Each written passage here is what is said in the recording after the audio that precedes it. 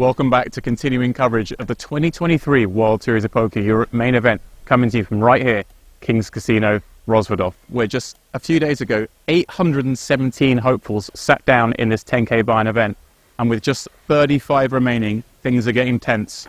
Randy, give me a little clue who's left in.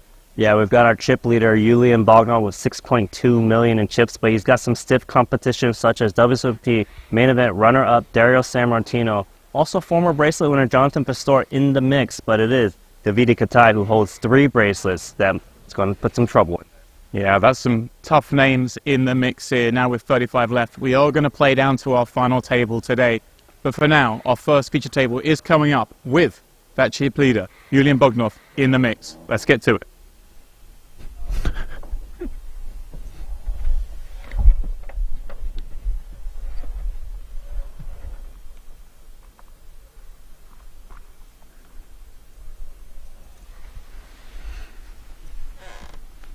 What do you say, Randy? Should we get to it? Let's get to it. There we go, let's get to it. Give me my catchphrase. Let's get to it. Let's get to it. Here we are, King's Casino. Once again, penultimate day of coverage. This, the 2023 World Series of Poker Europe, is of course our main event. As we just mentioned, only 35 remain. It's getting tense. 35 remain means we got a guaranteed payout of 35,500 euros, Randy. Pretty good, but what's up at top? Oh. 1.5 million euro? Just 1.5 milli. Casual. Casual, exactly. Plan of play today, pardon me, is to play down to at least a final 9, perhaps a little deeper. Top 9 will be picking up a 6-figure scores apiece. So plenty of interesting action to come today as we work our way down to that. I think we may see some really interesting ICM spots develop, I guess, Randy, as we get close to that final table. Players desperate to make it there, have a chance to get all those ladders. Look at the chip stacks on this table. This is ludicrous. This is deep. Is this right? Can this be right, Randy? I don't know. I mean, the shortest stack's got 78 big blinds, not even like a 20 or a 30 or so. Average stack in the tournament now is, I believe, 2.4 million. So everyone on this table is above average, if that's right. Wild stuff. It'll be a lot of fun to see, of course, our chip leader, Julian Bogdanov. Yeah, it's seated. Oh, okay, pardon me. This is the chip count. There we go. That was the tournament chip counts, which makes a lot more sense. There we go. Pay attention, James and Randy. Pay attention. This is our table. It's Bogdanov does get to leverage that big stack because it's Alf Martinsen in second with only just over half his stack, and we see some familiar and unfamiliar faces on our feature table as these faces become more familiar as we play down. You know you're deep in a tournament, and the tournament director doesn't need the house mic. They just shout. Where everyone can hear him. Just 5 tables. Again, those familiar with the poker room at King's and those not familiar. Usually it's to the left, down there on the lower floor. That area is now all grayed off, Randy. Hold the main poker area closed. No need to use it. We have just the 5 tables in this event, and then of course the closer final day taking place here today as well. So everyone upstairs. Feels like the VIP area, the original area. It is, but you know, like it's gonna be interesting, right? Because obviously these players want to reach that final table and try to get those big payouts. We'll see if they kind of play snug or try to fight for it all now. Chip leader definitely going to drive the action at this feature table. Well, here's your second chip leader, who seems to have drawn a fairly good seat in that he's 3 seats to the left of the chip leader, and the man in third is to his immediate right. And he's clearly not going to give much away. Right, we got the hat on, the glasses, the hood pulled all the way up. It's comfy. Comes the Dempsey, who did final table one of the bracelet events here in Rozvadov. 25k GG millions, 8th place finisher, I believe. And here's a man you and I saw yesterday, Randy, and when we saw him, he was pretty short on the bubble. He doubled up the first hand after the bubble burst, didn't he, ripping 7s from the button. Still hanging in there. Now, yeah, much better off. See, end of last night, some of you would have been with us. Those who weren't, me and Randy woke up this morning to see a trio of bust-outs in a row that caught the eye. 44th, Stephen Chipwick. 43rd, Alex Keating, the man who had the chip lead on the bubble. And then 42nd, Adrian Mateos. 3 really big names bowing out in a row. Maria Lampropoulos also busting out late last night. Lars Compass and Anson Sang also busting out right at the end of the night, meaning we come back with 35. Rajamski in the big blind giving up. Jack 5 offsuit.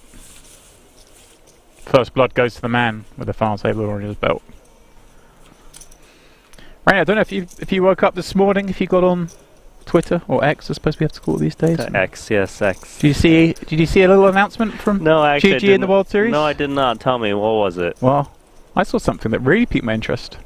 It's a very, very good promotion going up. Obviously, we're coming towards the end of the World Series Poker Europe, but the World Series Poker Paradise just around the corner. And there was a truly startling offer that got me. I had to go through my Hendon mob, check how many times I cashed the World Series to see if this was something that would really affect me. But it's the World Series parlay bonus, and what? you think when I start talking about this I'd have it ready, but I'm just going back through X now to find it, because I actually woke up to this news and was like, whoa, this is crazy. So I'm going to keep filling whilst I try and find it. Oh, come on. You're supposed to prep this up before you mention it. I know, it's bad, isn't it? But this is genuine. This is not me spieling. This is because it was that good. As you find it, we do have Bogdanov, our chip leader, opening pocket threes, and Martinson with the healthy 3.2 million chip stack in the big of queens. Here we go. How do you face off? Chip leader v second chip leader. He should be sizing up given how deep they are. 80 big blinds effective. Wouldn't surprise me if he goes towards 400k. About 10 big blinds or so.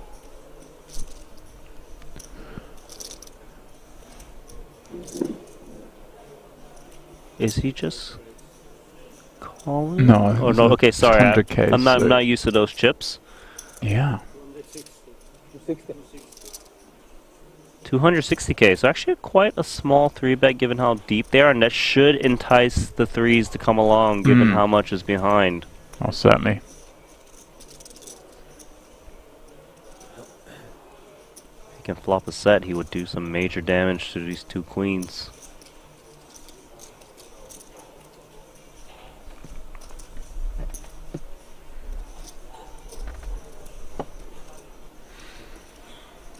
Yeah, it's such a lovely hand to have when you have been 3-bet, isn't it? Because you know you can play. And he's getting the right price, especially with the deep stacks, so if he can find it, he does not. And he finds a flop that may... It's a flop where if Martinson doesn't come in with a big C-bet, he might hang around, try to keep his opponent honest, who might have like an ace-king, does have a 3 of spades, which is a little bit helpful for added equity. Right, he's got to be aware that Martins is not going to be 3-betting a lot of strong hands for value, just the strongest, right? It's not like he's probably going to want to swell to the pot with like an ace-jack suited or ace-queens even potentially. I don't think he's looking to mess around too much given how they stand in the placement with their stacks.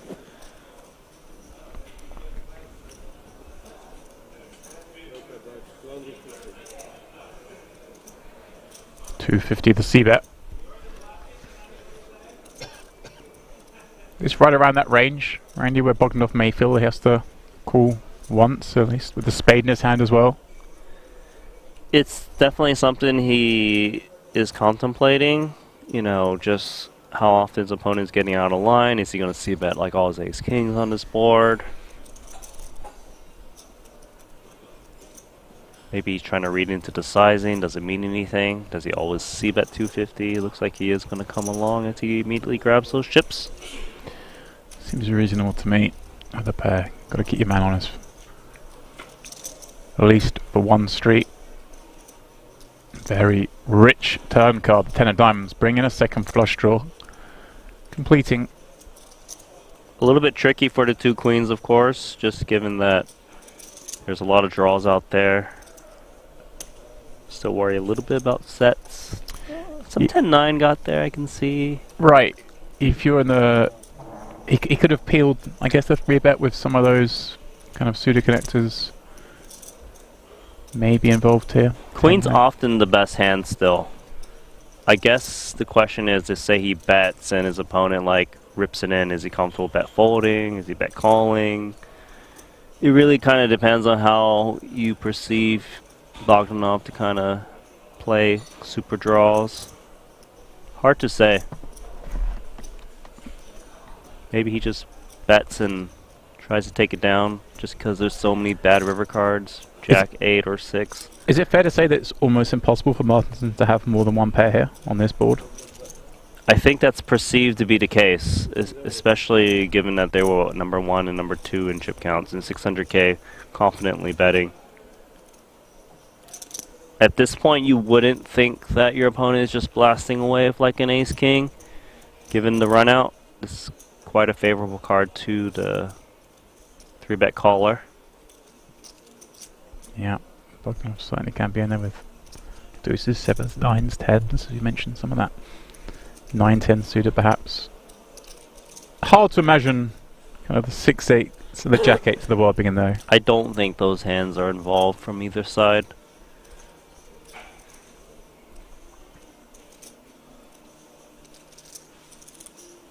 Bogdanov's probably thinking, I feel like he's feeling like, this isn't supposed to happen.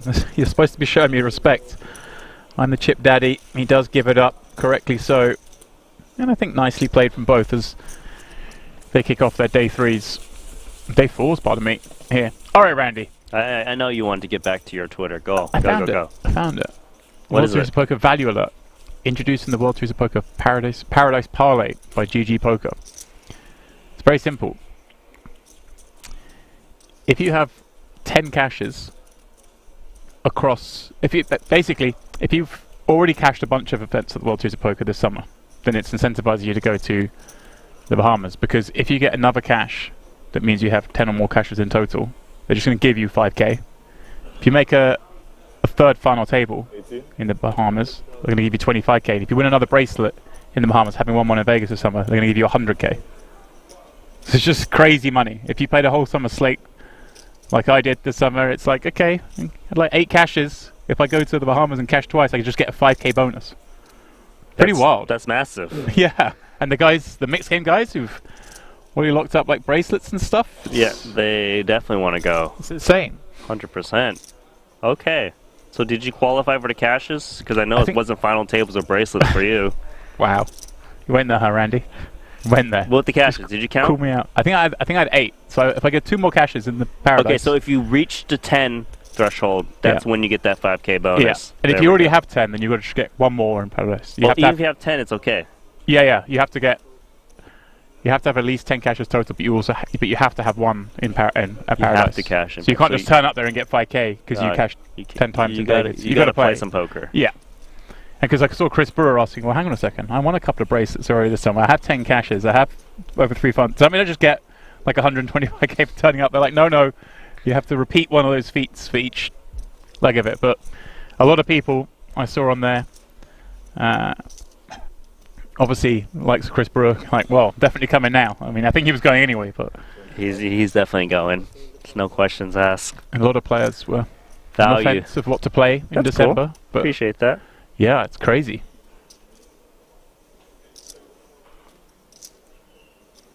A lot of players going, well, okay, I can't miss it now. So, a lot weren't going to miss it anyway.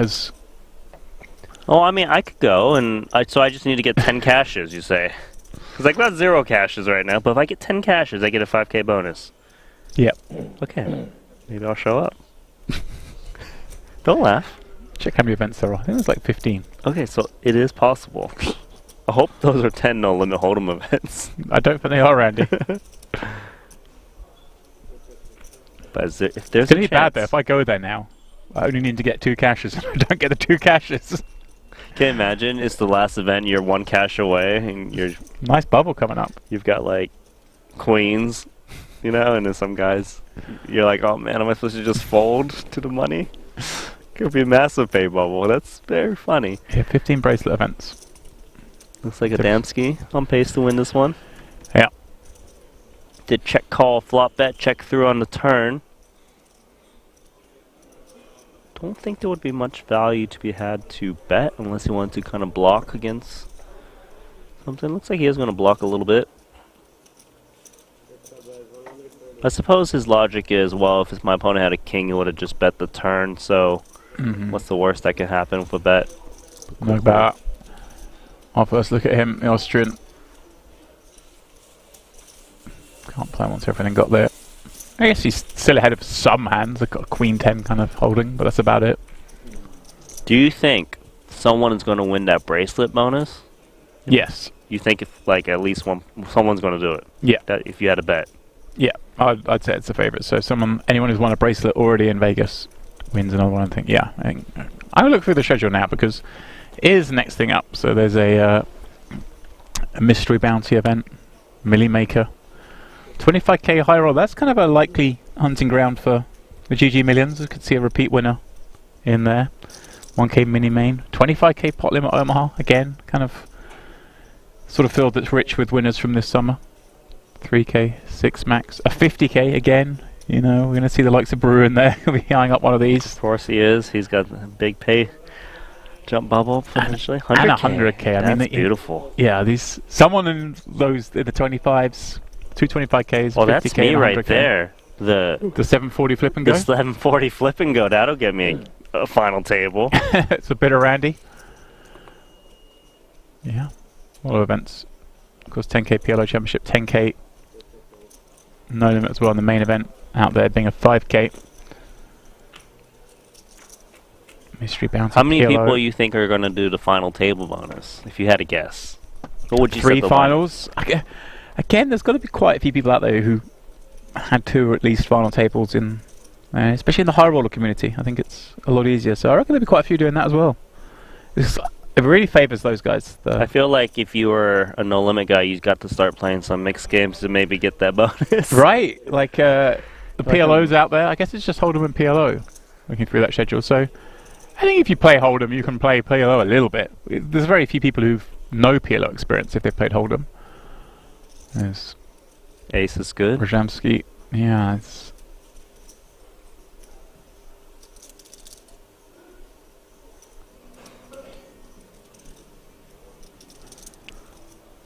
we're going for. Well, he's not going to be happy to see the snap call that will be incoming shortly. Yeah, 1.5 blinds with that river jack. It is rather small, so I guess it crosses his mind if there's any value in raising his ace. It's difficult, isn't it, Randy? When the flush is completed, the 7's paired up. You're looking at. Yeah, it's difficult. I would say that raising the ace in this spot is more so to kind of push your opponent off of the same type of hand, try to get the whole pot. Because oftentimes the big blind does have an ace for that small bet, and he's cutting out raising chips, isn't he? Yeah. This guy looks like a boss to me. Yeah, he's playing like a boss. He's figured this out. Gone for the raise. But yeah, maybe a mergy sort of bet, Randy, with the flush completing. Simmons playing the jack there, just trying to, like you say, knock off the chop.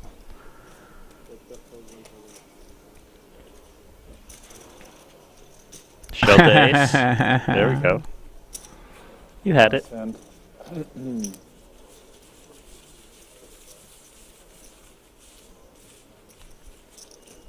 That man's sharp. Business day, Randy. You know, in the golf world, they call this moving day. Moving day? Is business day? The day before the final day is like moving day. You know, you can get yourself into position. You can't win it today, but you can climb out that leaderboard, get yourself ready, and then strike out on the final day. Moving day? I haven't heard that since I had to move out of my dormitory back in uni. Was that halfway through the first term, was it, or did you get to the end of the year? I finished. Okay. Oh yeah? Yeah, I finished. What, the first week? I also held my first job ever while I was in uni. 2 days. You had two. You worked for 2 days. Did you quit for 2 days? After 2 days, or did you get fired after 2 days? A little bit of both. I quit. Mutual separation. I say I quit. I say I quit. Randy, what was the job? I was working at Del Taco. Do you know what that is? Yes. The burritos were so full they would, the skin would pierce. So you were too generous. I was too generous. You were cutting into the bottom line, so they got rid of you. But the customers loved you. They loved me. But they were so full and they exploded. I had to put in a tortilla to wrap it around again. Oh, Randy. 2 days, huh? That was my only job I ever had. Wow, that was it. After that was done. You couldn't wrap a taco for burrito. You were like, that's it.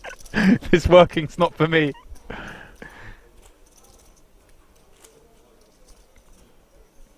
I mean, some would say you work as a commentator now, Randy. Don't know. I know, but I mean before. You mean a real non-poker job? Yes. Before my poker career, that was. Was that before you played poker, or you started playing poker? I might have degened a little bit and was a little bit in debt, you know. So you were wrapping burritos, taking the cash, yeah, depositing online, losing it, was trying to running back, find a way to get my money back, and was like, nope. But is that you do overwrap the burritos in the hope that you get bigger tips? Is that the? Yes, I'm sure I'm looking for tips at the Del Taco. That is exactly right. You know. What am I like? The McDonald's, I'm adding an extra chicken nugget in there in a 20-piece. Like, hey man, little bonus. One extra sweet and sour sauce? No. Why Del Taco? Why not a McDonald's? I thought that would be. That's because I actually loved eating at Del Taco. Okay. Believe it or not. Because poacher turned gamekeeper way. I was figuring, you know, sometimes you might get some free food. I'll get the food I like. Yeah. All right. Place. Back to the action. Yeah. Big stack, big stack. They're playing some pots. Seems fair. Martinson finding a pair. Bogdanov defending with those pseudo connectors. Little they know, they're in each other's neighbourhood. And wow, Bogdanov. He's got the slightly bigger house. See if Martinson decides to bet this having opened from early-ish. Playing 8-handed, of course. 8 max tables until the final table of 9. Yeah, maybe. If he doesn't bet here, then he's likely going to try and check this one down. Sometimes you see players fire multiple streets of a hand like threes. Does check. Check and seal. Pretty scary card for both. Although, Randy, assume when Martinson's checked back flop, he doesn't really get to improve in the 9 much, does he? No, he does not. But once he sees the check again, he should be pretty happy trying to show this one down against unpaired hands, ace highs, you know, with the sorts. It's also that type of card where your opponent often just plays passive but still calls a turn bet when they're holding like a 10-9, Jack-10. Should be a simple one when it board pairing 9. Both players have a little bit of showdown value, but not enough to really value bet. Well, the dealers managed to muster through the microphone panic there. It's nicely affixed. Good eye. And we should be able to have him say check check in that microphone in a moment. Unless Bogdanov was going to try and do something fruity. Try and make maybe 5s to 8s check back, fold even. I don't really see why Martinson would bet now. Right, just the same thing, isn't it? To fold out, I guess, the unlikely 4x combos and maybe some of those bigger pocket pairs. Oh, what? Or is he going to go super small and go for, see if he can get ace high to call? Yeah. That's the only reason he would be betting if he thinks ace high will call, especially for 55k. Well, let's see what it leads to here, because Bogdanov's got to be confused by that bet. This one, raise pre, checks through to the river. Where now Martinson has the option of knuckle back, but instead elects to bet 1.5 blinds in a spot where... Oh my wow. God, lays down the best hand. It looked milky. Right. It was milky. Martinson does not think he got a better hand to fold there. No. I was a bit surprised because ace high is just going to be happy to check it back. Any of his king highs he had, we're going to have something better or bet the flop, right? It's kind of a peculiar... Bogdanov didn't give his opponent credit to value bet that thin of a hand. Right. It looked like he was getting attacked by like a Jack X or maybe some like 8s, 9s. I just wanted to get a little value from the 4. But you know, you can start to second guess yourself when you see these things happen. That was a fun little hand. Of course, we're on a delay, so he won't be fed that information until now. To wait an hour to find out. But he was correct, it was a value bet. Couple tens for Rojanovsky. I don't know, something about this man, I like him. Yeah. Just like his look. I think we saw him at some point on the bubble yesterday. Did we? Out in the field. I remember thinking, this guy looks like one you don't mess with. Oh, we did, I remember.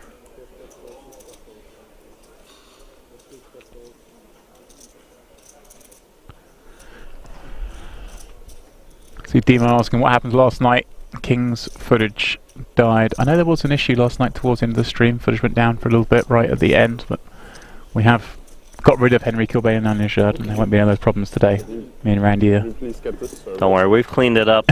We're gonna have no interruption throughout today. Play down to at least the final table.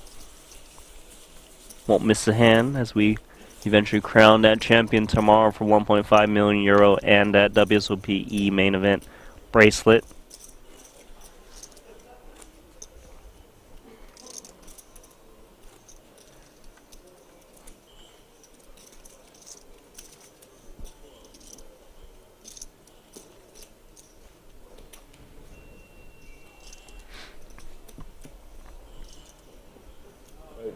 You have also big bottles of water? Yes, Yeah. But I only have 200. Can I play with 200? No, I have 1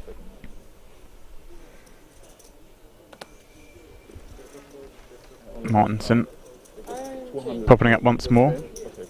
Yeah, let me get King Queen. Still water. Can I order water? Still water, yeah. Single espresso. Single espresso.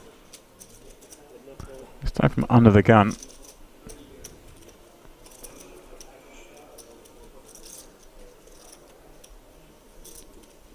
Let's see if Rojanovsky wants to come along with Queen 4 clubs. Again, there's us saying, Randy, we wouldn't mess with this guy, and Martinson's having the goal to raise up with King Queen offsuit on Rojanovsky's big blind. Doesn't share our opinion. They've got very different demeanours at the table, haven't they? Rojanovsky's just there. We've got demeanor, but then again, we got to play the cards. Yeah. King Queen, of course. But I mean, he just looks, he's sitting there, he's looking pretty suave. Everything's available to see. Sure, he's got the sunglasses on, whereas Martinson's got the beanie hat on, sunglasses, the hoodie pulled up over the neck, giving nothing away. He pulled the strings a bit too. Yeah. Let's see. Neck reads. Does have a beanie on, doesn't he? Yeah. Is he not hot? It looks quite fluffy, that hoodie on the top. Alright, so he is going to come along, as expected, with this suited queen.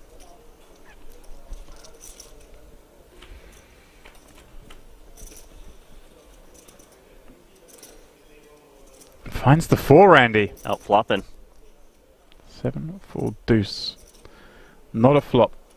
That really favours Martinson from under the gun, but I guess Randy gets to have all the pairs, right? He's got all the pairs. He also might think that the big blind's not going to mess with him too much. He might just sprinkle in a little bit, maybe 1/3 pot or so, but does check. Once he checks, though, he is kind of telegraphing that he's got high card a lot, and Wow. ace king. King queens do get there. Wow. Terrible card for Rojanovsky with the 2 combinations out here. He has just been 3-outed. And like you say, Randy, against check back, you'd expect Martinson's going to want to attack that king a lot, so... It's actually interesting that he's going to think about betting himself. Right, it looks like... Because he should be checking to the king a lot, but maybe he thinks that if I bet, my opponent won't mess with me. 60k. There is something to be said to value raise this king queen now. Kicker is pretty much nutted. You would expect ace king. You'd always hear from pre-flop. You can, you know, raise and try to get a lot of chips in by the river. It looks like he's just gonna call. Right, I think he's pretty confident about his hand. and I guess raising you deny equity to some of perhaps the straight draws that have barreled turn here that maybe a hand like 5-6, which would have just got there. Yeah, a little bit of straights get there, right? 5-6, like you mentioned, ace-5. But he's going to be very happy to see this check in front of him. He can go quite big if he wants to. Right, it looks like you're up against just one pair, doesn't it? And you've, as you said, Randy, he's effectively got the nut one pair.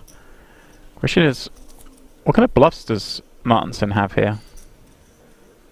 He probably doesn't have that many bluffs, to be honest. Because if, say, he was floating like a ace high on the turn, he probably would want to just keep checking. It is hard to say. Then again, I didn't really expect Rajanovsky to start firing on the king, which is perceived to hit the under the gun player more. If Martinson had a hand like ace queen, might he bluff here to try and knock out a hand like 3-5 or 3-6 that's potential turn? Definitely crosses his mind for sure. 150. Well, Rajanovsky's got himself in a peculiar spot here. Can navigate his way out against what looks like it's going to be a king a decent amount of time. Well, it looks like he's called. Wow, paid it off. Okay. Take 5. Given the bad news. Good value. Can I pay with card? See Randy in the top right Thank you. corner that we have lost our first player of the day. There's Aaron Duzak, former main event champion, main event final tableist from a couple of years ago. Busting out. To, put the chips a bit more towards the He finished 7th back in 2022. But 35th here in the main as we look at Bogdanov. Come back to Martinson somewhat. Good start for Martinson. Winning a couple of pots, Bogdanov losing a couple of pots, and Gaining traction. the rest of them still a long way back. Rajanovsky still with plenty of chips despite that small loss. Touching Guerrero, the shortest. There's so much play on day 4 of this main event.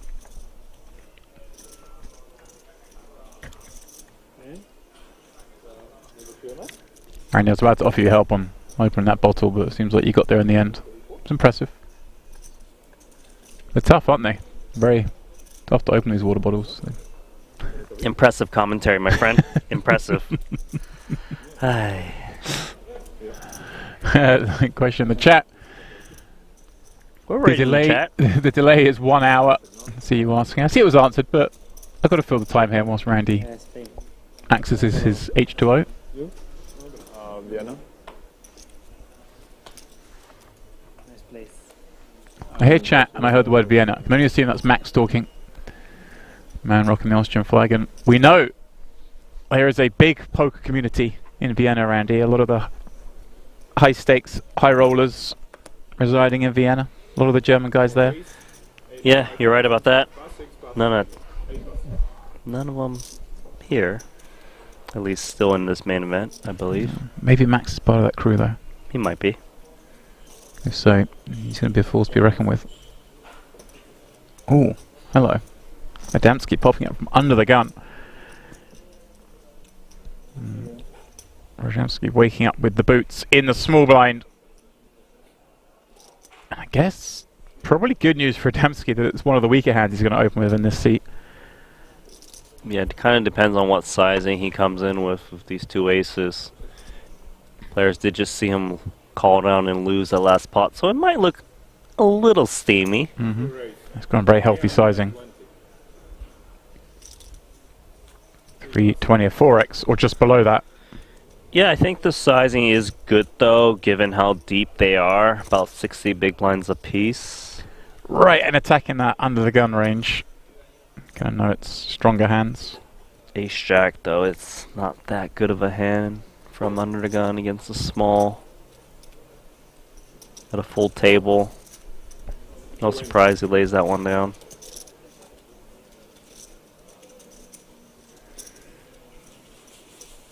I was hoping for something a bit more devious, Randy. I was looking at the ace chat thinking, well, it's quite a good hand to potentially 4-bet bluff with.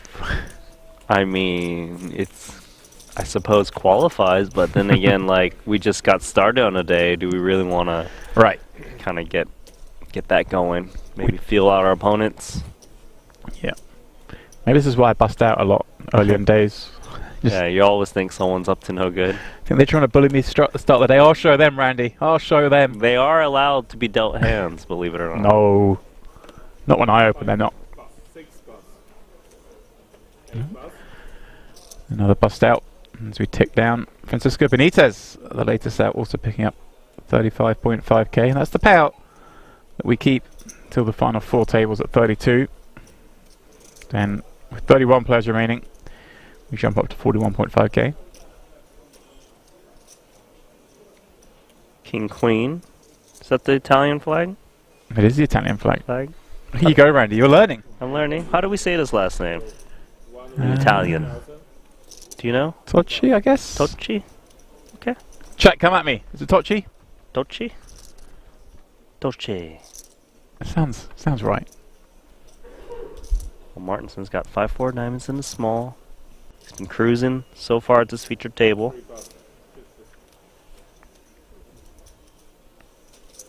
Here comes the big blind of a Dempsey.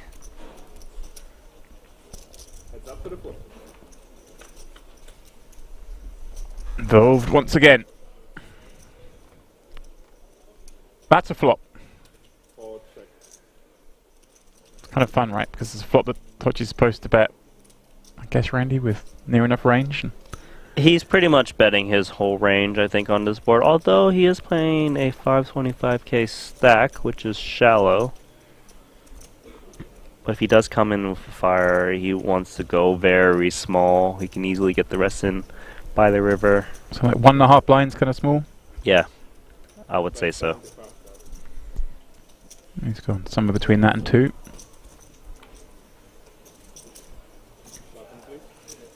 There we go for Tocci. Chat is helpful. Tocci's correct. There we go. Nice. Thank you, chat.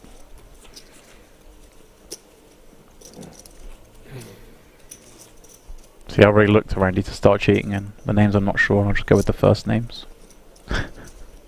Yeah, it's It's the way of just copping out and doing your job. That's a why Henry. learn and Henry do better? likes to do that. Yeah. Likes to do that. Me too. Won't lie. We'll just leave Ali to nail the pronunciations off the bat. 6 plus 8 plus. Here's Tocci again. 7-5 suited from the hijack, but like you mentioned, Randy, sub 20 big blind stack. Does he want to get involved? Not quite the hand off of his stack. 33 remaining. Average stack is quite large, 2.5 million. That's a 60 big blind. Yeah, it's been an incredible 1,000. deep tournament throughout. Yeah, if you've 90-minute levels. If you got the skills in playing deep stack, definitely in the World Series of Poker main events is got your name on it. Yeah, I feel like it's kind of playing as deep as the main in Vegas, which is a little surprising considering that tournament has an extra half an hour per level. That's what makes these main events so like enticing to play. You know, you get a lot of play. You don't have to depend on the cards. The best players usually come out on top towards the end. As we take this flop. Well, Randy, you say all that, but I've only cashed it once, so you can't be right. No, I am right, actually. Think about it. I am right. Jack 9-4. It's actually heads up to this flop. Free check. Same hand, same hand.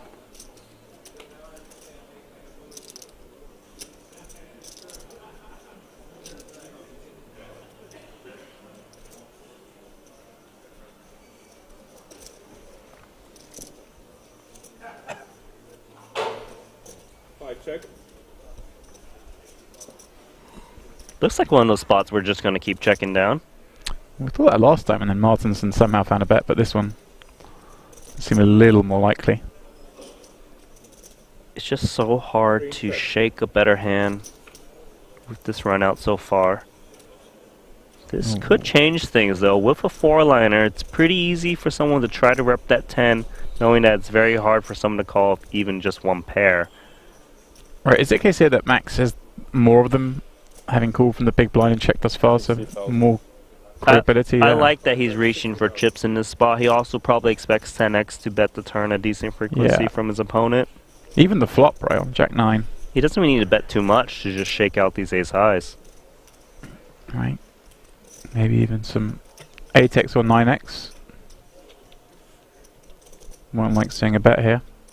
And going that sizing as well, I guess, Randy, allows him to have all the 2 pairs at this sort of volume. If he'd gone bigger, kind of eliminates them as bets. Three pass. Yeah, with the smaller bet, does allow him to widen his value range just a little bit, maybe some strong 2 pairs.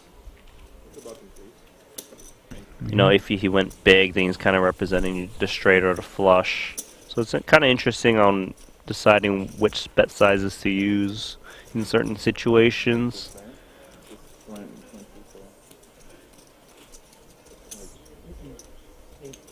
Also his Pro Europe main event. Deep.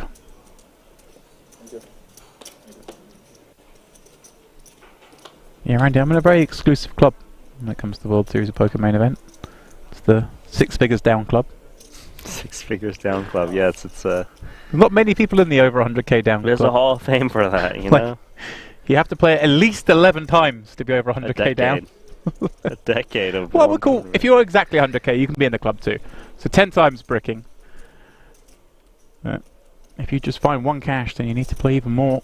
You know, they start to pay like a lot more of the field now these days? You do, Randy. You noticed that, did you? Yeah, where it's like... It's really hard to, like, you know... They pay like top 1,000, is it? And it's like 7,000 A little bit more this year, I think. Okay, even more. Yeah, they try to make it easier for you. It's a crapshoot. It really isn't. Like, it's so deep. Imagine that. I've never played the main. 5 go. Be 40,000. 100k better off. Speaking of that main event, we also have Dario Sammartino, who's still in the mix. Yeah, he knows something about the main event. Second place finisher before for, I believe, $6 million. He's got to play a few more main events to be down 100k in the main event. He can play for life at this point. Yeah, it's unlikely he'll live long enough. So, Guerrero with the 7-6 is attacking in the big. It should look strong given the stack size he's playing, but King 10 is King 10 after all. You surprised that he didn't go slightly larger with his attack, or do you think that's just a facet of the stack size that you mentioned? Yes, I think if he was playing a little bit deeper, he might throw in a little bit more chips, but as played, it seems fine in terms of sizing. Wasn't really expecting it from 7-6 offsuit to be specific, but here we go. So we take a flop. Advantage to King 10. Yeah, max lip calling, finding top pair, checking over to the opponent. Of course, you always got some concern you can be behind, but blind on blind, this is a monster. 6 bet, 75. And yeah, Randy, I'm with you. Might have expected more of the sort of big card, little card combos as the raises here, like a 10-4 or something, rather than these 2 connectors. Yeah, I guess it's nice to have a little mix of combinations in there. I think his logic also was, I want to take it down now to kind of preserve this kind of stack, but obviously going to lose some with this 75k bet. 5 go.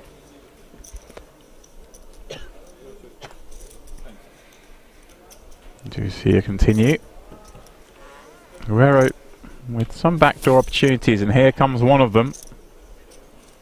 5 check. He's got that open-ended straight draw, something he might want to try and lean on with. Is it a bit scary though that there's so many draws out there now with the sort of the Broadway combos, the Queen Jack, the Jack 10s, the clubs, the backdoor hearts? Yeah, I could see that for sure. Ideally, if you wanted to kind of multi-barrel though the turn, he would probably prefer... I don't know, I'm trying to think.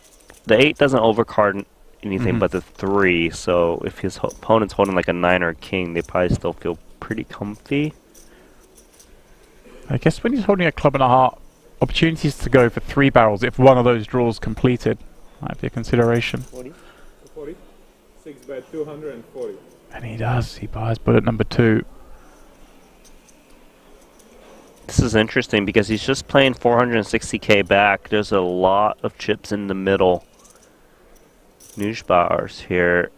It's got to ask the question is, do I check call? Do I just check jam to kind of charge those clubs and hearts that exist. Right. Only a half pot behind. I don't think he's ever got the intention of check calling to check fold river with king 10 in the blind versus blind spot. He has to also ask, okay, if my opponent's on a draw, and say I check call, does he follow through when he bricks off? Right. Because if he rarely follows through when he bricks off, then maybe it's worth just charging now. Yeah, I like that, Randy. I like where your head's at. It's hard to say, of course. We don't know our opponent's tendencies, but we do try to guesstimate.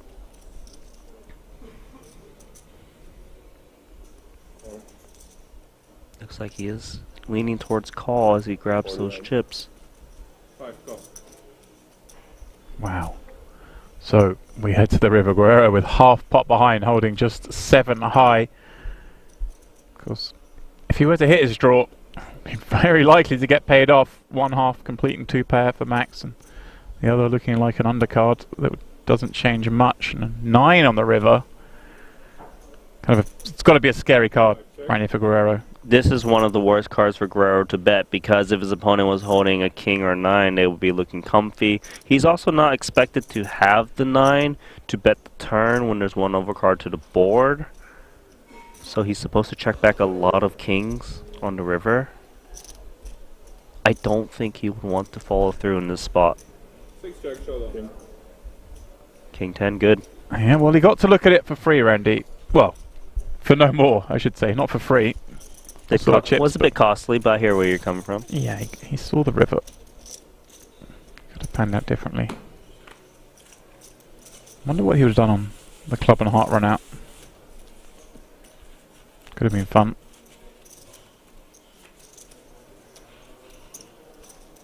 Early stages of the penultimate day here at the WSOP Europe, coming to you from King's Resort. Myself, James Dempsey, alongside Randy Nananoko Lu, as we try and work out what these guys are up to. Not always easy, Randy. No, it's always fun, right? Like, you know, this is poker after all. Imperfect information, but trying to see how players make the best decisions given the circumstances, whether it's stack sizes, some history, big pay jumps. You know, we got players from all different parts of the world who've got varying skill levels. Yeah, that's why I really do enjoy covering main events, regardless of the buy and just the large field sizes, because you do see that. You see the clash, don't you? The high rollers are great because everyone tends to play really well, and it's interesting, but it's a different animal, 100%, you know, like the main events versus pure high roller fields. Yeah. A lot of divergence as we see Rajamsky raising up 2 4s. Bogdanov, the table chip leader, looking at 2 10s in the big, but we'll see against that 60 big blind stack opening from +1. It's not as nice a hand as it will be in other situations. So notice that he's just calling with 2 10s in this spot is because of how deep they are. Bogdanov is more looking to play smaller pots, even with a hand like 10s, 60 big blinds plus. No break. It's a good flop, Queen 8 deuce. Wow. Acceptable. Just the one over against 10 of diamonds. And as the opener. For the break. Bet 65,000. Marjanovsky just looking to clear his opponent, who will be going nowhere with these 2 10s.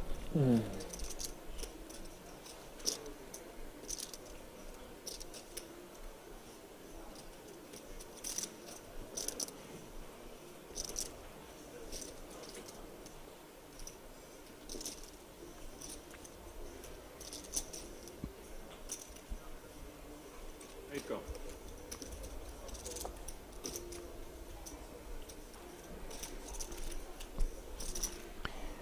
The 2 will see a turn. That turn brings a little change on a deuce. Guess Randy... Pretty good card for both players, I would suppose. Doesn't Yeah. change anything. Bogdanov probably having slightly more of that, because he can be in there with some hands like King Deuce suited. And Marjanovsky probably just Ace Deuce suited, the only way he can have the deuce. Yeah, I would say the deuce isn't that much in play. More so that board pairing players don't tend to attack as much. But actually with the lead, I was wondering if you do this because he's got a kind of nice hand that Bet 70. got a good hand that kind of I guess wants a little bit of protection, and also like I say, he's not really going to get raised, is he, when he bets the deuce because he can have it. It's unlikely, but he can have it. To raise 200,000. now Wow. this is where it gets interesting. Here we because go. the baby lead on the turn has gotten Wajanowski to think his fours are good and needs to charge against the two flush draws with the gutter balls in there. Yeah, I actually like this because I guess a lot of Bogdanovsky leads may be those kind of hands, the draws. Wajanowski thinking, oh, fours can still be good. Yeah, especially if Bogdanov's holding a hand like Jack 10, 10-9, like, are they really going to want to bet call for high card type hand? It is very possible for two fours to be good in this spot. I love this hand already, Randy. Exactly what we're just talking about, the deviations you make in these large field events. Players play very differently. This is actually very troublesome for Bogdanov. Because if he's behind against a queen while he's only drawing to 2 outs, Right. I mean, what hand's he expecting to do this? he's also blocking a little bit of flush draws with the 10 diamonds, some kind of straight draw that might attack, Jack 10, 10-9. Great call. Wow. Big pot brewing. Incredible. This is just... We're out there in the wilderness on this hand, Randy. Hand's not over. Let's see a river card. Blanks out. Now, does Wajanowski just try and show this down? Or does he know he's now beat? Wow. Okay, interesting. 250. It looks milky. Very quick bet for a third pot. Remember last time Bogdanov saw a milky bet, he laid down the best hand with his pair of fours.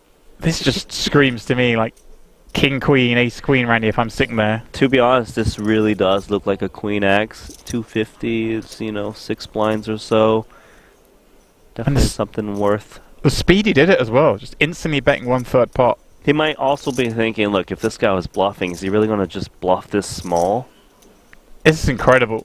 There's a money drum in one person, but I don't know if you know, but Oh, he's uncapping his water and taking a swig mid-hand. Glasses are off as well. He looks confident. Look at the mastery of opening a water bottle, Randy. There's something you can learn there. I see. The aquapan is a little easier, perhaps, than the plastic bottles. Going in soon, probably, anyway. Alien Bogdanov. I think he thinks he's beat. Right. But the price is pretty good. The 10 of diamonds is a point, Randy. You mentioned it before. Kind of, you'd want your opponent to have perhaps that hand, that card. Have a hand like Jack 10 of diamonds, maybe. Easy done. still 9 blinds. It's not nothing. I mean, credit to him for thinking this long. He's getting a great price, of course. Calling 250 to win $1 million. Great price, but I think he feels he's getting milked. Yeah, I just can't imagine ever calling in this seat. Oh, he's grabbing Wow. the power chips. There we go. 2 10s is good. Wow, wow, wow. We're playing poker, boys. There we go. Back to 6.1 million in chips. You gotta look around the table as well there to see what the others thought of that. Now, Randy, we've obviously seen these players from the start of today, but no doubt there's been some battles out there over the last couple of days. Some of these players will be getting a beat on each other. That is still impressive, regardless of previous action. Yeah, he actually got a lot of value from those 2 10s. That was a great hand from both. That small turn lead really changed things up. All right. We're getting a new player. Which means, Randy, we're down to 32. 4 tables of 8, and it is perhaps the most accomplished player left in the field at the start of the day. Davide Katai out in 33rd, picking up 35,000 euros, 500. The Triple Crown winner, multiple bracelet winner, is no more.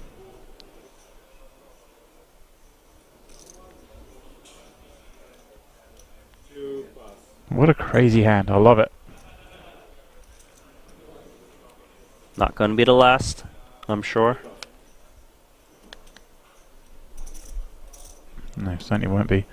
We are on the pay jump now as well, of course, with that elimination. 32 remaining. 6k extra for 31st up. And in the middle of all that, blind level increase as well. 25k, 50k. Players like Tochi feeling the pinch the most. Yeah, Tochi is our shortest stack at this table. 645k stack. Big blind's 50,000. Now, obviously, Randy, we're deep into this tournament. Good morning. 6k is 6k, but it's not a pay jump that's going to mean we necessarily change how we play, but maybe we just play a little bit slower to try and get to top 31. Yes, I would say so. You know, you definitely see players who will try and squeeze into those pay jumps when possible. Some players maybe don't mind so much, but you know, it is 6k, right? It's Yeah. a half a buy-in. But I can't imagine it wouldn't change the hand you'd play necessarily, though, would it? It wouldn't make some extreme scenario, I would think, where you like hero fold massive pre-flop. Mm. But we'll see.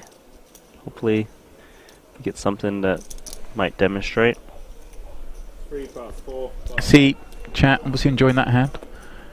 Tom Mass saying the problem with the bet is it could be 9s. So it's cool. I don't think 9s are very likely to bet that. They'd be keener, I think, just to showdown. It was. It's hard to say. Yeah. By raise, 100. What isn't hard to say is that Newsbauer is gonna come along with 2 jacks, and Oh. Guerrero's got ace king. We got a coin flip coming up because he's so short. So Guerrero is our shortest stack at this feature. Yeah, of course. They just had that skirmish. Chance of Guerrero to get some of the chips back, perhaps. Just 9 blinds. Assuming there's no other hand out here, Randy's going to feel a little aggrieved to see a hand as good as Jack's. You know, you think you jam over ace king for 9, you can get called by plenty of hands you dominate. Well, I guess the same could be said for the reverse. Nishbab be upset to see that it is a flip. Chateau, our fresh stack in the mix. Not bringing too many chips over though. He himself with just 15 blinds, 14 blinds. 7 plus, 8 plus, 1 plus, So, shall we C5? 2 plus. Let's, Randy. I'm not gonna fold, but should have waited a little bit for the money jump. Wow. I'm gonna call 100% for the stack runoff. Wow. For you, just so you know. That's nice. Saying that, I'm just going to take a little bit of time before calling to try and help you ladder up a spot. Not something you normally see, Randy. I wanna Yeah, you wanna. Otherwise, you could have said. Sure, on that point, maybe a spot where Guerrero would have been best served to make it 400k, leave 40k back so he could do this himself. just But told me anyway. You just told me. obviously friends, I guess, Randy. These two.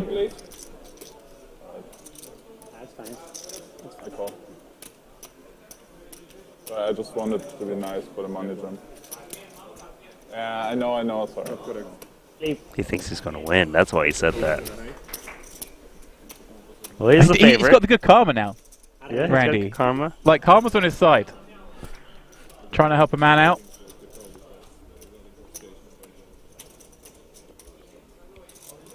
I don't know whether the floor sort of advised. Oh, come on. Floor's like, come on, guys. That's not fair on the other tables. It's a rare sight, but here we go. On to the flop. 10, 9, 7. Looking good for 2 jacks. Yeah, pretty bad looking one, given the 8 would kill it. Spade would reduce the outs considerably.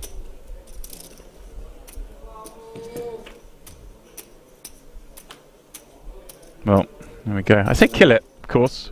Needs to hit a jack to chop it up. Yeah. Not to beat. Guerrero Yeah, guys. is the last man out for 35,500. We are down to 31, which means 41.5 guaranteed payday. GG. 32nd place is the deep run in WSOP main event. Yeah, it's one of those, Randy. Obviously, when you register the tournament, you'd be snapping off a 3.5 times return. However, once you get deep, It's a little disappointing, but maybe Yeah. we can go to paradise and take There we another go. shot. 35th. You're so close, but yet still so far from that 1.5 million up top. So, on to the next hand. Is this dealer left-handed or is it just me? You're right. Okay, I wasn't. Something was Yeah. just different for me. Well, they're confusing it by crossing hands as well, Randy, which I know they're really throwing you off whack. Adamski. Here's a attempt with ace king. See if it's more fruitful.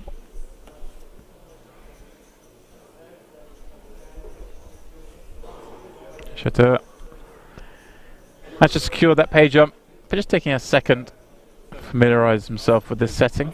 Wait, did I get the page? I did. Okay, let's move on. Next one, Randy, coming at 23 players left. Of course, we'll be redrawing at the final 24. 16 and of course then for the final 9. Just a 9-6 offsuit for Martinson in the big. Let's see how out of line he kind of wants to come along from the big. Some players call, some players fold. Right, and Adamski has actually played quite a few hands from up front, although we've seen reasonably so. It's a raise fold ace jack from that seat. This time gets ace king through. Next hand. Next hand. Yeah, Tom Mass asking what we're playing down to today. Playing down to at least at the final table of 9, but perhaps a little further if we were to reach that final table. Just depends on a speed run or not. Yeah, like obviously whichever way you cut it, it's going to take a long time to get from the 35 that started today to the winner tomorrow. So we'll try and balance it out as best we can. A little dealer change. The lefties off, Randy. They fired them. Just because I mentioned it, my bad. It is Julian Bogdanov still leading this table, of course, the only player over the 100 big blind mark with that increase in blind level. Michel Tocci, the shortest. A little over 10 bigs. Yeah, it has been Julian Bogdanov and Alf Martinson who's been driving most of the action, but of course, Boris. Yeah, that was a fun hand. Just been in there, getting into the mix. Chater, dust again. He's out. I'd say Bogdanov looks the business today. Anyone wearing a Triton scarf looks the business, I'd say, Randy. It's a flex, right? Like, yeah. It's not to cover any tells. It's more like, I can play high rollers. Don't try and bluff me. Rozhanovsky with the Queen 10. One of the most active players at this featured. Oh, yeah. Oh, no. Not for him. Oh, no is indeed correct. Martinson with the butchers in the small. And he wants action.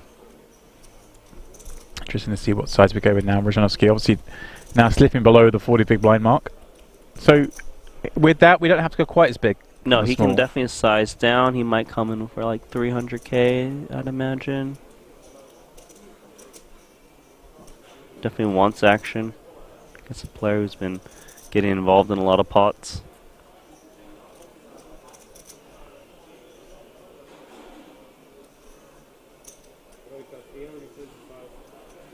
And you go 325 the bet.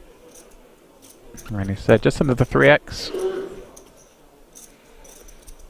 Rozhanovsky obviously in terrible shape with the undercards unsuited. Let's see if he wants to battle. Has been a little bruised there. The 2 fours. He's feeling it. Yeah, Mayfield. Bad timing. Just feels like these guys are picking on him maybe. You do get those vibes when you lose multiple pots in a row.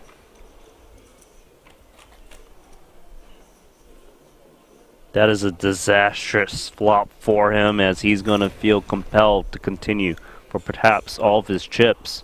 Yeah, just 2x pot behind. What a great flop for Martinson's kings as well, by the way. Queen 5 deuce. There's just almost no chance you're behind here. It's the nut board for him, really. Yeah. Also, your opponent, when they call 3-bets, have a lot of queen X's in their range that are just going to pay off. Even like pocket pairs lower than queen are going to have to call for at least 1 on the flop. Alright, with that in mind, does he perhaps size a little? No, he does go small. He's going small just because there's not much connectivity besides the pair stuff. 220, doesn't want to lose his customer. Ooh. Immediately grabbing raising chips. Oh, we've seen this before from Rozhanovsky. He zigs when they zag. Popping up to 600k now. Randy, how does Martinson approach this? This is interesting because he's seen Rajanowski kind of attack before with not a stellar holding, so maybe he calls to kind of give his opponent some rope. Of course, jamming is fine if you put your opponent on a queen that will never fold. Yeah, right. If you think Rajanowski's doing this with, say, sevens to quote-unquote find out where he is or something, you don't want to give him a chance to fold, do you? Exactly. The problem is he's out of position, of course, where he doesn't want to just check through on the turn and give his opponent 2 shots at hitting a random card. Know how long we'll play Say like an ace. How 4, long ace we'll play 3. today until final table or level? Levels? Welcome, Paul Punts. Thanks for the raid on Twitch. As Does jam. see the jam. You can see he's not happy about this once he gets jammed on with queen 10, top pair. He knows kings and aces, a decent part of his opponent's range. Better queens, his kicker pretty much irrelevant. Will he level himself into thinking perhaps this is spades? Spades, some very suspicious ace-king occasionally. I guess though the spades are still flipping, right? If it's the ace high or king high spades. Can he get away from this, Randy? He's played it in a way that gives him the opportunity, I imagine. But it's still a big ask.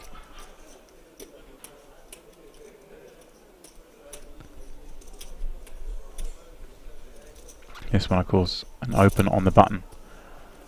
3x 3-bet from the small blind. I bet 3-bet jam on the queen 5 deuce board.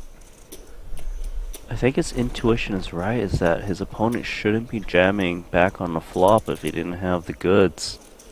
My man's examining the clock where he says there's 29 left, but that pay jump not coming until 23, but maybe looking for some sort of clue to randomize, Randy. Maybe he wants to call half the time. And I don't know if he's randomizing, maybe just seeing is there any information out there that just tells me like I'm supposed to be folding and nothing.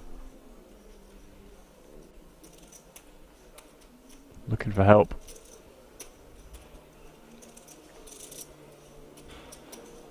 He's put in 600k in on the flop. Yeah, he's getting a good price. 880 back. But he can be in even worse shape than this, as you mentioned. If he's up against ace queen, that would be a disaster, king queen. But he needs to find some hands that he absolutely does alright against, which I suppose is mainly spades. Obviously, our graphics using updated information on the folded cards, so obviously if he is in a situation that's not as bad as 18% as suggested. It just happens to be those cards are folded.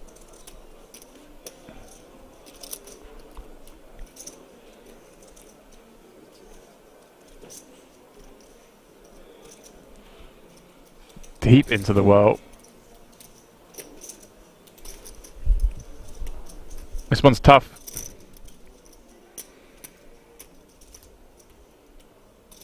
I enjoy this for any of the main events.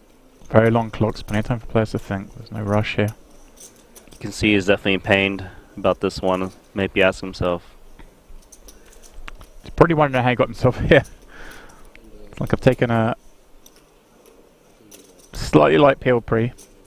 So looks like now he's counting down the stack of Martinson to see if that perhaps changes ranges a little bit. Right.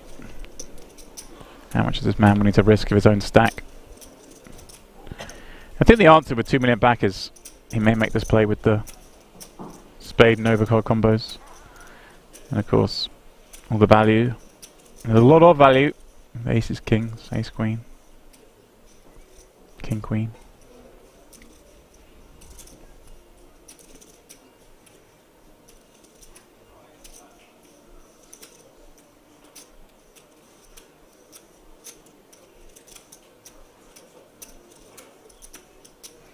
He lets us go. Still have 18 blinds. Yeah, he is thinking about, okay, if I fold, can I maneuver of 18 blinds? Certainly can. Preserve that tournament life, or does he want to just, like, maybe this is my hand? Osmo asking, what is the time for a decision? There is no shot clock in this the World Series Bug Europe main event. If someone wishes to call the clock, that is their prerogative, and if they were to do so in this situation, it would be a fair moment. Rojanowski's certainly had plenty of time, but it is up to someone to call time.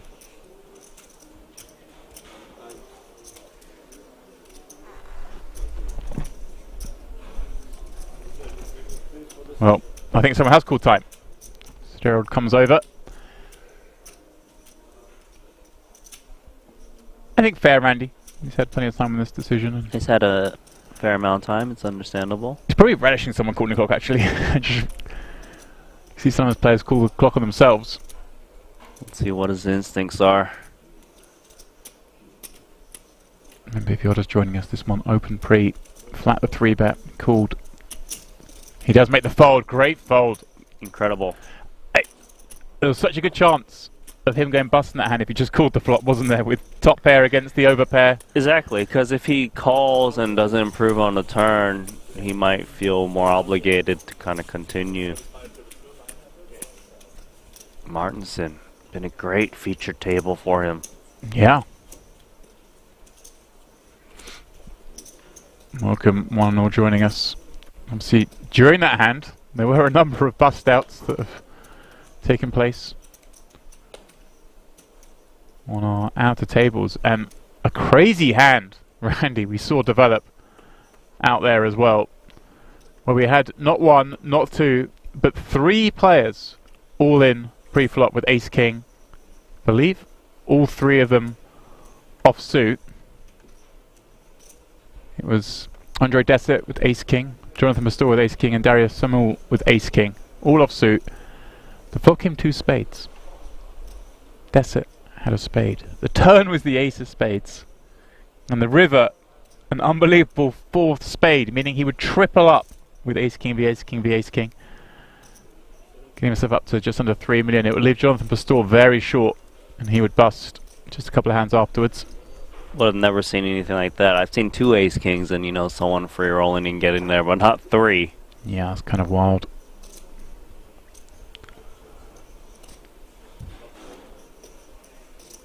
Look at Martinson, 5 million in chips. Started the day of about low 3s.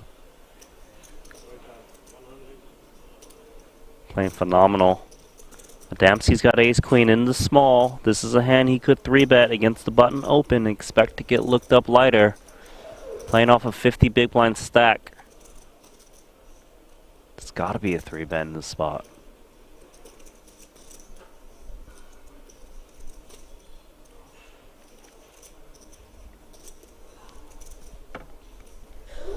For time.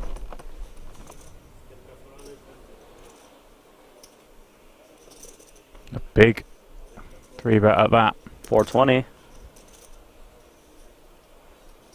We'll see, just under 50 blinds deep. A little different situation to the just under 40 blinds deep we saw the last pot contested at. Just king 8 of hearts on the button.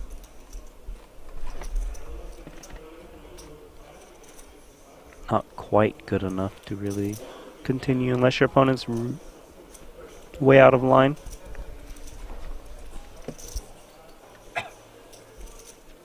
Frérot, voilà, sur des tournois à 10 000, les gens ils te font des trucs de où je me fais craquer les dames, j'open. Le mec il m'envoie tapis avec As-10. Il a As-10 off, frérot, sur le Coran, il a 1,3 million. Je suis obligé de payer avec mes dames, frère, sur le Coran. Yeah, can give a hand as weak as King 8. No shame in that. Perfectly fine hand to open with. Can't always defend your opens, Randy. Voilà, je savais, c'est...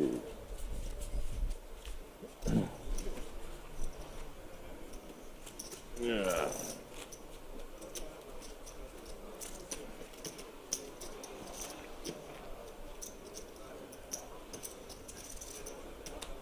Of course, other players out. In 31st, I didn't mention Adam Swicky.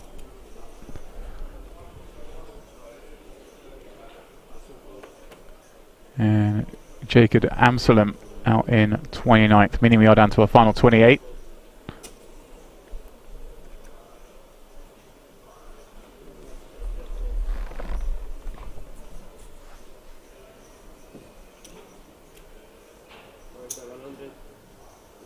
Martinson once again. 10-6 of clubs now in the cutoff.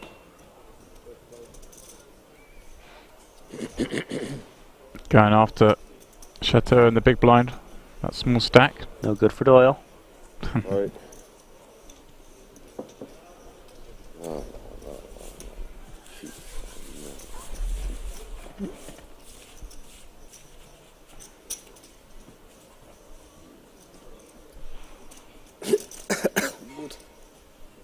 You will see later. Ребят, speak English еще раз. I'll let you wait until you see the stream. Maybe flush draw, maybe better. Ну, maybe for you, maybe.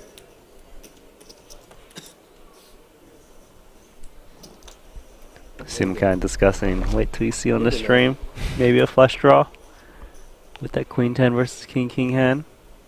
Yeah, he's going to be very happy when he sees what hand he's up against, even the fold. That's right. Rajanovsky is going to get in there with the ace-8 suited now. See if he can win a pot.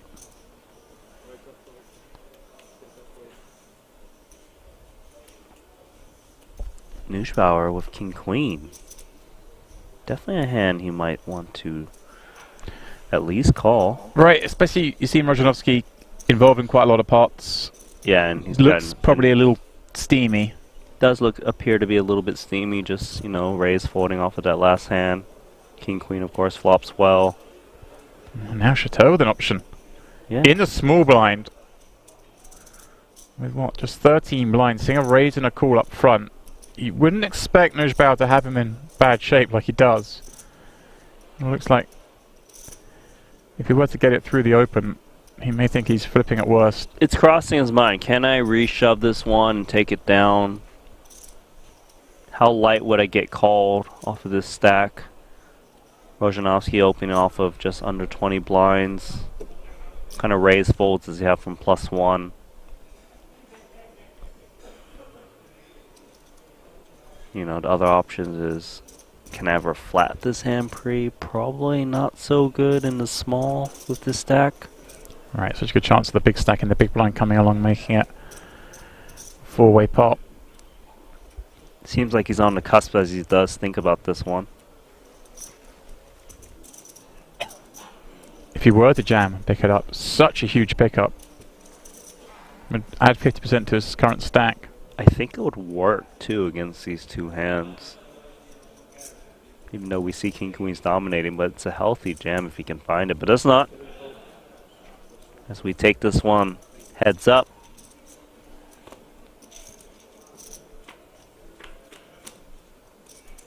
Shanowski glasses back on, giving away nothing but flopping.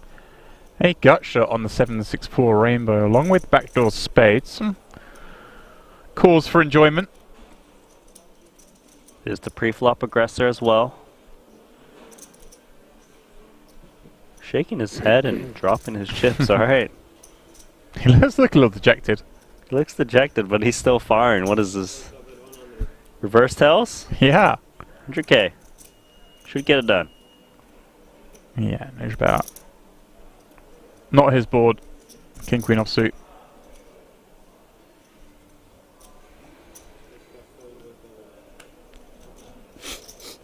Alright. Rojanovsky gets something going. He's due.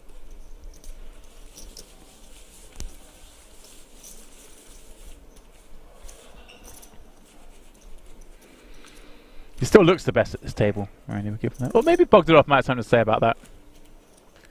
No, I'm still going Rajanovsky. Yeah. I do like the Triton scarf around. I think it's the chips that make him look best. The chips? Okay. No, the 6 million chips. you don't always have all those chips, you know. The No. Rajanovsky can look this way with a big or short stack. King 10 of hearts. Let's get right back into it. There we go. V Pippin. 100.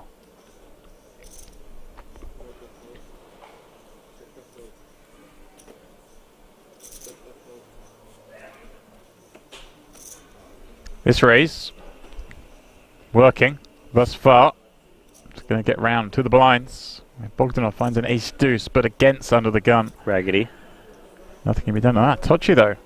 Well, a nice hand, but against the worst seat. Yeah, he's got a hand where he often would think about jamming this in pre, but against under the gun, he's just going to opt to flat and try to hit something. He's playing a 10 big blind stack. One heart, good, and followed by the ace. Oh yeah, great flop. No, flop, you know, almost certainly your opponent having open under the gun is going to bet. Rajanovsky should be betting his range on this board against the micro stack and the big. Maybe come in small. Just because his opponent often just has to check fold and they're jamming a lot of their good aces pre, so chances are they've got something very slim. Well, as Randy mentioned, he does come out with that C-bet 90k into 275. Met with a swift call from Tochi, who's, as Randy says, going to feel pretty good, but I mean, obviously, maybe about to bust this tournament having flop top pair. You never know. That's a great card for Rajanovsky, just because normally he will be ahead of against the 9x. We can see it may cause him some trouble. Yeah, Tochi with 380 left, 455 in the middle. Let's see how Rajanovsky wants to play this one. Whether he just wants to try and get it to showdown now. Guess Randy, not too much concern of trying to deny equity to many hands, right? It's I not would many like outs. to see him check this one.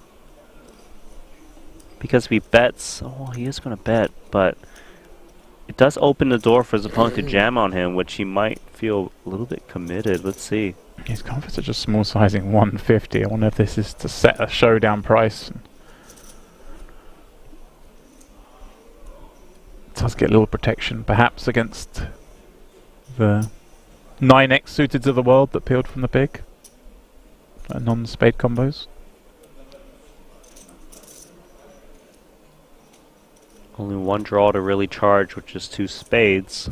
Yeah, Tochi's could be feeling now a lot less comfortable, surely, with his top pair no kicker. He might be thinking, look, if I'm up against an ace and I'm getting milked, I'm just drawing to the 2 5s. Maybe some board pairing, chop outs.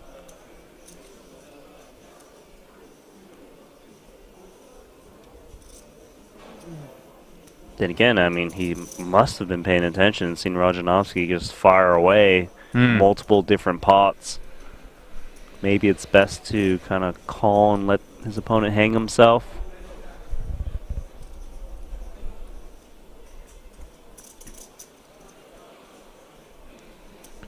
Or, I wonder, Randy, like the situation we saw earlier, just decides that he wants to get the full value if his opponent does have spades. Although, with spades bet this size, if they bet at all.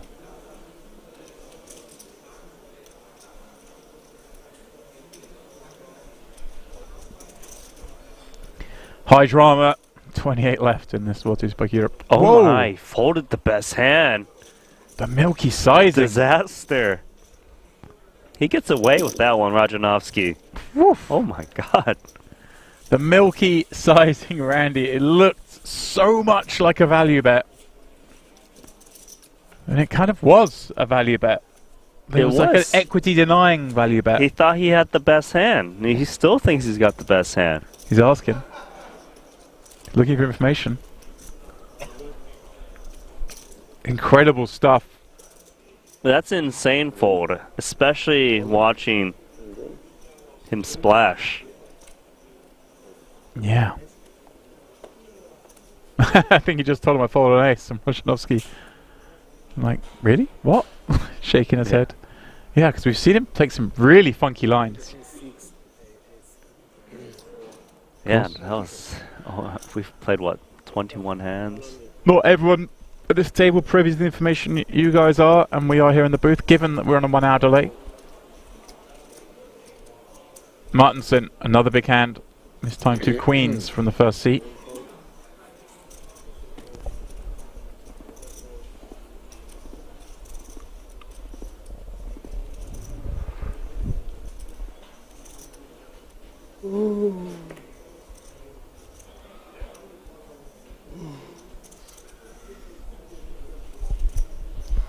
These two again. Ace-9 in the big, gets to close the action. It's a decent hand.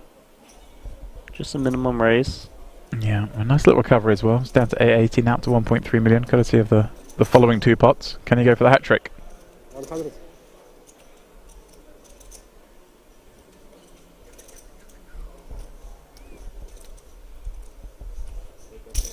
Our man's back in the action, Randy. He's not afraid.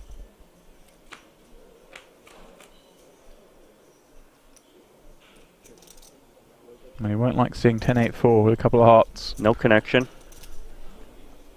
Nice board for Martinson with the overpair. Can attack a lot of 10x's, 8x's, straight draws, flush draws. And Randy, we've seen Rojanowski involved in a lot of hands and taken some funky lines. When you come up against a player like that in Martinson's shoes here, are you just more willing to kind of have to stack off with a hand like Queens and just... Yeah, if you've seen your opponent kind of splash, you're going to naturally widen your value range a bit, your stack off range. Actually getting looked up by just ace-9 high. Wow. No backdoor hearts. Wow, wow, wow. And that is a terrible card for him, as he does pair to 9, thinks it's good. It does, but is it one of the cards that, exactly I mentioned, Martinson would want to check back? Or, given what we've seen from Rojanowski, does he just be more willing to risk chips with these 2 queens? It feels like 2 queens wants to check a lot normally. It's not, shouldn't be too comfortable bet calling this one off on the turn. Then again, Rojanowski, you know, maybe you can get extra value against them. Does check as expected, and wow. Maybe a path to victory if Rojanowski wants to turn this 9 into a bluff. Does check quickly though. Oh, okay. I was with you. I thought we may. Felt like if he had bet, he would have scooped that one. Again, another hand that the rest of the table will see. Rojanowski check called this flop with just ace high, no heart. Be taking note.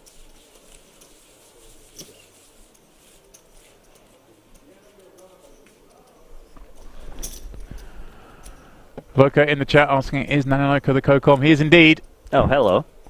We've got some Nano fans in the chat. Yay. Or they hate Nano and want to come here and abuse you. I don't know. Come on. They can't Really? hate you, can they? Do you guys know who is talking alongside me? Does someone must know in chat? They never come along and ask if...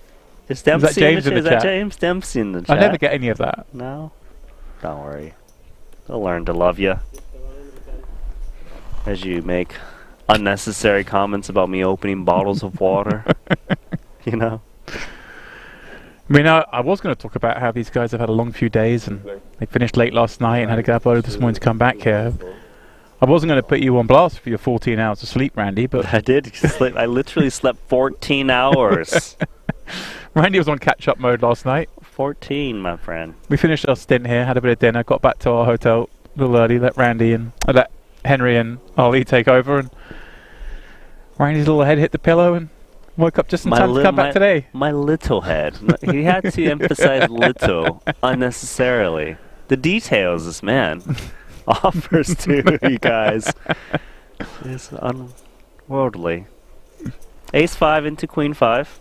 Queen 5 in the hijack with a little bit of a tank for Chateau. Oh, are we close to a page jump bubble at all? Can you tell me? When we get down to the last 24, 24? we rebalance and then one more bust out would be a page jump. Okay, it's so a always little at the bit full boys. table moments. Yeah, so... No real reason yet. Martinson been getting hit by the deck a bit lately. 2 9s present in the big. Yeah, really getting some good hands. Playing them great. This hand should play as a call. 50 big blinds deep, big blind versus under gun. 3-betting more so turns into a bluff, more like trying to take it down pre. I think this hand has so much value, taking it posts, flop sets, pair value. And interesting to note, because Adamski has opened... Ace 5 offsuit. I think, but it's the third under the gun in a row he's opened, I think. We saw before it was Ace Jack and Ace King. This one, definitely deviation, but I wonder if... This is a big deviation too, it's very loose. Yeah, Martinson's looking at this game, really? You're going to open every time I'm in the big blind? Well, for him to tank a bit here, he is contemplating actually sizing up with a 3-bet. In which he does. I suppose we're playing a little shorter-handed right now, so it Mhm. kind of makes more sense. I'm with you there, man. I'm still a little surprised to see the 3-bet, but his reads are right that Adamski's going to be opening too wide here and just wants to take advantage. How many players are we playing at this table? 27. So it must be 7 per table, 7 or 8. I think. Well, oh Yep. shit, we got a full table here, I believe, at our table. Oh, okay. Because, of course, we had Chateau just join the table. Oh, no, we had Oh, the one yeah. empty seat, of course, because we had the bust There we out. go. 7-handed. Yeah. We lost the flip, didn't we, with Guerrero losing his ace-king via the 2 jacks. As Martinson, with that pickup, creeping above the 100 big blind mark. Yeah. Adamski just over 50. Max there with him around the same stack. And then maybe a little drop off to our short stacks, the shortest of which Marcelo Tocci, having folded that top pair. Really has been the Martinson show, though, right? He started with about 3.2 million on the day, has been cruising upwards. Bogdanov down a little bit off his 6.2 high water mark. Rajanovsky, all eyes on him as he's playing wild with 1.1 million in chips. Curious to see how his story develops in this day 4 action. 1.5 up top. Who's going to reach the final table? Yeah, law of averages. Some of these players on this table will make it. Who will it be? Of course, Randy, when we left yesterday, we saw Alex Keaton just running over the table. And he had not far off what the average is now on the bubble. We saw that obviously he busted late last night, such is the nature of poker. It can all be going so well. These big stacks here with 5 million chips can be out very quickly. Tochi's in. 7 big blind jam in the cutoff. Nicely done. But yes, you're right. But, you know, Keating's also one of those guys where he plays lots of hands, like even 9-4 offsuits on the bubble, so easy come, easy go. Yeah, certainly is. Shadano in the chat saying, oh, Desset's still in, let's go, baby. Well, obviously you weren't here a minute ago when we recapped a crazy hand he played out on the outer table where he took ace-king up against ace-king And ace-king, and and the board came out with 4 spades. flushed him. Flushed them. Not flush, triple up. Thank you very much. Desset with a big stack now. I say big stack. Pretty round about average, but certainly big from where he was at the start of the day. Big for where he was. Yeah.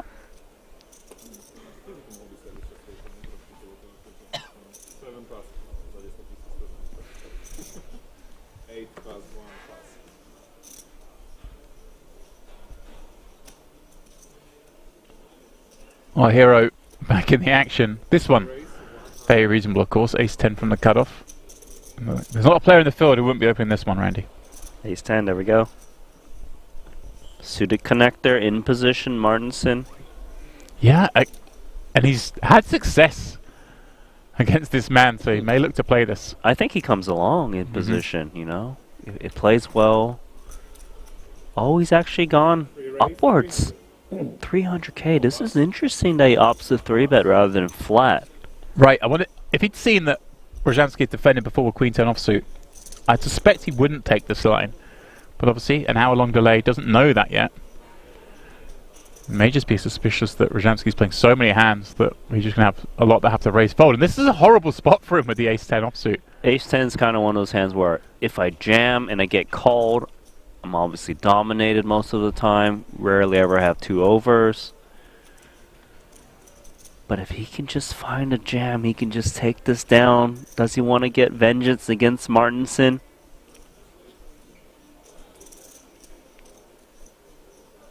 Maybe call comes to mind for him occasionally, although ace-10 is troublesome.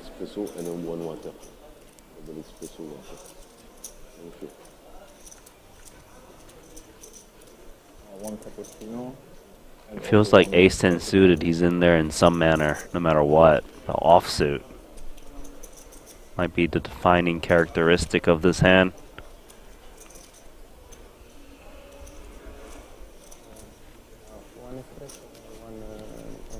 Oh, he is going to make the call. Wow. We're so shallow, just over a pot back. Martinson's perhaps pondering how he's got himself in this spot with 8 high. Didn't expect to get flatted, I'm sure. for Martinson. And see what the first three can deliver. See if we go from there. King 5, 2 board. This actually might give him the opportunity to take it down against the ace-10. Right, but it's... You are worried about king high boards, I'd imagine, Randy. The You king queens, the king jacks. You are a little bit, but you do block some of the... Not block, but ace-king you would have heard from Pre.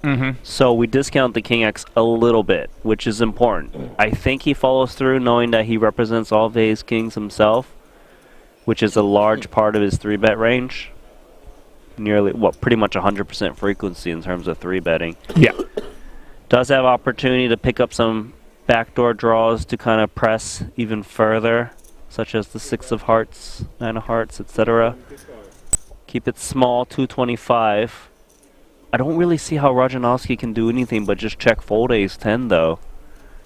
I mean, like, if he's up against ace-king, he's drawing dead, practically.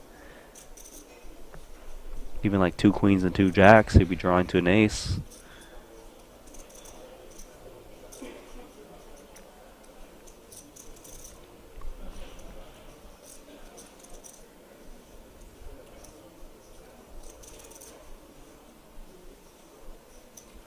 Wow. Could you really pull the trigger?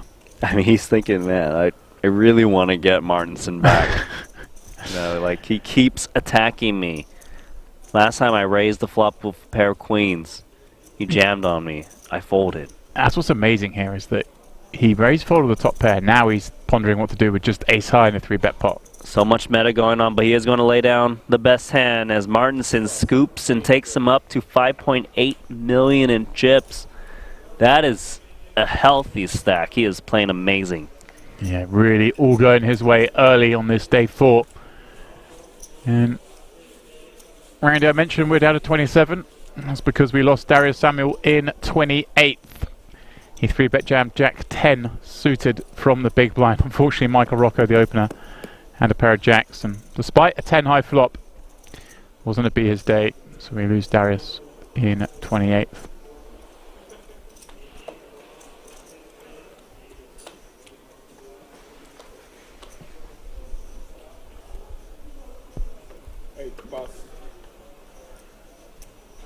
Bogdan was watching this going, how come Martinson can't have all the fun? I'm the chip leader here. Yeah, but he still has 6 million. It's okay. Martinson, once again, 2 10s. He's got the firepower to fight. His arms must be getting tired, Randy. Just kidding. I don't think he minds it. We might have to relay the felt. 100,000. 100. Excuse me, can I touch my top phone? Yeah? Looks like he'll be raising, taking this one. Yeah, shit, with King 3 offsuit. Such a poor hand. No chance he's playing this.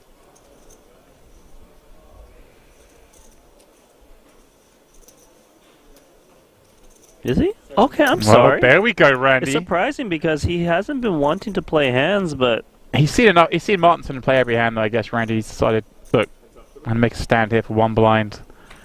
I've got a short stack back. he's had enough. Yeah. Didn't want to wait anymore. No flop. Martinson top set because he needed a hit hand. 7 check. Can Martinson find the check back, Randy? Again, such a short stack. Don't think he will, just because this board hits the big blind a little bit, right? 7, 6, gut shots. Is it a tiny bet than trying to induce a check jam? I think he comes in small because he has the best pieces of this board with top set. But rarely would he want to check back this flop.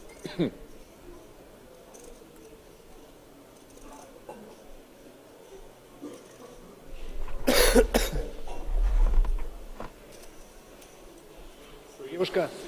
65,000. The bet very small. And a switch Oh my check. god, what is going on here? Made a move with just king 3 high, no backdoor hearts, and he's pretty much dusted. Looking for an 8 or 9 and a 9 to kind of chop this one up. Wow, Randy. He knew it was the big blind's board. And he took advantage of that situation, or at least he thought he was going to, but instead, Martinson has him all but dead. Randy, what are we seeing? Well, that's it. That seals it. Chateau out in 27th. That should have been I good mean, for you. I always give credit to someone giving it a go, Randy, but that was spicy. Something about that hand, he was just like, this is my spot, I'm taking Well- my shot at it. In his defense, Martinson had played almost all the hands he'd been at the table for. He sees this guy raise him up.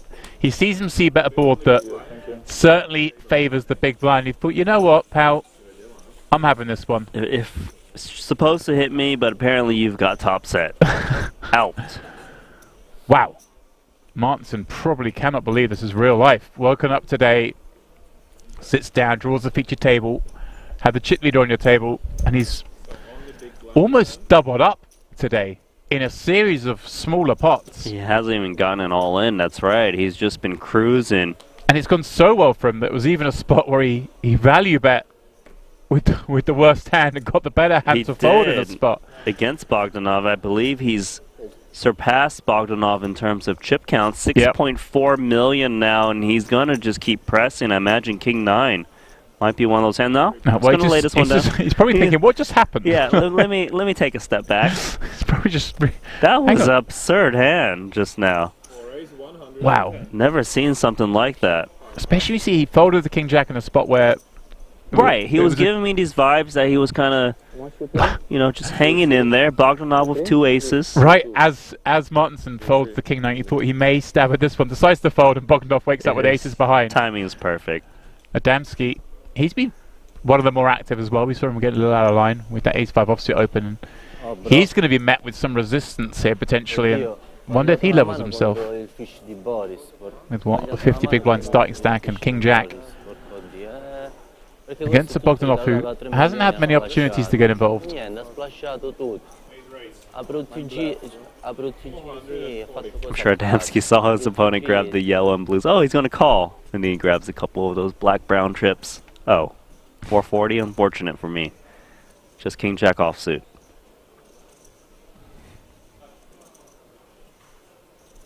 Most of the time, this hand should be just hitting the muck. See, double checks. He's out. Pass. Keep it solid. 8. Oh, button stay. Small blind, big blind.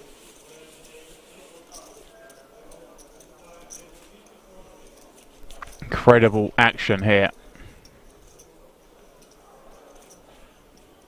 50, please.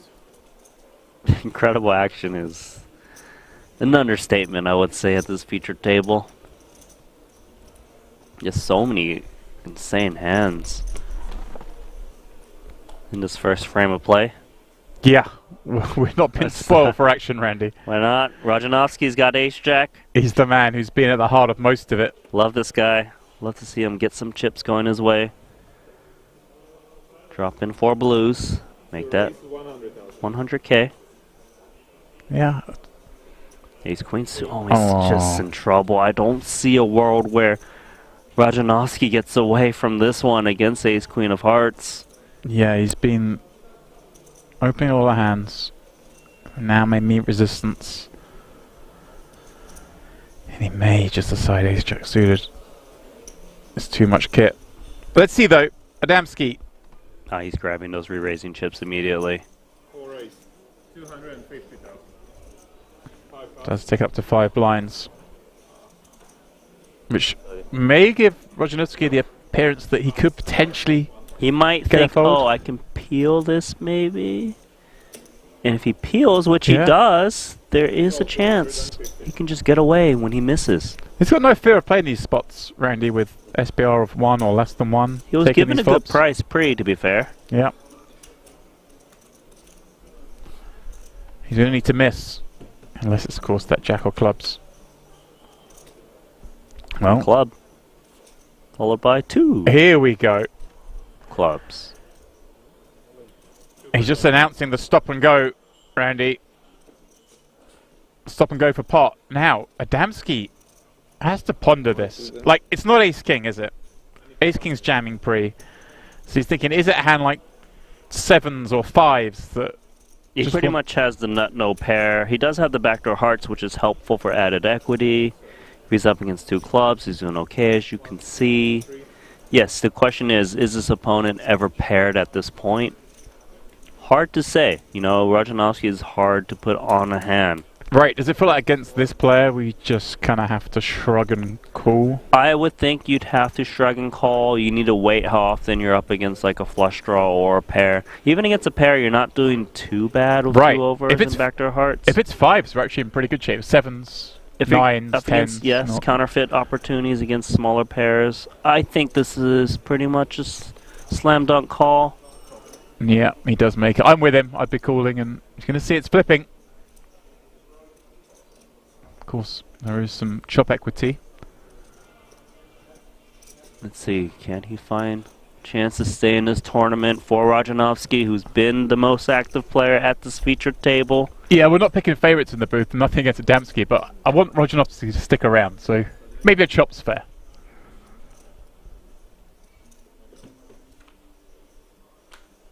Is that fair? Because that is the nut flush. That'll do it. Double up via clubs. Nice. He's staring Dempsey down, even though he's just doubled up for him. I love it. Yeah, let's sip on this. Oh, What yeah. is this, lemon iced tea or something? Something going on in there. I want to see him stir it with that spoon. Seems like he looked Bond villain-esque if he were to do so. He's back. Yeah, very much so. His chip graph looks like the Himalayas. Yeah, it randomly peaks and goes back down to the base. Yeah, he's doing alright now. Dempsey not gone his way. I've just seen he opened with ace jack, got 3-bet, but that man had to fold. Got ace king through, open ace 5 under the gun, got 3-bet, had to fold. Seems like the game plan for Rajanovsky this whole time was play against everyone else but Martinson. Because he got the ace-5 to fold against his opponent earlier. Now he's just taking out Adamski's chips. Right, nearly got Bogdanov to fold earlier. Loses every single pot to Martinson. Sometimes you gotta choose your opponents. Yeah. It's always hard to play the guy on your immediate left, Randy. Martinson's folded a couple of hands, so one can only assume he's going to pick up something nice now. Yeah, King 8 student under the gun for the man with the most chips. I think he's in there. Yeah. He's very comfy grinding. And, I mean, who's in the big blind but but his whipping boy? Let me get the guy who can't win a pot against me. Okay. Yeah. Raise. He's even saying it. He's like, Yeah. oh, he's raising. Bogdanov thinks of this with Queen 9 suited on the button. Certainly a hand that has some potential, over 100 blinds deep. Crossing his mind as he does grab calling chips, throws them in there. Yeah, I guess he would have had an option to 3-bet perhaps and knock out some of the dominating hands, but maybe he's happy to flat here and keep the big blind in, who's... I don't know, he's got dirty diaper. That's out. Yeah. That's only for Rigsby.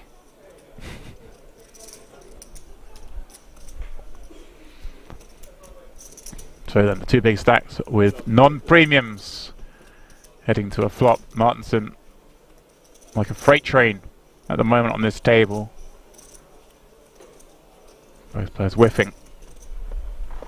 Have you noticed the delivery by the dealers where they give you the sweat. They give you the one card, sweat a little bit, and they go a little bit right and then all the way to the left to expose the other two? It's just...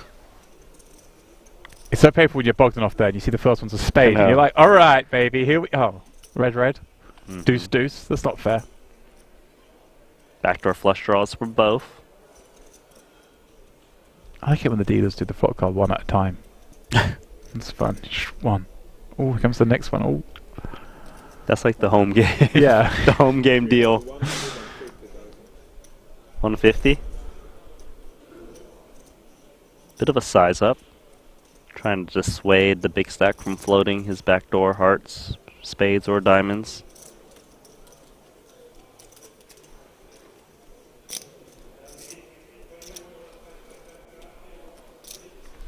Feels like this Queen 9 should be hitting the muck most of the time. Unless he really thinks Martinson is out of line to c-bet this flop.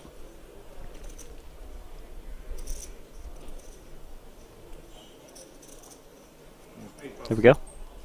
Nice. He's got a Montclair beanie on. Yeah, he does. I was waiting for you to pick up on that, I just Randy. noticed it, yeah. Got the Montclair jacket back here in the booth, yeah, Randy. I do. That's more of an Ollie thing to notice these things, but... Yeah, I mean, You and So Ali rocking a lot of Montclair here in this the is- slightly cooler temperatures of It the is. Czech Republic in mid-November. That's not a cheap beanie, I'll tell you that. Oh, yeah. You think it's real? Of course it's real. The dude's playing a 10,000 euro main event. You think he just went to the thrift shop and was like, hey... Do you think that beanie's giving him all this heat that he's caught? And that's why? Okay, he must be extremely warm out there, though. Is your jacket real, Randy? My jacket is real. Although I don't play 10,000 euro main events these days. No, you're busy busting 1k turbos. Yes, 1k turbos in the muck. King 10, not in the muck. No, Bogdanov. The start of the day, chip leader. He won't be upset with how things have gone, Randy. Obviously, No. he's lost a few chips, but a few players have busted out. That's good for his equity anyway, and he'll feel pretty good that he has a nice read on the table by now. Just nothing developing, but it's alright if he's still got this 6 million chip stack. And, you know, it's not a race to who gets first. It's about getting there with a healthy stack. Martinson with 10-6 offsuit in the big. Things very different for him as now he can defend these types of holdings. Yeah, it's really one of the weaker hands he's going to be playing with here. This triple kappa. Things going his way. Yeah. Feeling confident. You feel the flow, don't you, Randy? Well, he's found bottom pair on a board that certainly favours a razor, but a razor from the cutoff with a big stack does get to have some wider hands. In this case, though, it is the more natural range and top and bottom pair. A lot of connectivity on this flop. Bogdanov, of course, wants to kind of charge those queen X's that might exist. Open-ended straight draws, coupled with a pair. Diamonds out there as well.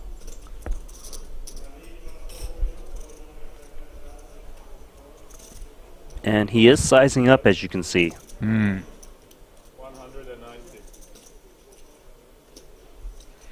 Kicks out the bottom pair. Yes, even when Martinson gets dealt into a bad situation, he's not losing any extra chips. Yeah, he's looking for spots where maybe his opponent just check back flop and can stab turns when he's holding these type of hands.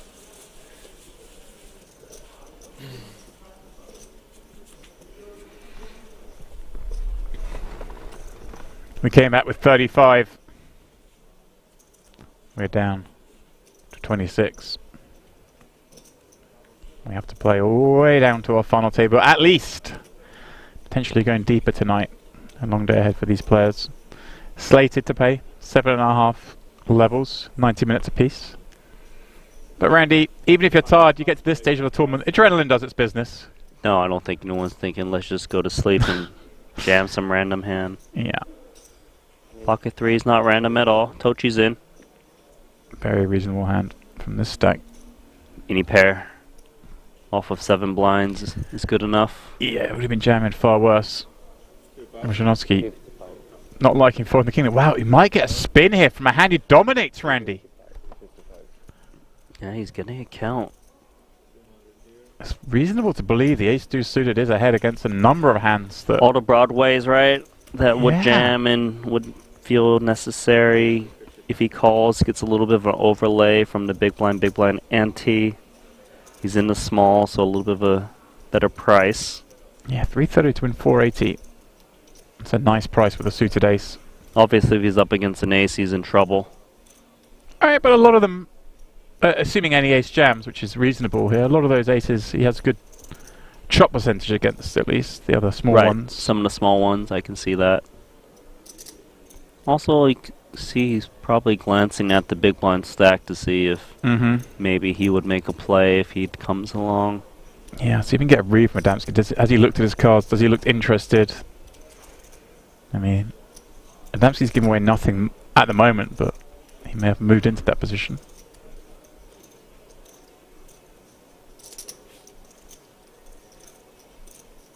Tochi just wants to pick this up. Little does he know that this would be a great spot for him. Does lay down to ace deuce. Still gonna be happy with that. No showdown pocket 3s. Increasing the stack. Oh yeah. He was assuming he was up against 2 overs there with the tank, so very happy to get a fold.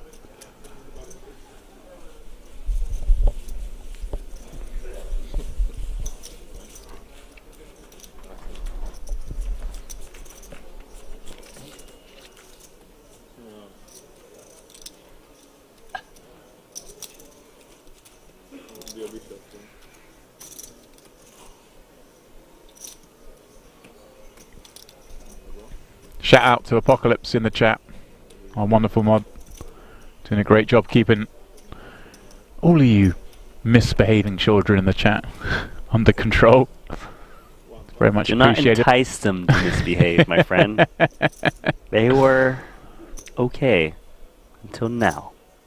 And Jack 10 of Hearts, 100. ready to go. Well, the good thing is, Randy, they've got nothing to misbehave about because the action's been so fast and furious on our table. It's captivating.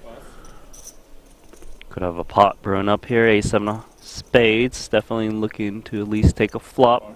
5 go. 30 big blind effective. 275 in the middle. Heads up. See an ace. Check. 5 check. Monotone board. Little gutter ball for Rojanovsky.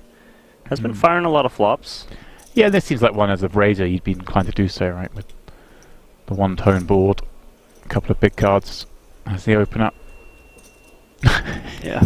He doesn't look like he wants to fire, though. This is like, oh, really? But- 3 clubs out there? But then when the person fires there, you're like, wait, they just swapped a flush? Like, what's the situation here? Interesting. 4 flush now. Mm. Maybe a chance for Rojanovsky to try and fight and represent a club. Put pressure on a random pair. There we go. Too bad. 100. And the thing is, it might not be one of those one and done spots. It's a 135. Neusbauer with top pair in a tricky spot. Yeah, and again, relaying some honest information across his face. I feel like if this was river, he would easily call, just given his one street. But now he has to worry about one more that could come. And Rojanovsky strikes me as someone who doesn't need to bet just the king of clubs. Like, he might even value bet thinner on the turn. Certainly got to be crossing Neusbauer's mind. Yeah, I'm with you there, Randy. It'd be against this player, you know there could be a lot more chips coming in on the river. Yeah, you have no idea what's going on. It's hard to predict. And he did do that full-on look of displeasure on the flop, Rojanovsky, and then check back, and now suddenly wants to bet this club turn. It's so perplexing. Can you read anything into it? Was he honest? Was he acting? Yeah, was he acting like, oh, I just flopped a nut flush. Oh, check. Yeah. And now I'm betting when 4 clubs. You know, you could see that. Or maybe he's just like, oh, I can't really see bet this board. Yeah, he's like, maybe I just have Jack 10 of hearts and hate the flop, and I'm being honest, and now I think I want to bluff it. Yeah, there's a lot going on there. Definitely need to be really paying attention to try to... And does lay down the best hand. Rojanovsky gets it done with the Jack 10 high. Wrong color. Nicely done. He knows he got the best hand to fold. Oh, yeah. And smiles for him as he's I see it. rebuilding that stack. Fingers to the temple. I wonder if there's anything to it, Randy. I noticed Rojanovsky and Madison, of course, both repping individually the flags of Ukraine and Sweden, Mm-hmm. which are both blue and yellow flags, and we see the blue and yellow chips. Is there any wonder they're accumulating all the chips? Colour goes to colour. You do know that the color of their chips were already predetermined, right? Like, you know, we're not going to have red, white, and blue chips of Americans at this feature table of all the chips. But the chips are just following to the flag. Okay. Great observation. Well, that's why Once I'm here, again. Randy. You know, you cover the poker, or I'll cover the nonsense. Okay. It's a no-nonsense hand. Ace 10 in the cutoff. Certainly is. Nejad continuum sa systémom. 3 raise, 100, 4 pass.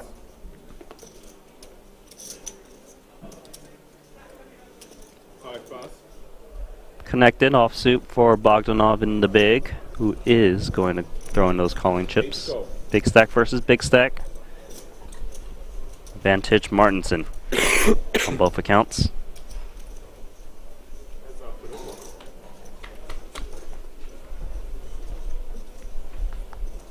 Look at that deal. Do you see it? It's like it's. I can just recreate it. It's got you, hasn't it, Randy? Oh man, I'm gonna Those learn flop- that for my home game of Chinese. This flop's got Martinson. He has the range advantage and the actual hand advantage against the other big stack. But Randy was so deep. It's Hands over. Come you on. you got no qualm betting these kind of hands. Here we go. Show me that deal once more. Never seen anything like it. Unique stuff at Kings here, Randy. We're seeing a lot of unique things at this table. It's got to be my favorite deal I've ever seen. High praise. Oh, Randy. Oh, Randy. I hope he's got the same technique. You just got jinxed. You mentioned the left-handed dealer before. Now you mentioned the flare dealer. Both times they get moved on. Taking that back and shot. Alf Martinson is your table chip leader. Crushing. Bogdanov still very healthy. He's just a bit below where he started the day, but he won't mind how things are going. Then the rest a little shorter. Randy, it seems catching up, but our man Boris in seat 2 there, Rozhanivsky. He is the star of the table thus far. Had the swingiest graph, I'd imagine. Martinson obviously cruising as well. Pocket fives. He's in there. Yeah, he's been getting a lot of good hands. A lot of reasonable raises, a lot of reasonable opens. I wonder... Mandatory opens, yes.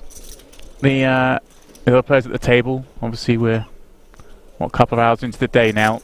We'll have the first hour's worth of hands available to them in a sense. If they've got a friend watching the stream and text through and said, no, he's not really getting out of line, he's just catching a lot of cards. That's when the break really comes in handy, where they start to review information, or they hit up the buffet. Whatever is your priority. Randy, what a nightmare it was yesterday for you and I. It was a pizza-free day. Yeah. What happened? I actually waited it out to see if pizza was going to come in. Guys, if you'd seen Randy last night at around 8 p.m., 7 p.m. when we left this booth, he was devastated. He just sort of stood by the pizza stand, waiting. Yeah. Wasn't a bee, buddy. It's like having too many outs. Not getting there. Queen 9 of clubs for Dempsey. Obviously losing that massive pot to Boris. Now sitting on about a 30 big blind stack. Tochi! What a spot. Ace Queen. He's sitting on 7. He's going to have to get called by hand that he dominates, given how shallow he is. What a spot for him. Yeah, and against Adamski especially, he's probably happier even a still. Little bit happier. Adamski's been playing quite a lot of hands and had to raise fold a few as well, so Exactly. he looks even looser than he has been. I agree with that. And Dempsey's just got to be priced in. Queen 9. Oh, he folds? Does he know how much more it was? It was, what, 260, about 5 more blinds? 270, was it? Yeah. I'm surprised. Did he get a count? Are our graphics even correct? Because it looks like it's about that number, Randy. All right. He didn't even ask for a count.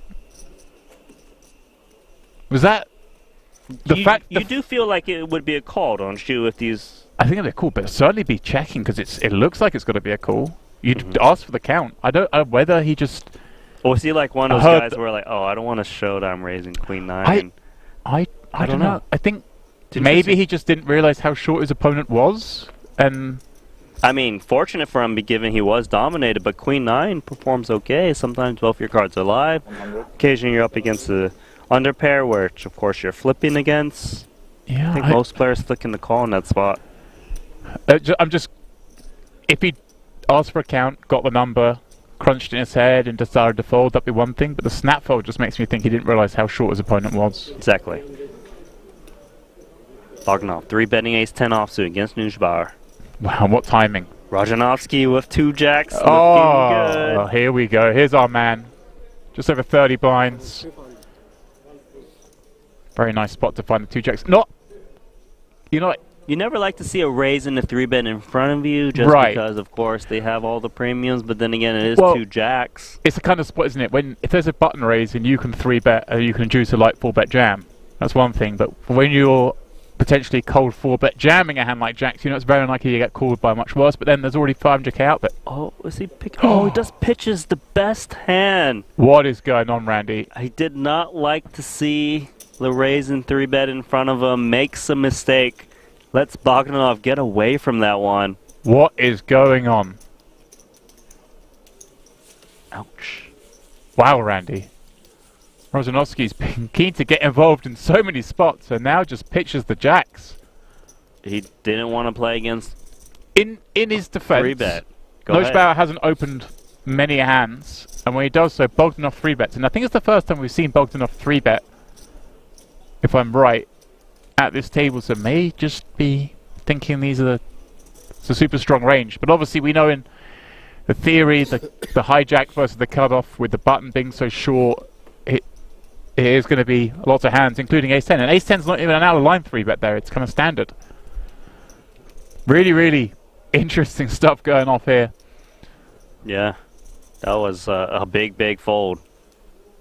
But exactly what I said though, if you do 4-bet jam there, you kind of you're doing it hoping no one calls. You are hoping. But 500,000 chips is 500,000 chips. You can win all that dead chips, of course, like you just mentioned.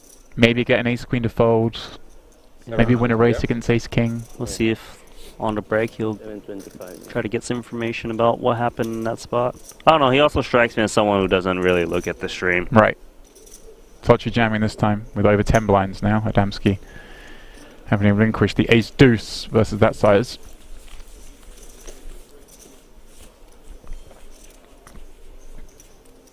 Yeah, it's one of those. I can understand why he didn't enjoy the situation. It wasn't a slam dunk, but I'm still gobsmacked that a man who's as willing to get involved as Rozhanovsky finding the fold there with the 2 jacks. Of course, though, Randy... Yeah, I see where you're coming from. Like he's calling 3-bets with like ace-10 and other hands, and then in this spot 2 jacks swiftly folded. But it's a different dynamic, whereas the previous hands he was raising and someone 3-bet him. Right. This one was a raising and 3-bet in front of him, so obviously whenever someone comes in cold, they need a really strong hand. So I suppose if he's folding jacks, queens plus, ace king plus is the range he would go with in that spot. Yeah, and CC in the chat here saying game is a bit different. You don't see all the cards. It's true. It's easier in the booth, I won't lie. If Bogdanov had just 3-bet there with like ace king or queens, say, Look would have at been the like, what a kings. genius fold. Exactly. You know, it's much tougher out there, and they know that they're so close to that final table. 26 remaining. Look at this. Look at this ace-10 into muck. Well, Tochi's been so solid, just got the jam through, maybe thinking not going to be raising too light here. And he's right, because ace-9 suit is a very good hand, and ace-10 offsuit deciding... Actually, it makes a lot of sense to me that he lays down ace-10 in the spot. Tochi hasn't been out of line, like you just said, and, you know, he's opening off of, what, a 14 big blind stack, so he doesn't want to kind of raise, commit against that hand. Flatting seems weak. I think it's the right play. Yep, nicely navigated. Let him kick out the ace-10. Tochi now. Advantage against the queen 4 of hearts, and no player of any connection. It's a tough one to see bet. Just ace high. Obviously, any chips you deposit and don't get back are important to your stack, but he's going to try. Cruising upwards. Was sitting on 350 not too long ago when he jammed that ace queen into queen 9 that didn't call. Yeah. More than doubled. Beautiful little run up. Tochi finally getting something going here. On day 4.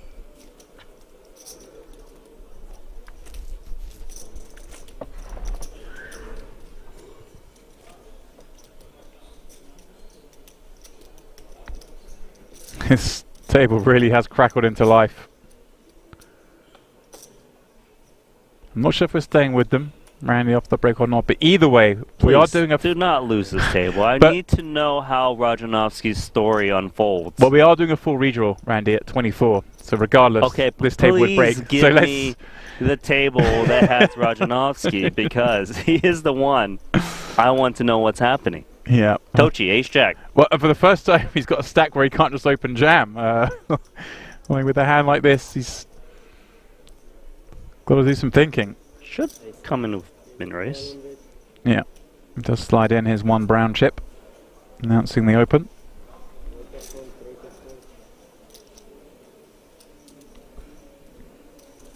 Let's see, Dempsey. Now, is he going to be suspicious? Hey, this guy's just won 3 or 4 pots in a row. Now opening under the gun. Crossing his mind, but it's been quite a bad day for him. Yeah, of course, he Down about half his stack. came up with a small 3-bet just an orbit ago against the ace-jack. With his ace-queen, end up getting outdrawn post-flop. Oh, Looks like he's going to try and pull up another one of these, like, devious little 3-bets off really short stacks that look so strong. It's supposed to look very strong. And I mean, last time he tabled ace queen when he did this. True. Well, obviously ace jack is pipped. It is a very small 3-bet to 235. But the thing is, if your opponent's holding the goods, ace jack be looking terrible. Yeah, I wouldn't be surprised if he just relinquishes this ace jack. There's a chance he does relinquish. Again, he's opening multiple hands this orbit, so he now meets resistance.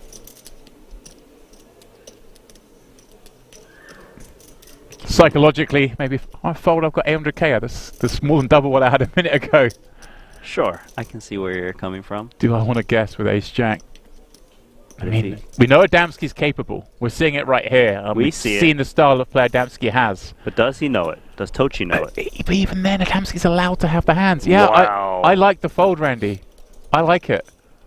Great play by Dempsey. Got him. Great play. Sneaky. Did the same move with the ace queen suited. Now does it with ace 9 suited, making ace jack shrink into the muck. Still playing his game despite losing chips at this featured table. Yep, 6-handed on this table as we work our way down to that final 24. Of course, we lost Hassan Chateau on this table on that rather perplexing maneuver. Went for it against Matteson. Said, "Hey, Martinson, pardon me, you've been tuned too much." Martinson was sitting there with top set.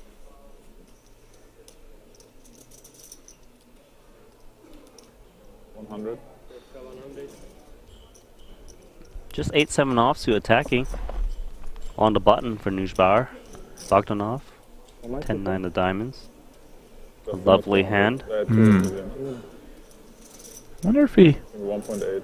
considers taking this upstairs, Randy. Yeah, either way affair with 10-9 of diamonds. Could certainly 3-bets, could flat as well.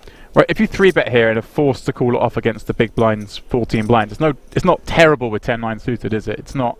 You would definitely have 2 live cards often against the ace kings, ace queens, ace jacks. And you dissuade by 3-betting any kind of squeeze play that might occur. If he just flats here, maybe the big blind squeezes far wider. Some of his hands would just fold now if he 3-bets.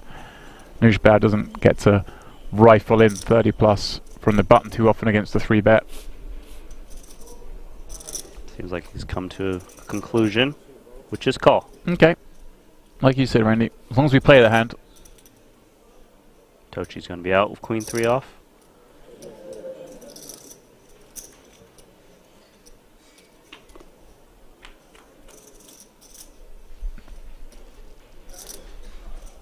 Okay, Nujbar taking the lead on the a7-5 board, and of course, being the pre-flop raiser, as the strongest of the ace-x hands. Range has changed a little bit given that Bogdanov did flat from the small, but he does have middle pair. Bet to define. 1/3. Yeah, I guess the Bogdanov peel from the small rather than the big does really condense the kind of hands he has, doesn't it, Randy? Yeah, also wouldn't think there's that many ace-x's in Bogdanov's range in the small. A lot of reason to 3-bet in this spot.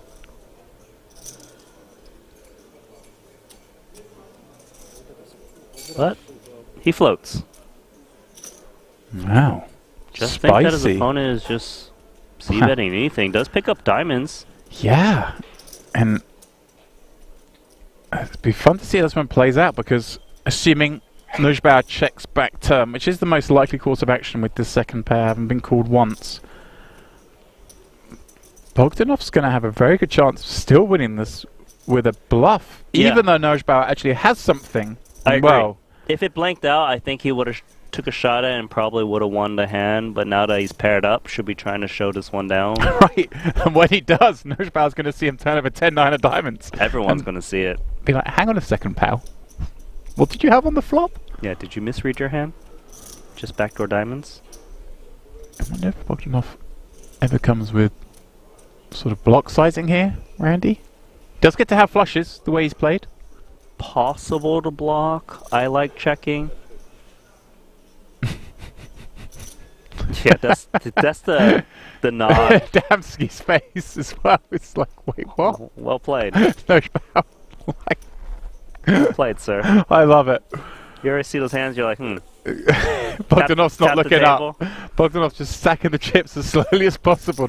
Don't look them in the eye, Randy. Keep the Don't- shades on. Oh, love it.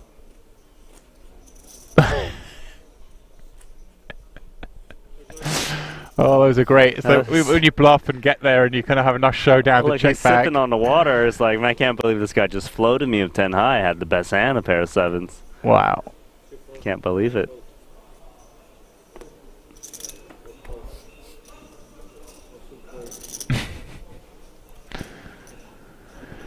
Ooh. Here we go. Blind on blind against the action man. Got what, 13, 14 blinds and a monster. This is a monster off of this stack of 13 blinds. I guess we could raise it up. I like a raise, but not all in, you know, say make it like 3 blinds or so. You want to charge the big blind to see free flops. He's actually pretty unlucky from Tochi's point of view that no one's open before him, because this would be a lovely spot to get a jam in. Over and open, but as it is, he plays the hand he's dealt. Oh, and he's gone for the... There is a chance that Rajanovsky says, well, I've got an ace, it's blind versus blind, let me just rip it in. He Which has gone all in. does. Trouble. Rajanovsky's jam running into the 2-10s of Tochi.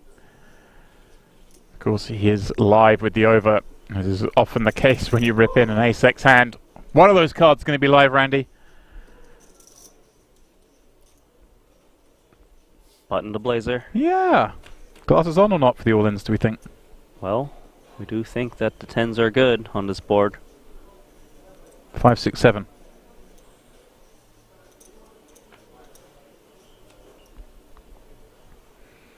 A heart, a very bad card for him to see, reducing his outs to just the black aces.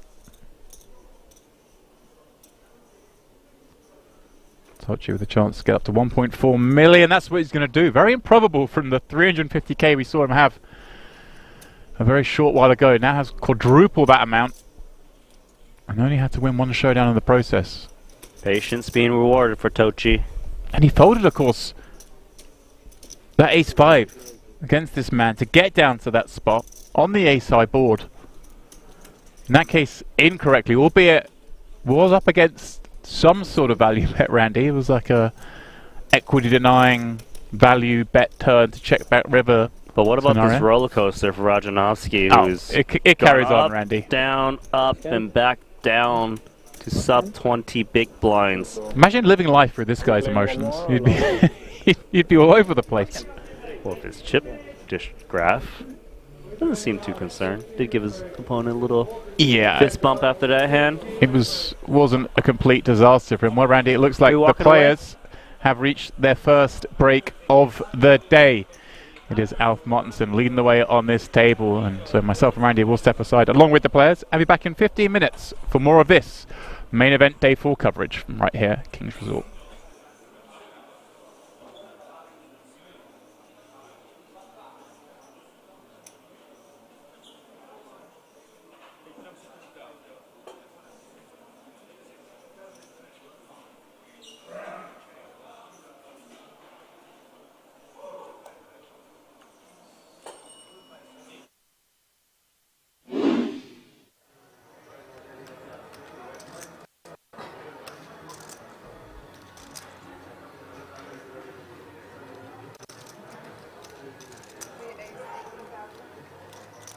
Good boy saying, yeah, I've been using the no fold quite often. It's pretty cool. It is pretty cool. I'm not going to lie. You're just like, yeah, nope. I'm out of here. GG's.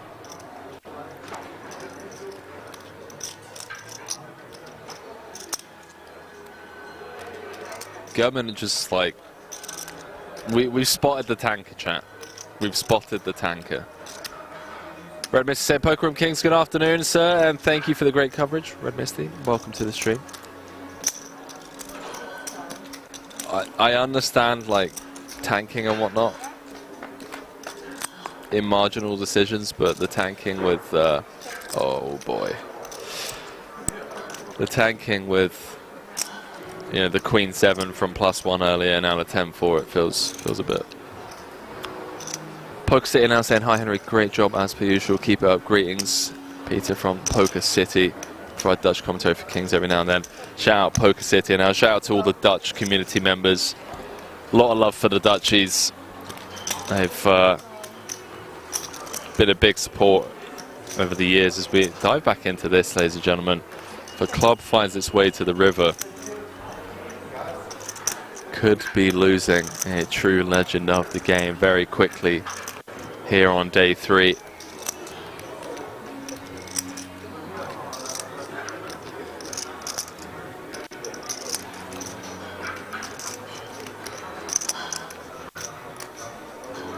See what Open brings on the turn. 72k in the middle. I'm going to slow down. Comes with B50. Two-tone broad texture.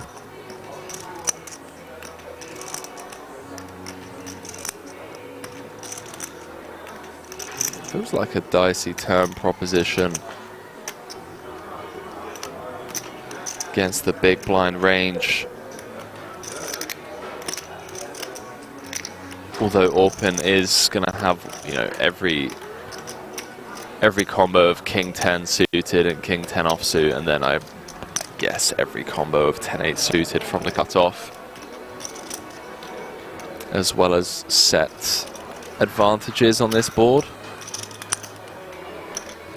But Victor going to attack this smaller sizing. Did feel like an attackable size B50 on this turn card. Takes it north to 147. Thank you.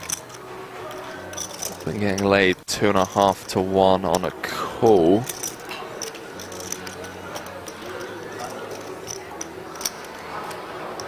Obviously doesn't know that he has the best hand.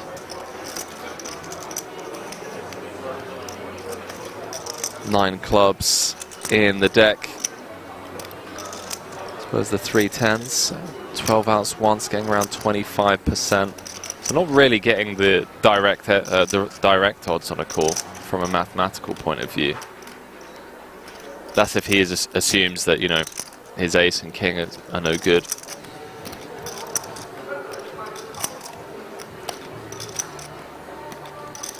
Victor Blom just picking up on this weak turn barrel. I say that with the utmost respect and love for Open, you know, fresh off a bracelet. Just felt like a turn sizing that's asking to be attacked. I don't know, chat. Feel free to weigh in, by the way. Feels like a turn card where we don't want to be half-potting a lot. But again, zero authority from me in the booth here. Just felt like a natural big size or a check. Open does make the call. 366 in the middle. Brick rolls off, and Victor Blom with the slap jam on the river with 8 high.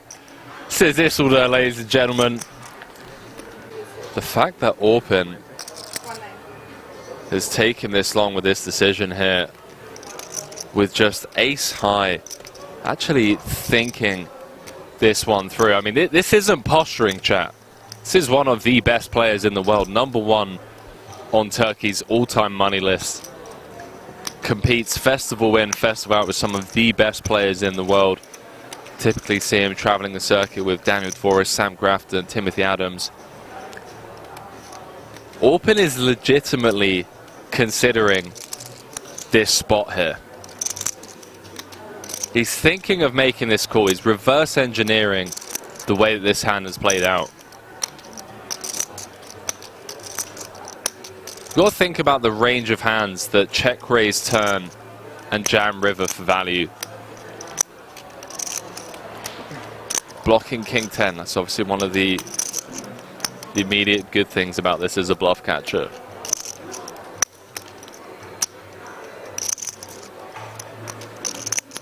Unblocking diamonds also feels nice.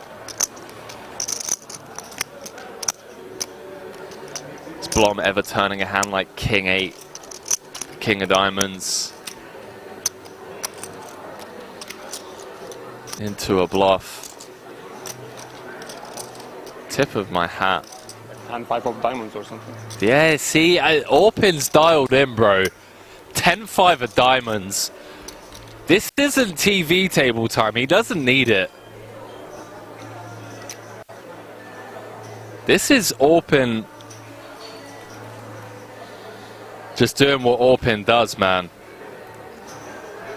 Note the shift in body language from Victor as well. An immediate smirk on his face. The last thing you want to hear from your opponent when you're sat there with 8 high is 10-5 of diamonds or something like the soul read. You're just turning a hand on the turn into a bluff. I tell you what, ladies and gentlemen, if he makes this call, am I allowed to go out there and just give him a hug? Am I allowed to do that? He makes the call, ladies and gentlemen, with ace high. Hand number 13. Good luck, guys. Number 1 on Turkey's all-time money list. What did I just witness, chat? We really had bad hand to call as well, but Orpin, take a bow, my friend. He wasn't posturing on the turn. that sounds like some risk there, but Smelt like 10-5 of diamonds, something like that. enough. He makes the call.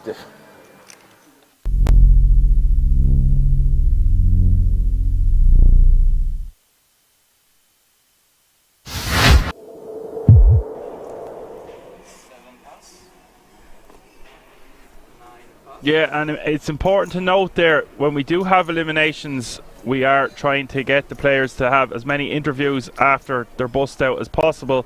So bear that in mind. If you see one of your favourite players getting eliminated or whatever the case may be, chances are it's going to cut to an interview from time to time. It's nice to be aware of that before it happens. Cito going to raise to 175 with the ace 9-9-6 from the cutoff. 9 against ace queen 8-6. And look, Pliashko is all in by default here, Alan, with the ace queen 8-6. Again, you might need 2 questions. Yeah, that's fine. We'll keep in mind as long as you're writing down that stuff, bro. I got you covered.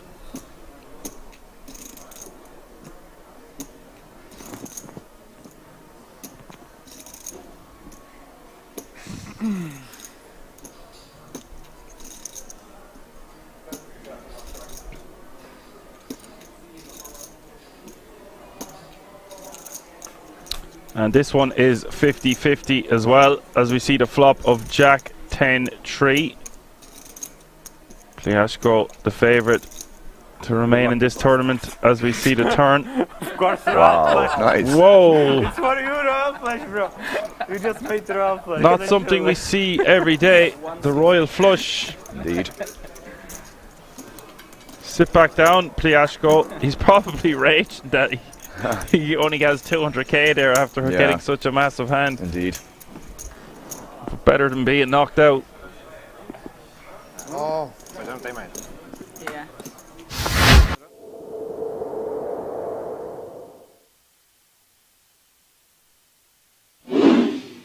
Ice Cold Spear says it's hard to kill D, but not gonna lie, yes, my boy getting it done.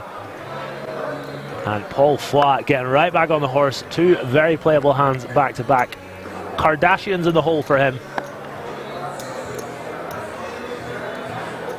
20 big blinds in the chip lead. 800.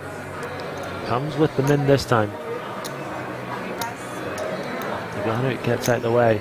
Oh, wow. Oh, it's a cruel game sometimes. It really is.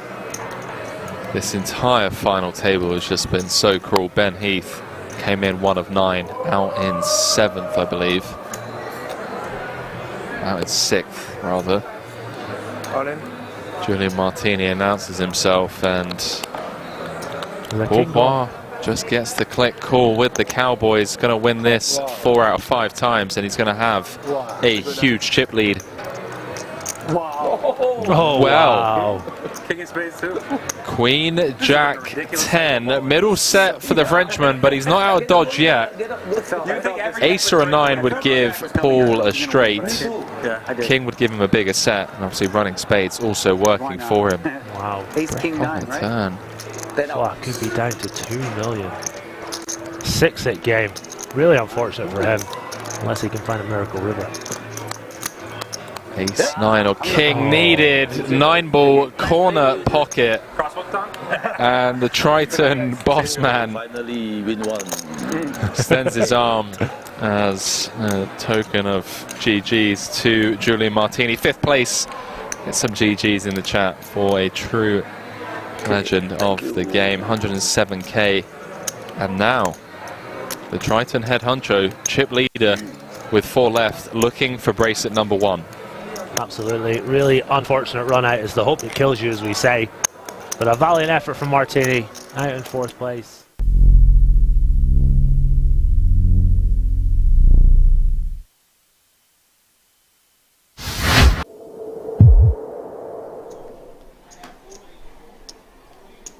Casual Sunday. We got past Focus Friday. Yeah. Linares with a monster here on the button. Ace Queen of Diamonds. 3.7. The problem I have with Le Mans is he's shown a propensity to be very impatient, even though he has battled back well. So at some point he might just get fed up with the heads-up battle, even though it's for the bracelet and so much money is the difference between 1st and 2nd place. Depends what happens here. He's liable to just... He's like a placid volcano. Yeah, just got to erupt every now and again. Yeah.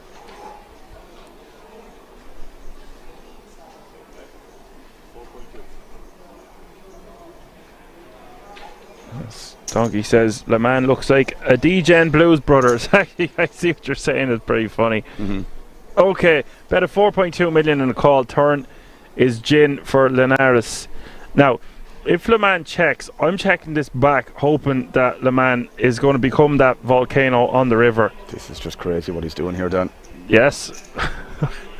You can call me Action Man Dan because we predict these things. 7 million is the bet from Le Mans. Now, if I was to see Linares raise here, I would not be happy at all. No, just smooth calling in position here, man. It's going to be the only play. You're never ever going to be folding here, so just give the guy some rope. No, it's just when we seen him do that with the aces earlier, want to give him the rope. 3 of spades. What's this? What the hell? What did he say? All in. Oh. He said all in, oh my god. What just happened, guys? He shoved for 65 million. What just happened, guys? What a crazy hand to commentate on. What? I just called it. The placid volcano has erupted. Le Mans has finished in 2nd place. What just happened, guys? I don't care. He says he doesn't care. Linares has prevailed as your World Series of Poker Europe mini main event champion. Well, when you're heads up, it's hard to have something, right? So when the board pairs up and I know he doesn't have a house, I just apply maximum pressure. Unfortunately, he have the nut flush, so I just ran into a bad hand and I did a strong move in the wrong spot. No, I would do it again. It's very unlikely to have the nut flush when you're heads up, but he have it, so I guess GG to him.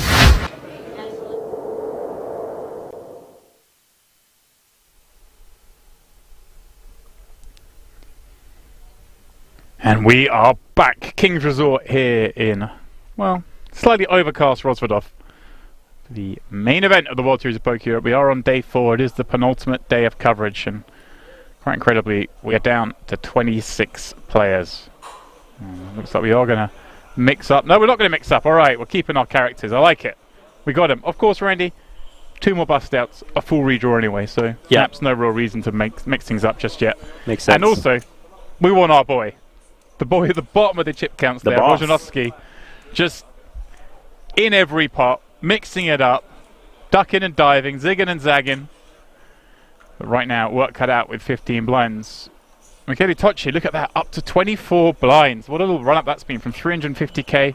Got a 3-bet jam through, with just 7 blinds. Julian Bogdanov, with a fraction more than he started the day with. Be very happy to still be here with 100 blinds, but it is Alf Martinson, the one who's been having the most fun on day 4. Absolutely running rush shot over the table, catching the right hands, getting the right action, accidentally bluffing in some spots, getting max value in others. He's the man to beat right now.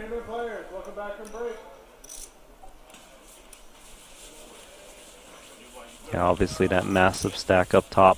Been cruising at this table. Knocked out a couple people. Dempsey hanging in there. Did have a final table earlier in the 25k GG Millions. Yeah, lovely little play he made just before we went on break. Finding the light 3-bet with the ace-9 suited, making Tocci pitch the ace-jack, having opened from the first seat. Let us continue. Yeah, obviously not privy to the action on the other tables, but I'm willing to bet it's not as good as this table, Randy. Blinds are now 30k, 60k. Yeah, 50 big blind average to start the level. Incredible. Although, almost expected when the World Series of Poker comes to town. Best structures out there. Tocci, King Jack offsuit, he's going to come in. One raise. 120,000. Rojanowski with ace jack of clubs. Nice spot for him to just say all in. Yeah, his 15 blinds. Feels like a mandatory one. And he does. Raise all in. Martinson with pocket 5s.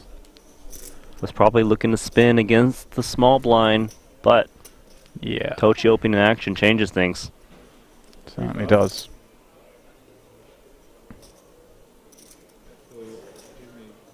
Yeah, okay. Sorry.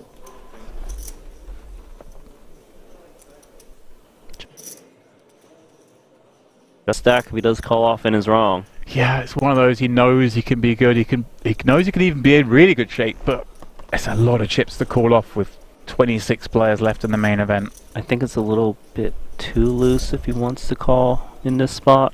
I think King Jack suited would be a much tougher situation, but I'm with you, Randy. I think King Queen certainly in there, but not this King Jack.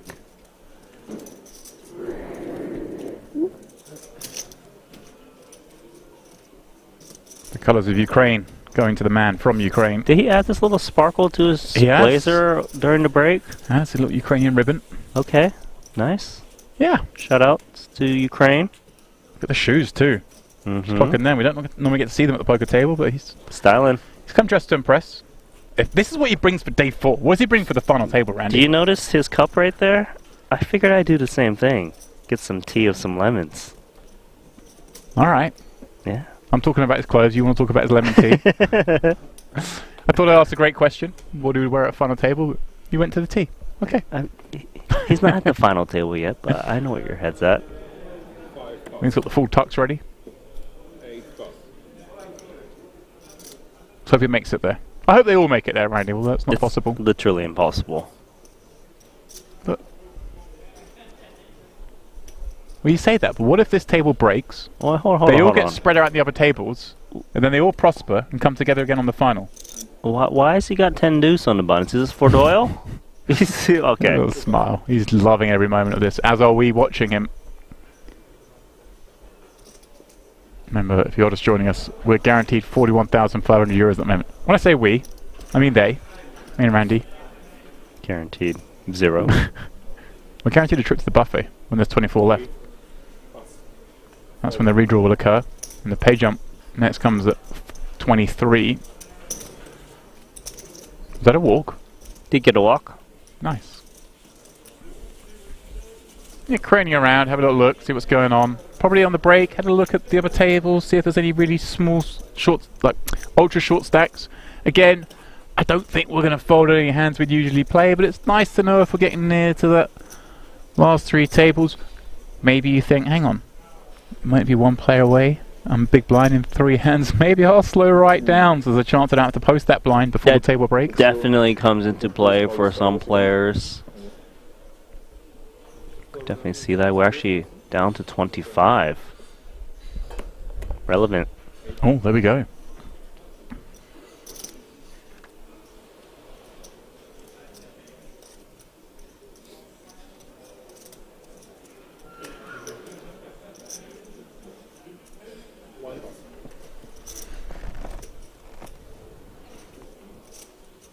Suited ace, 4 to cut off with Rajanovsky.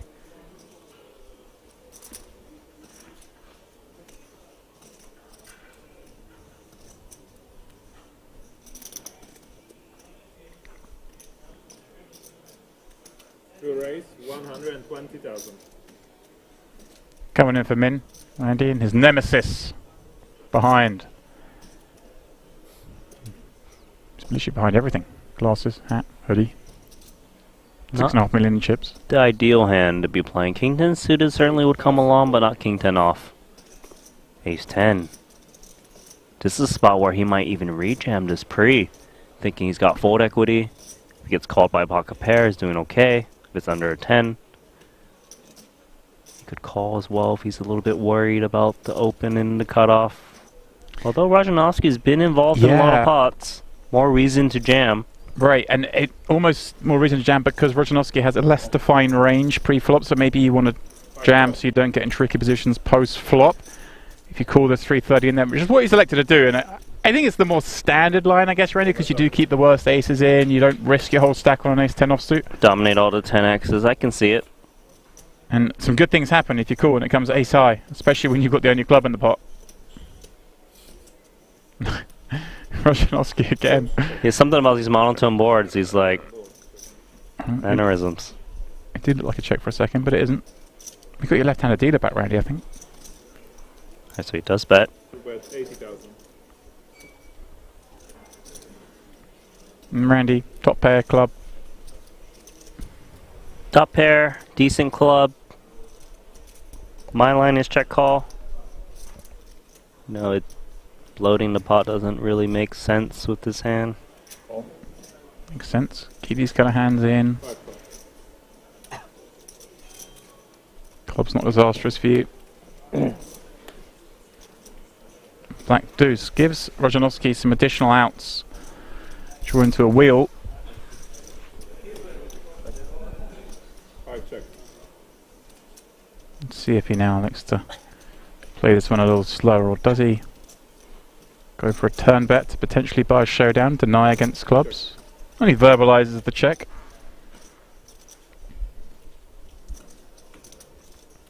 Gotta be pretty comfortable betting ace 10 for value at this point. Usually you hear from ace jack plus on the turn.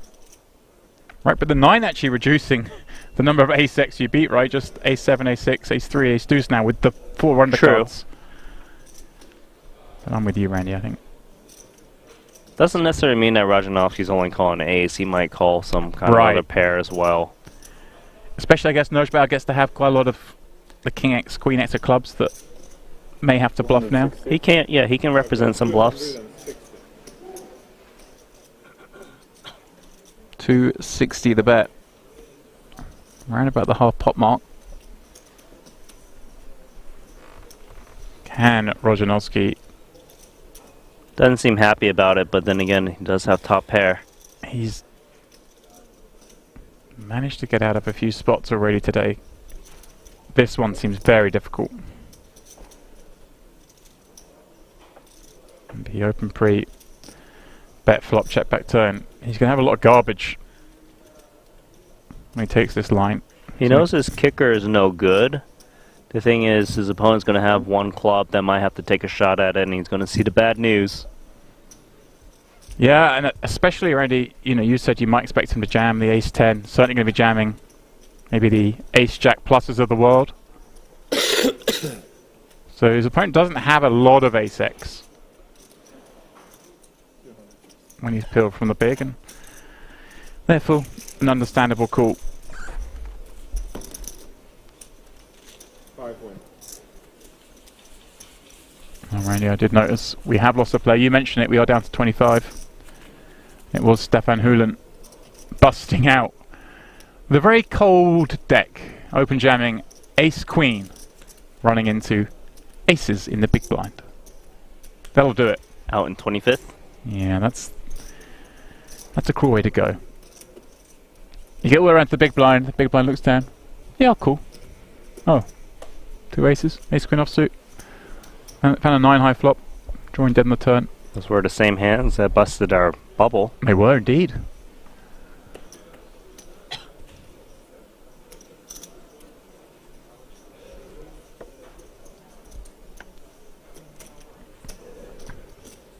So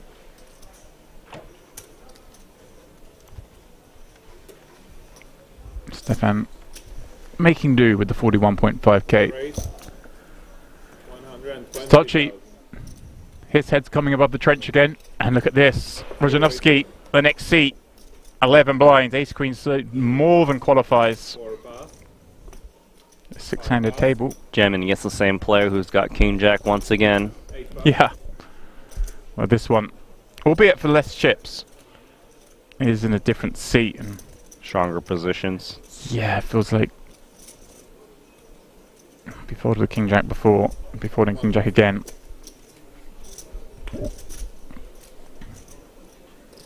It's just like he plays so many hands, Rojanovsky. But like the ones he's played so far here have all been reasonable, really. But it just seems like he's always in the mix. Mm-hmm. Definitely crossing their mind.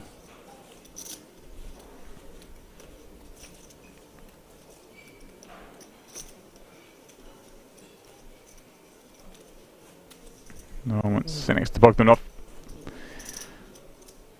6 million plus in chips for him.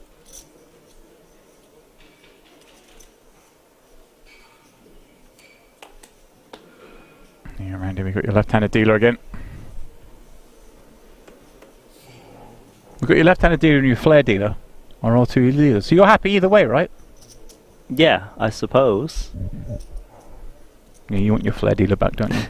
You don't really care about the lefty. It's just No, noteworthy. It was just noteworthy, exactly. Ace King. Noteworthy. Very much so. Also known as Big Slick.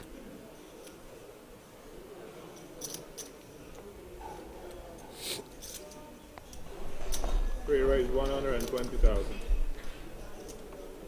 4 pass. Nijbauer with 9-8 of clubs on the button. Something he might be able to work with if he wants to get involved. Of course, one of the straights he would make, 10 Jack Queen, would be troublesome against Ace King. Call. 5 call.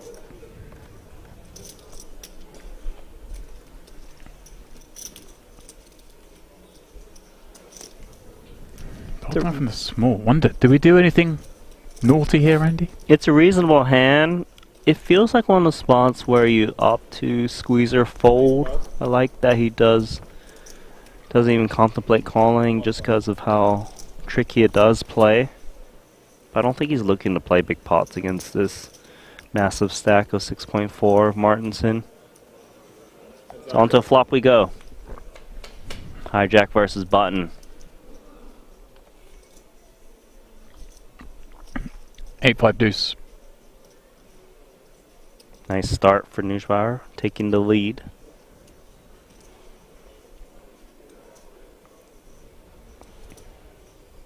Free check.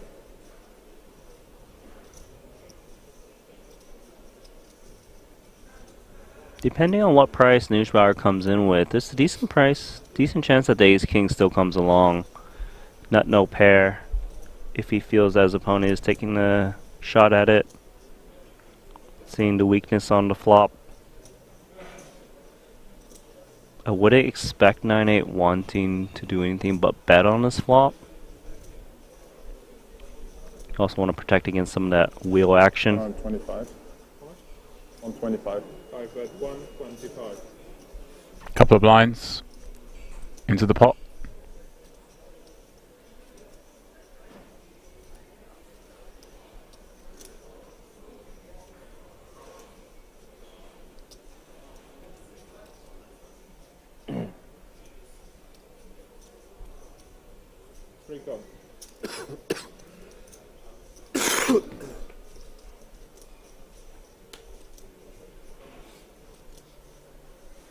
Just get looked up by the ace king no diamond and the 10 of diamonds completing on the turn. Not a card either player was keen to see, Randy. Yeah, clearly not what Newsbauer wanted to see was that extra diamond, 1 over card. Check through. Very good river for Newsbauer. None of the overcards falling. If Martinson feels like he can bluff it, it just feels a little difficult because the hands that did value the flop, the AXs, kind of like the run out. Yes, so I don't think he would expect like an 8x to be folding. Ace king still nut no pair. As it stands, I wouldn't mind if this 9-8 just continues to check in case he's up against some pot control-y type hand.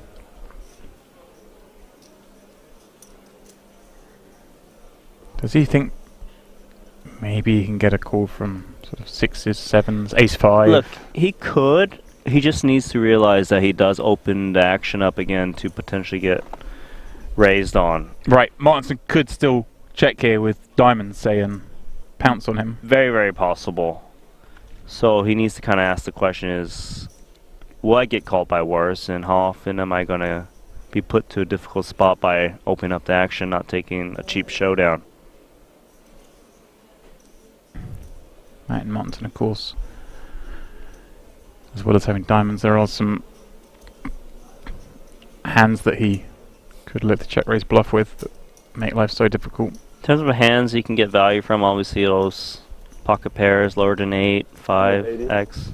Looks like he's found the value bet. Really nice by him.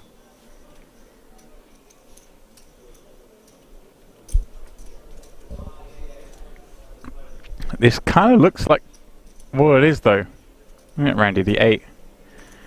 Martinson, I wonder if you could ever pull the trigger here with ace-king, no diamond in hand. Yeah, I get a bet check bet line on this board does appear to be one pair a lot. Even sets have a lot of reason to bet the turn in position, even though a third diamond falls. I don't feel like having a diamond is that important for Martinson in his hand because of the check through on the turn. You would expect a lot of flushes to continue to fire on a turn in position, just given they want to build the pot to get the rest in by the river. But he's out. 3 plus. 5 win. Kept his opponent honest for one street with the ace king high. Yeah. Of course, live outs.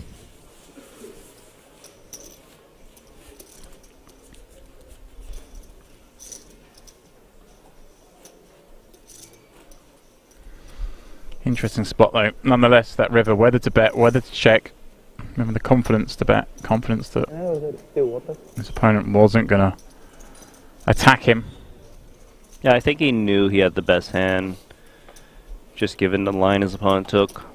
Figure rarely does someone kind of just come out raising all of a sudden. Right. Figure it was worth the risk of getting caught by worse.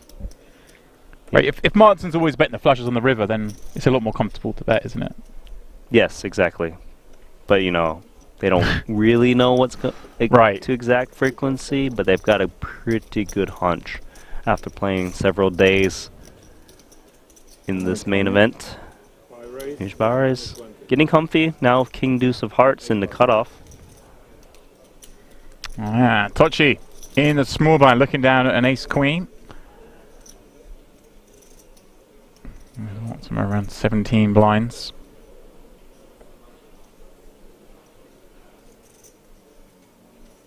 We ever go for non-all-in sizings of this sort of stack size from the small? Or? I don't believe so, unless you were coming in with a heavy 3-bet fold strategy with like some ace rags.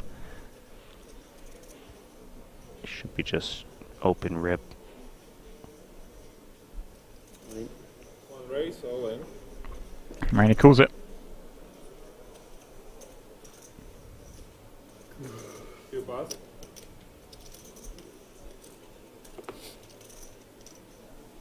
Five pass. One win.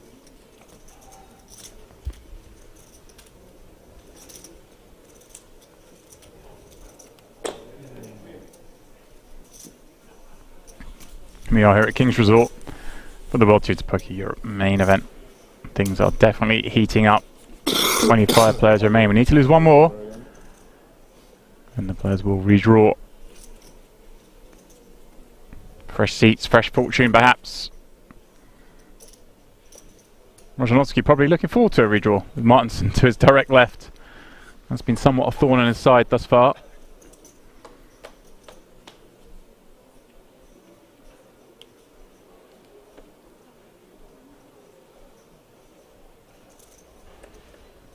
Martinson probably just happy with how things are. The other big stack is a few seats away. Feels safe. He's on cruise control.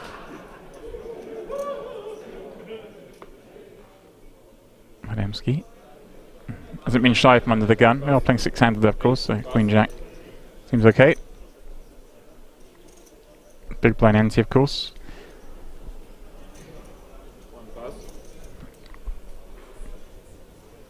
Myself and Randy are so nerdy, we're having a conversation about big blind ante and regular antes on the drive on the way here this morning. Well, I was having the conversation. You forced me into it, okay? Please. Talking about how things change as you get short-handed, especially on final tables. That so much more in the pot than there used to be, as it were. We used to have single pair antes. And it drives the action a lot more. Cases like this, we're six-handed. Going to five-handed play with two tables left. And yet there's still a full ante out there.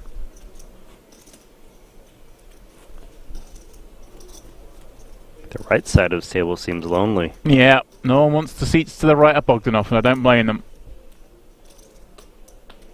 A man's wearing a Triton scarf. It's intimidating.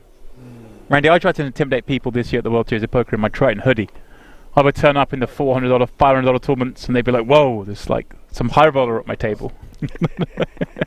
Got him.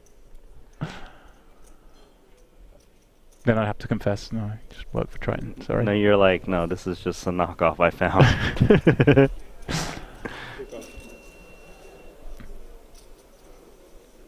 Comes Queen, 8 of Hearts in the small.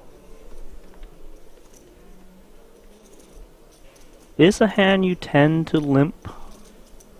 Right, and Adamski has been a somewhat tricky player at this table, I'd say, of all the ones we've seen. I don't know how much that information has filtered its way down to Martinson on that break. Maybe he went through, reviewed some hands. Looks like he's actually going to attack in the small.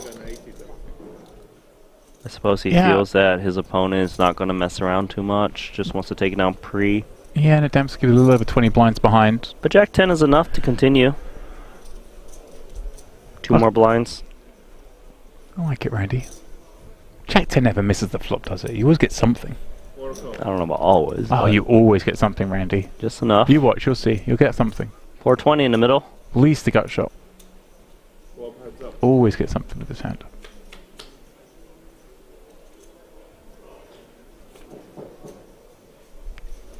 He's got a draw to the top pair. Does have the top pair draw, that's right. It is Martinson with the inside straight draw. No backdoor hearts for him. 2 overcards to the board. Did bloat this pot pre, so he's got a lot more reason to maybe take a shot at it on the flop. Alright, and the fact that he raised pre against the shallower stack, Randy, does that preclude some of the hands that might have hit something on this flop? Yes, I would say against the shallower stack, you know, he can have some of these things that do hit. If they're both shallow, probably not so much this type of board he can represent. But a simple 140 gets it done.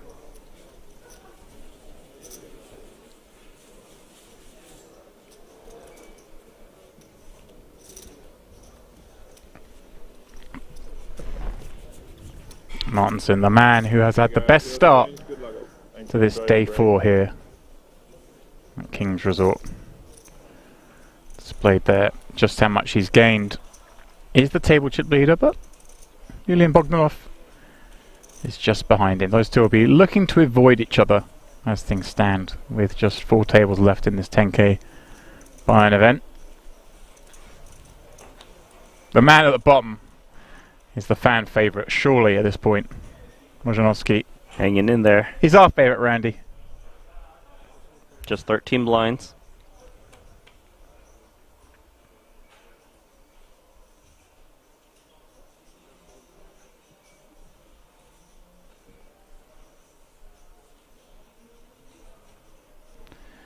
Where is that man?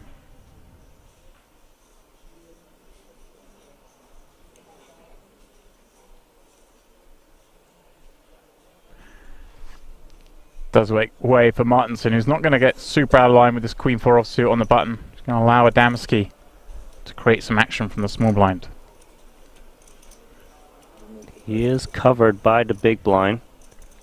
The big blind, before Dempsey even asked, is like, hey, get the big chips up front, I want to see. Does that play in your mind, Randy, that well, Nojbau's going to have a hand? Oh, he does have a hand! Jammed. And he's going to find out it's 20 bigs. And 6 is Randy. Surely too much of a hand to fold. I think this is too much. There we go. Flicks it in, and Adamski's going to be delighted to see he's flipping. So many of the snap calls were dominating him. Huge flip out of nowhere. 2.7 million chips. Adamski just ripping 20 bigs. Getting action. Yeah, this escalated quickly. And once he asked how many big chips you got, even though action wasn't to him yet. But here we go, 2 flop. Safe for the 6s. 9-9-4. Dempsey needing to find some paint. Or running straight.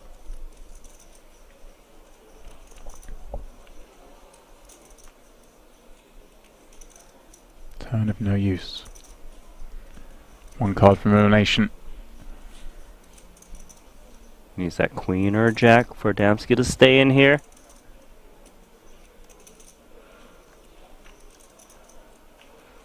And that's in. It is GG's for Adamski. Tamas Adamski out in 25th in the main event, having of course made the final table of the 25k, throwing another one 41.5k on to the pile. And Randy, with that elimination, means one thing only. We are down to the final 24, which means all these players will now go through a full redraw. See how their luck falls, because so much luck in redraws, Randy, is you could be a big stack, get 2 big stacks to your left, or you could get a whole bunch of medium stacks to the right. Yeah, it definitely could define how your tournament plays out. Hopefully a nice draw, but regardless, play what you're dealt. Down to the final 3 tables. Yeah, and just before we go on that break, we'll have a quick check on our leaderboard, see how things pan out with the loss of Adamski. There you go. Max now up to 60 big blinds himself, so just a huge flip in the situation to get through that. And I do gather they're going to take around about 20 minutes. There you go, confirmation, 20 minutes on this break to do the redraw. So guys, please don't go too far. Myself and Randy will be back very shortly.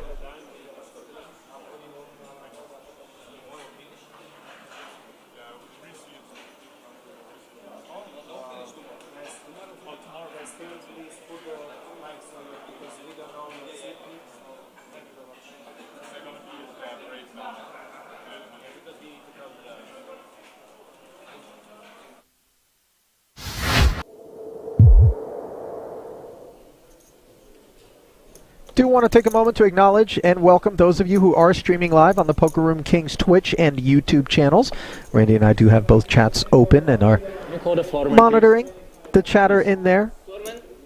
Obviously appreciate all of your enthusiasm for this World Series of Poker Europe. As things do roll on, did mention day 1A of the main event is taking place. There will be 2 day 1s. And that is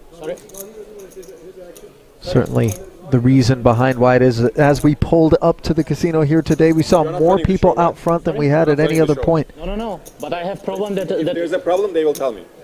You cannot tell me. Next time you didn't put it in the hand. You know that, yeah? Yeah, it happened last time, yeah? And I said 7 times to this guy, and he didn't still put it. Yeah, I'm just saying, please ensure that.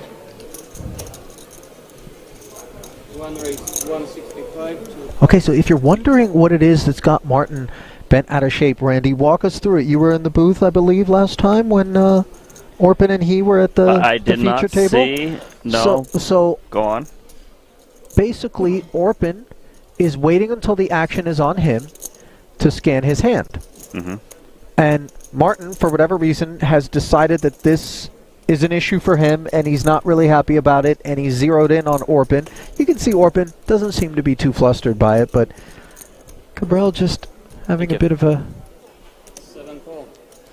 go, let's call it, at Orpin over this matter. And Orpin pushed back and said, "Hey, listen, if there's an issue, I'm sure I'll hear about it from the staff. You don't need to worry about it." Yeah, it's goes to show how he can ruffle some feathers from time to time. Couple of jacks here looking to do some ruffling. Put the chips for the dealer. It's very big table. Thank you. Joe You're Chuen. definitely right. It just your delivery made me laugh. I said you're definitely right, but your delivery made me laugh. Flatting with the king-queen suited. Suvarna liked the price. Ace deuce deuce. Nobody likes this board. No, especially not Cabral. You don't want to see that ace. Joe Trend thinking about taking a shot at it. Like this material might make like a nice mattress. You want to see it? Yeah. I can see it. A little memory foam.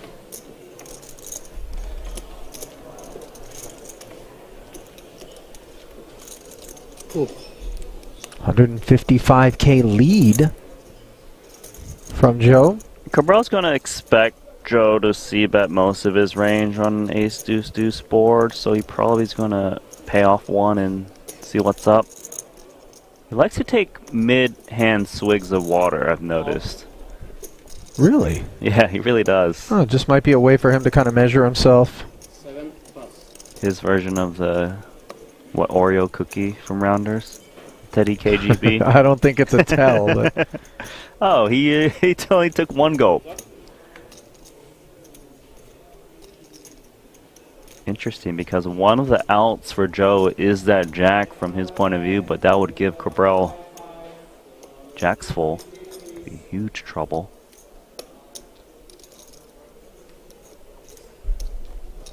Suvarna, oddly enough, would have had a 10 if he had stuck around looking for backdoor equity. Totally understand, obviously, his decision not to, of course. And look at Joe Chuen. This is power. Leaning on Cabral. He's giving Cabral a lot of credit to still call his flop c-bet with all of the pocket pairs. And they wouldn't be able to handle heat 2 barrels. Plus, he does have a little bit of blocker against an ace-queen, which would feel comfy on this board. Maybe he has got a lot of intention to fire one more to kind of really push against like an ace-jack or lower. As it stands, though, the jacks is in an awful spot here and does lay down the best hand. Joe Tren, China. No, as you mentioned, the jack would have been the disaster card if Cabral had come along. And can we rabbit hunt? Joe would have had Broadway, but yeah, second barrel getting it done there. Great shot of Martin. It was absolutely the feather ruffler here at this feature table in the 50K. Shout out, by the way, to In Crypto We Trust on YouTube, joining us from South Korea, mentioning that I think ace queen. his countryman, Gab-Yong Kim, who is third in chips overall right now, is Ace 2 off. the man he's got his eye on.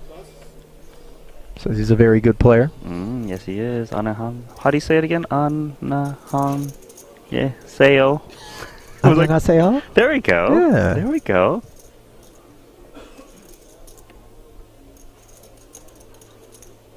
Now, do you get the sense that Cabral is now not scanning his cards on purpose to just counteract? He does strike Orpin? me as that guy. 100% this is designed to get under Orpin's skin. I don't think it's going to work, but you know what I mean? These are the sorts of things that Martin is always doing out there.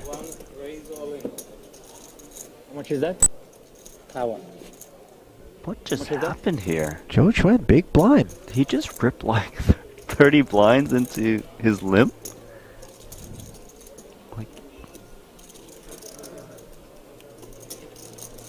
This is a stuffing. 605. And I have 80 in, yeah? 80, yeah? That's correct. This is confusing for Cabral. We don't know his It's a whole big cards. all Didn't in, scan him man. yet. Ace queen again? Oh, he's in the neighborhood. You don't know? Look.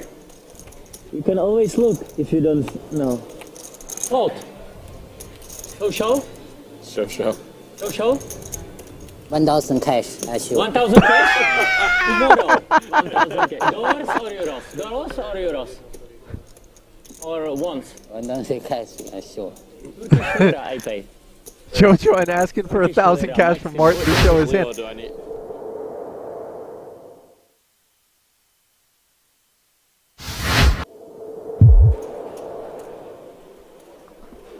So what are you saying, Henry? If the board is King, Queen, Jack, 10, that a 9 makes a straight as well, not just the ace. Yeah, that would have been okay. A king All right. high straight. All right, I'm with you. I'm We'll feeling get it. there. I feel like you should do another giveaway, mate. I'll get the blood flowing. Pocket king. Pocket ace. Okay. Let's do some basic no limit hold'em trivia. Basic hand rankings. Yeah. All right, I've got one for you. More so for you than the viewers, but we can do it in the form of a giveaway. I've got one. I've got a good one. Straight related. It's a learning experience for all of us as Danny DeVoros looks down at Jack 8 of clubs. Remember, if you do want to be in the chance to win the giveaway, the only place your answer counts is the Poker Room Kings Twitch chat. It's the only place we can contact you. So please do head on over if you haven't already done so. And Danny Tang, if you're watching and thinking about switching over, whatever you answer, I'm not going to give you a ticket, I'm afraid. You've won enough this year. Everyone not named Danny Tang is eligible as long as they're on Twitch. Fair. That is fair. There's Ren. Applies some pressure with the 5-6 suited to the DeVoros limp. Raising to 3 blinds. ISOing against Forest. Sam Lowry asking how we get in contact. We get in contact by whispering on Twitch. That's why we need you to be on Twitch, being with a chance of winning. Not whispering as in ASMR. The messaging service on Twitch. Indeed. Oh, hello. Jack 7-6. Oh, 2.8 out there. This could be a fun one. Pair v pair, monotone board texture. Expect to see Lynn continue small and wide after ISOing from the big. Even with a hand like this that does connect in weak fashion. Looks like 25%. Tag me in, coach. I'm ready for the 100k. And DeVoros says there's a seat open. You're welcome anytime in his game, he says. He'll even give you position. Pick your seat, Henry. Here, mate. We'll call him a Susover as well. This does come with check call. This is one of the biggest pots, three-handed, that we've seen so far. 4.2 out there. Ooh. Card that gives both a little something extra. DeVoros, open-ender. Lynn, a gutter. That's where that hand's heading. Bottom pair. 3-spade board. He's happy to check it back. And finds trip 6s on the end. Disaster for DeVoros. Shocking river card for the Double D fans. 4.2 out there. Could see DeVoros come with something like 1.7, like around 30% pot. 2.8 million. It's going bigger. 2.8 into 4.2. 2.8. Thinks he's loving life. Actual fact, disaster is waiting him. Very hard though for Henry, surely, against that size for Lynn to try and get more. You think that he does a raise with trips? That's what I'm asking you. Oh, I mean, I feel like the way the hand's played out, if he's got a flush, he's got a flush, so be it. We've got a very disguised hand. We're about as strong as we can be after we check turn, right? Unless we just mix in some trappy checks with nut flushes on a straight completing turn. All the time cards go in. Yeah. going to need a moment here. So, 2.8 on request, 3.3 back.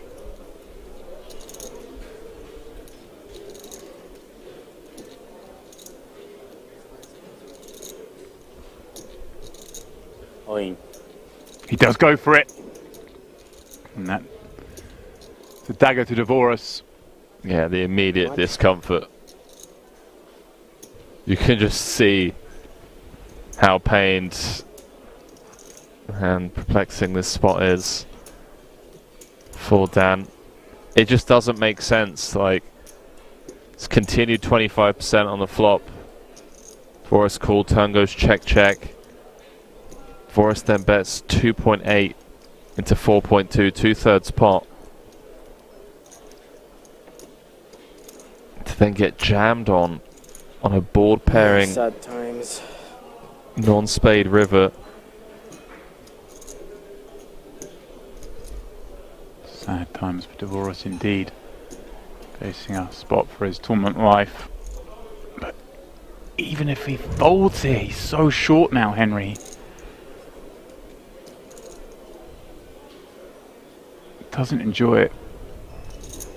He knows most of the time he's not good, but he still has to call some of the time. There are some bluffs. You suggesting there aren't a lot of strong hands that make sense here. Checking back that turn. Really confusing Dvorak. Is he more expecting to see strong hands in the form of turn checks than he is rivered sixes? Would that be fair to say? As in having nut flushes or nothing? Yeah. Yeah, I mean, if Lin ever felt like he bets turn and river, Dvorak isn't going to fold a pair. But the way to get it done would be to jam all in on the river with like a king of spades, ace of spades. But they also have ace high has showdown. Be pretty gangster to expect Dvorak to bet half of his stack and then fold with just a lone spade blocker. Dvorak's turn to go deep into this tank, staring his man down. Ren Lin very animated. Usual circumstances, but game face on in this pot, not breaking that stare into the middle of the board. Giving away nothing. Yeah, just a vacant gaze out into the abyss. Plenty of time cards left for Dvorak. It's not often that you see Daniel pained by a spot like this. He's sick, in a sick way though. It looks like he's enjoying the tough decision. It's small on space. This is what he lives for. Playing for the highest stakes. Making the toughest decisions. It is what they live for. They love the process. The competition. Yeah, as much as you study, every situation is unique. Yeah, it's just 3.3 million behind. Pot up to 13 million. Doesn't have to be right that often.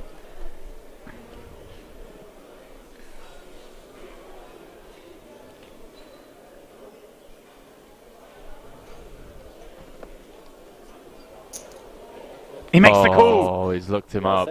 Nice hand. Wow, nice hand. Henry, he makes the call. Daniel Dvorak, the 25k GG Millions Live bracelet winner just a few days ago. Going to finish third here in the 50k Diamond High Roller. You Good for another 266,000 euros he can throw on the pile when he gets home. 7.5, right? Just going to get confirmation, but Lin does have him covered.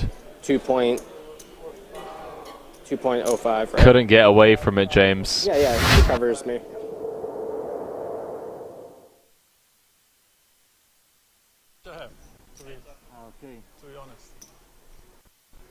Ace 10-4 is the flop. Top pair with a good shot, but with two clubs on board, don't see him continuing. Although it wouldn't surprise me after seeing that 6-7 of spades hand. Turn is the 6 of diamonds, and now Vega with his gut shot might decide to try get some picture cards to fold here, something along those lines. Although a lot of picture cards would just bet this flop. Yeah, I think it's best to just check.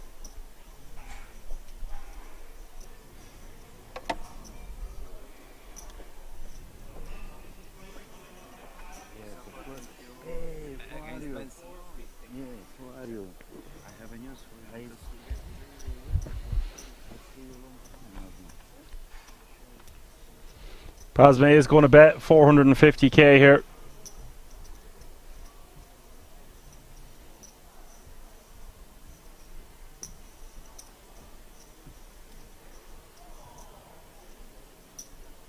I think once Vega has checked flop and turn, 2 flush draws on board, just needs to be folding. Yeah, strongly agree, bro. Strongly agree. It wouldn't have surprised me to see him lead there, Alan, considering what he done there on the King 8-8 earlier. Just a few hands ago, really. Exactly, yeah. That is true. And they were talking to each other pre-flop. Oh, he's I told you I wouldn't. Okay, I didn't say raise, but I thought I said it wouldn't surprise me if he does some form of a continue. I wasn't expecting to see a raise to 1.7 million.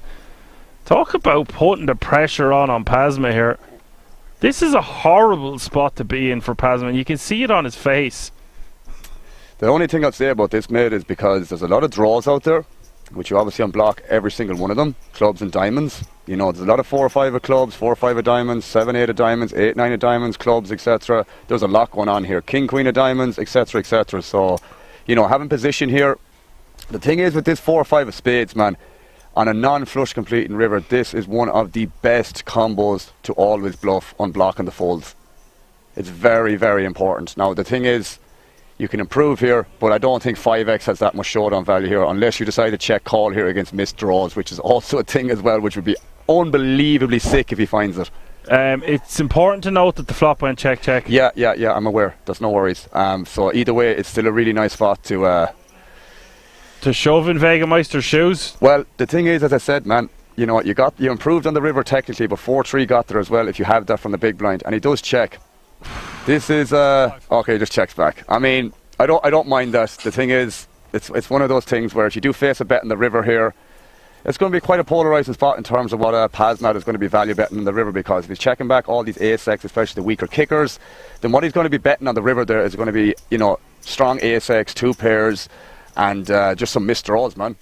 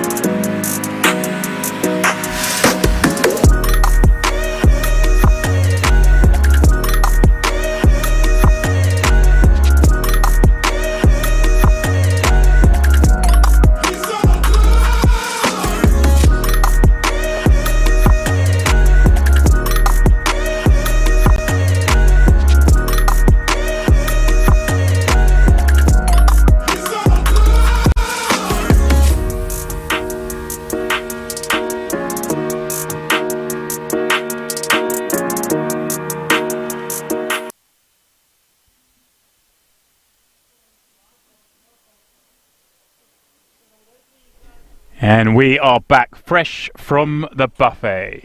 James and Randy at King's Resort. Just through that door, hooker left, through the next door, hooker left again. You're there. I did some damage to the rice, that's right. Oh yeah, the Asian guy went straight for the rice. All ticking the boxes. Alright, our new feature table with the redraw complete, and look at this. Some big names in the mix. Julian Bogdanov stays with us, he's second in chips. But San Martino, the former main event runner-up, in the mix. And Tino Campos as well, a regular in the higher stakes tournaments, at least online. He's only got 830k, a little bit of typo. Oh. That's what I've been told. So he does not have 8.3 million. 830,000, very different. I see you're reading the messages whilst I'm just babbling on about buffets. But go on. It sounds about right. Okay. Tingzai in there as well. He had a big stack yesterday. Obviously he carried that through to today. One of the bigger stacks when the bubble burst. And I see it. Giuseppe Mazza rocking the French flag. I don't know. Giuseppe Mazza sounds like he might be Italian. It's a bit of an Italian name, but French we go. There we go. 37 big blinds. Yeah, everyone here comfortable then, apart from Timo. If he only has 830k. We have just reached the final 24, of course. Although I do believe we may actually have reached the final 23, Randy, because as is confirmed now when I look on Poker News, Hyunsuk Kim busting out in 24th. So we've already made that pay jump. 49,300 is the guaranteed payout. And Randy, we knew that because we found him playing a bit of UTH on the break. He went straight over there. He wasn't done. He wanted to test his run good. He's gonna go win that first place money over there. Yeah, he found his way onto a flop of Ace Jack 4 with Ace 7. Was up against Ace Queen. And it wasn't to be. Didn't find that 7. So let's just for a moment, Randy, realise we're a little bit sad. We've lost our hero. For now. At the featured, that is. Yeah. Got some cool faces though. New ones. Ace 5 of clubs for Sai.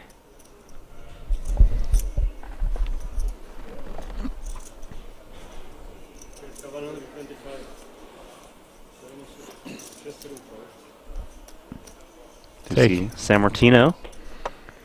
Yeah. Is featured. Boss, isn't he? Runner up in the WSOP main event. Over in Vegas. And he lost to, was it Ihsan Hossein? Oh. Does that sound right? Was it Ihsan? That's just my memory. I think you're right. I feel like chat already knows, and they're going to know before you even Google it. Hossein Ensan, of course, is very much a regular in this casino. Mm-hmm.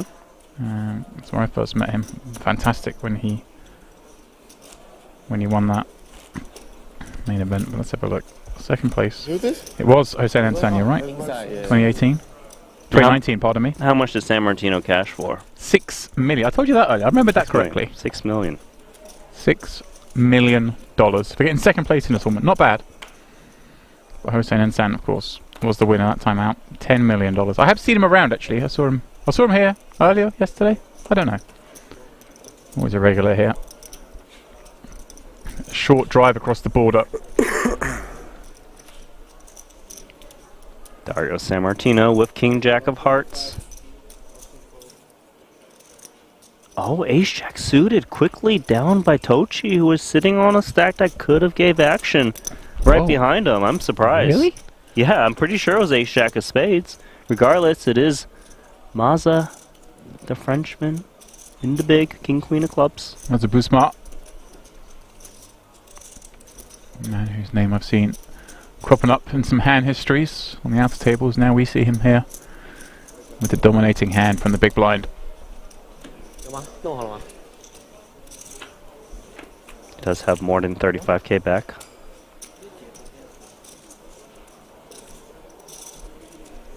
Flopping way the best of it on Queen 8-5.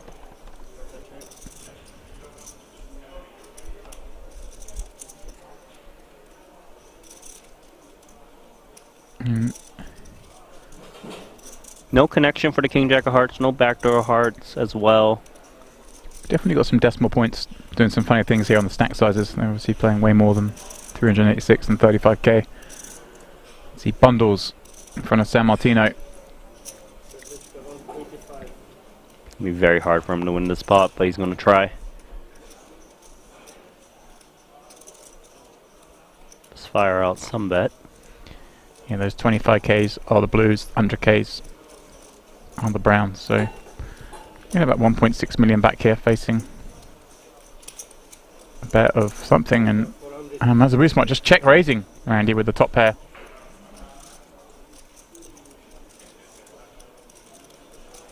Deciding he has so many bluffs, I guess, on Queen 8-5, all the straight draws possible, the flush draws possible, that he's willing to play this queen for stacks.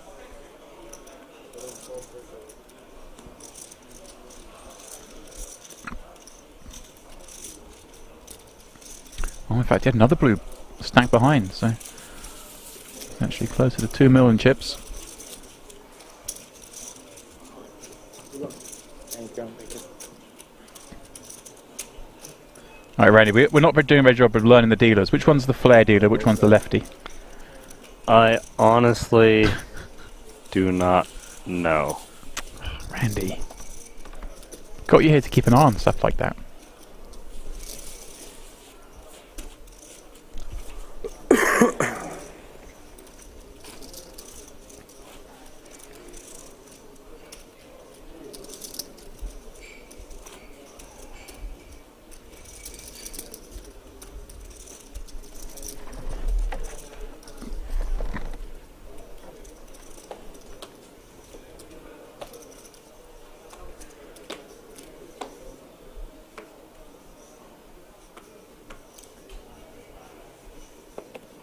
Five pass, 6 pass, 7 pass, 8 pass.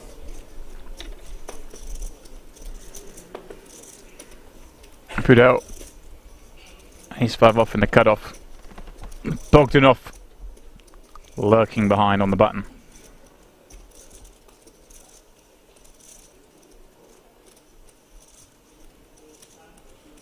One pass. Does pass. As does the Queen 6. Mazabu smart. Ace King as it folds around to him. He's just going to limp in. Trying to trap Jabba.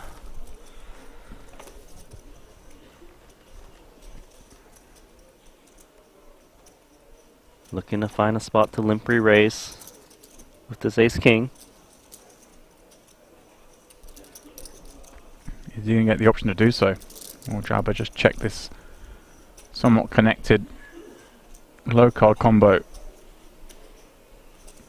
Check.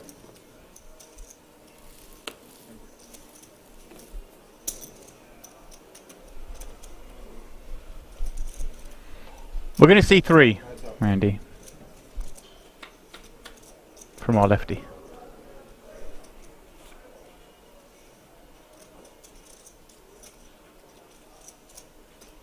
Nine, 3, 3. Ace King looking pretty good on this board. Is going to check, but certainly looking to check call at the minimum. Right. Just still rates to have way the best hand here, doesn't he, with Ace King? That's pretty smart. Exactly. 3 on the turn.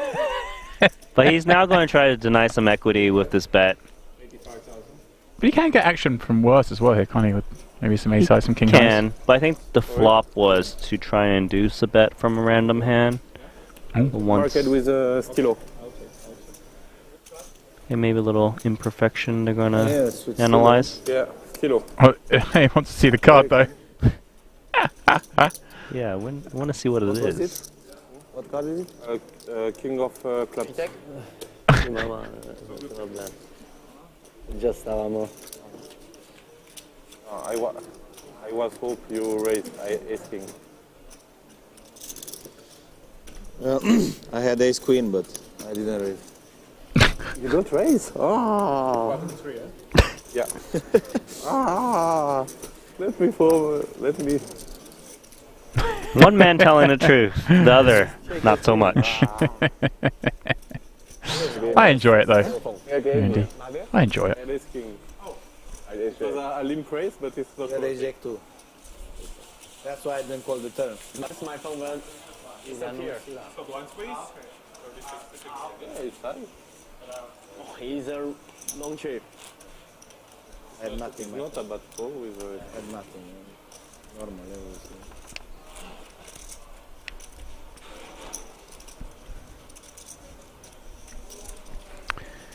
A fresh deck. A little setup. And we get play back underway. Well, he is dealing with his left, isn't he? Mm-hmm. Randy, I don't lie to you. 6 plus. 7 plus. 8 plus.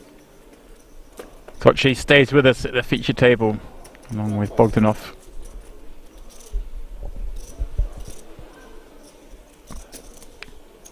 To raise 125.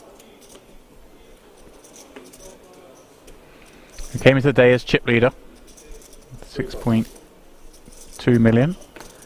Still having around that. 4 plus. Over to Sai in the big blind of a 6 offsuit. Healthy stack. He's in there. 12. Welcome one all. Those of you just joining us on Twitch or YouTube. We're working our way through this penultimate day of coverage. 2023 World Series Poker Europe main event.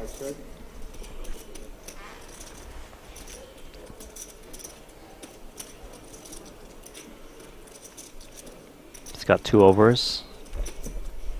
Decent turn 2 barrel spots if he drops a 10 or ace. Maybe even a 9. To bet 85,000. To win.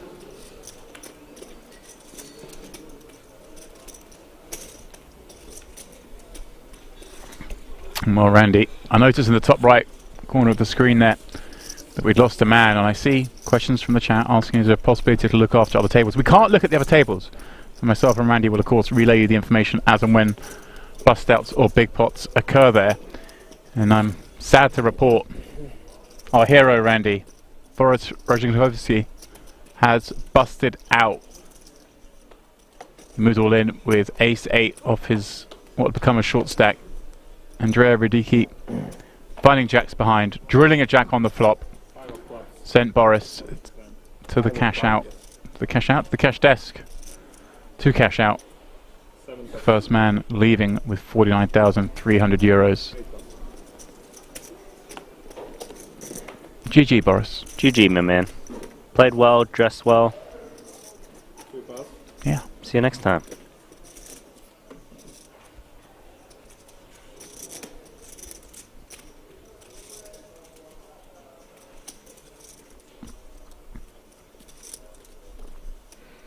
Just looking at this picture on Poker News, Randy, and even the picture, he just looks like an absolute boss.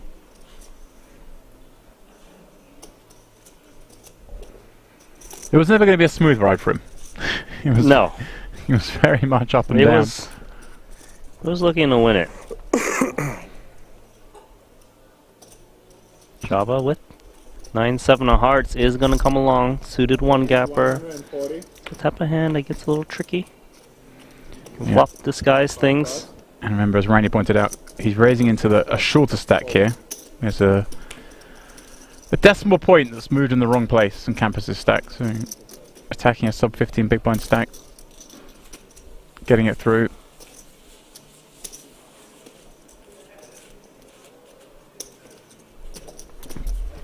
Stratos says, I'm thinking in Thai baht, the winner would be a rich dude in Thailand. Let me tell you, you got 1.5 million euros right here in Europe. You're doing okay. You're doing alright out in Europe as well. I can't think of any places where you're not doing okay with 1.5 million euros, Randy. I think you're doing well everywhere. Go to Monaco, you're still doing just fine. You're doing fine.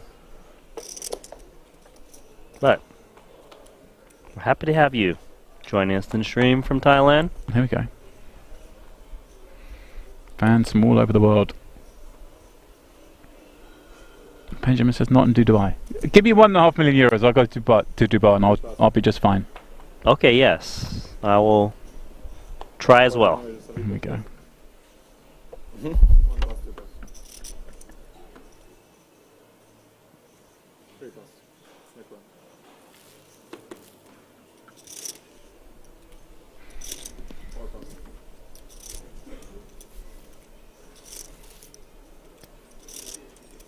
Ace 9 off, Super Sai, man from Taiwan.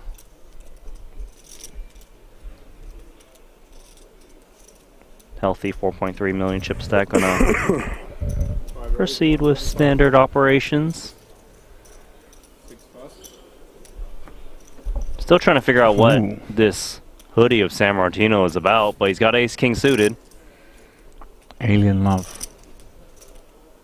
say wild in the middle, but there's another letter at the end. And it's like a banana in the middle. It's 2 L's as well, I mean. Alright. We'll work it out. We'll work it out. He'll be here long enough, I feel like. That stack and that hand. Just trying to work out what sizing to come in with the deeper stack at play. Yeah, 70 blinds effective they're playing. Looks like 575 or so. 550. 4 and a bit times the open.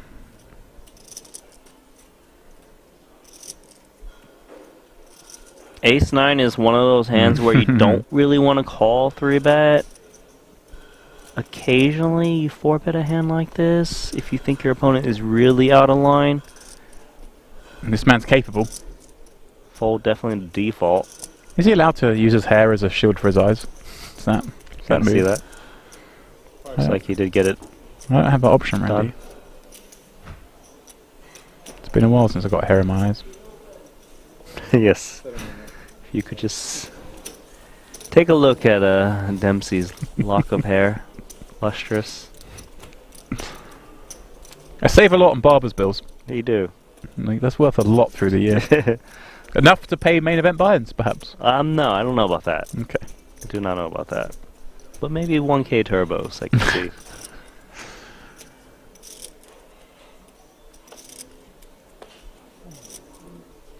Randy 0 for 1 at the World Series of Poker Europe. Got me. Rest of the booth 0 for 0. Much better stat. What about World Series of Poker Vegas? How'd you do there? I did good. Oh, did you? Yeah. You came out on top. I was like, I didn't come out on top, Randy. Oh, you just had cashes. I had a lot of cashes.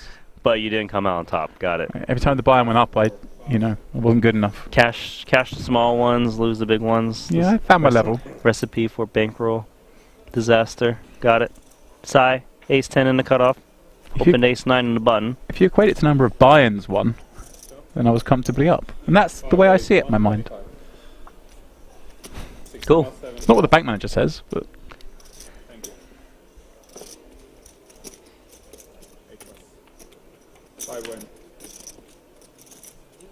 Yeah, and that's good. What? You want? No suit? Okay. Okay, sure.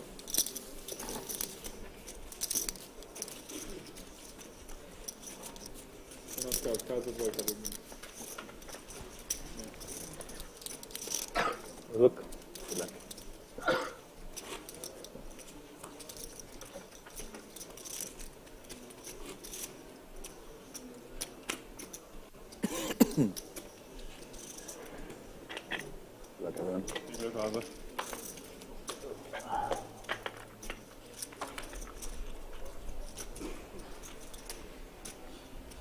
Look everyone. I see a lot of Chinese in the chat. I assume they're rooting on their man Sai. Here we go. Supporters everywhere. Holds over to the blinds. Tochi. Fate 7 offsuit. Let's see if he thinks he can get away with a free limp.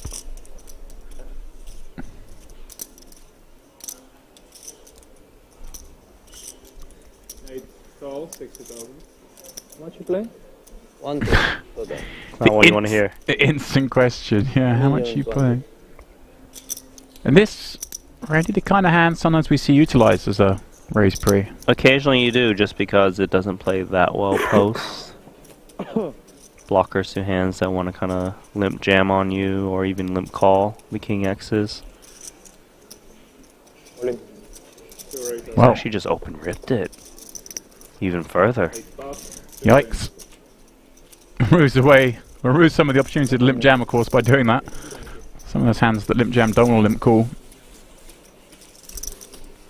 I'm going to double down on what Randy said. Shout out to the chat from wherever in the world you are. I see that. YouTube chat box getting flooded, Randy. Just gonna say the one word in Chinese I know. Ni hao. There we go.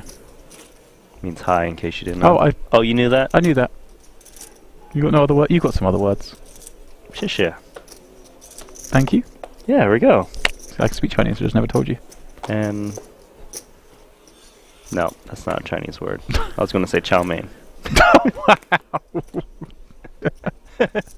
Wow. What is it? I don't know. Who cares? Let's move on. Java, ace deuce of spades under the gun. For raise 120. 5 pass. 6 pass. Yeah, I got that chat rolling. 7 pass. Rile him up. A lot of sixes. I see he's wearing a 6 on his patch. Oh, so is that why everyone keeps typing that? Got it. I'm guessing. 2 pass. Saying it's Taiwan's number 1.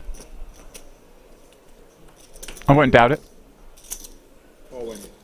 Tell you what, all of you have just joined us, cheering on your man. How about give us a little like? Let's get the hearts flying up the screen here. Me and Randy are feeling lonely back in the booth. Give our stream a little like. Get us moving up the algorithm nonsense, however it works, Randy. It's too complicated for me. The more you like, the more we get exposure, the more streams like this you guys will have to watch. Simple. A free like, showing that you enjoy this free coverage we're offering you guys into a buy-in that is massive, 1.5 million up top. Oh, I see the hearts rolling in. A lot of hearts. We appreciate it, guys. Keep them coming. You guys. It's great.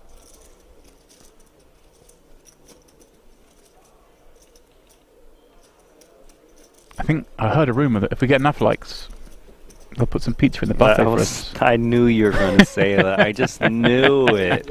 My God, you're so predictable, my man. I mean, some hands you just have to play certain ways, Randy. Yes. Touchy racing up with King Jack. You're the guy that never limps, and when he does, he has aces every single time. I know it. You got me. Seen King Jack in the hands of Tochi quite a few times, but does take this one down.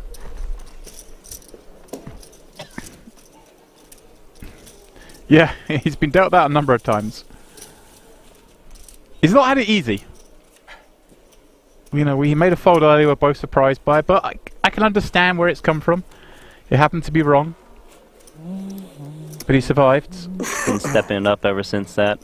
Yeah. Ace-5 fold. But he still keeps giving these kind of little awkward situations. It's not been easy. It's alright, just grind it up. Yeah. Getting closer and closer to the finish line. 6 pass.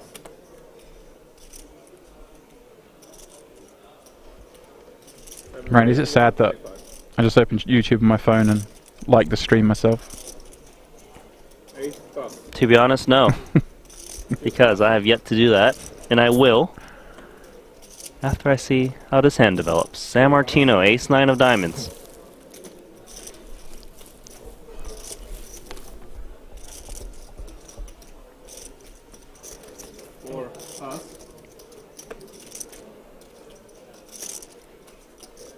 Five, ace-2 in the big. Of course, it is a hand that's dominated quite a bit, but he's got a lot of stacks, so he can kind of afford this. Yeah, I guess you also know San Martino opening a little wider than most from +1 given his stack size, so maybe less domination than against some, and he finds a deuce. Found it.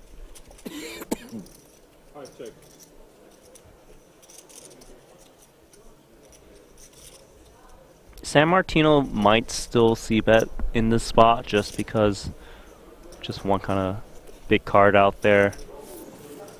Expect his opponent to just check fold so frequently. But once he gets caught on this flop, he's going to be a bit cautious. 95k to kick things off.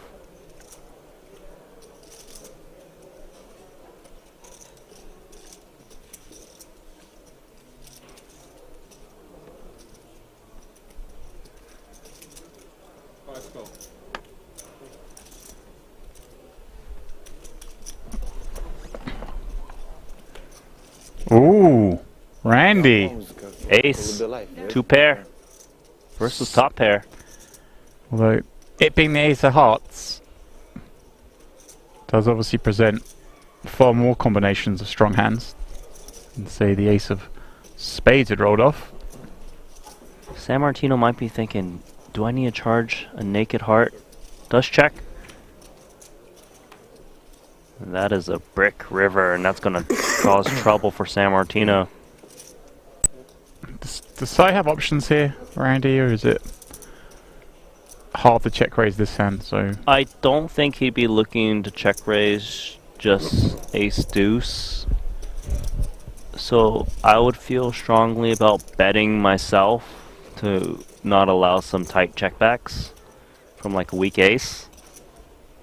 Maybe get looked up by a jack sometimes, depending on how you size.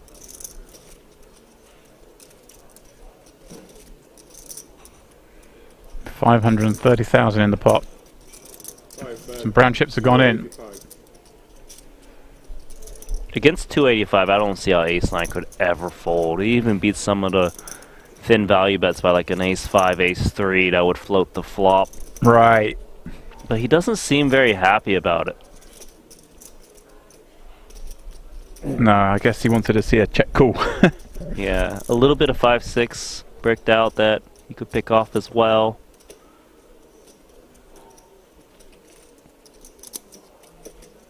Would be a crazy fold, although correct.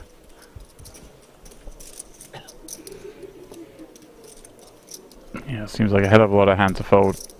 The way this one's played out, San Martino opening it up. Wow. It's right about that. Of course, there's far more hands. The flushes. Is he thinking maybe flushes go much bigger sizing on the river? Is he discounting them? I believe so. He also knows that Jack X would never bet in this manner. He's right on it. Might think that ace-3, ace-5 wouldn't be betting themselves, as he is checking back some aces, as you can see. I just don't see how he can lay this one down. But he's got a lot of good feel as a player, but he's going to flick it in. Well, he was right. He knew it. The most important, the card is marked. The S is marked. You see? Why people? Who's doing this? Who's doing this so often? I think it's bad. Every S I touch is marked. Every ace? Yes. It's not yesterday. Yeah. I don't know why. You see? This is S. I call some. Yeah. 285 first, and then we fix this. It's why every hand I need, now I need. I do the same with the king of clubs before. Yeah. I think it's bad. Here, right? You see? Yeah, of course, it's obvious. Cards picking up some nicks along the way, Randy. Yeah. Not surprising. You identify and then we'll go switch the deck out. Yeah, can you turn the ace of hearts? Turn it down. Because Nonetheless, picking up a nice pot you know, against like San Martino. Club, I think it's fine, but it's ace. I think, why my ace feel? Ace and king. Yeah. But there is two decks, so I think it's the second deck from the when I have the first one marked. Huh? I think this is the second deck. You see aces? Just see aces. Before it was the king of clubs. No, but. Thing is, some people will be thinking maybe it's nefarious that the aces are marked, Randy. Some people get excited when they start to peel, right, and push it a little bit harder when they see that it could be there's that nothing ace. there. Yeah, you kind of there's less markings on the card. They squeeze that a little bit harder. The degenerates amongst us. Yes, I can see you're in there with me. The baccarat kind of thing, you know, like. I couldn't believe that you and I had to explain to Ali of all people about blowing the spots off in baccarat. Yes. How did you not know that? Yeah, it's happened. It's done the program. I mean, we've got a big Chinese fan base right now. They know. That's right. That part of the world. They're blowing spots off. Here we go. We're going to continue. That ace can people just. It's. I don't think it's big deal with the ace. People catching. If you have nails. Yeah, maybe. See, that's why I bite my nails, Randy, so I don't mark cards. Selfless act from me. Free pass. You can see you've got talons on the end of your fingers there, but...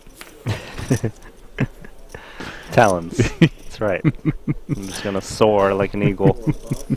You'd be the prime candidate. Not a bald eagle, I'll tell you that. Wow, alright, Randy's... tens. He's had his tea, he's had his coffee, he's coming out punching. Sai against San Martino, round 2. Looking at Campus's stack behind, again remember, it's only around 750k now, I'd imagine. May look to flat here, and I think he might flat just because it's undergun open. He's playing, what, 75 big blinds or so. For sure, it could be a player from other stream. It allows the big blind to maybe jam, and he can call off against that. Yeah. Also kind of keeps him out of trouble and re-raise pots if his opponent opts a call and it doesn't come favorable. Now I think for sure they will rewatch everything. I hope. Because in this casino it's security, right? I know. Now they have homeworks. They have what? Homeworks. Rewatching. yeah, it's funny, when you play poker in a casino and a card gets marked, gets a little indent on something, and it's the 7, no one says anything. It's a 10, no one says anything. Since there's an ace, it's like someone's marked the aces. The person who make that, you have a 8 camera or 10 camera all the time on you.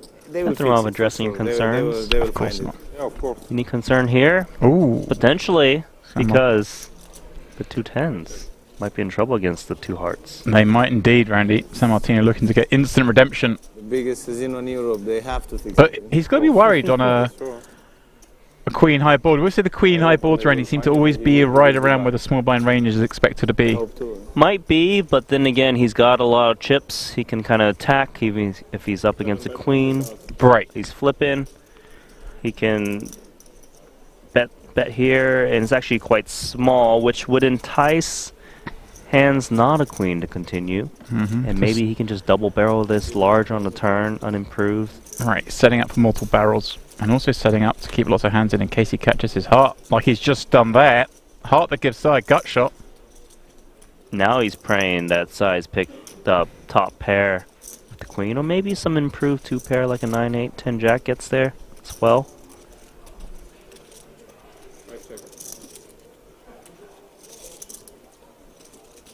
Checks through.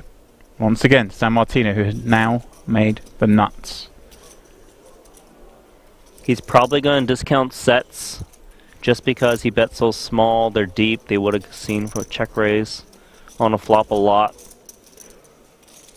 Decent part of his opponent's holding is still a king, queen, queen, jack. Right, that's the part you can realistically get paid from. Right. The underpairs won't really enjoy a second bet anyway. This 10s and jacks being kind of maybe the outliers on that front, in that they've only got 1 overcard to their hand.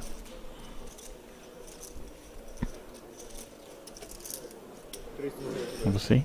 He's got 10s, he could have had 9s as well. That could have been the dreamiest card for San Martino as he bets 375. Could be from the cash game. The cash game also.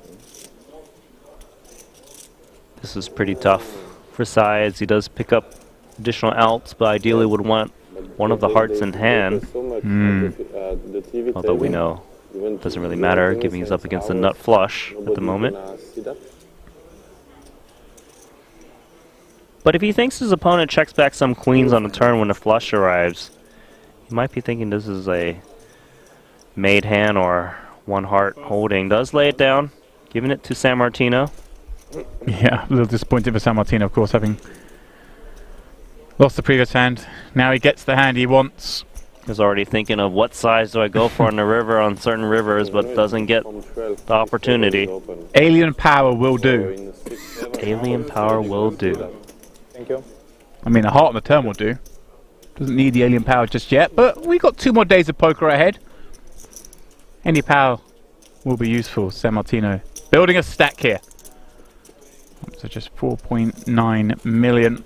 It is Julian Botanov leading the way on this table because Campos is bluffing us. Don't go too He actually far. has sub 10 blinds now by my count. No. Little rogue Don't decimal go too point. far. Ting Sai, the fan favourite. One tricky player. Huh? Dodging it there. Getting paid off when he hits. Playing perfectly thus far.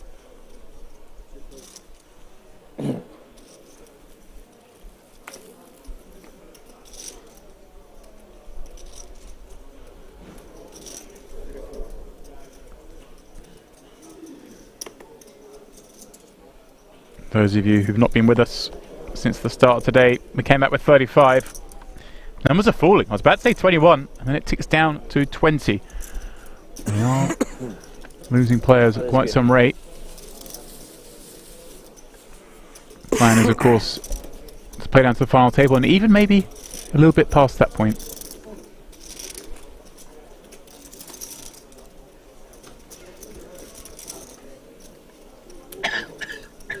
Of course, we lost Boris in 23rd, but we have now lost Armin Rezai in 22nd place. He ran King Queen into Andrea Radiki's Ace Jack. Radiki with another elimination. Already had a big stack, Randy. Building up there. According to Poker News, 10.6 million in chips. Yeah, he was holding a big chip lead and yesterday and just really soared. Randy, it's more than the average for the final. He's definitely doing very well. Really love what I saw from Radiki the other day. Although I'd say perhaps could use some instruction on the correct implementation of a toothpick. It was like dental floss toothpick. It was out of this world. Alien power, you could say. Alien power. 2 10s. Mazabu Smart.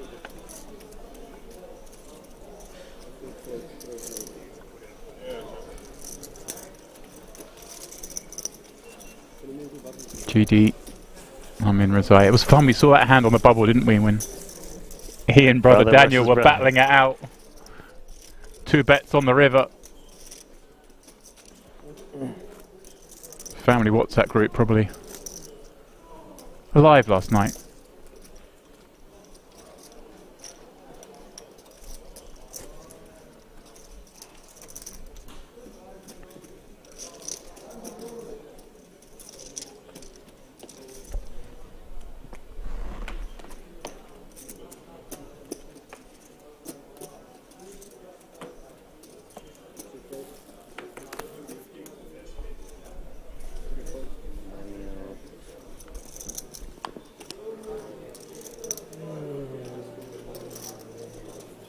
Just saying, someone said great commentary to us.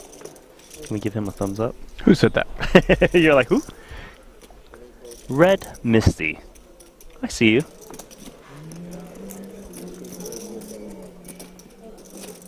Oh, I just saw the word commentary and I have to above it. Thank you, Red Misty.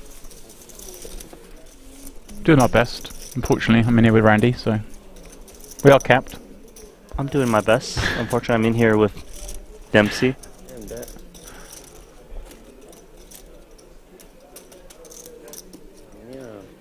Well, no, we appreciate it. We appreciate all of you for joining in, and of course to Apocalypse, our wonderful mod on Twitch, keeping everything in check. I know last time I said that, you said why mention it, because everyone will misbehave, but they didn't misbehave, so don't misbehave again. They're going to misbehave, aren't they, Randy? I know, why did you do that again? Like, you're just egging them on at this point. Java with King, Queen of Hearts in first position.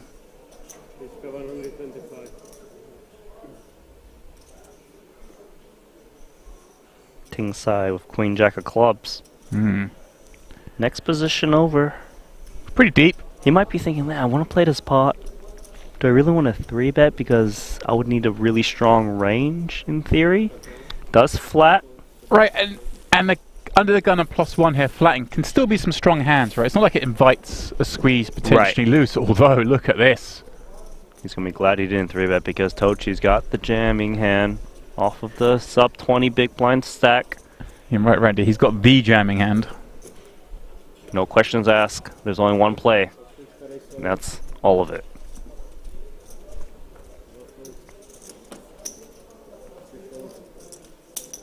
What a spot to find the Ace King.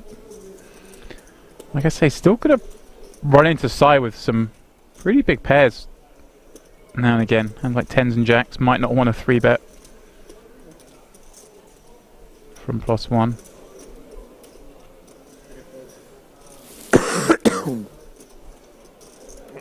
A pickup for Tochi. Big. Up to 1.5.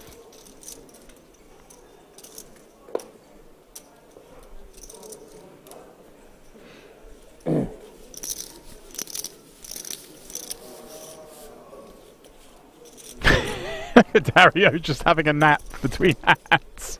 You okay there, buddy? Is that the alien power? Final 20 not enough for you? Oh, what else does it say? Something dreams. Maybe banana dreams. It does look like a banana, doesn't it?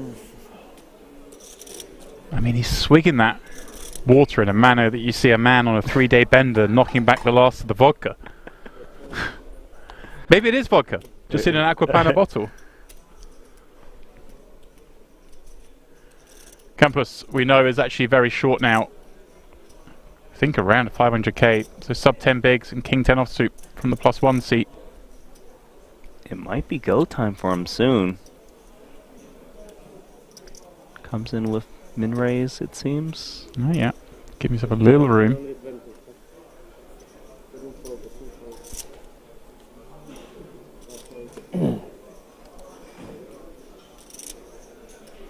Mazabusma with King Jack in the small. The small blind, obviously one of the trickiest hands, trickiest positions to play in. Always out of position posts, not the greatest price. Right. You don't get to close the action as well. Trying to work out what kind of hand does Campus play this way? Why is he not just open jamming? Looks like he did make the call in the small with the dominating King Jack. I mean,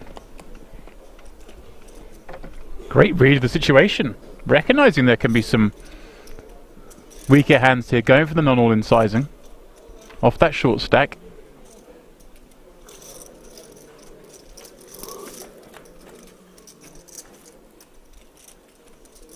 Oh, A7 deuce, rainbow.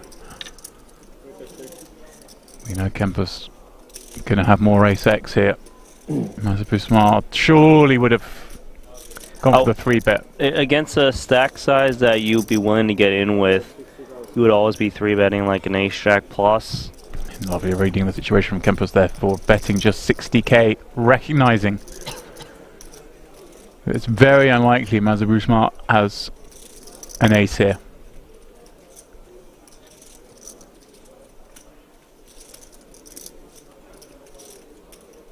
He is cutting out some chips. What a play. Wow. Maybe himself thinking, well, Campus would just open rip with a lot of the ace-x. In fact, he's raised so small and bet so small in this flop.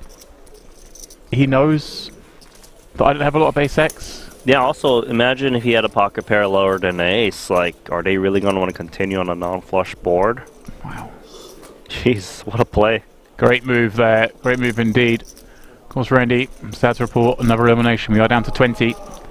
We lost Serkan Karu in 21st place. Action followed around to the small blind. Moves it in. Karu peeled down at 2 kings. Pretty good situation, you think. He calls. Opponent exposes 2 deuces with the duck of hearts. Flop, 3 hearts. Turn was safe. The 9 of hearts on the end. Roasted by the ducks. Roasted by the ducks. Out in 21st for 49,300 for Serkan Karu. Just 20 remain.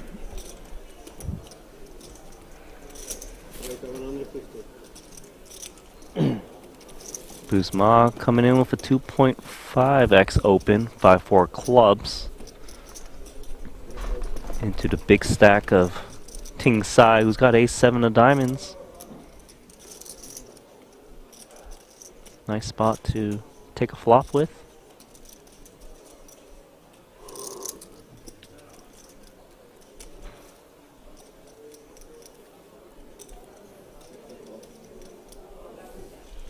And he'll do just that against the snacky covers. And finds a good flop. Ace 9 8. 3 in a row, 3 to a flush to go with his top pair. Not the flop Kazumi Smart was looking for. Players like to see bet these ace high boards when they don't have it.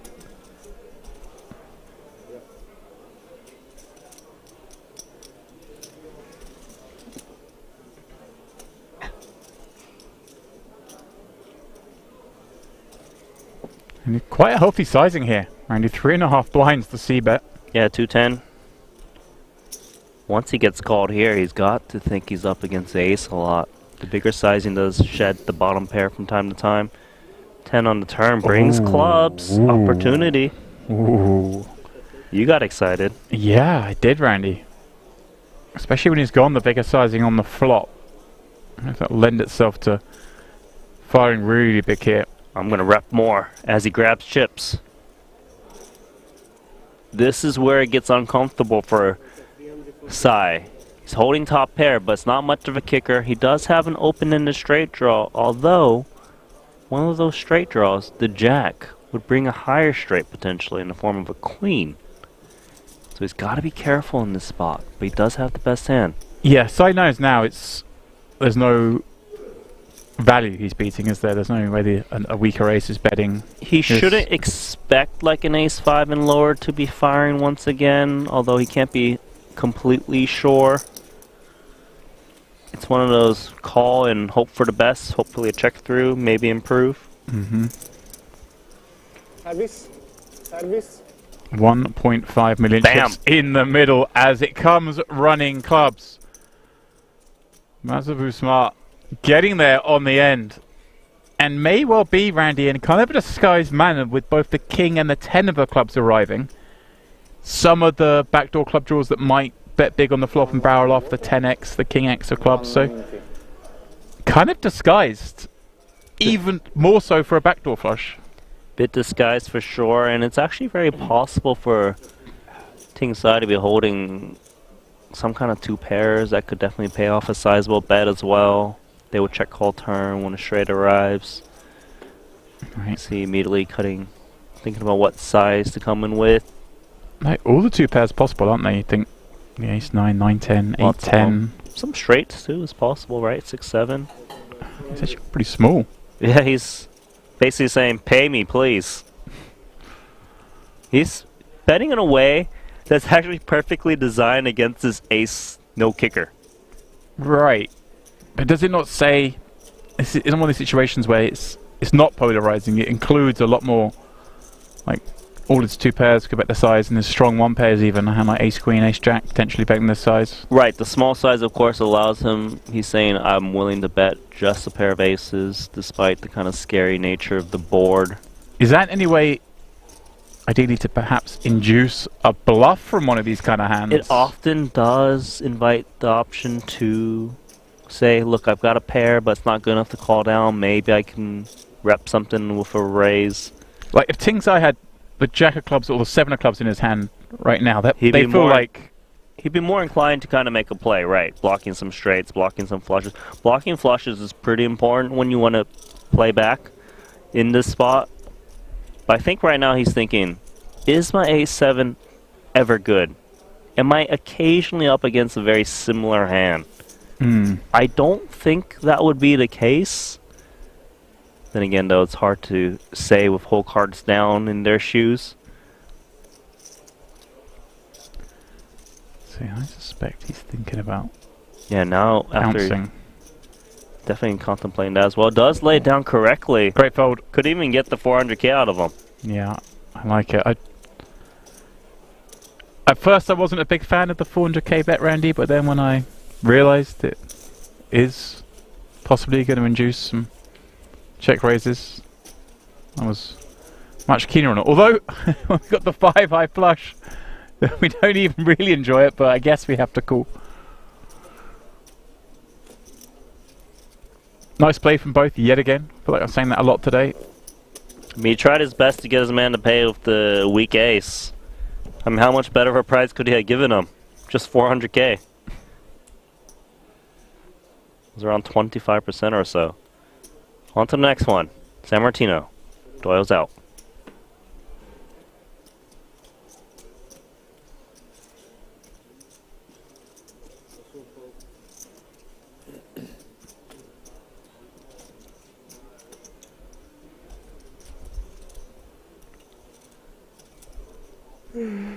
A hand of opportunities. Yeah. We saw him play this hand earlier from the small blind. Check calling an ace-7 5 flop, pardon me. Just the 1 diamond. Finding a 10, winning at showdown. So notice that he raising makes eyebrows. it 180k of pure 3x. That's because Campus is playing a very shallow stack. Not 7.7 million graphical error, but trying to dissuade him from coming along in the big, whereas he'd be getting a good price. Yeah, you can see he only has a little over 200k behind.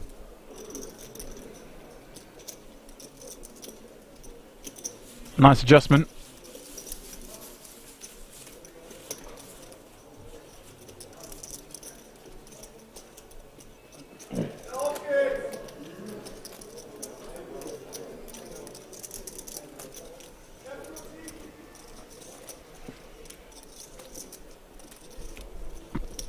Great action deep in this main event. Just 20 players remain. 19 of whom will get a nice payday. One will get 1.5 million euros and a bracelet. And Randy, we have no former bracelet winners left, I believe, because it was just Jonathan Pastor and Davide Katai coming into the day. Correct. With the title before now. Well, San Martino, the second place in the main event. I think most people would take that over a bracelet. I mean, to be fair, I would take the bracelet and more money for Insan Hossein if possible. There we go. Winner on both sides. Campus. Here's the jam. Yeah, just over 200k. Gotta rip. How fortunate is it that San Martino doesn't have something that can call this measly jam? Alright, and Campus actually has a really nice hand. What is the price? I think it's only around 4 blinds. Because it's so shallow, that's why San Martino actually thinking about this spot with 5-3 off. So he's put in one big blind, he's put in the big blind ante. He knows. He's always got 2 unders. There you go, 260k.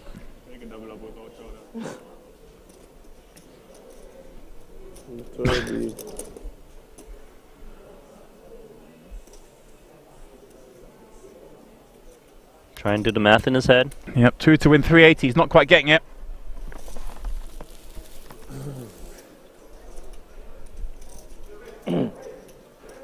What if you got the gamble? Got the alien power, Randy. Alien power, and we fold.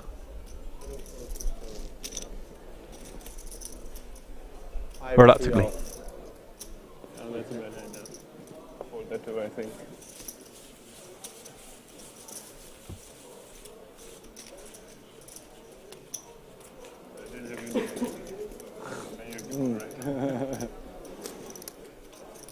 Yeah.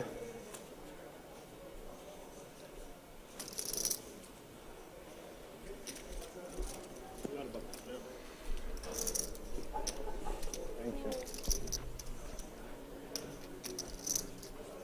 7 players at our table.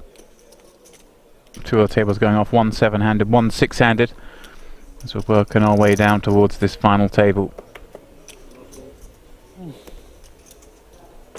San Martino perhaps looking to better that result from Vegas. That'd be pretty nice. Second in the Vegas main. They'll go win World Series of Poker Europe just to get the bracelet and the $6 million. Trying.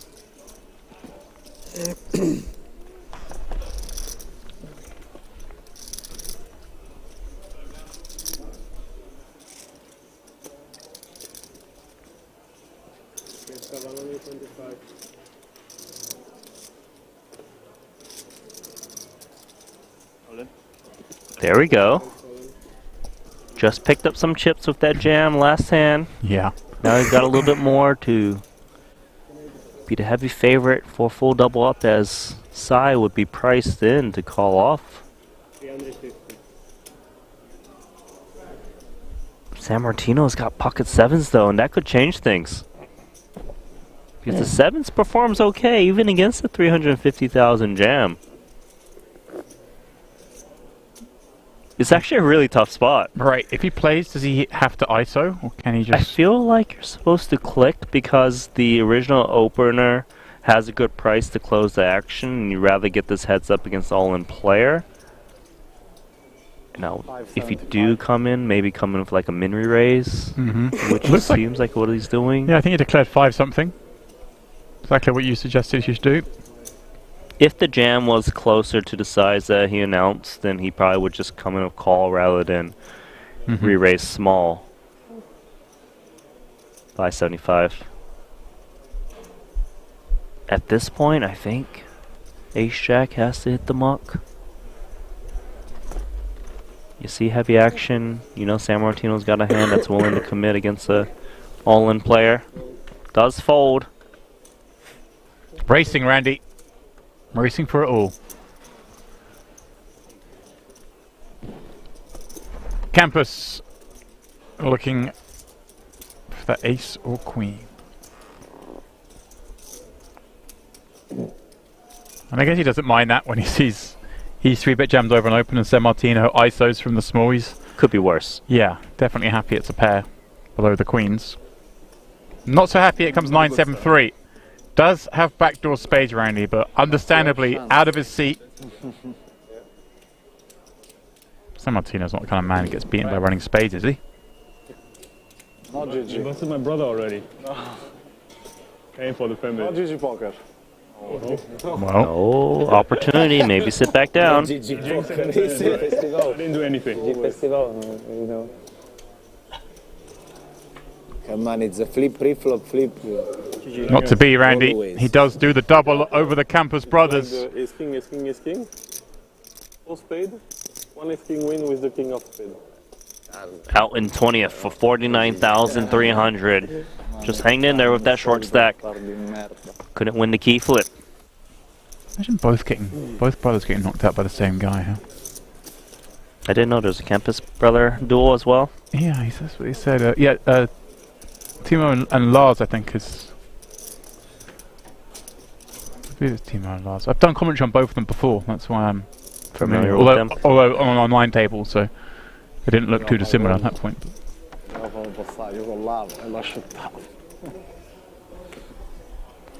The Italians exchanging words.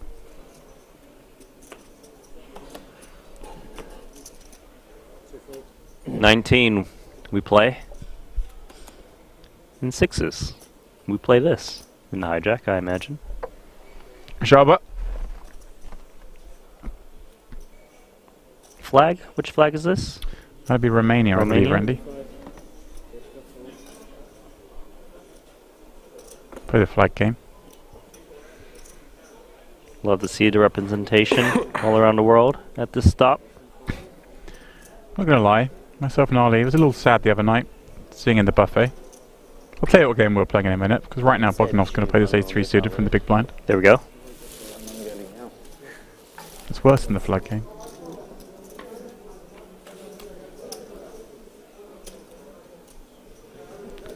King, Jack, tray. Bottom pair for Bogdanov with backdoor diamonds. But a board one expects Jabba to perhaps stab Randy. This is more of Jabba's board, although he does have a hand that has some showdown value, although vulnerable.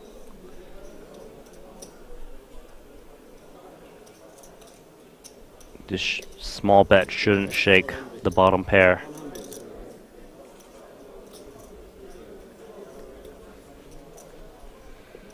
Yeah, 100k should keep the dominated hand in for now. I can't wait to wear my Triton scarf, Randy.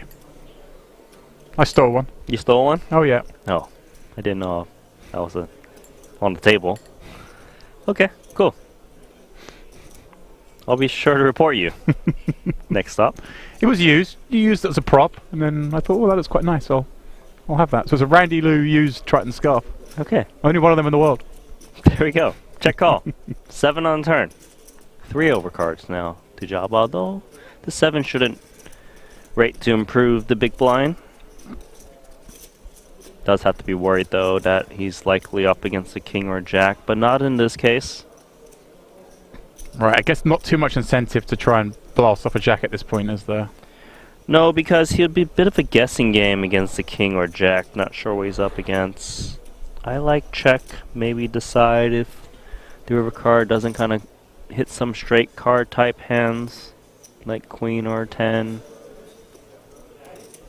But He's actually giving some thought. And let's see. It's this very small bet. 230. I don't think he thinks this bet would get a jack to fold. So it must be designed to attack gutter balls or ace high backdoor flush draws, since those hands won't want to continue out of position. But a really interesting size against this kind of hand. A very rare bottom pair. Thing is about bottom pair is the hands that are semi-bluffing normally in this spot, they've got a lot of equity, right? Spades, straight draws. Sometimes you hit an ace, your opponent has a queen 10, you lose a lot. You know, even if your opponent has like ace king, you know, like you could lose a lot if you pair up as well. It's trouble, but he does make the call with the worst hand, surprisingly. Wow. Great bet from Jalba, all things considered. But does he now feel required to follow up and try and make a jack fold, Randy? I don't think he thinks the sixes are good too often.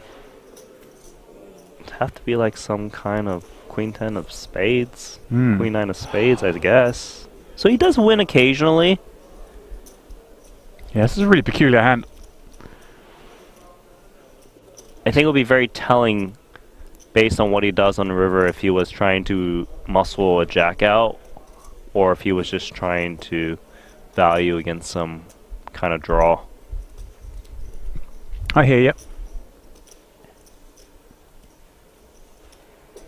I feel like the betting small on the turn does allow us to bet the river again, right? It's not like we've defined our opponent down to a king. The smaller you bet on the turn, the more parts of their range they'll continue. So the king and jack X's, say you bet pot on turn, we discount the jack quite a bit. Then we're facing a strong range of king X's or draws. Does check, and he's going to be very happy to see these two sixes. Amazing. Look at Ting Sai like, huh? Huh. Okay. Thin. Thin but correct. Yeah. Dangerous. I'm looking around, trying to canvass opinion on that one. Anyone else see that? Anyone else see him bet 2 streets over sixes and get called by worse? Just me? Okay.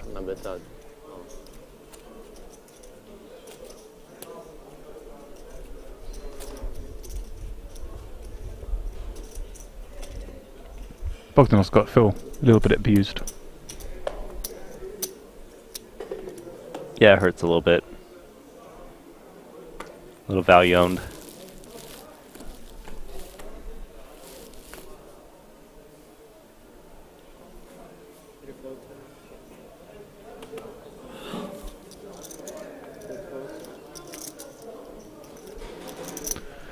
San Martino in the mix from the cutoff, ace-5 suited.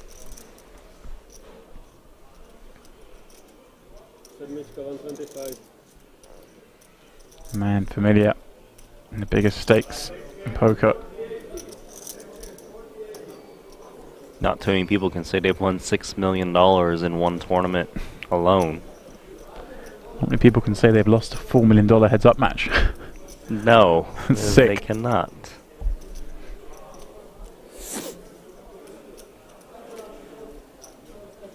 Mazda Bismarck coming in with the King 7 diamonds, of course. Suited kings are play lovely.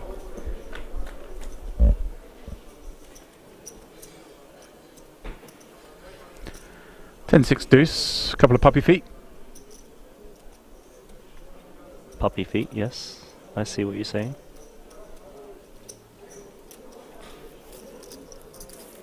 Mainly backdoor potential with this ace-5 suited. Bit disconnected, so maybe can get a lot of folds on this flop from the big.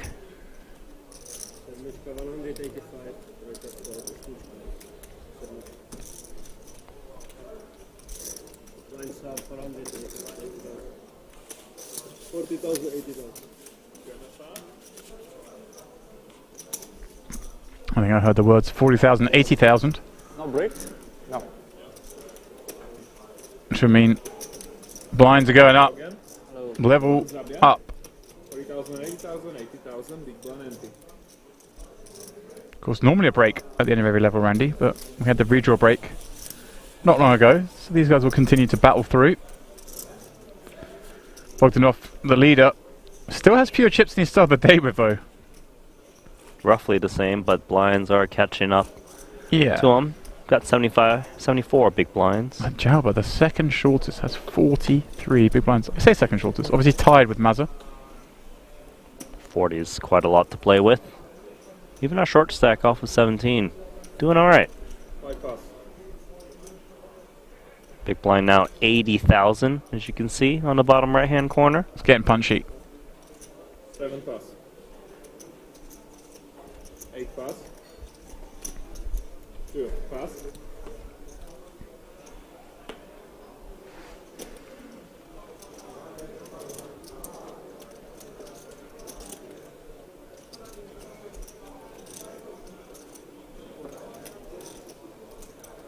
Free call, 80,000.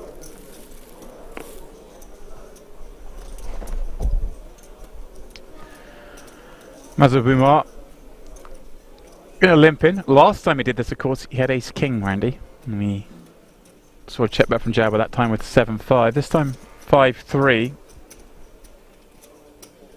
A worse hand, which sometimes means a more attractive hand to bluff with.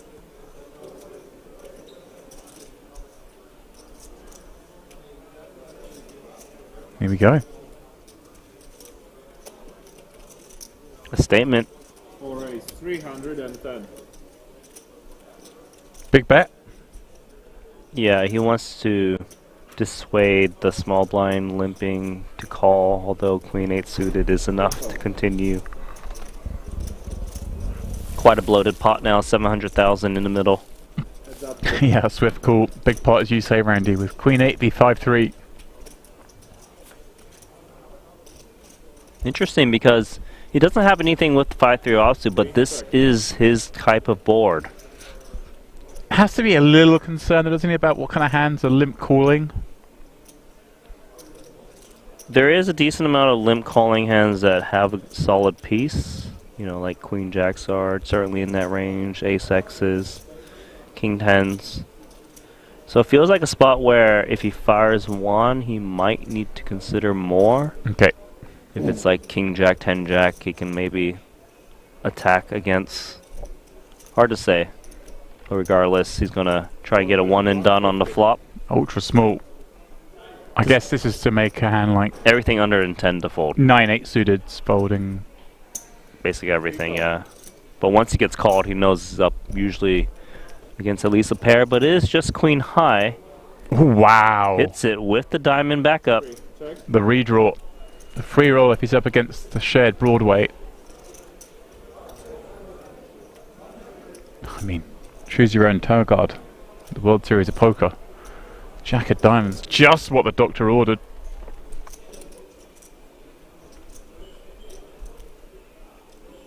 I don't feel too strongly about betting this turn, Confer Jalba, just because my opponent has a lot of Queen X's to check call flop. Also, some of these two pairs might get a little sticky. Trying to keep your opponent honest.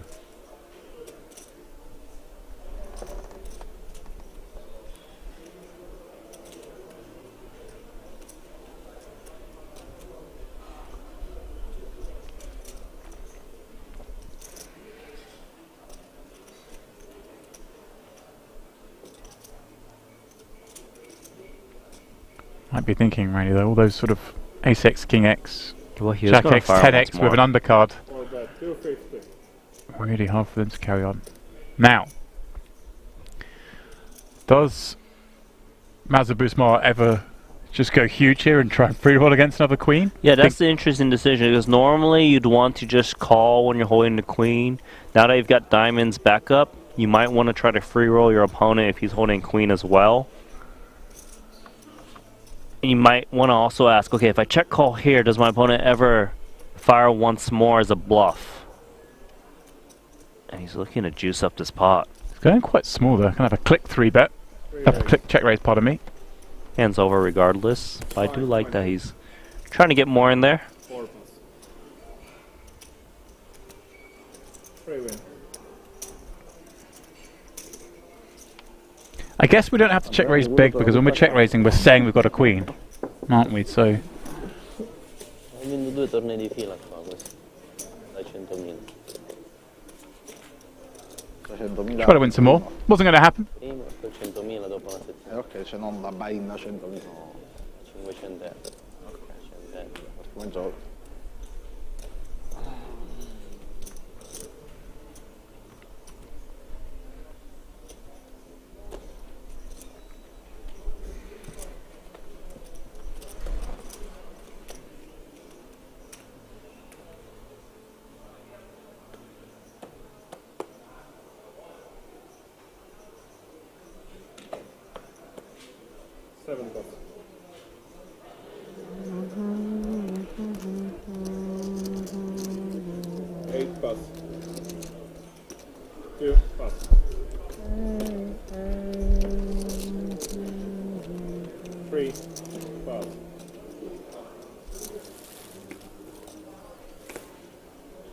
Not so hot, Jack 3 offsuit in the small. North of 30 big blinds to start things off. He's out. Walk forward to Queen 7 of Sai.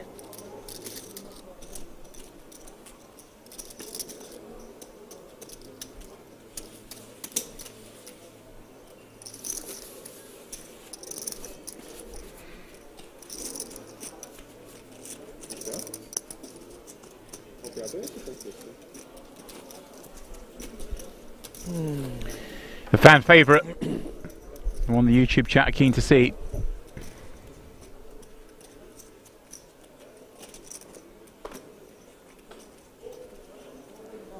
Oh, hang on. Oh, he's dealing it there. I was going to say, we still have to deal with player in if that's that output. Missing another hand.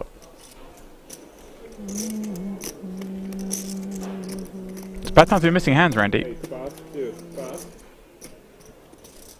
That's a bit smart. Maybe the cooler nature sometimes a little bit too strong.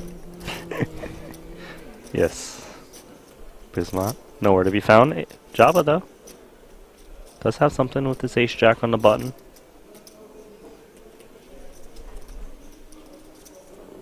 Deposits. For ace 160.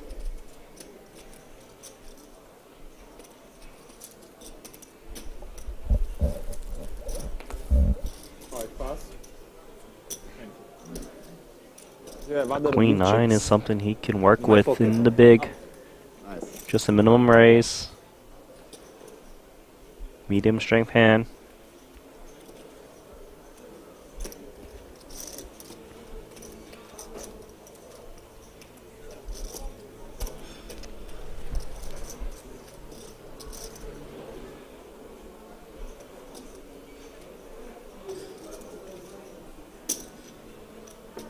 Seven call. 12 heads up.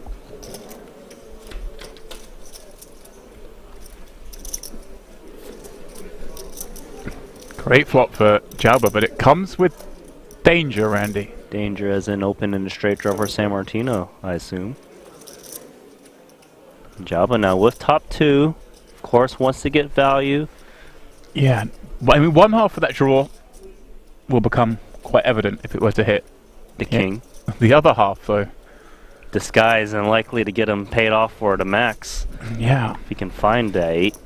Jalba, though, for now, loving life. Top 2, having raised button against big blind. The ranges are widest from these seats. He's expected to bet this board, so of course he's going to go ahead with top 2.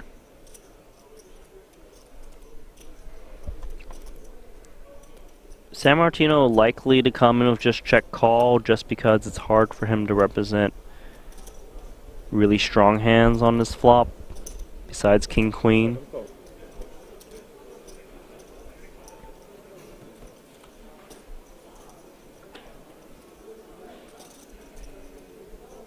Extra equity for the queen 9. Mm-hmm.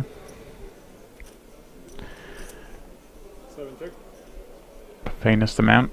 Doesn't change much for Jalba though, because he still has top 2. Some worst 2 pairs get there, which he can get a lot of value from. And Randy, obviously hands like 10-9 have now improved to 2 pair, but 10-8, 10 queen, jack 10, Added Jack equity. Queen, pardon me, all got equity. Yeah, that means they're going to stick around. Might be a hand like Jack X of Hearts in there as well. Yeah, there's just so many hands he wants to get value from. He has around 3 times pot. See what size he elects to go with here. 450. It's gone 450.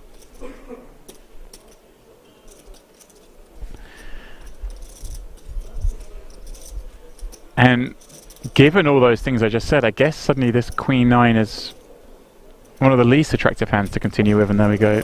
San Martino knows he has better to fight back with. 4th pair and now an obvious open-ender. Not going to cut it. I like it. Makes sense. You know, also some of his 2-pair draws like the Queen wouldn't be good as well. Mm-hmm. As the King would make a straight.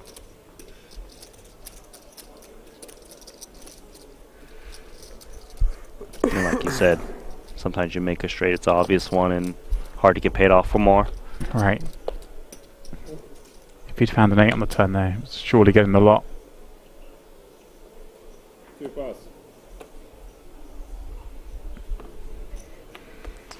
Mazabuzma with Ace Queen. Playing a little over 50 blinds from the hijack.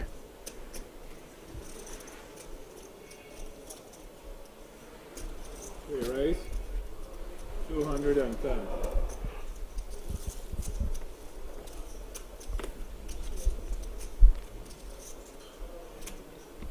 Pass.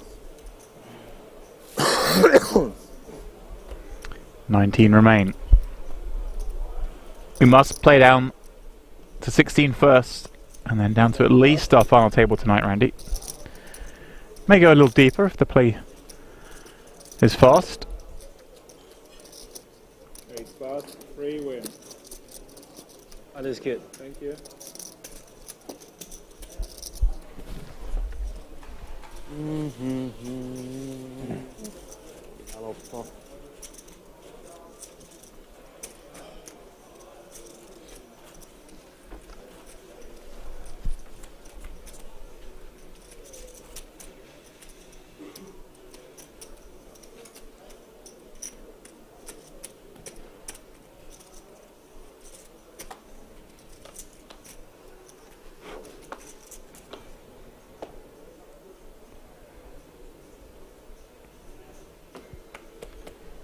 Pass. 6-5 of diamonds for Jalba. 4 pass. He's out. 5 pass. Too early of a position for him to play. Now then, King 5 for the button. For the alien. Who folds? Alien does his sweater, of course, not him personally. Tochi's out as well as we walk the big of Bogdanov. With an ace. He was willing to fight. A little sad he didn't show the ace.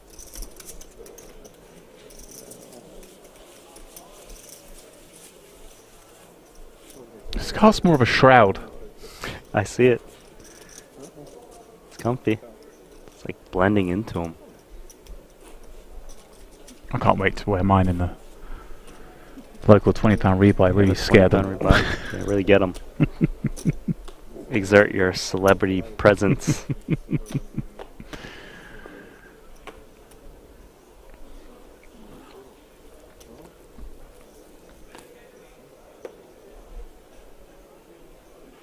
What's the biggest flex in poker? I guess some sort of one-drop branding. You know, like, I paid the $1 million buy. Don't worry about it.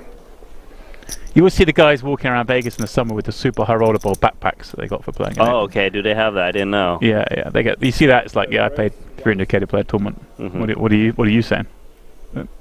They should put the place you placed on your backpack so that we can first out, or big prize, real flexes. And look at this, Tochi. He's been patient. Mm-hmm. Wakes up face king off of a 15 big blind rejam, and Right. San Martino could be in a tricky spot because these are the kind of positions where He might be very inclined to make a call with This two feels- sevens. But then again, Tochi hasn't been out of line at all. Right. And obviously, you know, two Italians, they've been talking. They may know each other. I don't know. Tochi has been more inclined to be tight, but it's still hard to believe that he wouldn't be jamming with a hand like fours. Is he or jamming? ace-5 suited. Yes, is he jamming all the pocket pairs smaller than sevens? He's certainly jamming the ones bigger as well. How much of it is unpaired hands? How much do you dominate? What about the ace-5, ace-4 suited? Are they coming in? At what frequency? Big laydown. Wow. Great for Tochi, as he wouldn't have wanted to flip for his tournament life there. Gets to chip up with no showdown. I'm going to go out on a limb and say San Martino is familiar with Tochi and is of the opinion that he's tight. Because I think against a player you don't know very well, there's no way you can really fold the sevens there, I would have thought. I don't know much Italian, but... Arrivederci. Is that right? Arrivederci. Okay, whatever. And pizza. Pizza. Yeah, well, good then, good then. He's talking to him. What pizza do you reckon might be in there today? What pizza today? I don't know, they have a selection of about 6 to 7. I know we talk about the pizzas all the time, but there's a mushroom pizza, pepperoni, margarita, other kind of cheese pizza. I haven't seen like a rice pizza yet, so not quite there. Well, you can get rice. I can from the rice station. Oh, they do have the pizza with mayo on top. They do. They have that little section that says Kilbane this way, please. Yeah, for those you who don't know, Kilbane showed up to our table with pizza and he squirted mayonnaise all over the top of it. It's outrageous. We were aghast. Not sprinkles. It was absurd. Well, is Maza Smart going to sprinkle some chips in this pot? He's played as a limp strategy from the small. Last time got raised, and now adjusts to a raise. That screams to me like it might not be a strong hand, Randy, but it is just that. It is 2-4 though in the big, which kind of just plays itself off of this stack size of 35 blinds or so. Interesting that Randy, he has only gone 2.5x. Yeah. Which is not a lot. It's not a lot. Of a raise from the small blind. Typically you'll see over 3. Or I at think least if 3. Jabba had around 20 blinds, he probably would be reshoving over this open, but off of this stack, looking to set mine a bit, play the position.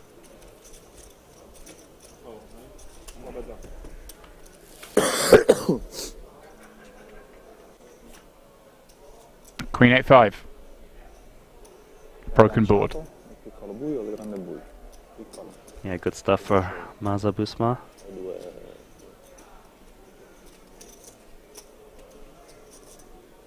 A lot of times when he bets here, his hand is over, but he's coming with just 80k.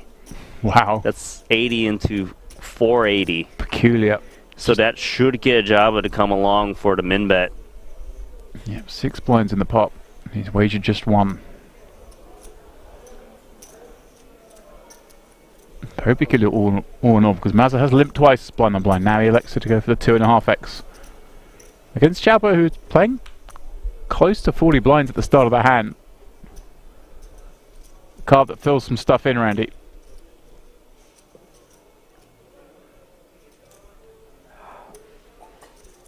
I think Mazza's gonna keep firing though, like so many hands he needs to get a little bit of protection against.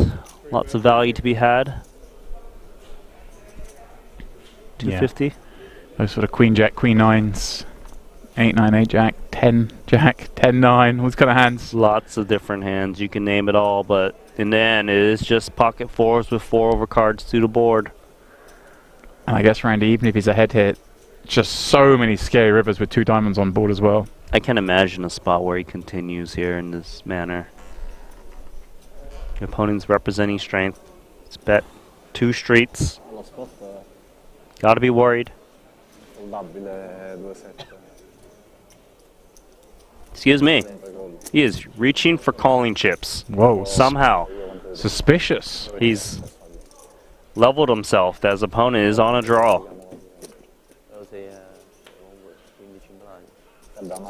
Not the best card for Mazabuzma to see. Not the best, but there is still value to be had against Queen X. Doesn't want to let his opponent off. cheaply. Gone small once again. Milky, milky, milky, and snap call from Jalba. With the under pair. Randy. I have no idea what's going on.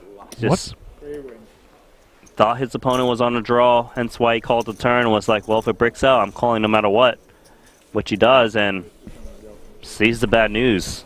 Loses a reasonable size stack there. Big pot. Maybe a big misstep from Jalba. His play on day 4 is well underway, and maybe a little fatigue creeping in there, perhaps. Maybe he was just leveled from the off that his opponent raised in the small, having played the rest of the time as a limp. Yeah, there's something about the hand that just didn't sit well with him. Definitely going to need to adjust after seeing that showdown.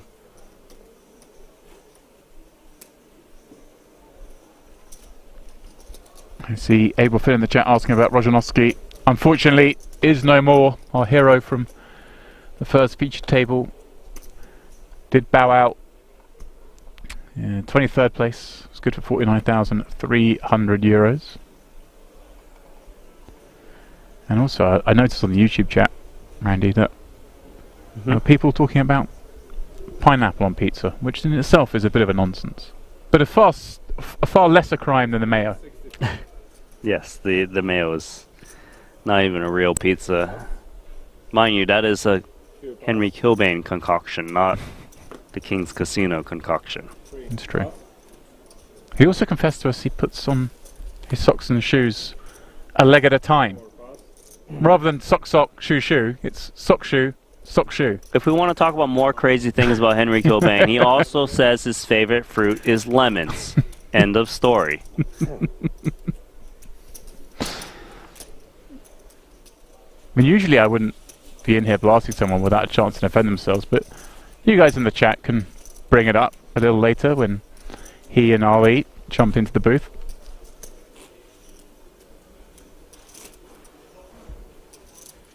I mean, I think that the sock shoe method is probably the most efficient, because you spend your time on one side then the other side and you're done. But I'm never going to do it. I'm not going to try. You're not even going to engage, Randy? No, I'm not going to sample this. It's just unnecessary. I just think he's right, but he's wrong. No, he's not right. You can't trust a man that has so many flaws, you know? But he ducks when everyone else is diving, and yeah, he sometimes it pays off. I don't know. Set mining hand, pocket deuces, deep stacks. Does lay it down. Doesn't feel like he'll get paid off for the maximum every time he hits the set.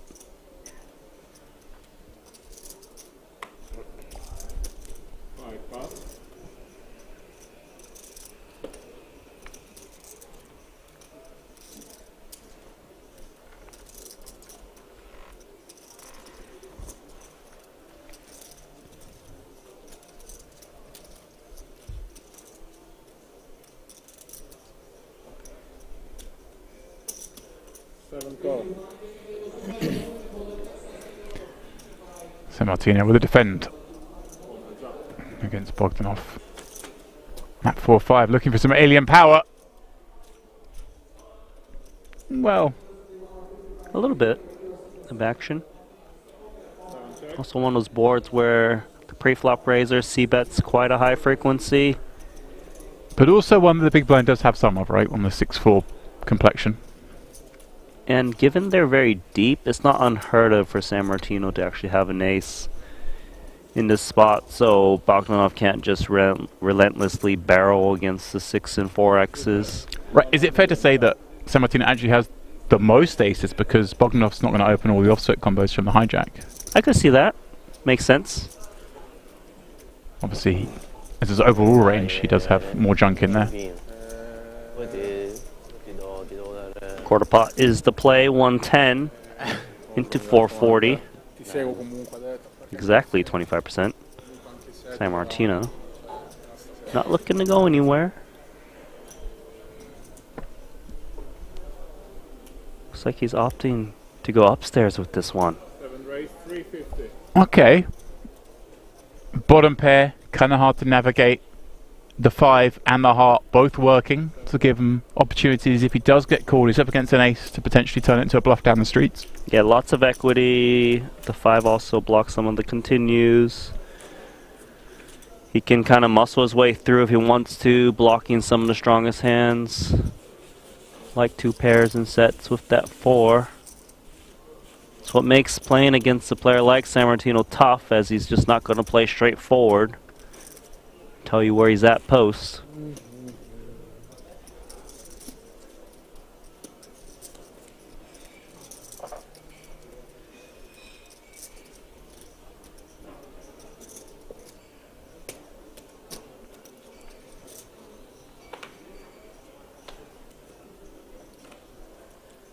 Trojka mat.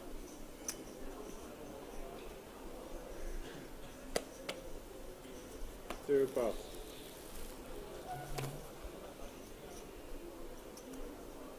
4 pass.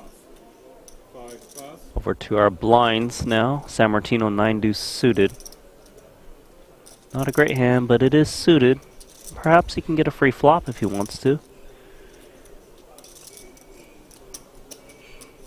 And we'll be attempting that into the short stack of Tochi. 1.4 million stack, king 5 off. Ace check.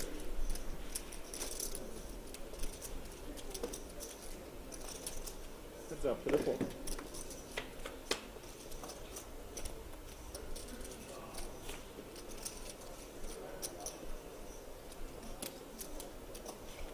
Excellent flop here for Sammartino, flopping the flush draw on his paired board. In bet. In bet it is. 7 bet 80,000. 8 pass, GG. 7 win.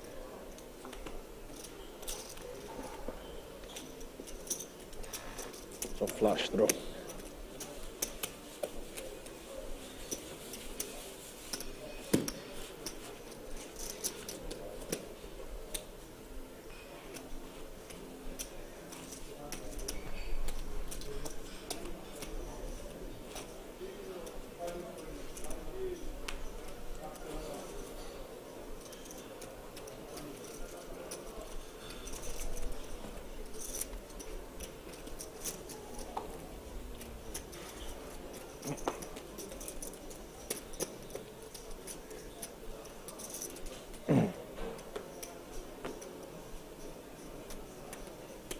Three pass.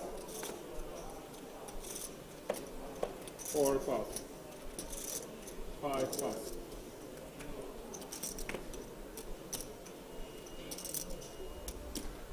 Never opened one back. This one, testing to be a blind on blind encounter. Quite a few lately. Jack 7 in the muck. Yeah, Tochi definitely more on the conservative side. Look, he's thinking that this big stack is just going to have a lot of reason to raise when I limp. Why donate another small blind? That's true. Can see where he's coming from. Yeah, it's one of the short stacks with Bogdanov on that big stack, rocking a Triton scarf. It's intimidating. There he is. Table chip leader, but Sammartino just behind him. Less than a blind that separate those two. Ting side, the one bringing the eyes, Randy. YouTube chat clearly have their man. Java, a little misstep, but of course we're still with 26 big blinds. A lot of play to be had. It was just a peculiar hand through and through, that Kings v4s. Multiple streets, cooling down with the underpair. 19 still remains, spread across 3 tables. That bit. Something pot, I think.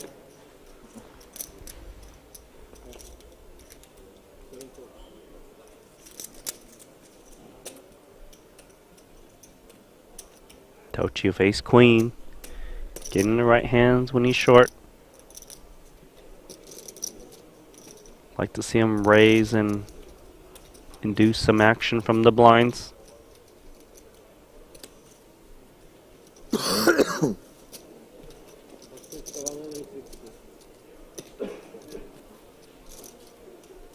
Bogdanov ace 4 off in the small.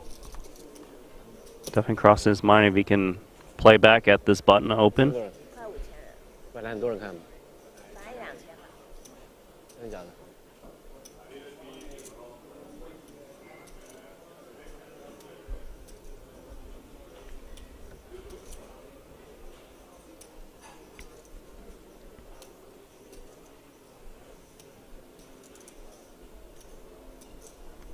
Oh, he's eyeballing the big blind stack as well to see if he'd be committing too much if he wants to play back, and he is going to reach for chips. Trying to attack the button open, who's not going to be able to continue unless he's got a good holding, which he does. The ace queen, that is. Well, well, well. Tochi may get his shot here.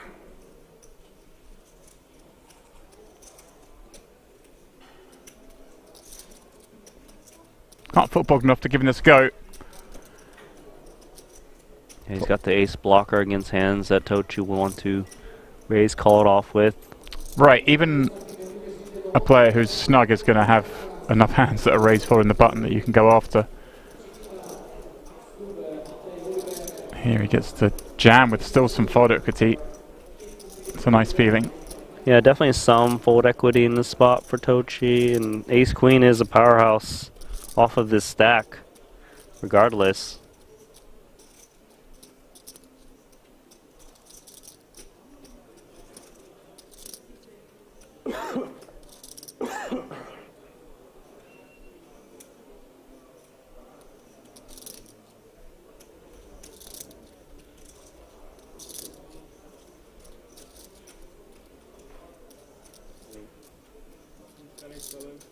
There we go.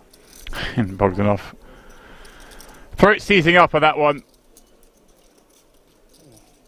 Thought he was getting a long tank followed by a fold, perhaps, Randy. I was hoping for it. Mm-hmm. But knew what he was doing once he saw the jam from Tochi.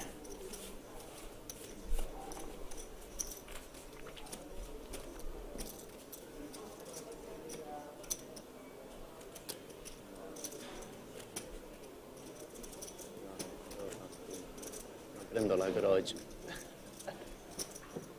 vuoi fare?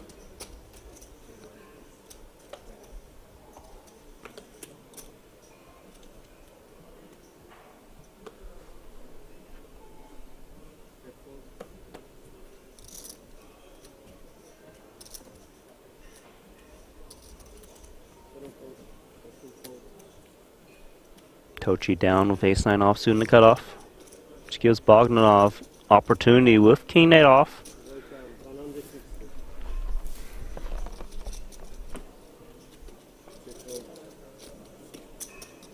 Nine 7 for Jabba. Things haven't been going his way at this feature table, down to 1.9 million in chips. That's still enough hand there, Randy, one imagines, to continue, take a flop. Obviously lost that big pot defending the big blind last time. This is a little different situation against the button. Oh. No, he doesn't seem pleased about it. Maybe that's it. Maybe he's... Little snake bitten. Yeah. Gonna tighten up a little bit. Bogdanov's gonna welcome that. Chipping up with no showdown value. Or no showdown.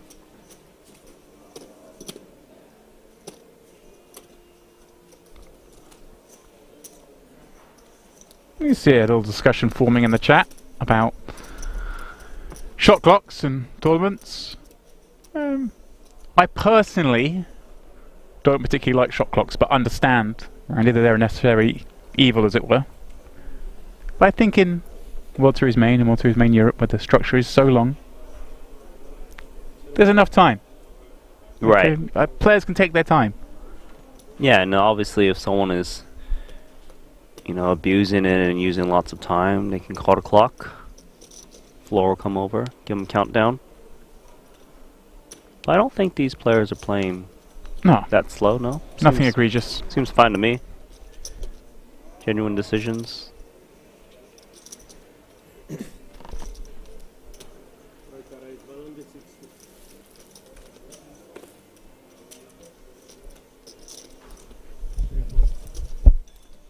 Aha.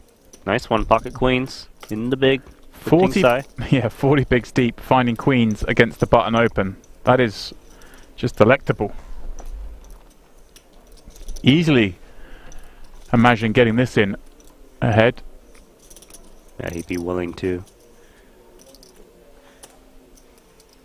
I'm trying to size in a way to get Buzma to put in some chips in a bad spot.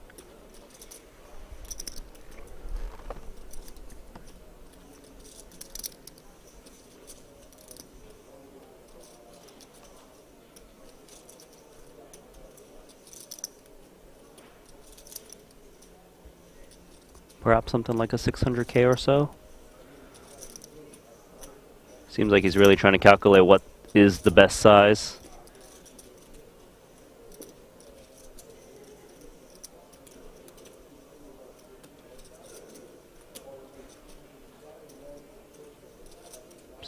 What is it? 650?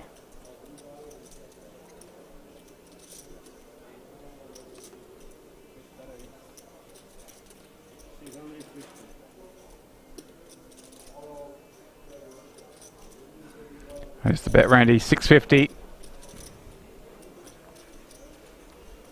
Who's Mark? King 8 suited. Too weak a hand to continue with. Plenty of stronger hands would have been in a tough spot there.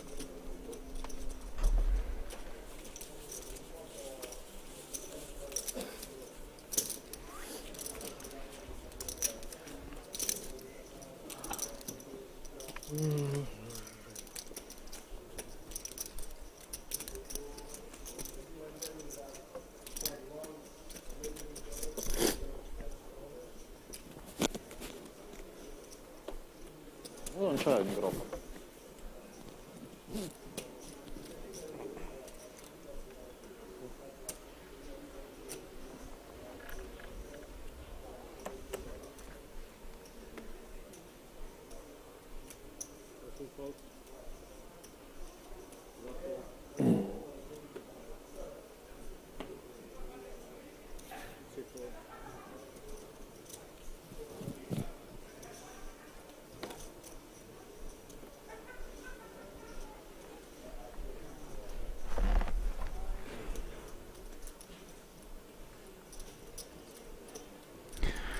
Shabba.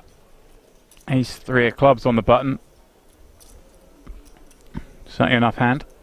Certainly wants to try and get things swinging the right way.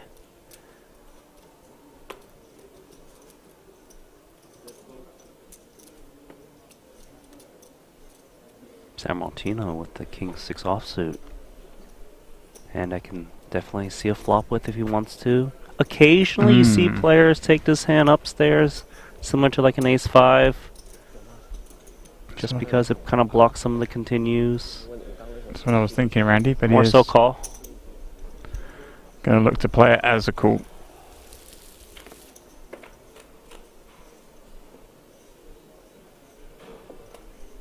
Jack 8-4, 1 diamond. It does catch the faintest of equity. Yeah, not too much though. Although it's also hard for Jalba to continue with Ace 3 of clubs, not blocking some of the continues. Obviously no pair, just Ace high. Maybe an opportunity now for San Martino to fire as he turns the King high flush draw on a board that Ace high could never continue on if it's black like this.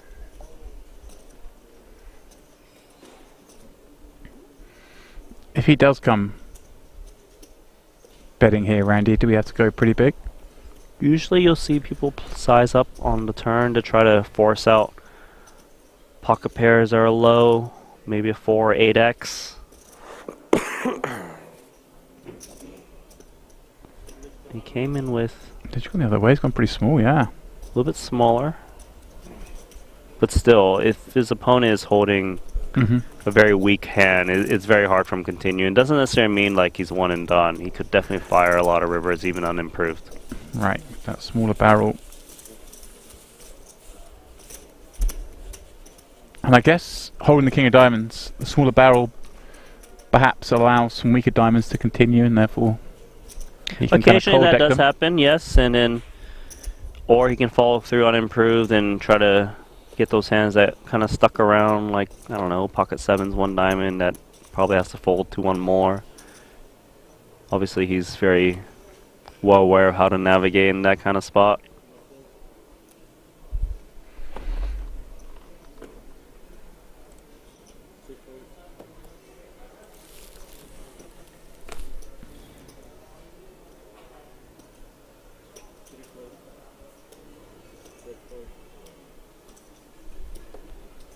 Queen Jack for San Martino into small.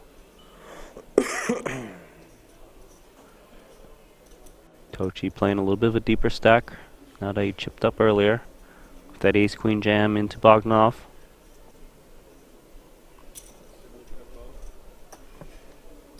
Just 10-4 offsuit. A hand that rates to raise occasionally from the big, but not in the hands of Tochi.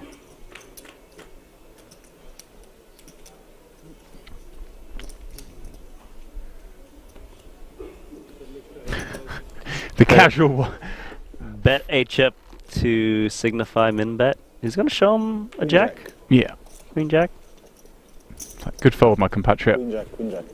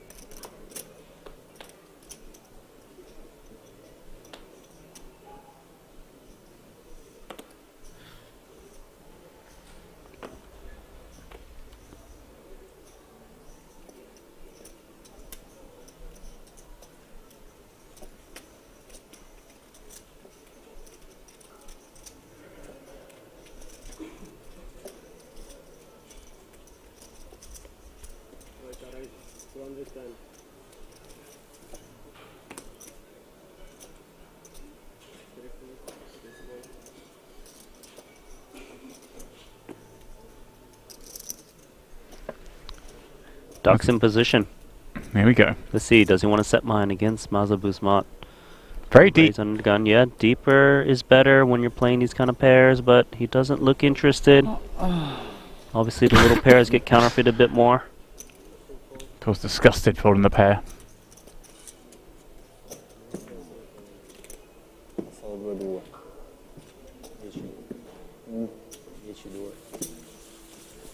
Randy, I can't fold pairs on the button.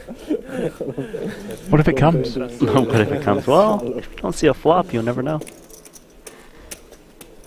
But we have seen a lot of guys just kind of gearing away towards playing these baby pocket pairs. It's not like you flop a set, you always get paid off max. Obviously, if you don't flop a set, very hard to play. Get counterfeited a lot too. On to Jabba, ace six of clubs.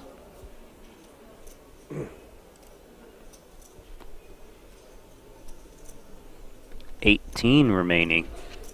Six-handed. All right.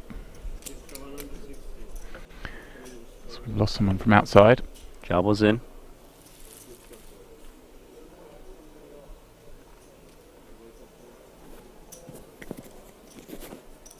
Oh, sorry. Yeah, he's had his quiet moment. He's had his little misstep. Now maybe just opening back up again a little bit. Ace six suited under the gun, raising it up. Mr. Smart with the defend from the big. Obviously, it's under the gun, but we're also playing six-handed, Randy. I feel like undergun's not the true undergun. Right. I feel like this wouldn't be defended against an eight-handed table, but double gutter. Oh no, open-ended. Excuse me. Yeah, seven or queen will get in there. Jabba with the flush draw on this very coordinated board that surely under the gun gets to have a fair amount of, or at least a gut shot and two overs. Yeah, it depends on how he wants to maneuver, as there are a lot of hands that have quite a bit on this flop. Does play cautious, doesn't hit the turn, although still the best hand for ace six.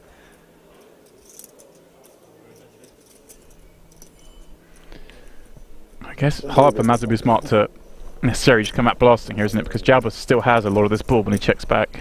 Especially on the 3 to straight type board, players do play more cautiously, as there are a lot of more made hands. Andata questa? Ah, raise call. Check. Jalba with the second option. Still has the best hand and the best draw. Says, I want to see that club. It's not what he's going to see. It's the 4-liner appears. It's interesting because the pair of 8s now have showdown value against ace highs. Jalba shouldn't think the ace high of his is any good. Right, and there aren't really that many ace highs out there that have opened on the gun at this point. But he does just give up. See it, and we discussed it to see the offsuit 8. Yeah, as a bet probably would have worked. He just looks fed up at this point, Jalba. Maybe the earlier hand with 2 4s was playing in his mind against his opponent and led him to perhaps playing that more passively than he might have done normally, and could well have cost him another pot.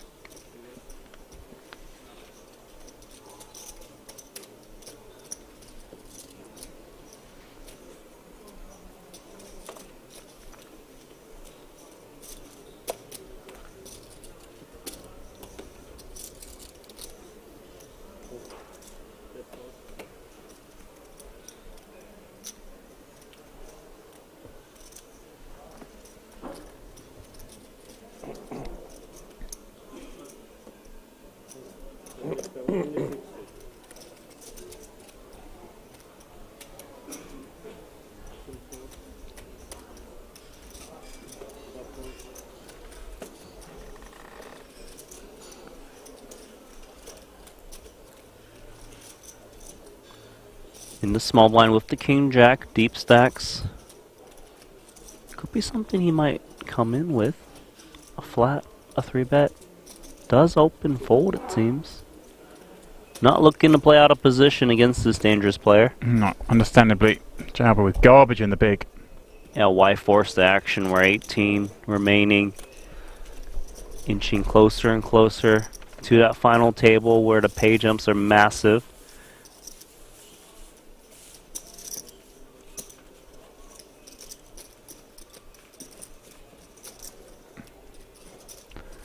That bust out happening, Randy, on the outer table.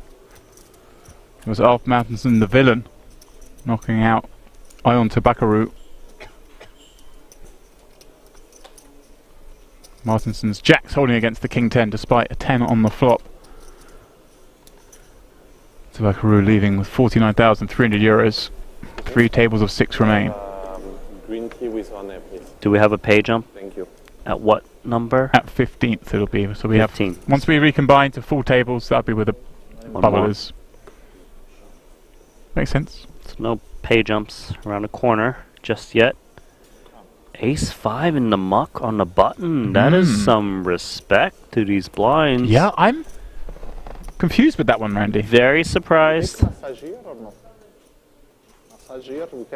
Sai gonna be happy about that. Getting a walk with 9-4 offsuit. Got away with that. Yeah, you're in the big blind with 9-4 offsuit. The button's got an ace, and somehow you don't have to fight for the pot. Not even the worst ace. Right. Ace 5 offsuit, definitely very nice.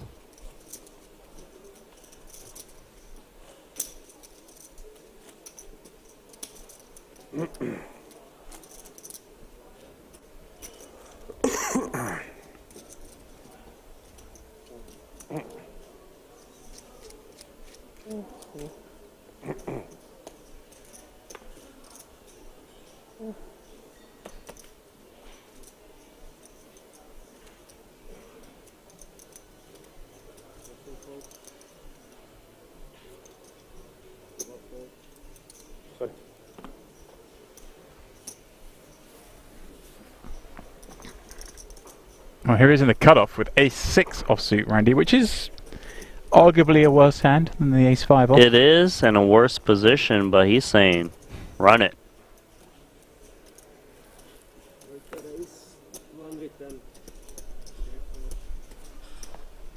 Maybe he thinks San Martino's a fish. Attacking the San Martino big blind instead. Alright. See how that pans out for you. 2-8s though for Sai. I've heard that's a lucky hand in some cultures. It is.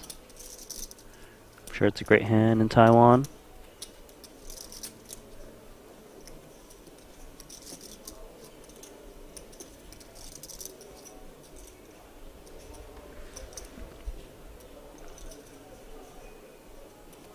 He has gone for, I just noticed, the larger raise size, Randy. It has been standard for him, so they won't be able to read too much into if it means something different. Does flat call. San Martino with an 8 busy in his hand.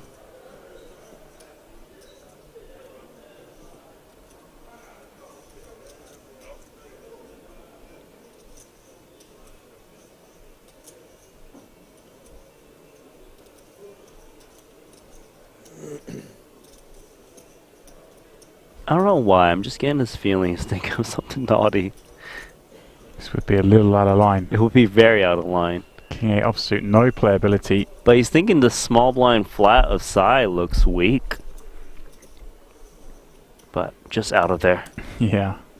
I wonder if he was trying to convince himself to peel in some way, but it seems unlikely against a small blind peel. Yeah, I think he was thinking, look, I can't really peel this one. So I'm folding, but what's the other option? Didn't end on fold. If I fold, I can't really win. But Randy, what if I raise? Well, Sai, with an overpair on the 5-3 deuce, having defended that small blind.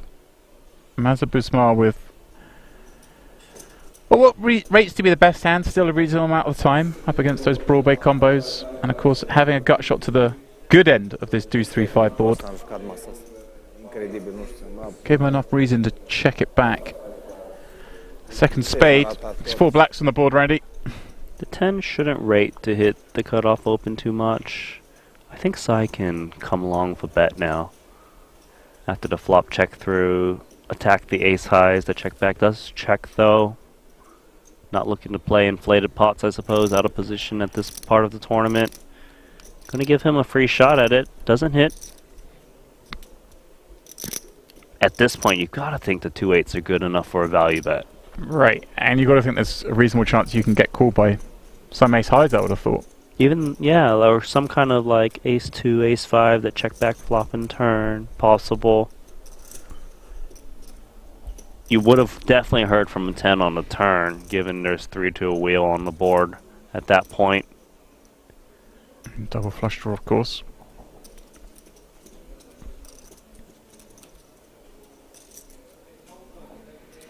And we'll see the Mazabusmart range looks pretty weak right now, so... It looks like what it is. Yeah, so I guess I can go a smaller sizing, but he's going a little over half. Oh, like 2/3, sorry. It's meaty. Yeah, more than 2/3.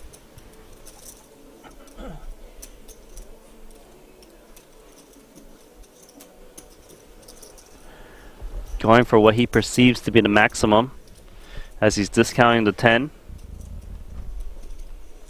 Right. I hear what you're saying. The ace 5 and the ace deuce are probably the hands you really want to get paid by here. I guess the question is, does Sai ever think he can get paid off by just pure ace high? Which he does. Perfect sizing. Yeah, nicely played. Paid the max. Didn't believe.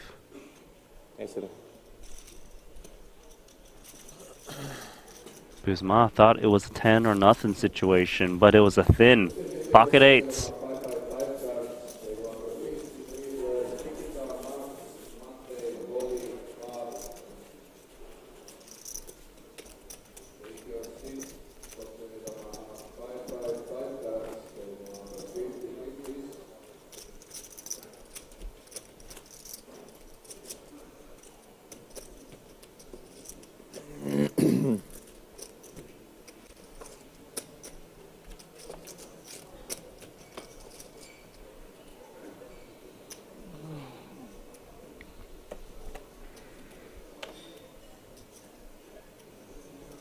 Bogdanov.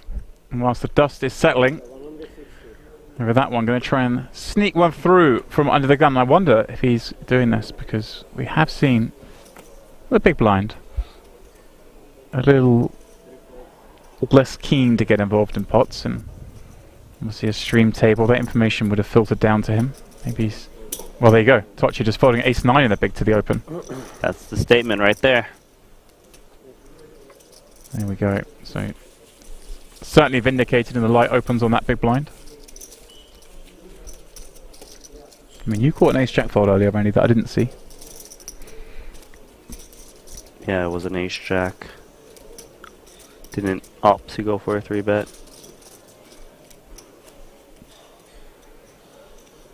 Tochi clearly would want to play hands when he's on the front foot. Doesn't like playing reactive poker. Doesn't want to play out of position against a good player with a hand like ace-9.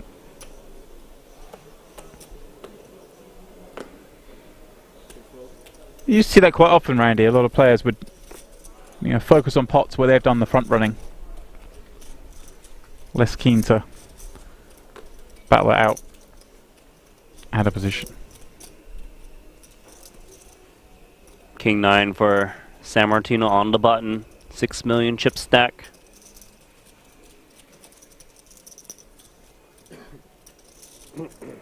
Got a snug small blind, so really needs to just fade the big.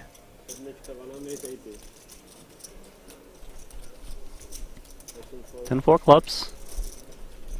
Suited. Not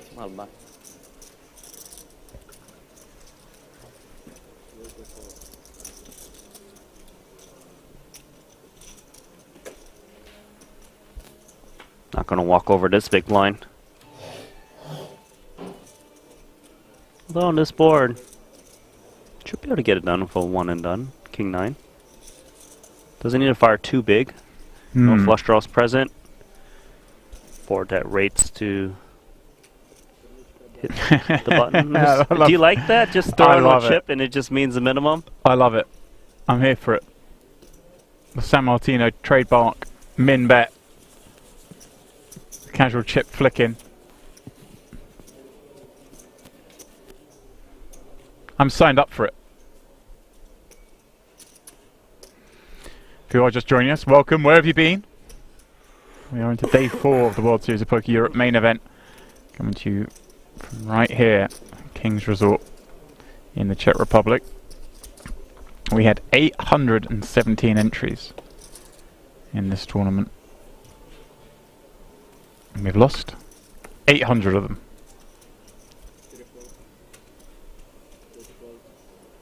One of these 17 will be the champion. And of course, with that title comes a rather hefty 1.5 million euros. Not to be sniffed at, Randy.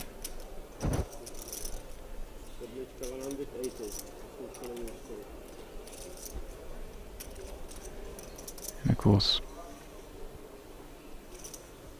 San Martino going for it again with ace deuce from the cutoff.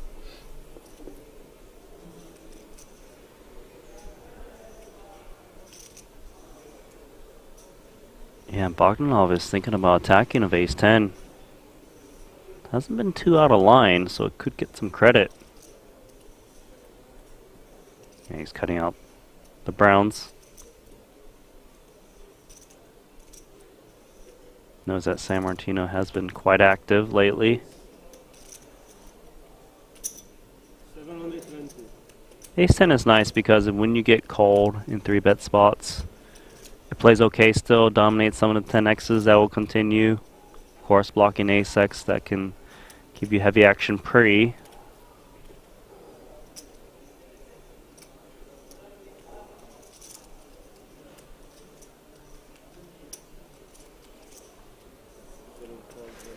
Gets it done.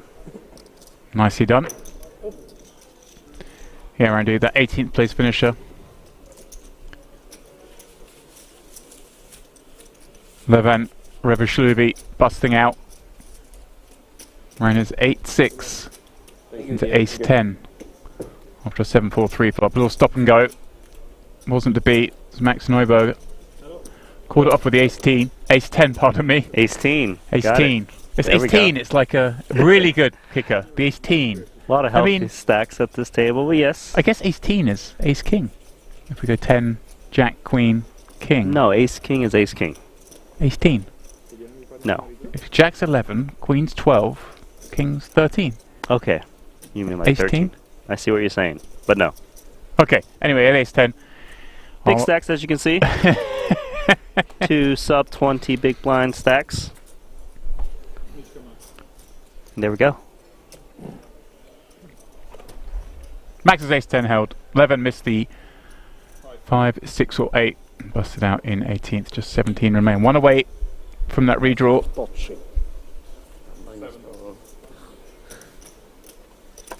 Preso? Scotto in minuto. Bottone io e poi cut off no. 2 raise, 160.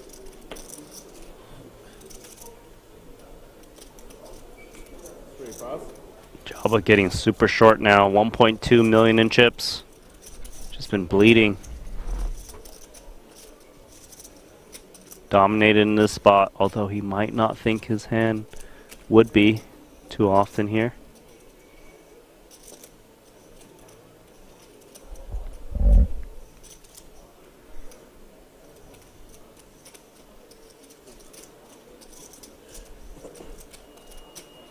Looks like he's leaning towards photo. Let's double check. Put them back in the hole.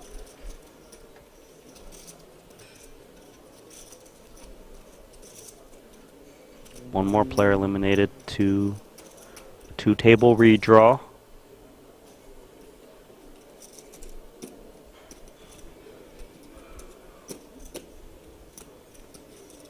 And looks like he is going to muck the 10-8. Big stacks gaining to leverage that big stack and get these free chips with marginal holdings.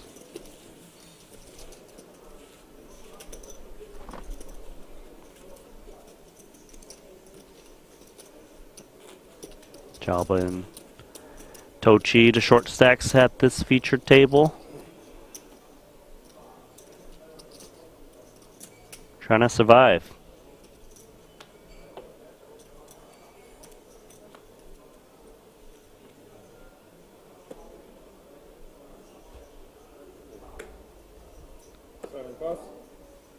King 10 suited for Tochi.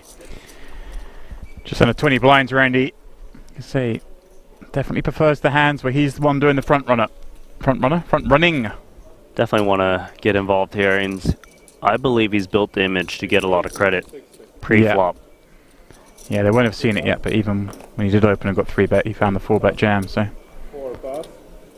A bit a lot of belief in these opens and nice timing from him. Quickly, swiftly, taking this pot down.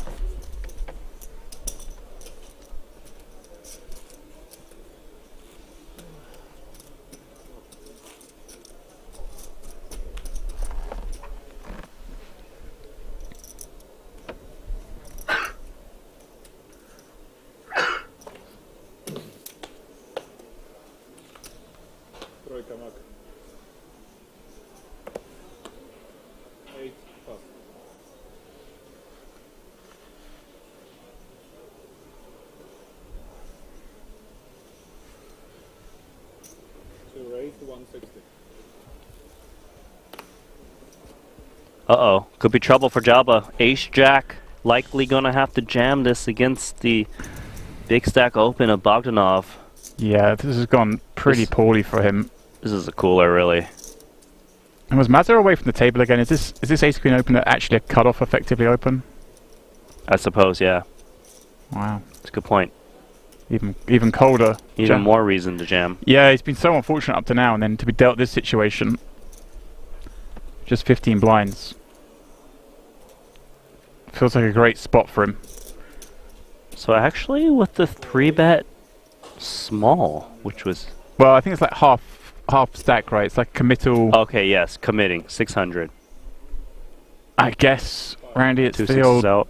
If there's crazy action behind, then there's an avenue to escape with ace jack. If Right, I can see that. Regardless, though, I don't think ace queen is going anywhere. oh no, I think ace queen. No chance. 15 blinds, Randy.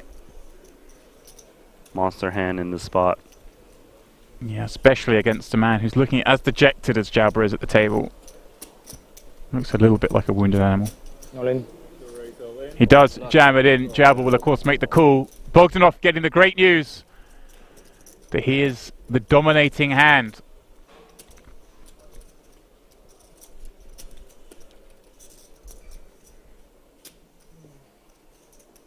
$2.5 in the million. 2.5 million in the middle. Can Jabba find a jack to get that comfy stack of around 30 big blinds?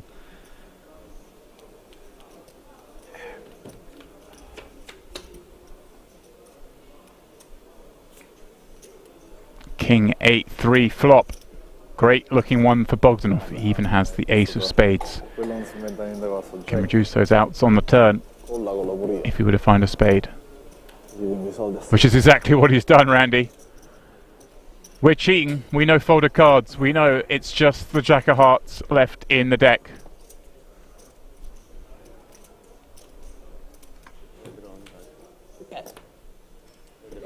Not to be, Randy. Six of spades sending you Sabia Jabba out I can go toilet. We don't play.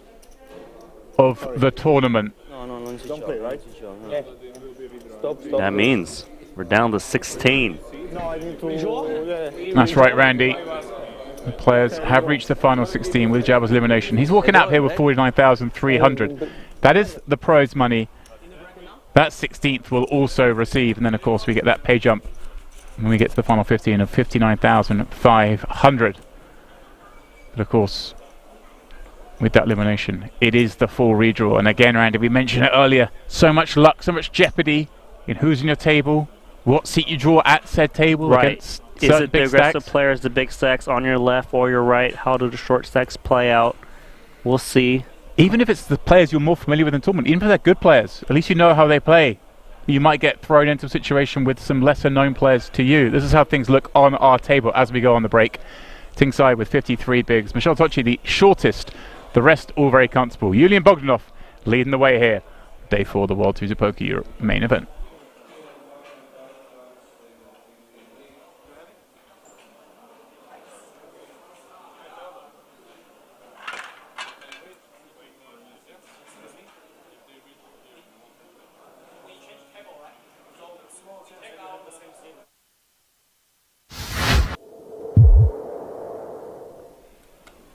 Especially again, broken record, but the structure of this tournament, 90-minute clocks, so forgiving. Can just get away with doing a lot more flatting there. The deck running rich now, and unfortunately on this occasion for Rosilio, his is a blend not quite as rich as that which has paid a visit to Neugebauer. 2 kings. And this is really going to look suspect, Henry. The guy is just V-pipping at levels that one never ever assumes is 100% credible.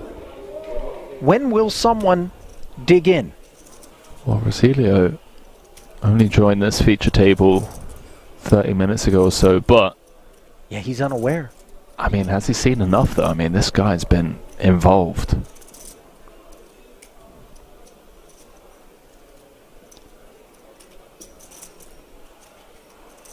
Does all the money find its way in the middle? Low jack v +1.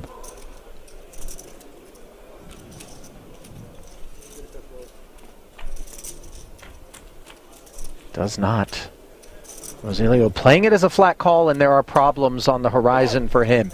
Top pair, top kick. No spade on board.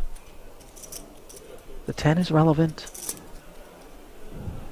Neugebauer with the overpair.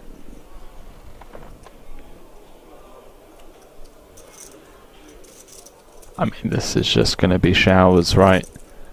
360 out there. It's hard to imagine worlds in which Rosilio's fate is not somewhat predetermined, bar improvement. 120.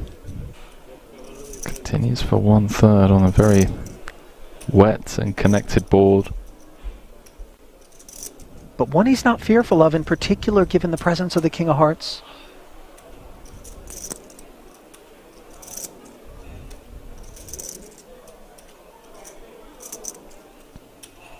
There really aren't many great turn cards for us, even with Ace Queen. Only King, Jack, Heart gets uncomfortable. Yeah, it's the cards 7 and below that are in a heart, really, that are the cozy ones. But maybe if he plays this as a flat and something dampen off surfaces on the turn, there are escape hatches available. Ace of Hearts, Jack of Hearts. Well, the ace obviously would hit Rosilio, forgive me, but let's see.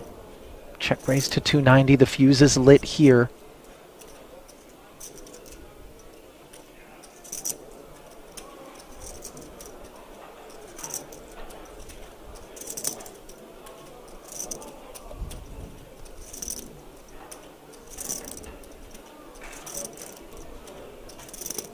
Do we ask for the rest now?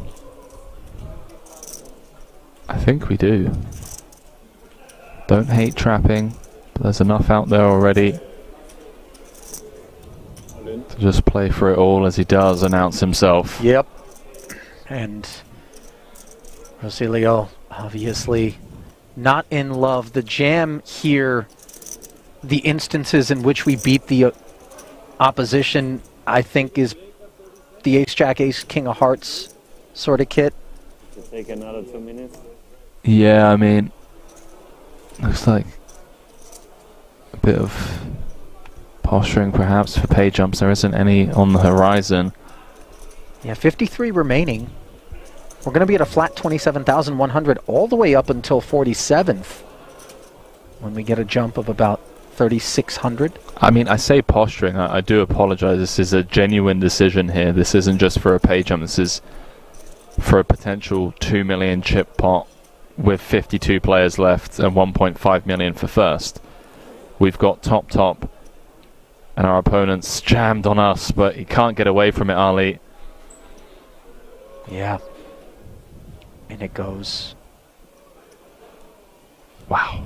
2 to come. He still has 20% equity, but a 4-1 dog for his tournament life here in the main is Hen Rosilio, the late arrival here at this feature table up against the Austrian Neugebauer, who has his sights set What our the table 2.1 number million in after the break? middle. We move to inside. What our table number? Oh, okay. Turn is as dry as it gets. A veritable Kalahari desert in the form of the deuce of clubs. Can Rosilio find the needed queen or ace? On his feet. Doesn't appear particularly optimistic. Maybe trying to use a little reverse psychology with the deck. Ineffectively, though. Jack of diamonds. One more hand. Will polish off his remains. One more hand. And that'll do it. For Hen Rosilio, 52nd place, 27,100. Ask yourselves whether or not you'd find the escape with Ace Queen in the spot as played.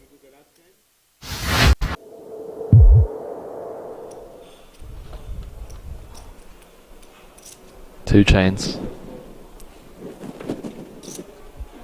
Not playing Yo's game site. Mucking the 8-3. Yo Viral's game, that is. Yeah, you guys covered 4 days of those cash game streams from right here in Rozvadov. Massive pots were exchanged, by the way, right here on this channel. 400,000 euro pot going Santosh Savanant's way. Remember that one.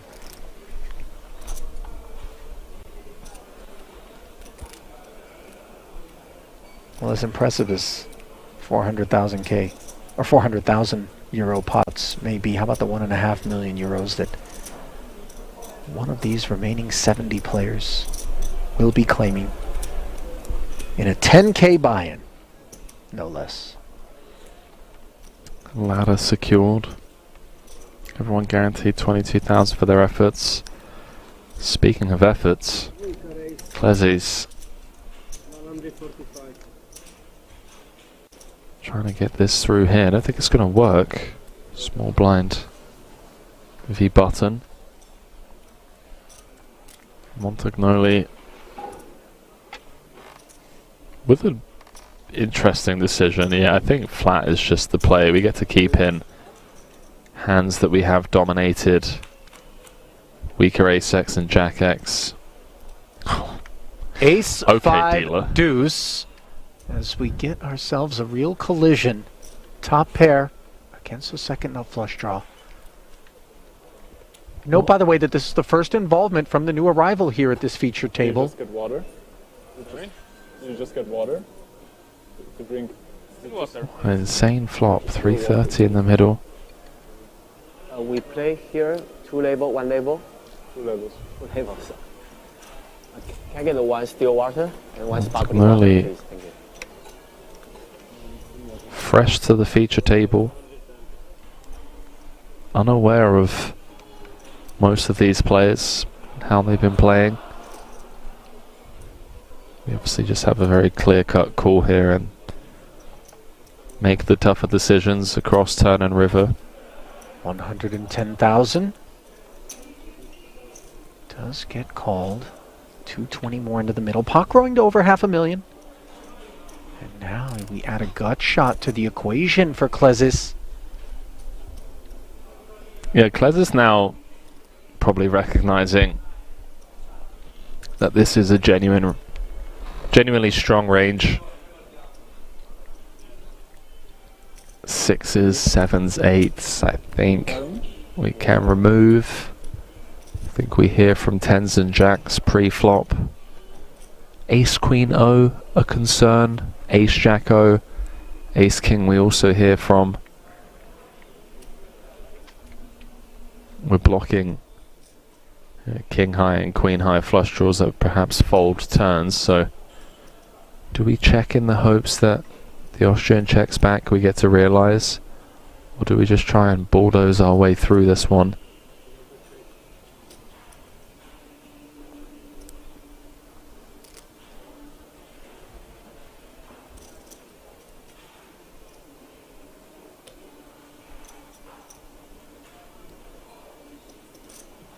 You see Montagnoli mulling it over here.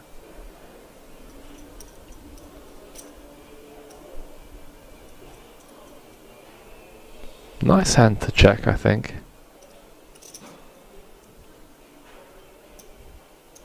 Looks like he's reaching for a small bet. Yeah, 1/3 pot. Just kind of setting the price for himself to just always be able to check behind. I wonder if this small bet actually induces Clezis to jam the King Queen. All options on the table. If he thinks the Austrian has fold equity.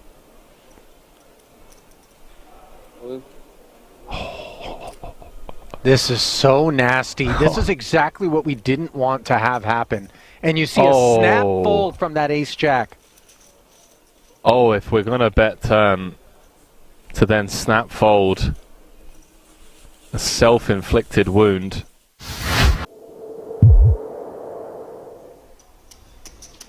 Both Morone and Saka guaranteed career best. Dina Cola with kings for the 3rd time since we jumped in the booth, Randy, which has been only about 20 minutes or so. Call it half hour. Oh, this Jack 10 suited could get Saka in trouble. Some players like to 3-bet jam this type of hand. It does well pre. Lots of fold equity, but he really does not want to if he can help it. 7. I think he said 7.5, you know. 7? Oh. And Morone's got a legit hand here as well. Every hand is a car crash. Ace Jack now for Morone out of the big. The spot that Di Nicola found himself in earlier, but extend. Oh no, he's pushed it all in, and Di Nicola is going to get an opportunity to be a huge favorite with these two kings. So grim for Moroni. So often he's just going to pick up the 10 million in dead money. 29% equity though, Randy. Oh, he's running around. Where's he going? To his rail? Over to, oh, they're both heading over to their rail. I wonder if there's going to be a fight that breaks out between the rail. Okay, well, we know Moroni's rooting for the ace. Di Nicola and his missus. Anti-sweating the ace. Yeah. Gotta be some awkwardness on that side. Saka just gets to watch on. I love this shot. This is amazing. 9-5-4, so far so good for the Cowboys of Di Nicola. 2 cards to come, an 85% favourite. Now up to 93. Moroni looking for a Barry. Di Nicola looking for a hold, which he does, Randy. Scoops a monster 63 million chip pot. We're just going to get official confirmation from the dealer, but I believe because Moroni was in the big, it's big blind ante first, and he was just barely covered, Randy. Eliminated in 3rd place, taking home 87,000 euros plus that World Series of Poker Europe main event ticket. But how bittersweet does this run feel here?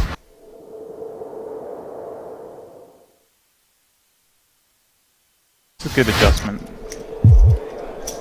Usually I say in these situations, Ali, I'm the guy who says, look, you're supposed to play really tight from the small blind here because of the person's in there, but I always have the argument, make them do it. I want to see that person put me in that spot before I just give them credit for doing it.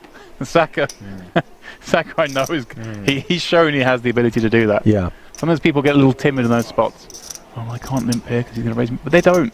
People are scared as well. I mean, listen, it's kind of like prior action has earned this deference. Exactly that. Yeah. Right? He's earned the fear. Ace Queen suited. Not a feared, or fearful rather, hand. Again, it's just one of those hands that obviously you're loving to look down at Ace Queen suited. It's a great hand, but there's a lot of scary actions that happen behind you here after you raise. Potential scary actions. Pocket 8s for Julian. Yeah. The exact sort of hand composition that leaves you feeling like, why Why'd you do me this? Why, exactly. Yeah. And against Prederoli, I think he knows Prederoli is not light. They both played a pretty similar game up and down this final table. And I think from what we've seen from Julian so far and in previous tournaments I've seen him in, he'll just recognise that this just feels like an icky situation. Oh, okay, he is going to go for it. Wow, he does go for it, Ollie. To his credit. Does have the best hand, but obviously very vulnerable. And let's see when it gets around. But this is what I mean for Prederoli. Oh, wait a minute. Saka. King, Queen. That would have been one worthy of considerations. Had Julian gotten out of there, Prederoli would have found himself in great shape against Alan Saka. But instead, now, he is feeling deep levels of discomfort. Yeah, I said he's lovely looking down at this hand opening, but there are lots of actions that will make him feel sick. And this is one of them. Julian committing from the next seat. Gazing around, checking the other stacks. Prederoli is not opening light from this spot.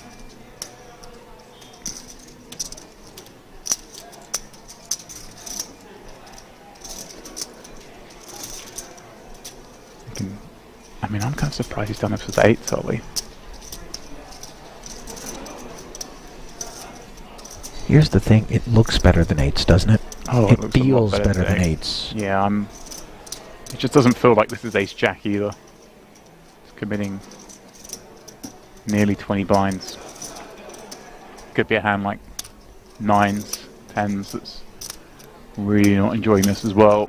But that's the argument in favor of playing it in this manner as opposed to passively. Not that he was considering a flat, but you know, things to be considered. Oh, wow, and over the top goes Alessandro. And this... Wow, a huge foot that neither of them wants to be in. Leaves us playing a 23 million chip pot between the Italian and the Frenchman. Big flip indeed, Julian. Very big flip, yeah. Saka's going to have company toward the top of the leaderboard, regardless of who wins this one, James. 20k flip, yeah. Wow. One of the byproducts of this higher variance approach taken by Julian. Yeah, but probably this flip is probably worth like 40 or 50,000. I think you're not helping them. In equity. It doesn't matter, it's already in there, 22, 23. I'm just kidding. In equity, it is worth a lot. To the flop we go. Ace and queen free. The eights holding on. Jack 9, 6, 2 diamonds. 60% of the royal, though. For Alessandro, now the 8. How about it? Take the ace and the queen off the board, but put the non-board pairing clubs up. And a 10 only. Julian with the set, and yes, the gut shot as well, not to be overlooked. Can Alessandro find it? Backdoor clubs. Wow. I think he covers. Showers. Just by a little, I think. For Julian, we will do a count. These guys are just that close in chips, but I believe we've lost. Wow. Glory. Wow. That was such an interesting hand, Ollie. I mean, I would have found the fold twice, I think, but that's just me. But they managed to get it in. Two players who recognized getting it in was bad, but the hands they decided were just too strong. Situation forced it. And maybe, Ollie, one on that bracelet.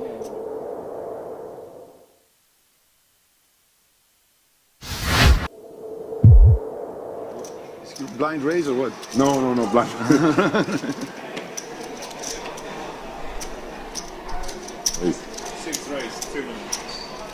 Well, we're back after having a word with our 4th place finisher. Alessandro Pederoli out in 4th for 66,000, and with that elimination, Randy, we're down to 3, 87,000. You've got some customers. Plus the ticket. You've got some customers here. Currently guaranteed. One more elimination away from... Oh my, Maroney's had the chance to defend the big. Closing the action. 7 million in the middle. And look at the check back from Di Nicola. That doesn't mean he's not going to lose a lot of chips. Perhaps, but the fact that he's avoided the c-bet on the flop could potentially save him 18 million. Would like to see Maroney come in with a bet on the turn. He can represent a lot of missed straight draws or flush draws right now. See what he comes in with. 3.8 million, and the king's gonna have to go nowhere given how under-repped his hand is.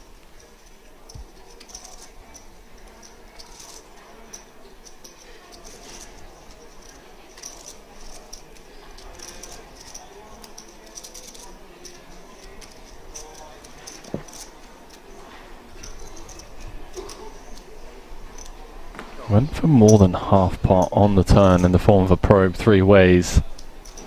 Does put 15 million out there now. Less than 1 SPR. Sized it to perfection. To target some flush draws, target some set 10x. Ooh, the 10-10 run out though. That's a hard one to bet, right? Because your opponent could easily have a 10x as played. It depends on how light he feels he's getting called on the button, whether to bet or not. And it looks like he's just trying to induce from the busted diamonds and straight draws, which I think is a fine play for his 7. It's going to check through, and I feel like he lost the minimum with those 2 kings. yeah, favourable run out there for Di Nicola. It's getting pretty even. 32 million for Di Nicola. 29 for Maroney.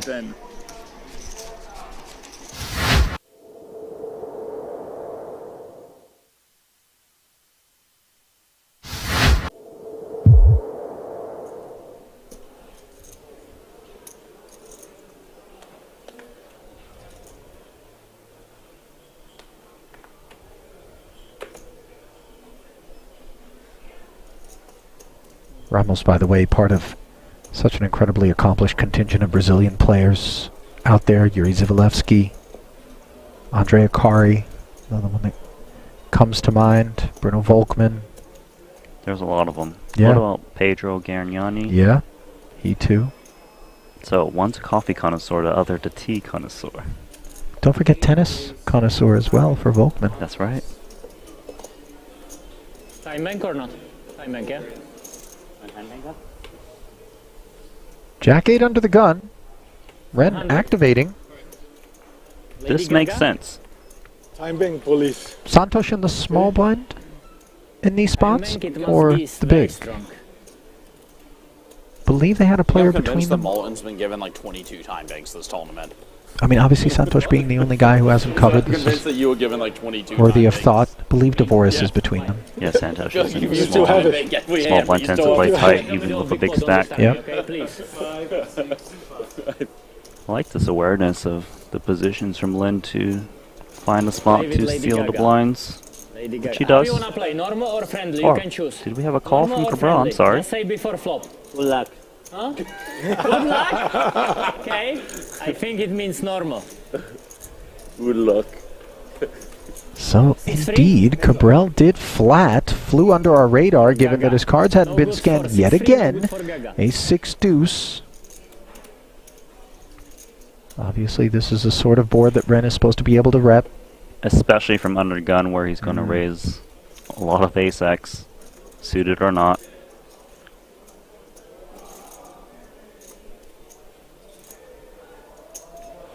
And this sprinkle here is designed to just kick out unpaired hands. Empty. What is this bet? You wanna bet? Bet like normal. What is this? 300. I don't understand. 300. Santosh, what is this bet? Can you help me? Probably 6-3, yeah. You wanna buy cheap free? Please. After the hand, please, next time. So Cabral, with a couple of 9s here, does call the 300k c-bet. And note that the floor came over and asked him to scan his cards here mid-pot. He pushed back a little bit and said after the hand next time. Supposed to be scanning it before the hand. Yep. I think he's saying, tell me after the hand, rather than I'll do it after the hand. Of course, they've told him multiple times in between hands, and that hasn't worked. So now perhaps a little bit more aggressive position being taken by the staff. I hear you. Whoa, look at this. Ren Lin's got nothing. Cutting out chips. Trying to apply that bubble pressure. 900 into 1.9. Not a negligible size. And obviously Cabral just fresh off of a double. Doesn't want to say goodbye to these chips too quickly. This looks like an impossible call, but would be correct. It's a call that's begging for a river check. Exactly. But I'm thinking if Renlin bets his turn, he's going to fire a lot of rivers. This is an amazing call from Cabral. But one more street to be played. And that street places an overcard to the 9s on the river, not one that rates to be of concern for Cabral. I think the 10 doesn't change too much for Renlin. He thinks that once he got called, he is up against an ace, but he could ask for it all, and it'll be hard to call if you don't have a nice kicker to go along. He should believe that normally a hand like 9s and lower would be out on the turn, hence why he bet. And there is a jam from Ren. Max pressure being applied. Stone money bubble. Snap fold there from Martin. Think about all the spots in which he's taken time. In that one, he knew exactly what he was going to do. I thought it would be worth, given the opportunity that's presenting itself and the fact that he called flop and turn, maybe just looking up at Ren, engaging him in conversation as he tends to do, and trying to see if he could get any sort of tell.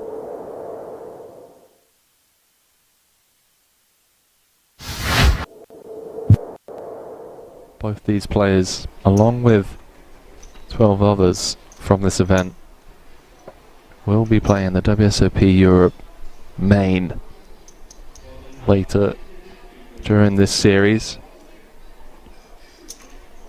The Italian came in with a 3-1 lead over Saka. He's been doing a good job holding his own.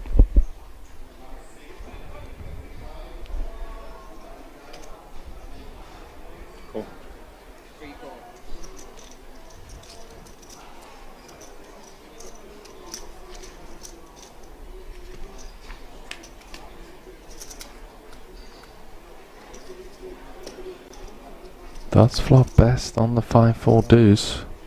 Couple of hearts out there. Nicola with the 2 overs. Happy to just check back as he now pairs his 10, and that's a card that Saka may feel okay with pursuing value on. Yeah, he's betting because when a player checks back the flop, they either just miss or have a lot of ace highs that has decent equity. Can kind of making the quick call. Oh, music to the ears of the Italian as it runs out clean. 11 million in the middle, and Saka is reaching for blocking chips. Another bet of 2.5 million. I actually think that Di Nicola can come in for raise against the block bet on this board. You shouldn't be too scared against like 2-pair plus. They might size up a bit, and clearly you've got a really strong kicker of your 10, and even ace 10 probably just gets aggressive pre. Raise 10 million. I love this. Wow, he does just go for all of it. Oh, I do apologise, he said 10 million.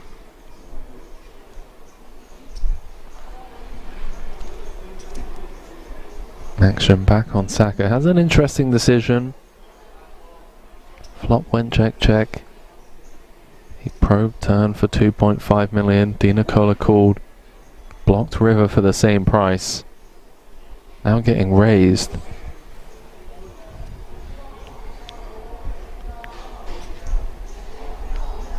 $7.5 million on request.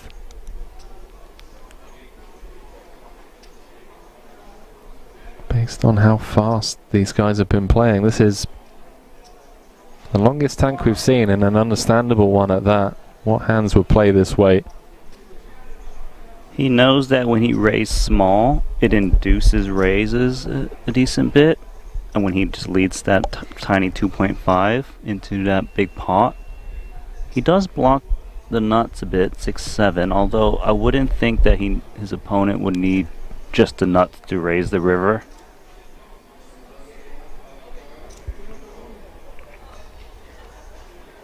Saka's also thinking that a 5x shouldn't raise the river 8x since it'll be thin with the 10 out there. So just, is this a thin value raise, or is this just a bluff that he's just trying to pick off?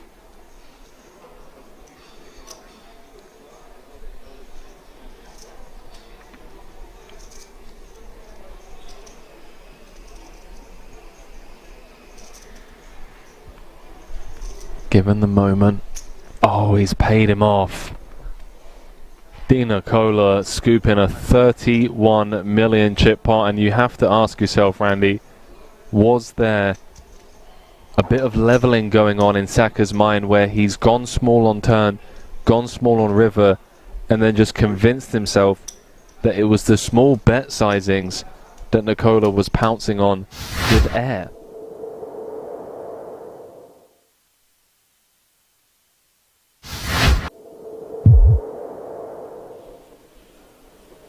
King 9. Fold.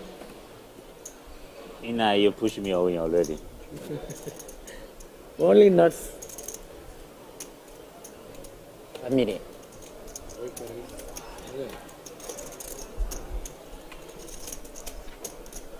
Joe back at it. This time with more chips, he leaves 600 back.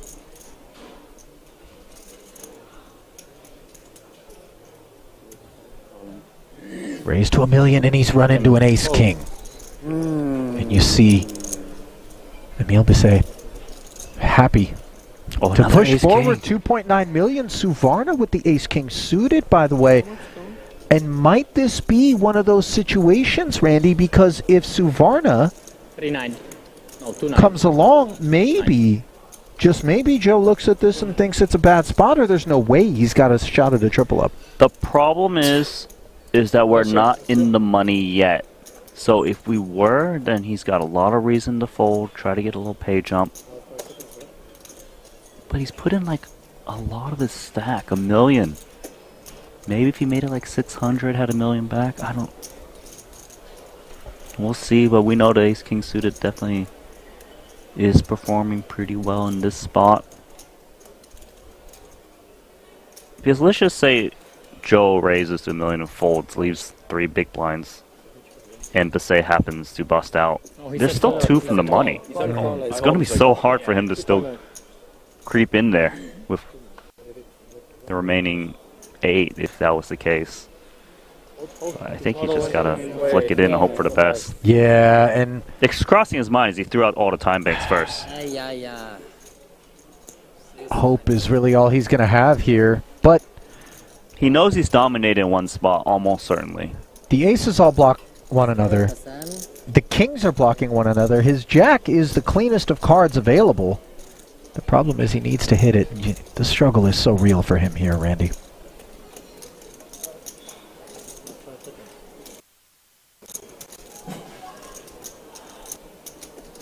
Yeah, he wish he could have like a jack 10 right now, or like a pocket pair, Sure. something he knows that is not dominated. There's no chance that ace jack has ever just got 2 overcards against both these hands, or he's dominating one spot.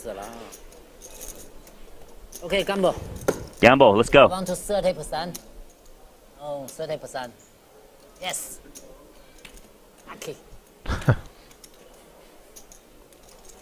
Yeah. Flush.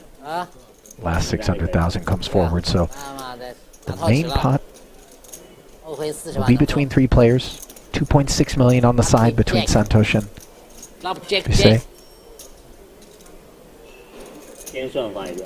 不用，就A 发勾就行。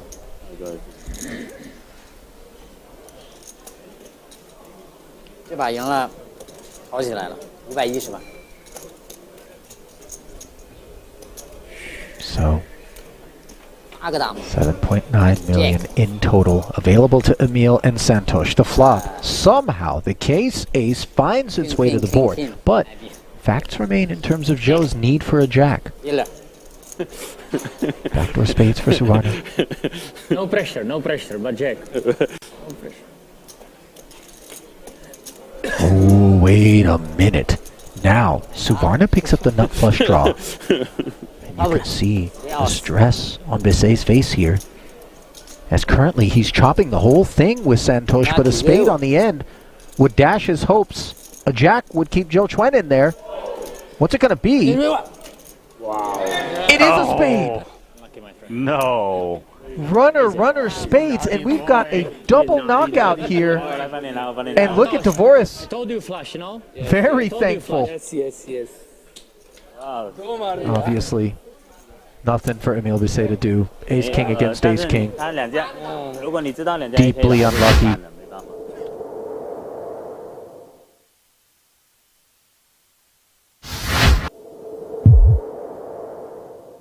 Important hand was as deuce of clubs versus sevens, I think. Yes, and then the river comes to us. Yes. Yeah, there's a lot of nerves out there at the moment.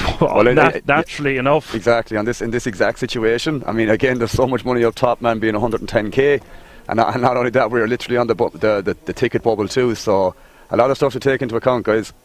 A lot of money up top, a lot of decisions that are going to be very, very important. Whether you preserve your stack or not, got to be careful. Got to be very, very sure every decision you make is going to be the highest EV decision. But I've no doubt that these players are more than capable of doing that. Especially they've outlasted 3,500 players, guys. Just shy, or just over, I should say, 3,500 players. Ridiculous field. A lot of days to play. But we have Swine Setter on the button, opening the sevens. Wow, we got an all in here. The ace-2 versus the 7s. This could be it, Dan. We could be on the bubble of the ticket here. It could be bursting. This could be bing, bang, boom, and just like that, the bubble bursts unless Bees can get lucky. He's got 33% equity. Can't find a much better spot here with 6 bigs. I think he was forced all in here. Actually, the blinds had just gone up, so it was less than 5 bigs total. Also, having your big blind invested and your big blind ante. Exactly. There are some arguments you could make for folding here on the exact bubble, but that is not the cloth that Emil Bees is cut from. 10-6-5 is the flop, and nothing in it for Bees, and he's going to need help on the Turner River, or the fan favourite at King's Resort will be eliminated. Turn is the Jack of Spades, now down to 1 card and 3 outs. Not the first time we've seen an ace in the river, Dan, when we've done comms together. Well, wouldn't be the last time. We'll see what happens. Oh my God, he hits it! The king is back, man. Disgusting, and I just said it too, bro. It's like I knew. Trust me, I didn't, by the way. Just to make that very, very clear. Always a surprise around the corner for the king. Man, this is stuff I'm not going to say you'd see online, but it's just in this situation where it's just like on the bubble of the ticket. It's just always these sort of things that like always happen. It just makes great, great content.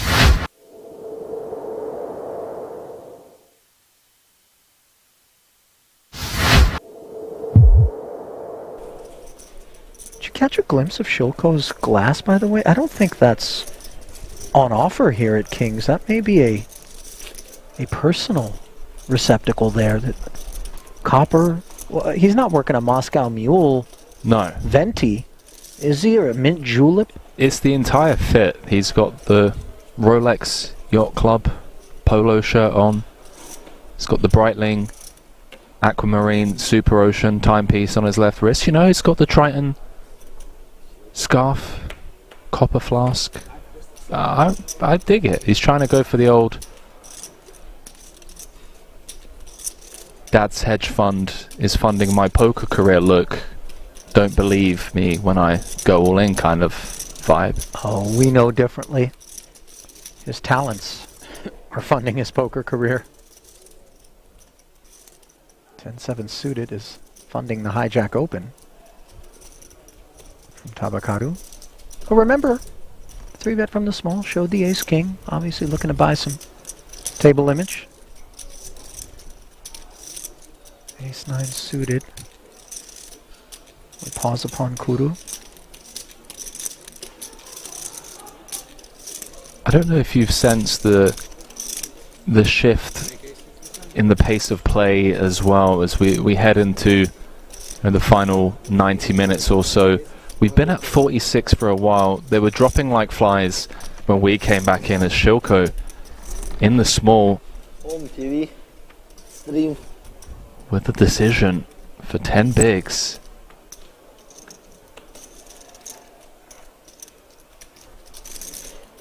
Oh, here we go. Is this it?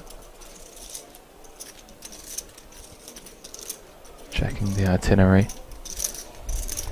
245 already delivered, so this will be a spin. There's no world in which Kudu's going to release. But Shilko trying to put him on a range here. Hijack open, button 3-bet.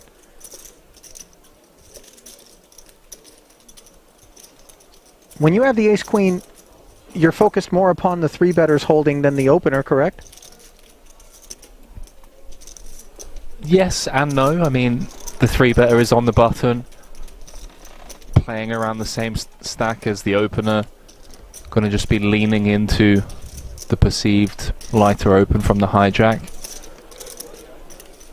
I think it's evenly split in terms of how worried we are about both players. Not an easy spot. Not an easy spot. I mean, he knows he has no fold equity, so he's always going to be spinning the wheel. It's whether he wants to go for it or not. Everybody playing so slow. Who just said that? I didn't catch it. Maybe Benitez? Oh, there we go. Comes to the right decision. Yeah, Benitez a bit uncalled for in my opinion. It's a 3-bet spot. 26 left, main event. With action behind, like... Минимум дамы. Минимум дамы. Не годится. I know. Никогда. Просто don't know about that. Здорово. Well, comments aside, we're going to play for 760. Look at the glance. Kura's giving it, by the way. Kind of just like... Hey, pal. Be careful who you make enemies of. Paired flop, presenting opportunities for Kuru. Shilko.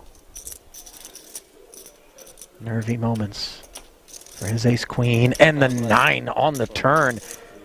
A dagger delivered to the Belarusian. Can he find a queen in turn on this river? That would be the only escape. And he cannot. No justice sometimes. Obviously, Shilko coming off of a massive victory at the PSPC. Doesn't have a whole lot to complain about, but that was a spot that deserved a bit better.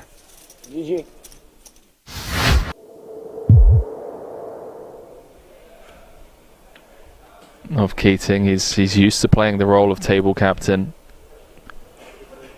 I did say, you know, there's only enough room at this table for one B-knock. Looks like we're going to have a blind v blind confrontation between the two.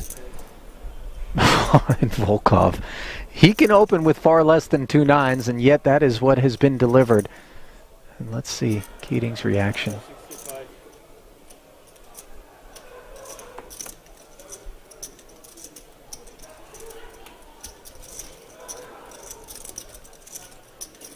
$65K. Sprinkle 2x from Volkov, who's been getting the better of everyone at this feature table, not just Keating.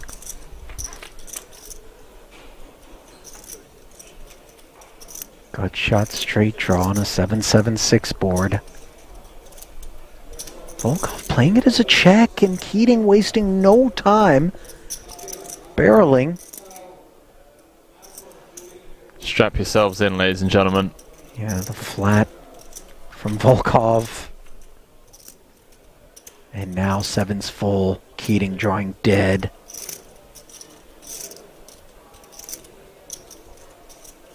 Perhaps a safe turn card for Keating to avoid going broke on. Although probably less inclined to give Volkov these types of holdings. Would have expected pairs to c-bet perhaps. Looks like he's carving out a decent sized shell.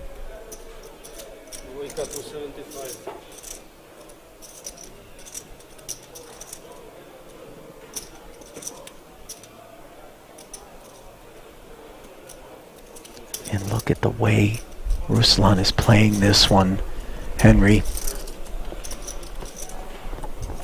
Now a full house on board. 2 check calls.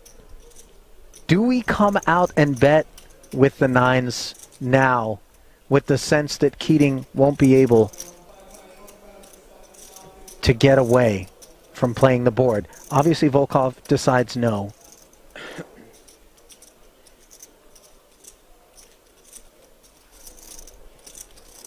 I mean, surely Keating feels as though this is a gift from the deck on the river that would allow him to chop. Oh, no. You know, only a 7 that Volkov, I think, is truly worried about as played. I mean, we were teasing that this was an entanglement waiting to happen. Yeah. Well, you see the disbelief on Keating's face, who, to his credit, by the way, isn't incredulous about the situation. Obviously, he knows that Volkov will have a hand from time to time.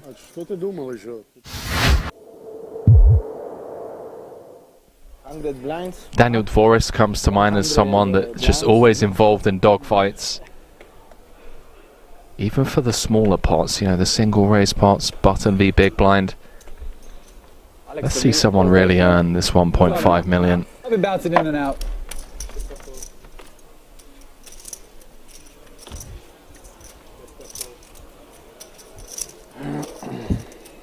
Twitch chat, by the way, speculating that perhaps we got some vowels jumbled up with respect to Benitez's online screen name, because if it is indeed Temato as opposed to Tomate, Temato is I kill you. And that would seem to be a little bit more. Yeah, I don't think it's... If Temato. it isn't, you know, but I could see Temato, you know what I mean? If you're a boss out there, kind of an aggressive warning to those brave souls that would seek to take him on. Shilko showing bravery, this time with King 10 offsuit in the cutoff. Getting 3-bet How much is this? 60? 60, by Volkov. Up to 165, now the Ducklings losing flight feathers.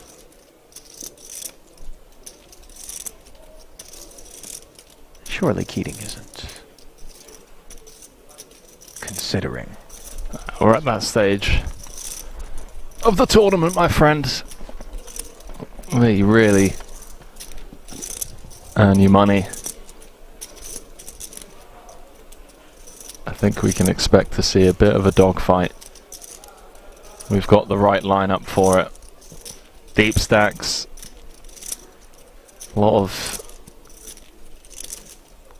ego, testosterone, competitiveness amongst these players. Hello. Hello, cold 4-bet. Quack, quack. Up to 440 in total. Ladies and gentlemen, we give you Alex Keating.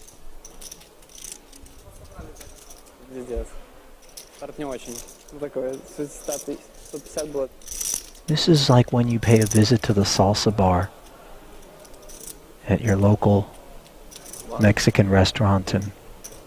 What? What have we walked into? I thought Nejad? that the ghost chilies were going to be delivered by Keating, and yet all of a sudden Volkov flexes with a 5-bet up to 1 million. This is a Carolina Reaper here with Ace-Jack.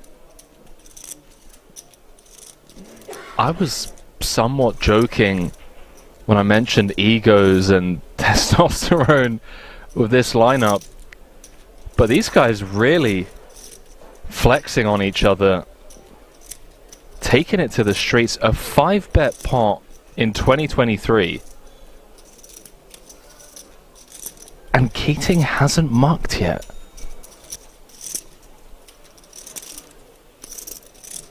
This has nothing to do with the deuces at this point and everything to do with whether or not Volkov's out of line.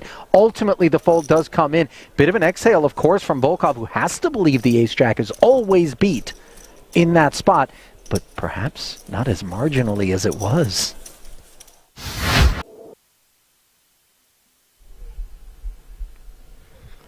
And welcome back to the King's Resort here in Rozvadov, Czech Republic, where the World Series of Poker main event creeps ever closer to an eventual champion. Day 4 action here. The intention is to play down to the final table, and then tomorrow to crown our champ and award 1.5 million euros. Ali Nejad alongside Henry Kilbane. Glad to have you with us, whether you're streaming through Twitch, YouTube, or some piracy out there, whatever it is. Yeah, Glad to have you with us. Whatever floats your boat. And here is a look at the harbor's worth of boats at a new featured table. Andrea Radicki, 108 big blinds, 8.6 million plus. He'll be the boss stack coming in. A couple of Bulgarians right behind him in Bogdanov and Petkov. Down to the Austrian, Neugebauer. Mike Rocco in 5th. Alf Martinson, Andre Scintilla, and then Michele Tocci on the 22 bigs. Henry, and you know, looking out at this collection, names that jump out at you, I dare I say Mike Rocco, just based on coming into the booth, the fact that we saw him. What was he up to on his break? I mean, Rocco is built different, my man. I mean, he was doing some hot yoga in the sauna. He was meditating on the ground outside, bearing in mind it's mid-November, Czech Republic. He's from California. You know, it's nice and warm out in Cali. Not so warm here. He was meditating on the ground. Not on the grass, not on a bench. Just sat on the ground with a t-shirt on. No jacket, no hat. Outside? Outside. Just getting primed for these final two tables. I mean, scary stuff.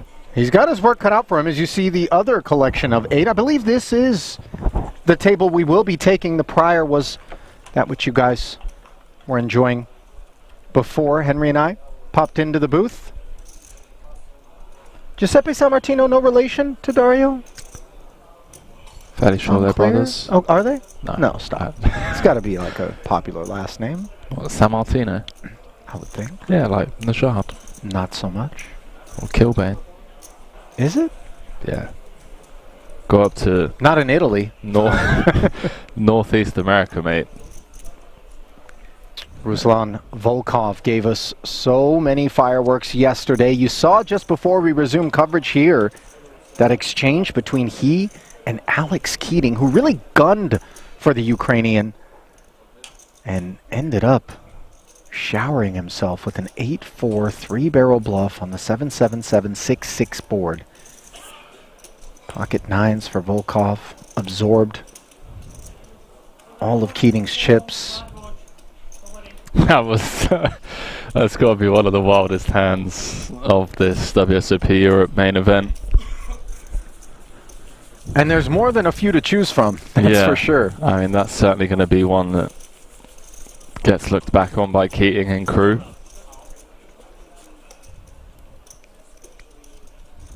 But here we go. For a lot of these guys, the next 5 hours of poker is perhaps going to be the most important 5 hours of their careers. Let's see who gets after it. Let's see who buckles under the pressure of the bright lights, the cameras, the big stage. Let's see who really just steps up to the plate. You know, I suspect that we're going to be looking at kind of two very specific characters with 2 tables left. Those who are looking to spectate whenever provided the opportunity, sit back and allow others to give way. And then those who are going to take matters into their own hands. Now, clearly, when you have ammo, you can fire bullets. Are you talking about that man in seat 9? Yeah. Yeah. Volkov. He's going to be cut from the ladder cloth. No question. Based on what we've observed so far, but tournaments are dynamic.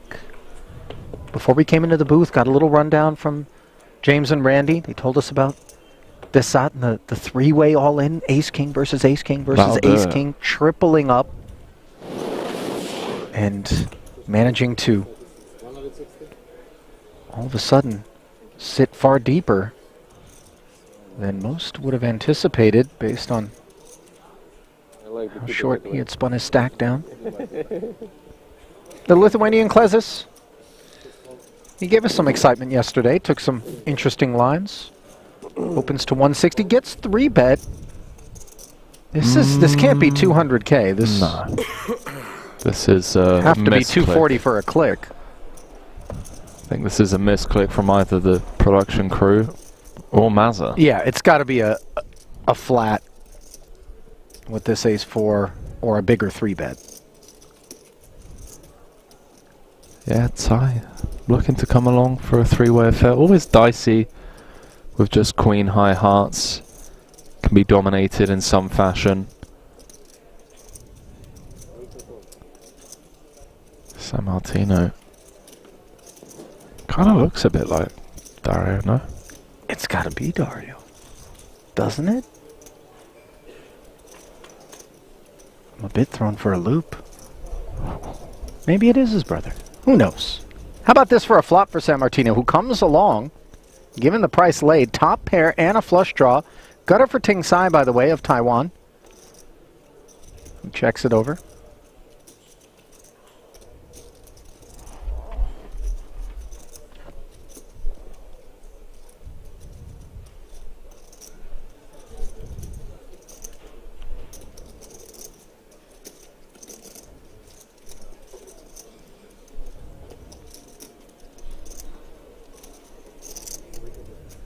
Predictably, Sammartino reaching for chips. 180,000 bet. This must be Dario, just based on a quick Google image search. I mean, you know, the legend. That's Dario. But there's the brothers Greenwood, Sam and... I mean, unless he has a twin brother based on what I'm looking at right now, I'm gonna say that's Dario. I'm just used to seeing him at a tux whenever he's in a tux, whenever he's at a World Series of saving Poker it for the final table. Yeah. Undercover for the time being.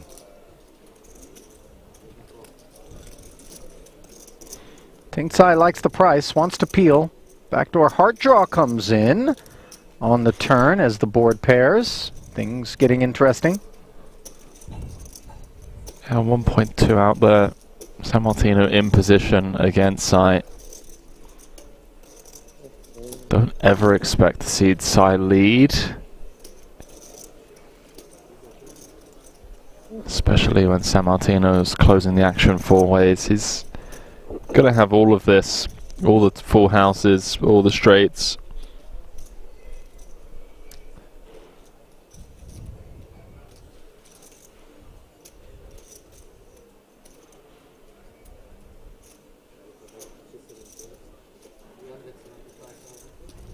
$375. I wonder if this size is designed to check back most rivers unimproved.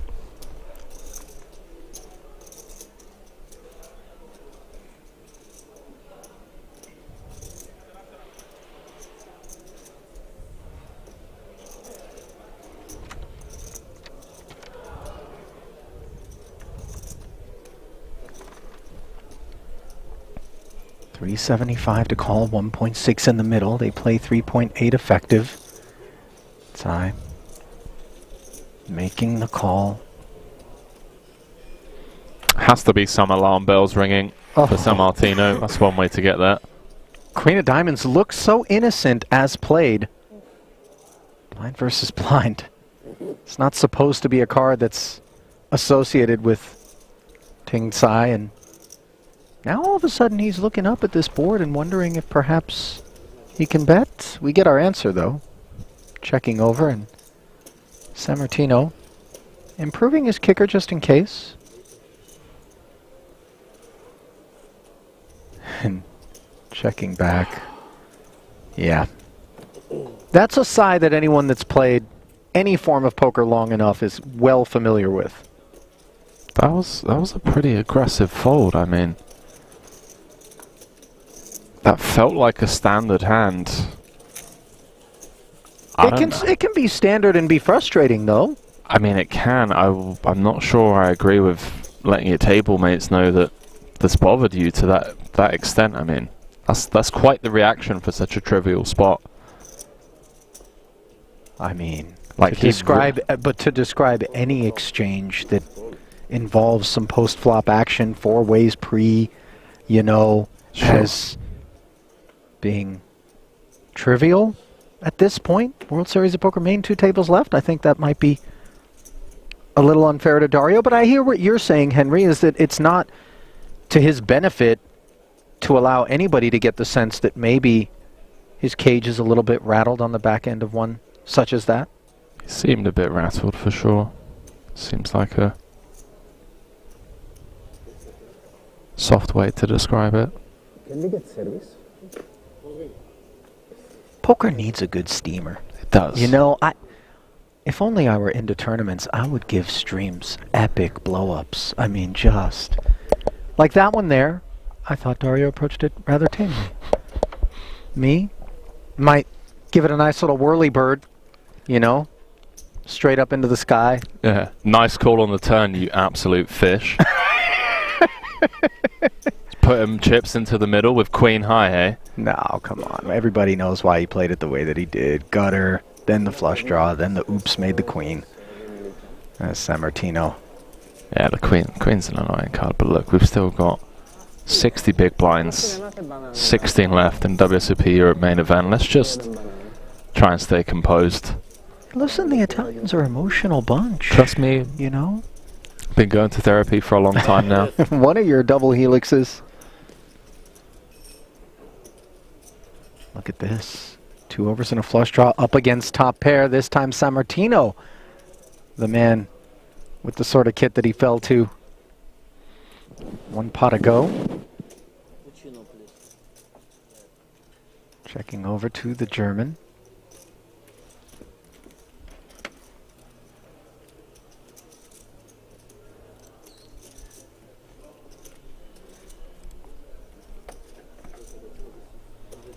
Yeah, Poodle. Gonna sprinkle something out. It's gonna have so many bluffs here that stab on this board, so it's nice to mix in some top pairs, right? Just makes sense. Everybody big stacks. No fucking one. San Martino plays it as a call. Another 200,000 into the middle. Ace on the turn. Man, if Dario doesn't improve, we may very well have liftoff.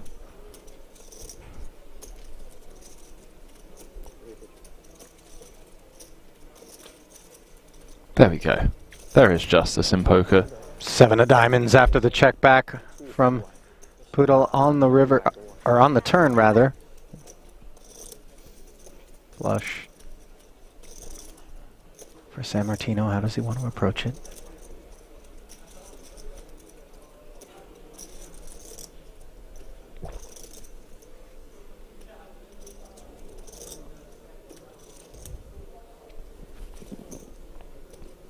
It's got relatively big. Poodle with, I don't know, this is pretty dust. Limped pot. Dario's going to have a lot of ace-x. That check call, would they go for this size? That's the real question. I don't know if they would. Even hands like 7-5, 8-5 now beat us. But again, would they actually bet this size? So he has gone polar here. Kind of repping 2 pair plus.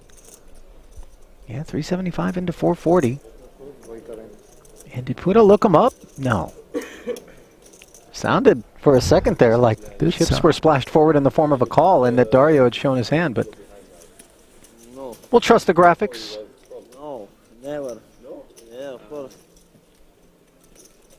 I think in terms of our time in the booth, tell me that the most interesting pots aren't the ones where you look at what you're seeing the RFID register as a hand, and then you're watching the action, and at some point you stop and go, surely that's not what he has. It can't be.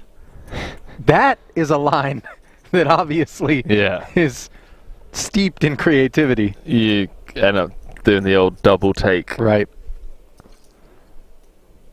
I don't know about you, but I know for me personally, it's definitely like opened my eyes to what people are capable of in poker, and I've got a bit of a non-believer habit, which more often than not leads to my own personal demise in cash games.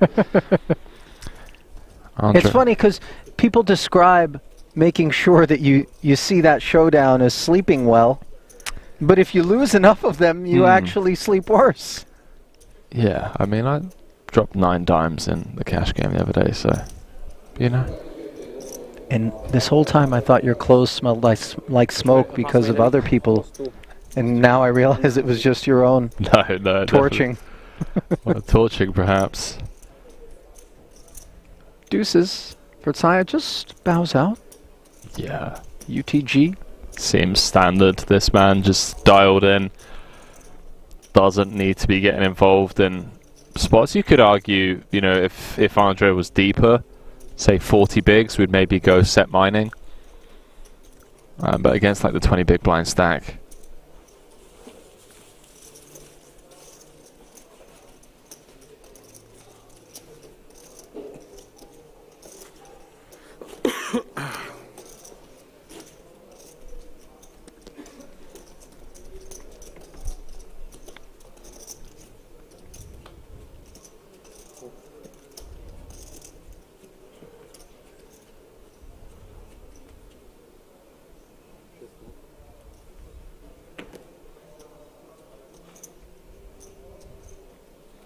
So raise and take it for the ace-king as an ace-jack suited works its way into the hands of the Frenchman, Giuseppe Mazza Bosamar. What a fantastic name.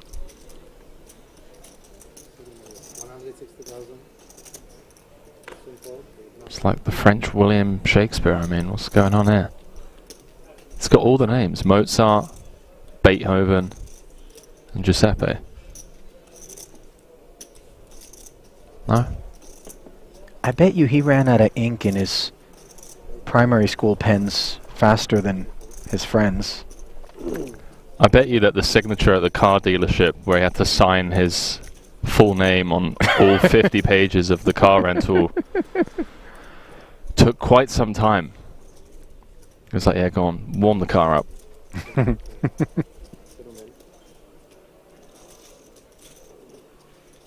By the way, I certainly hope nobody from Avis Rent-A-Car is streaming us right now, but Henry got intimately familiar with a rogue curve. Well, yeah, I wouldn't be putting that out there. Just in case they are listening. That's one where you're going to stand next to that tire when they come to do the check of the vehicle after you turn it back in, you know? What was your experience like, sir? Oh, fantastic. Yeah, beautiful really. vehicle, just, you know, super comfortable. Leaning back on the fender, foot up on the wheel so as to cover the missing alloy. Yeah.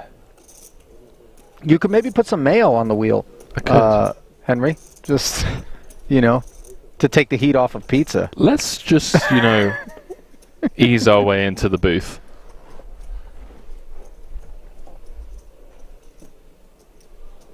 Pocket sixes.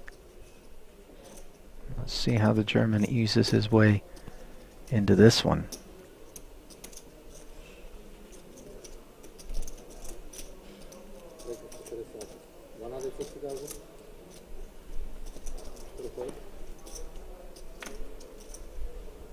$160. Min raise here with the blinds at 40, 80, and 80. Yeah, we do have about 10 minutes left on this level. So we worked our way down the final two tables. Vela, Italian, currently 14th in chips. Just going to proceed with caution by the looks of things.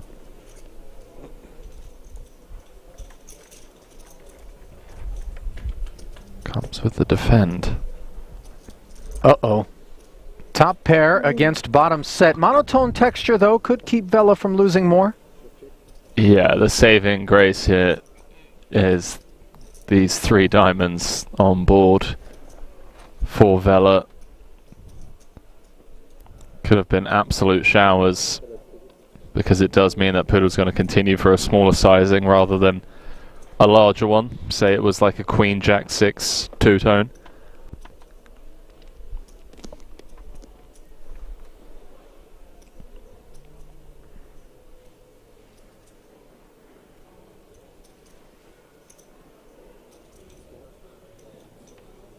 Another 200 into the middle after the check call of 100K.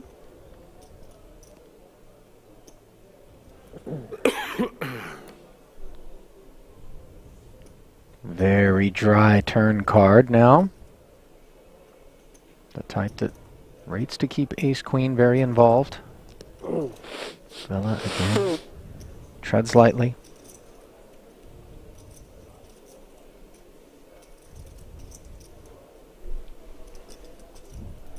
I think a mandatory second street of value to be pursued here, although if there's ever a tournament and stage of a tournament that you could argue to be more passive, this would be it. But 6 is just too strong in my opinion. Want to get some value, want to get some protection.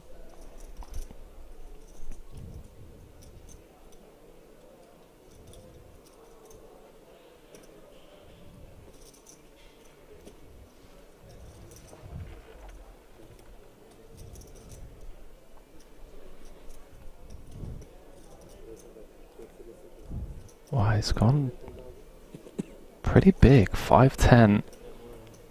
trying to get all of the money in on the river. Also trying to make sure that those diamonds are going to pay a hefty price if they want to see a river. Sure, but I feel like this size actually gives the Italian an option to escape this setup when we bomb 5-10. It feels like he's playing the strength of his hand rather than targeting specific parts of his opponent's range. You know, like this bet size, for example, just folds out all Jack X. It folds out a lot of the Queen X.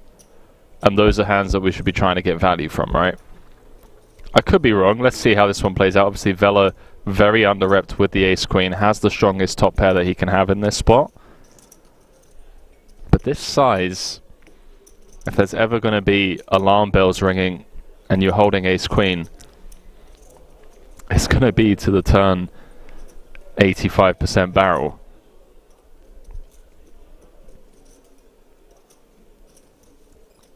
Feel like we could have sized closer to half pot, but what do I know? Because he's getting paid. That he is. As another million plus suddenly finds its way into the middle. You see the heart swallow there from Poodle. He's okay with red cards as long as they're hearts. And that 8 doesn't look very scary. But the SPR of just north of 1 for Vito Vela is quite uncomfortable. Let's see how hard the German goes at this river.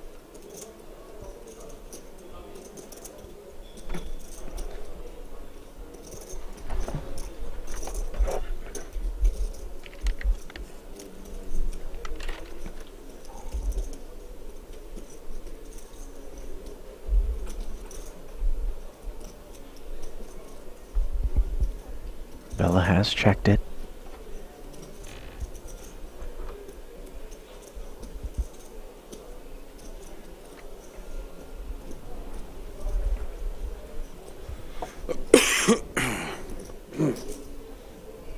Really interesting spot here for Poodle. There's sizing on the turn. Kind of implying that he's going to bet big on this river. It would be pretty discombobulating if he decided to do anything else, right? Yeah. But maybe it's like, okay, now I want to target one pair hands.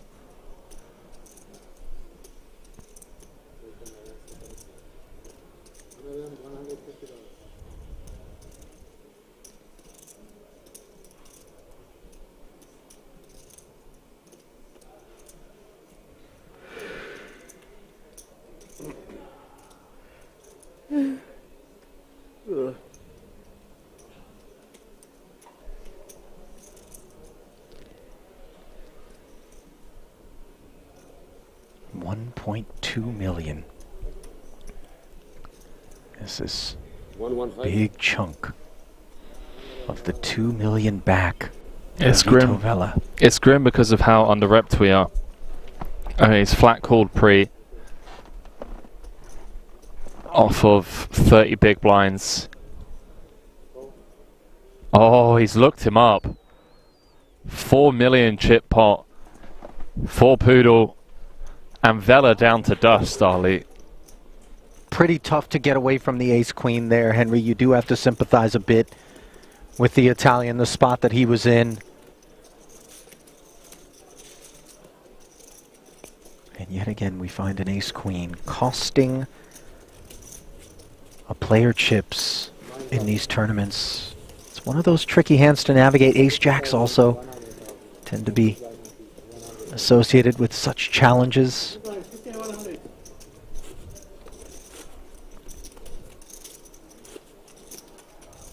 And that is a big pickup for Niels Poodle.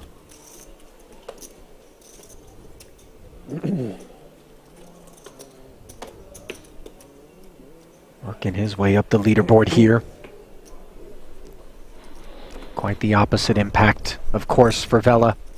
Has anyone ever won a monster pot with ace queen before? I mean, has anyone actually seen it? Such a trouble hand. Yeah.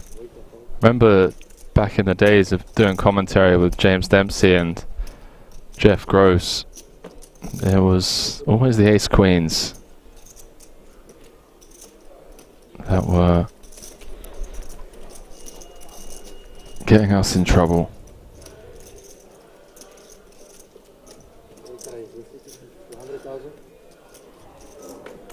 Long rap sheet on ace queen, that's for sure. As Poodle puts new chips to work without hesitation. 2 red 7s, helping to bring the raise. Blinds did tick up, by the way, to 50-100,000. 100k big blind ante, 250 in orbit. Klezus playing the ace-6 suited. Yeah, Klez is feeling himself. Andre's just wasting time as he does. He's got a bit of a reputation for wasting time. Familiar with him from yeah, I your mean, time here? There's a ton of viewers in the chat as well that are familiar with his pre-flop tanking antics. It's just to gain EV and an edge over the other table, and unfortunately in an environment like this where there aren't any shot clocks for us here in the booth, it's yeah, nothing we can really do about it. Well, to be fair, there's always something we can do about it. I don't know whether or not it would be professionally advisable. But, you know.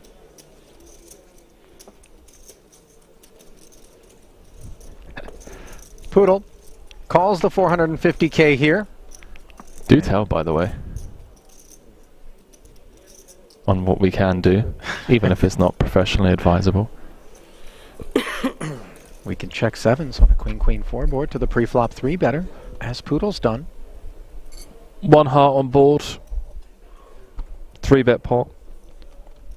Expect to see it continue here. We're never thrilled about it. Once Poodle... Okay, he's going to check back. And pick up the nut flush draw. You know those paired boards on balance, sometimes we do just pursue. Hope to take it. Other times we play it in this manner and then have a nicely concealed nut flush draw on our hands here and a second check in front of us.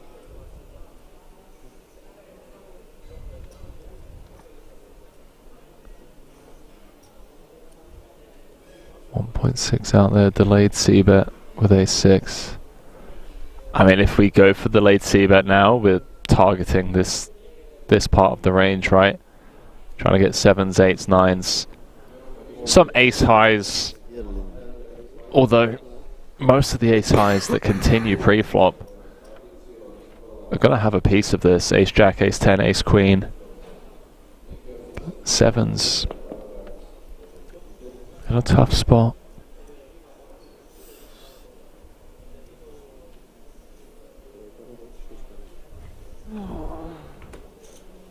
Does let it go. As played, one would think that the 7s would maybe stay curious for a street.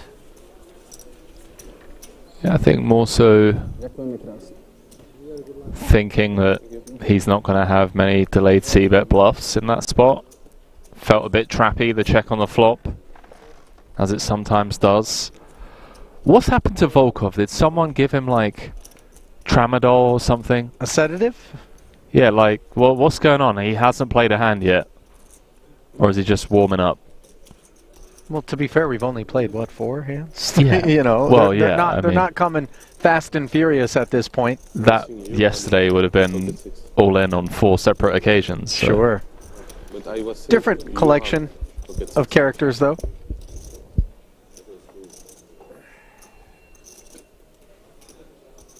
We've got Vermilion in the chat saying, so far I thought the opposite of what the commentators said. Haha.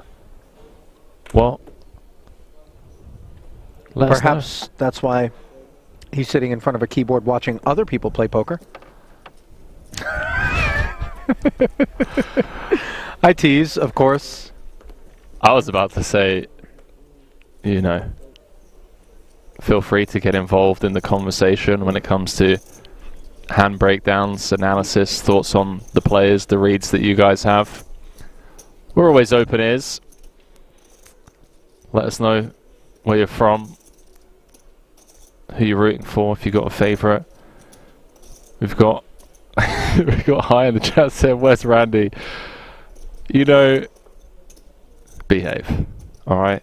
Well, hang on. You didn't finish. What he misses is Randy's nonsensical comments. Now, I don't know that he's talking about poker analysis, but rather sometimes Randy does have. He dishes it out. Some funny moments. That's some flair.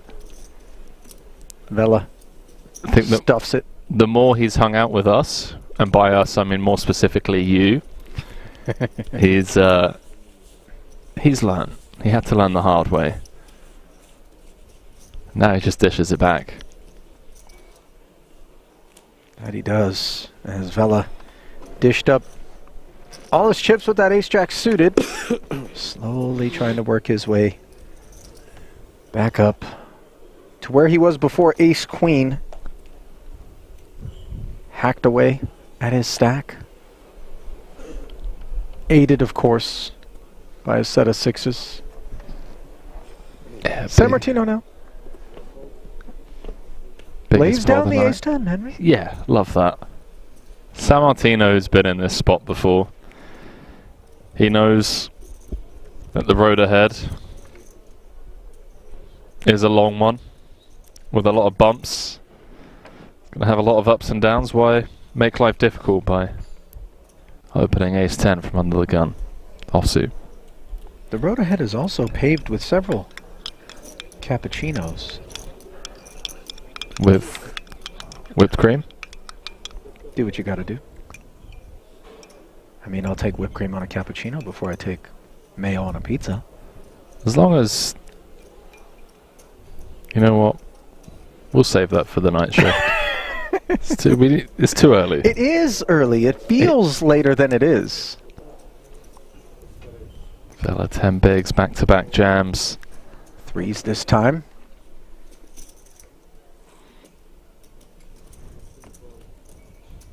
I heard a very fun story about Volkov on the bubble. He actually bust Nacho Barbero 2 off the money. Where Barbero open jam 30 bigs and Volkov kind of went, well, F this guy. I'm not going to let him try and push me around the button. I call with King Jack offsuit. Oh yeah. Barbero had ace queen and, well, there's one man left. And there's another data point on ace queen, by the way. To give you the outcome of that hand. 2 off the money.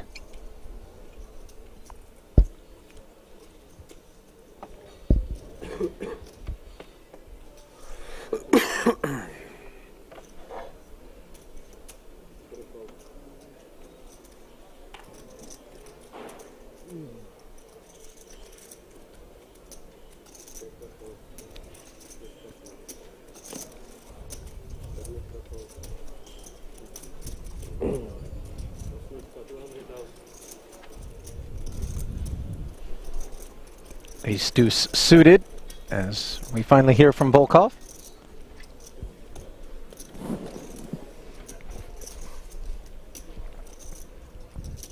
Ace 10 suited for Ting Tsai, small blind.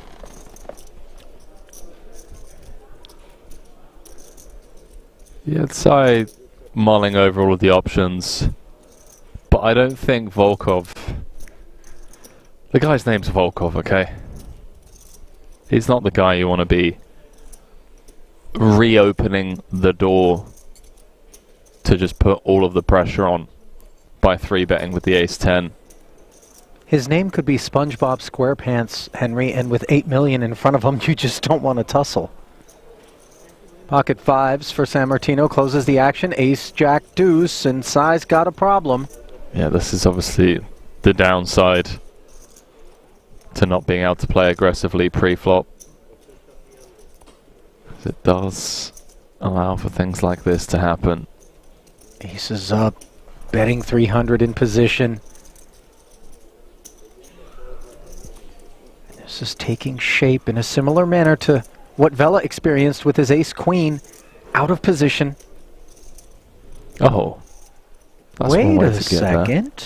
A counterfeiting Jack of Hearts on the turn, and now suddenly it is Sai who is in control, and that is the worst card to look at if you're Volkov. Note how quickly he checked back.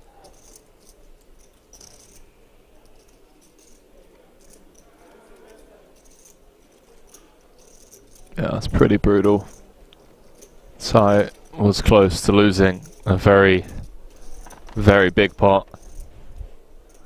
Bailed out by the turn. 1.3 out there.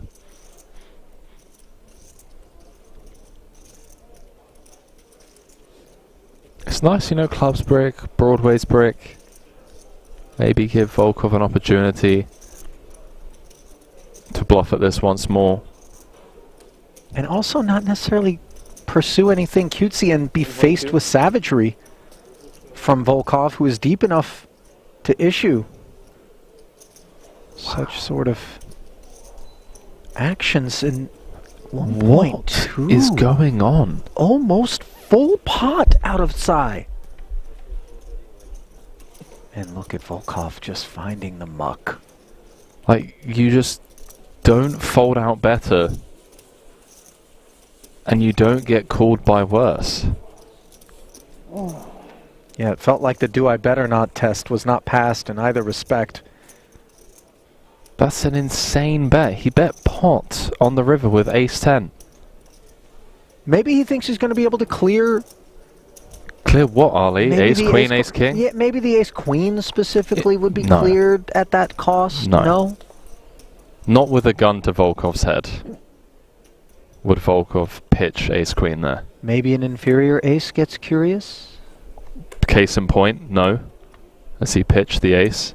Well, ace-deuce specifically was awful, but... So's every other ace. Ace-9, ace-8... No, come on. That's an insane spot to bet pot.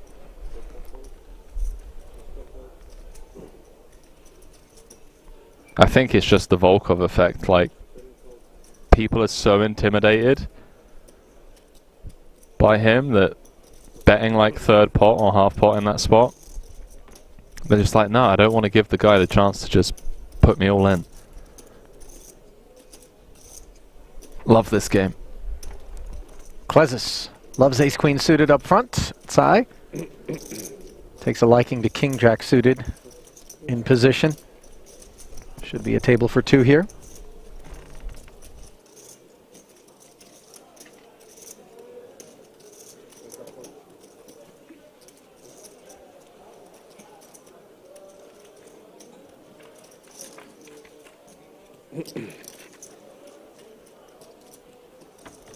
Eight, 5-4 board. Not in either player's neighborhood.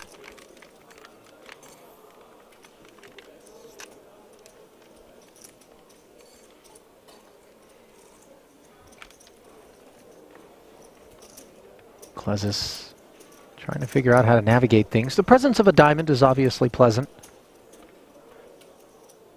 And maybe we remove this part of the deck from Sai's flat calling range. Very relieved he'll be. Klezus, that is, to see the fold in the face of the 210k follow through.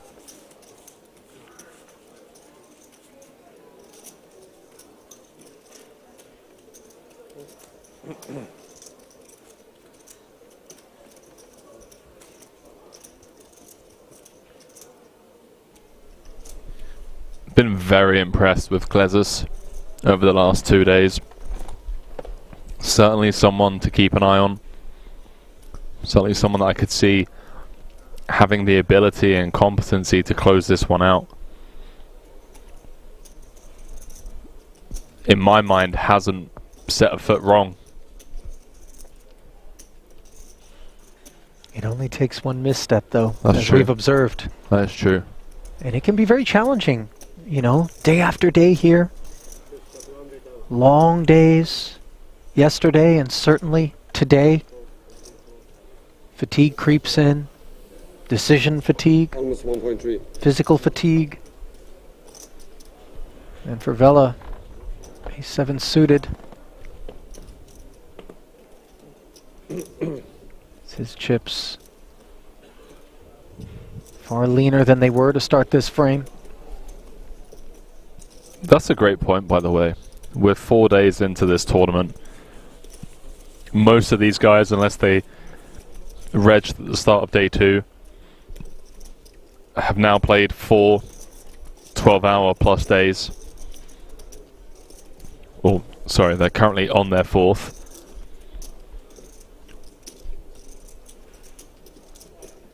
As expected, the pace of play was always going to slow down once we reach this stage of the tournament.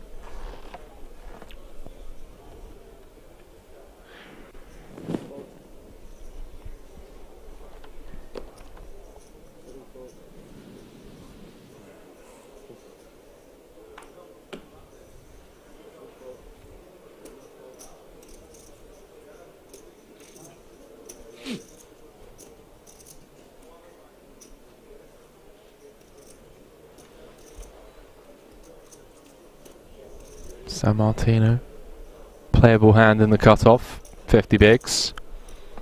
Does have stacks behind, but just because there are stacks behind that have him covered doesn't mean he's going to deter from... Sorry, deter rather from playing these types of holdings.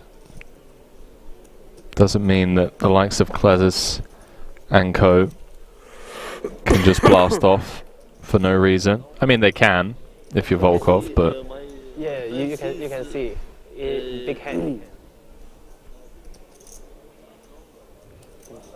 that's it. In the big blind with the 4-3 offsuit.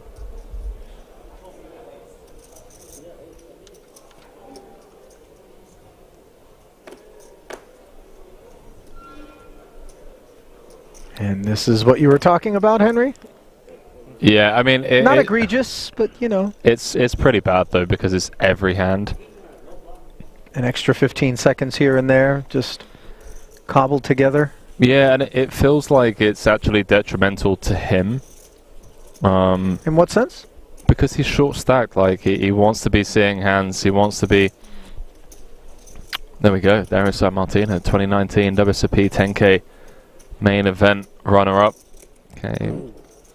Home with 6 million euros in that one. 16 million plus in career tournament earnings for him. Oh, sorry, $6 million he won in that. But yeah, just like he wants to be seeing hands and trying to find a spot to double up. Makes me feel like he's playing for ladders rather than playing for the win. Which might be the strategy for some of these guys, you know. Maybe I'm just in a cranky mood. Sai's gonna crank it up with ace king.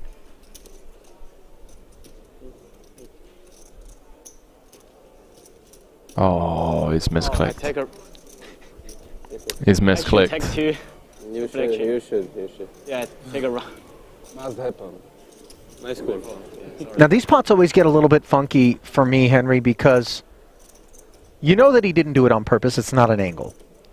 But now you're left with a sense of, okay, I'm able to proceed here against a min, you know, limp, kind of open here, but obviously it was a hand that wanted to raise. Mm.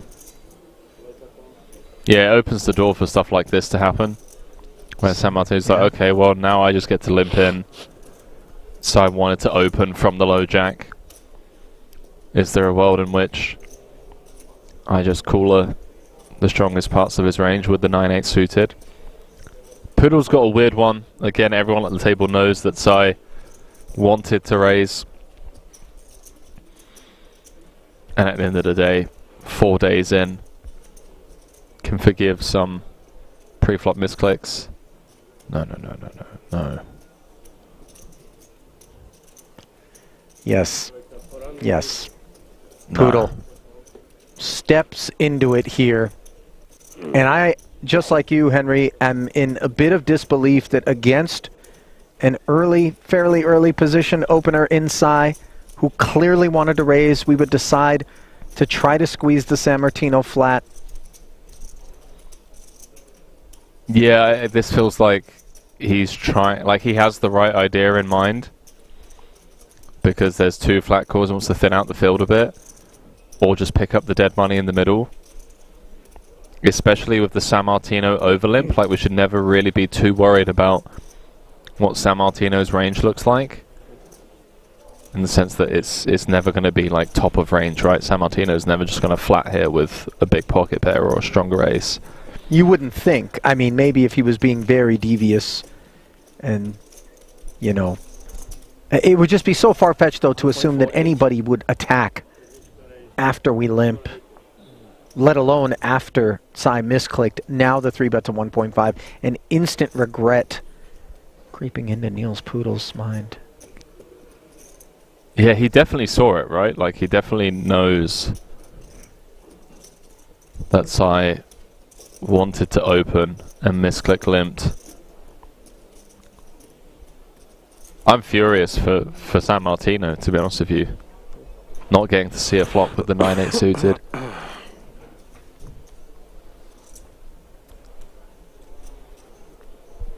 Sai really just getting it done.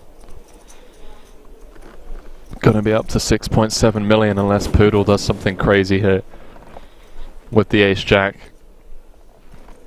I think he's kicking himself a bit. I think he won't win race, but he... Yeah, San Martino caught in the crossfire as Poodle. I really Turns think that a run sheet. 4-something into Strudel. Boy, you know, that was some of my worst work right there. I couldn't resist it, That race you squeeze? you know, but that was bad. Poodle in the strudel.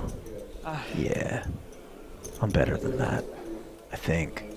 Perhaps Poodle needs a strudel. Now you're Kings and, also so implicated. You don't know what there is, yeah? No, I think I take a 2 brown chip. But when I put in I the don't pot, even what think- the fuck? One Is Strudel German? One is blue. Why? Very nice trick. Is it Danish? It might be German, actually. Yeah? I think we should stop this conversation. Yeah, that would be right here. probably That, like, best for both of us. Okay, next I don't know time if that's we'll say German or race not, but first. If I say race first, everything is race, right? Yeah. I'm feeling like the cringe inside, you know, my stomach just working its way up through my chest as we engage and embark on this conversation. That could also have been the 16 donuts that you had. For sure it will be I we mean, popped that's in not the- true. That's an exaggeration right 15 there. donuts. Two, Oh, but 2 donuts. But still. Clezus, Queen Jack here. Open to 220. Look at the impish smile on Desset's face, by the way. Look, it's not egregious. You know, there have been some offenders that will take it deep, you know, to the point where it'll really wear thin on you. From what I've observed thus far, as somebody unfamiliar with the man, Henry, I gotta say, he's not jumping off the page. I'll check in with you in 5 Yeah, hours. okay. Fair. We'll have an hourly check-in. Check the pulse. 954. Bottom pair here for the big blind defender. Mazabusema.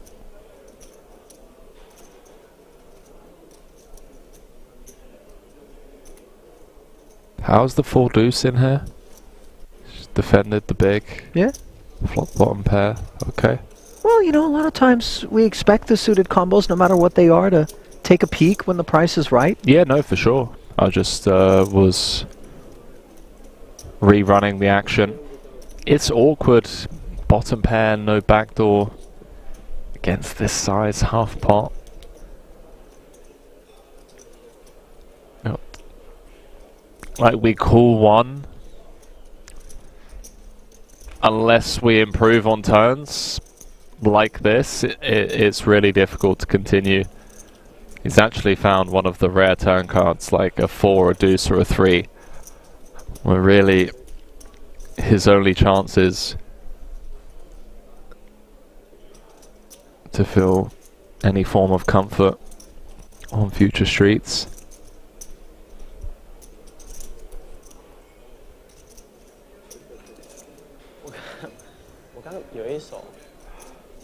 Does check through. Full liner on board, backdoor spades getting there.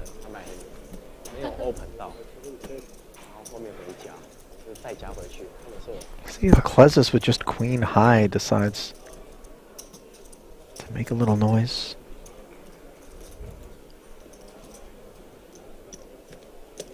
We've got some input, as Klesis does give up from the chat, saying Canoodle was the logical alliteration. Tom Mass just reiterating that was cringe. We're self-aware enough here in the booth to know when something's cringe, but thank you for your comment. Oh yeah, look, we're out in front of the reprimand, and also capable of far worse. So don't tempt us. Really? Don't poke the bear. He's asleep right now. Asleep at the wheel. Should have been here for last night's stream. The wheels were really off.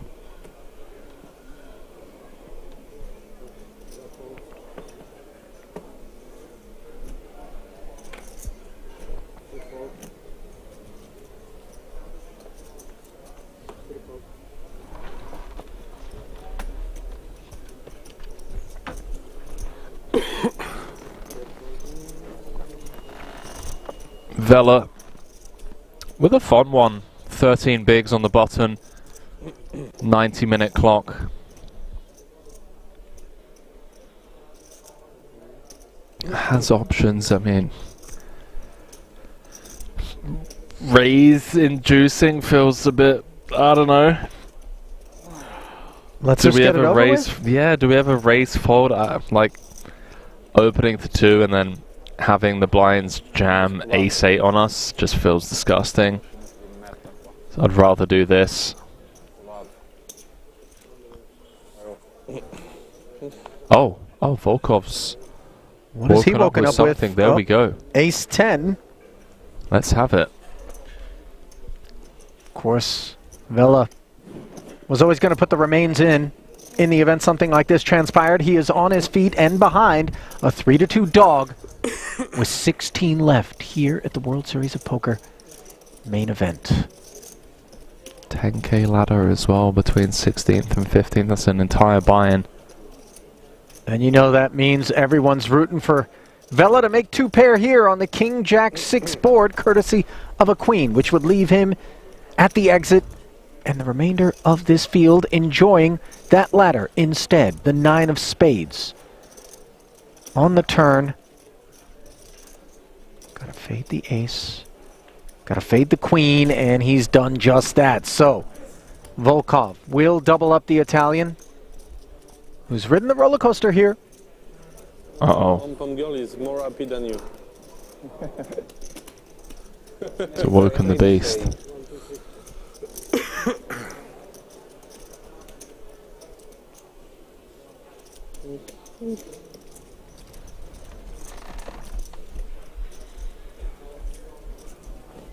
Still 16 players left.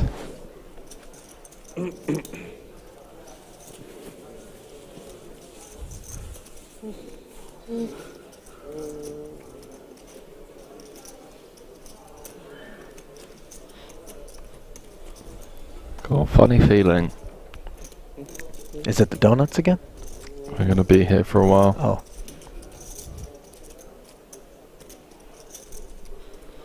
Where else would you rather be, Henry? You know? Main event, World Series of Poker Europe, people from dozens upon dozens of countries, coming from far and wide, sometimes just hopping in the car, crossing a couple of borders, and parking their bones down here.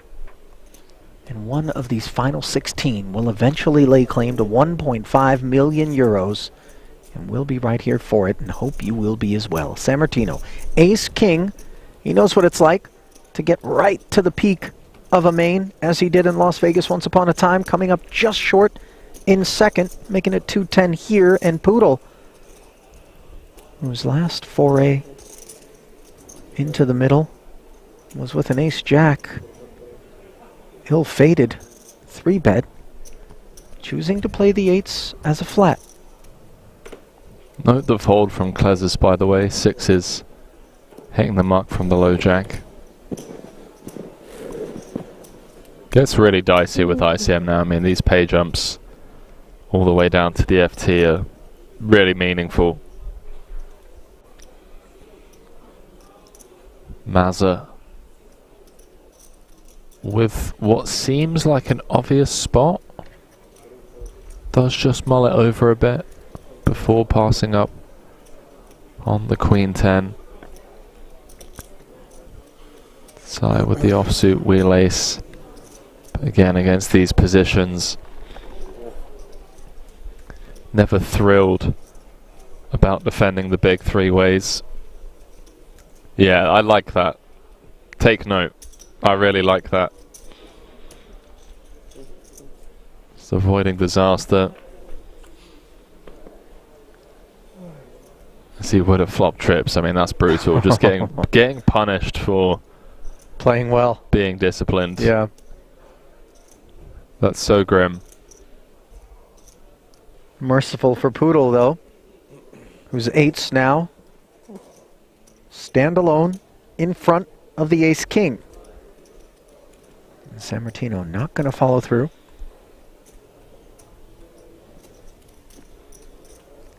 Man, the poker gods can be so cruel sometimes.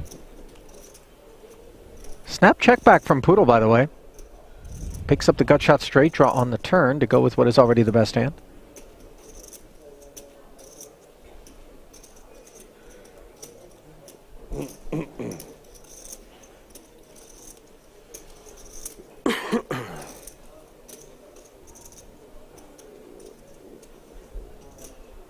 Check again with the ace-king, maybe go small, try and fold out some broadways, although you could argue that Poodle's range is weighted towards 7s, 8s, 9s, 10s, and some weaker ace-x.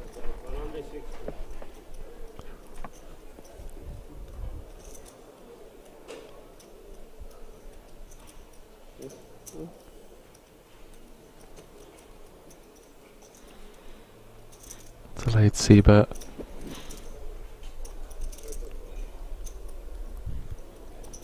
The form of quarter pot gets looked up. Dario needs some help from the deck.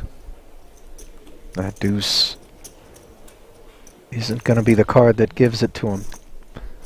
Yeah, rainbow completing turn card, I guess. Poodle could have some hands that we beat. Ace-king has showdown. Does he want to go to like check decide mode? Or block into 990? Or block into 990. He's going to check it on over.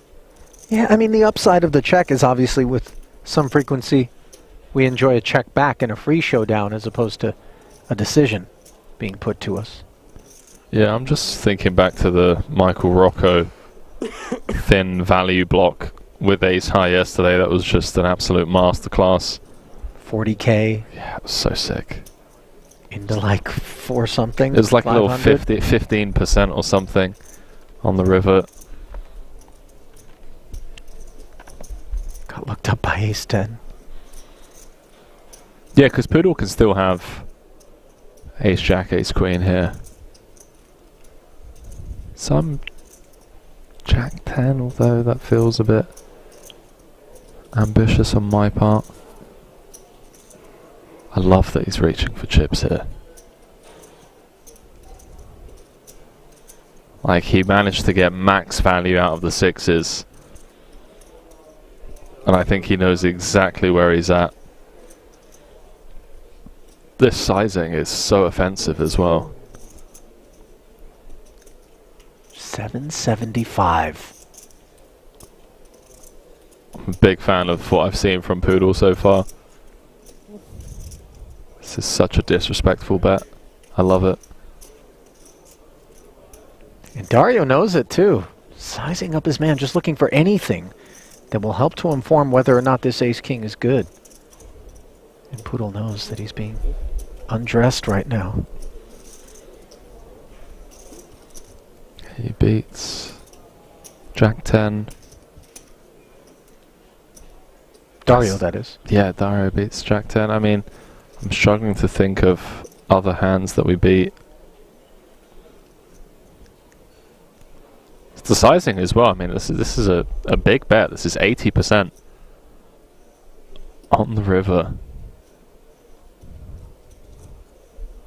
Is he ever going to turn a hand? Oh, he's got paid. Bravo.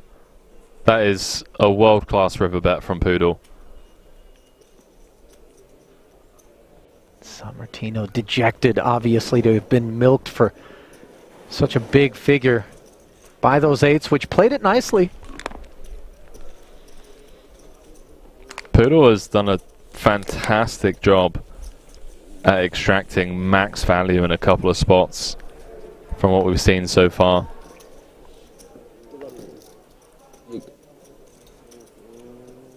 That's a huge bet. And he's surged to the top of the chip counts. Yeah, there is the German now 10K in front of Kasparas Klezis. 74 bigs apiece, roughly, having recovered nicely from that questionable 3-bet with the ace-jack against the misclick open from Ting Tsai.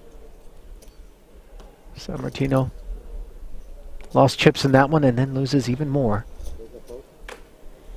in the one that just went down. Yeah, things certainly not going Sammartino's way so far today. Been involved and on the wrong side of a couple of big pots.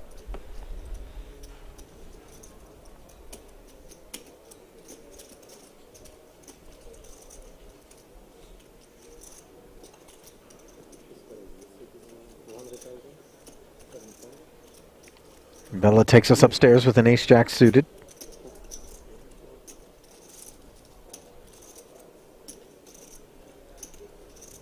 Offsuit one gapper for Sammartino. Things have not been going his way.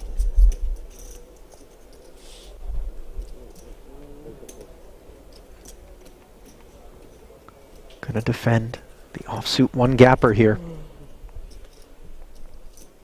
And that is a swing and a miss for Dario. Far from it for Vela. Nut flush draw, ace high. Yeah, that 6 of hearts window card is such a tease for Sammartino.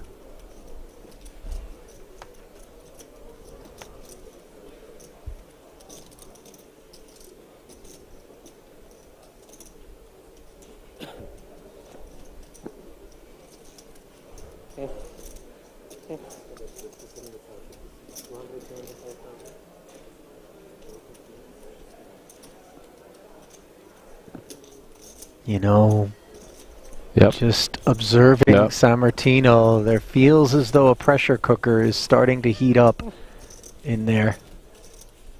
Yes, sir. You know what it is a little bit too? It's, guys, I don't know about you, I've made it down to heads up in the main. In a bigger field than this one. Chip on his shoulder, perhaps. Maybe, you know what I'm saying? Like a little bit of like, oh, so we're betting 3/4 pot into me on the end with eights there. That's what we're doing? You think you're playing with kids? You know, I'm not Mickey Mouse out here. Wants to get it done to remove that. You know what they say about WSOP? No one remembers the runner-up finishers, Ali. You know, I knew he made the final table. I forgot that he was heads up. It's true. Wants to get it done, get it won. Remove any doubt.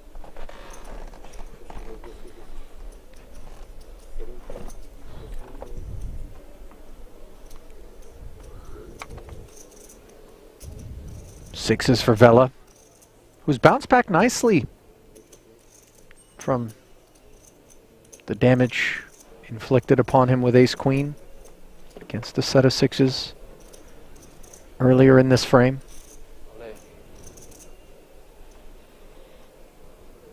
Poodle's option to potentially make a disciplined fold out of the big, although this slightly different.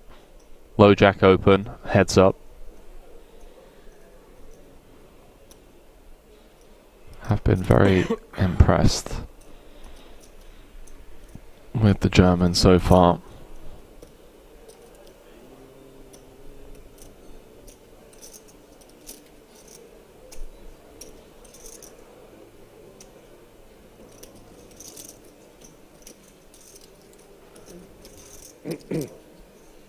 Oh. That's an option. Ace-5 offsuit. Now, we're accustomed to this sort of behavior coming out of the Ace-5 suiteds, but the offsuit iteration, not one that we look upon the screen and witness 3-betting all that often. Looks like Deset is enjoying it. Poodle's really feeling himself today. He's got that momentum. Couple of big hands going his way. He's sized really well. Now just leaning into the situation. 10k ladder between 16th and 15th. An insane amount of ICM pressure on everyone. 1.5 million up top. It's like, hey buddy, survive 7 more eliminations. You get to call yourself a WSOP Europe main event final tableist. Just sit back, you know, play your cards right, and I'll let you get there. Vela does relinquish. Nice execution there. And again, one of those we don't see. Not generally the candidate we put forward. Ace-5, no, definitely not. Offsuit. The important distinction.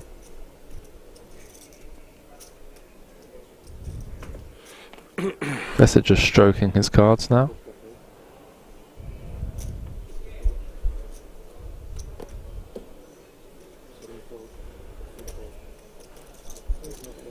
Just keep it to the cards. Night shift or not.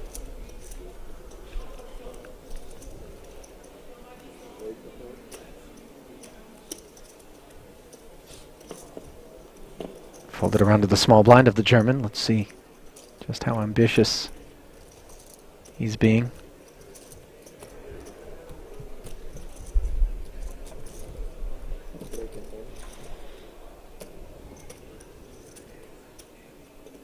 Limp wants to play. Is he going to be given the opportunity by Klesis, who's got the Brunson?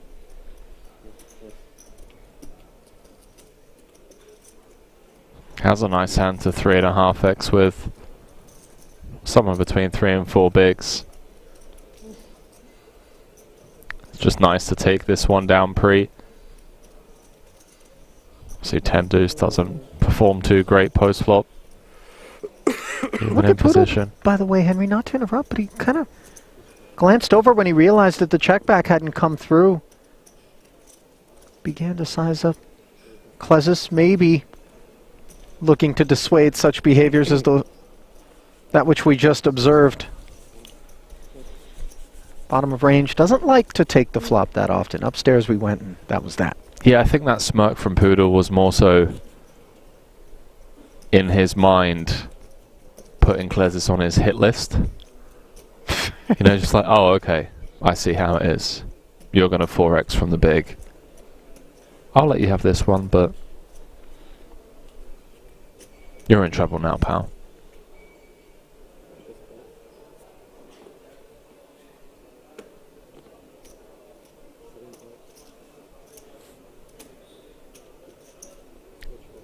The Ukrainian bulldog.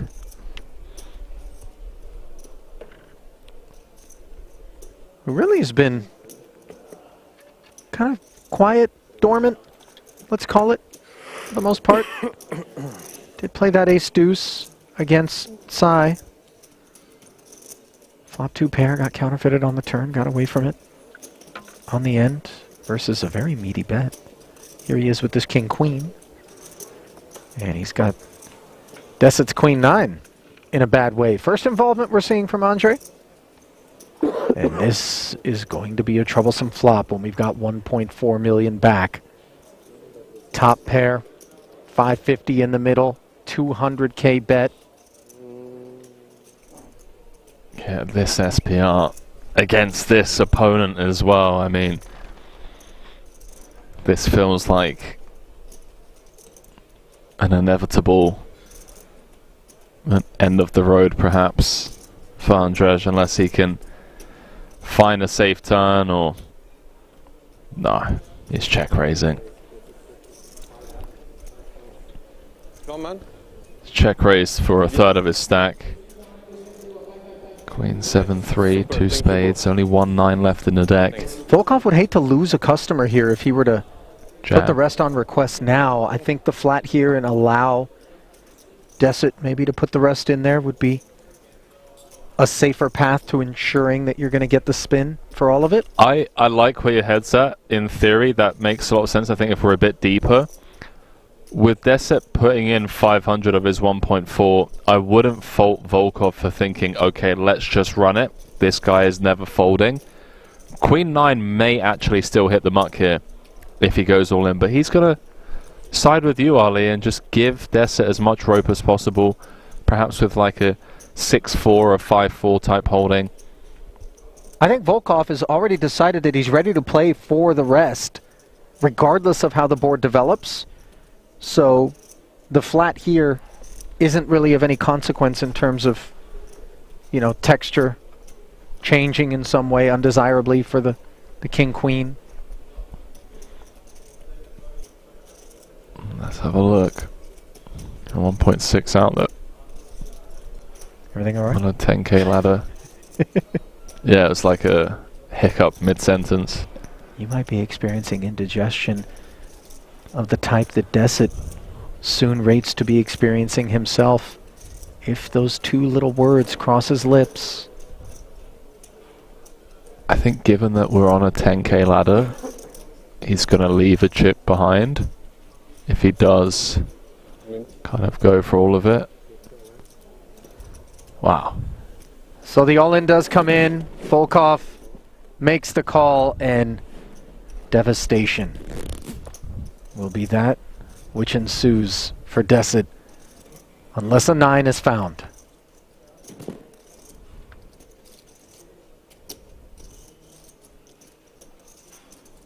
Case 9 needed.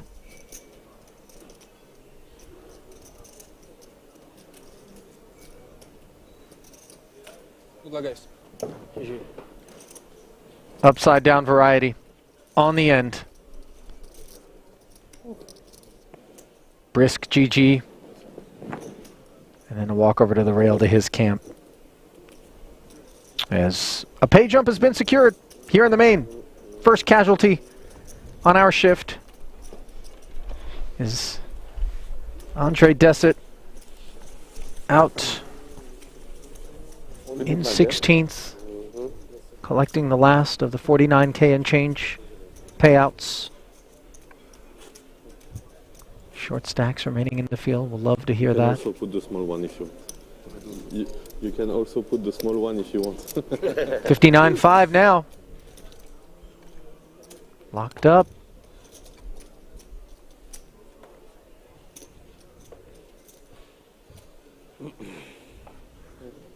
And the main waits for no one. Henry, cards right back in the air. 15 left.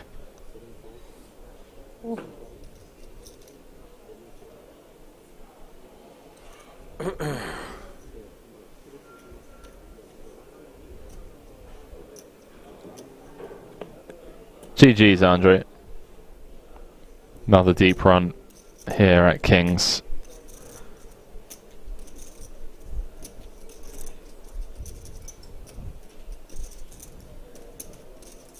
Poodle back in the saddle with the King Jack. Klesis 1 seat over, pocket 5, 75 bigs effective, plenty deep to go set mining if he so desires.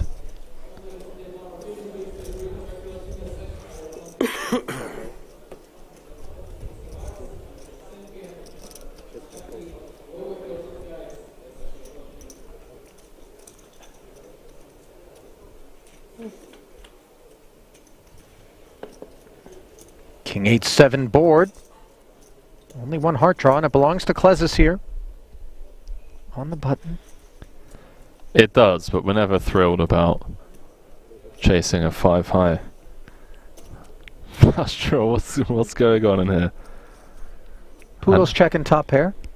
Okay, let's keep it that way.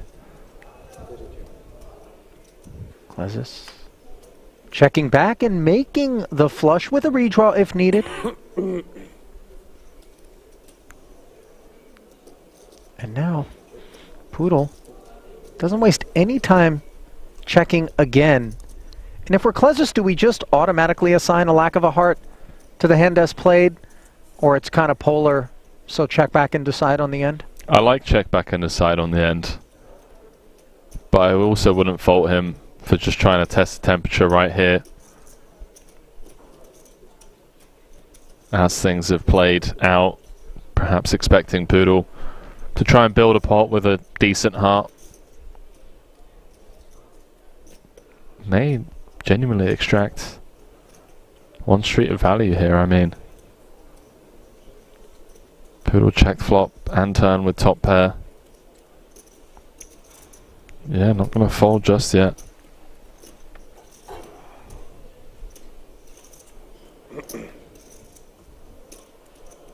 Ten on the end.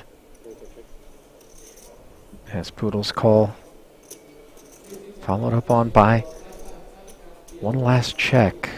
And I'm not sure that Klezus is going to be hunting value with the 5 of hearts. Check back. To showdown we go, and of course that brief moment of hope for Poodle. When the check back comes in, that maybe a heart isn't part of the equation for Klezus, but he's just been so clean and steadfast from our observations. See some facial expressions there from Poodle, perhaps kicking himself a bit. Thinking that maybe there was a path to victory there against the 5 of hearts? I don't know. I mean, I think the way he played it was crafted in a way that gets money put in by bluffs. Has a really nicely disguised top pair. I wouldn't be too harsh on himself.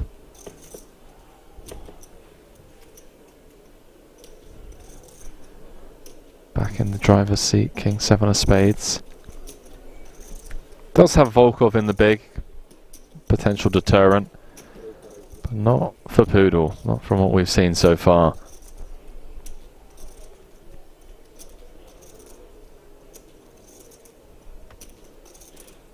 $80 million chips in play.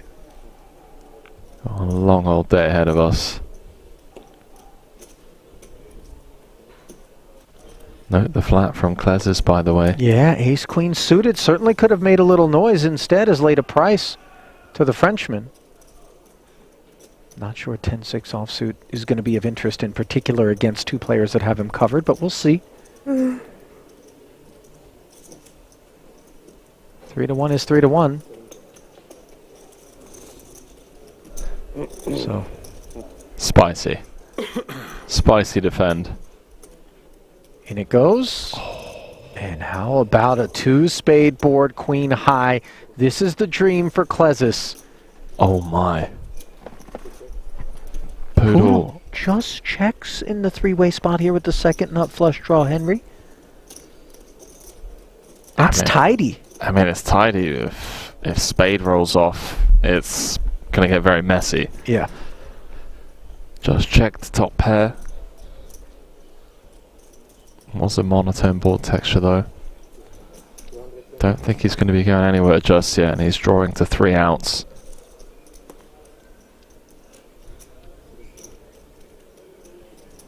Running straight cards. He was doing everything so well. I mean, extracted max value from San Martino and a couple of other spots. The 3rd spade rolls off here. It's potentially going to be showers. I don't think it's ever going to be showers, but we're going to lose a massive pot, let's put it that way.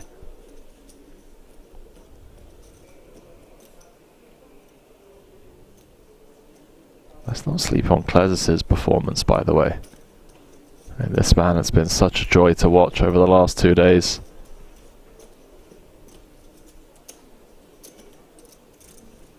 Indeed.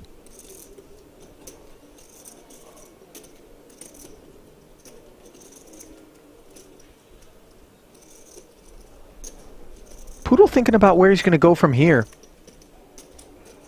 And how has he played this? I think he's taken it upstairs. a check raise to 850,000. Just hoping that this sort of board texture was an attempt by Klezis to take it down absent a queen.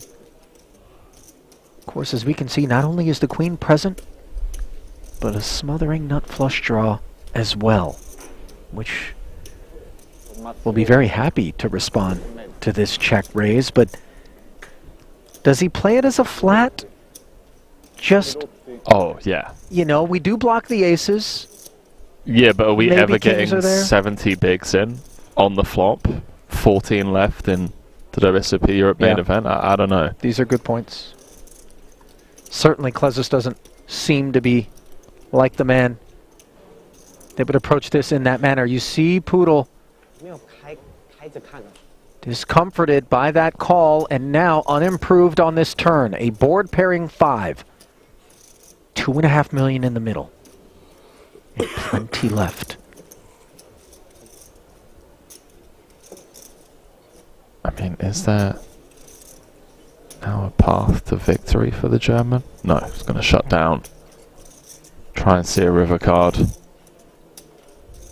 Check raise flop. Just trying to fold out the nonsense holdings that were stabbing.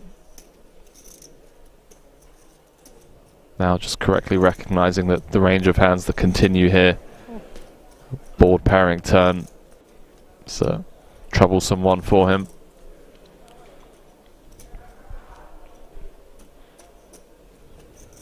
Depending on sizing, we might not even see a river. Klezis is going to check. Clean run out for Poodle. What could have been. Only losing 8.5 bigs in this.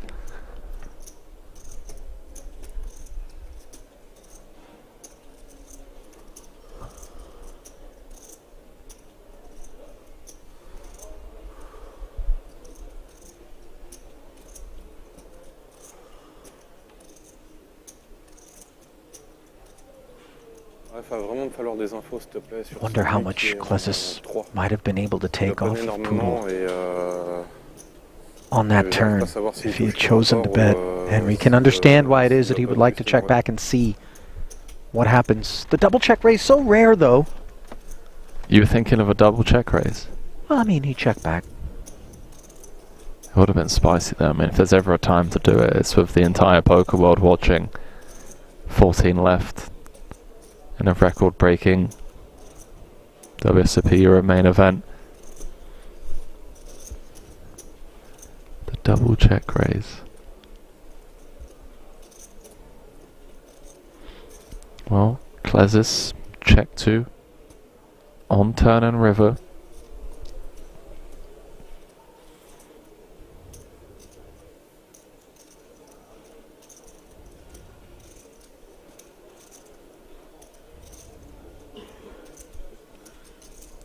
Klezis is closing in on the 10 million chip mark.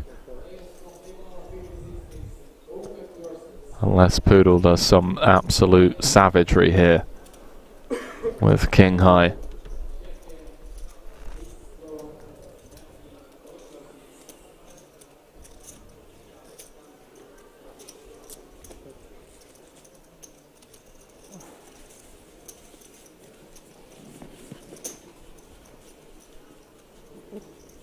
Not going to happen. And the Lithuanian taking a big chunk out of chip leader Niels Poodle. No longer. After that exchange,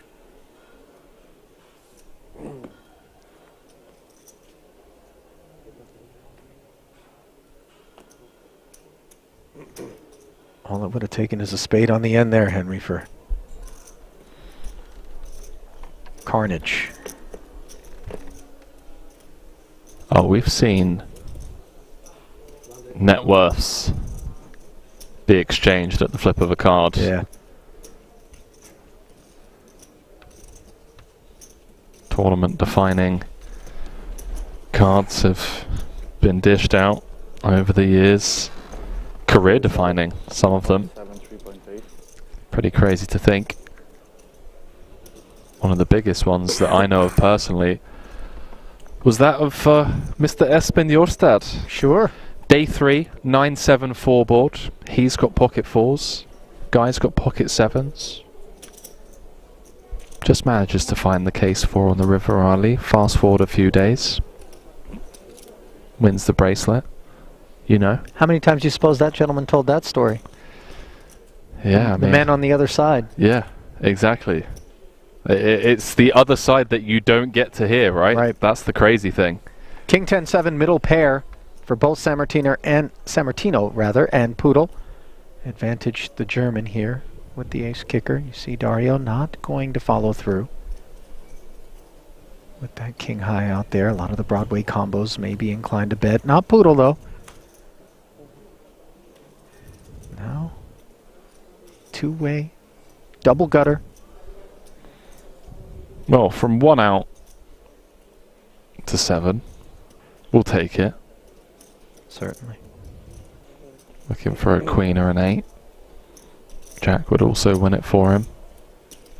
We've had another elimination, by the way. Field size down to 14.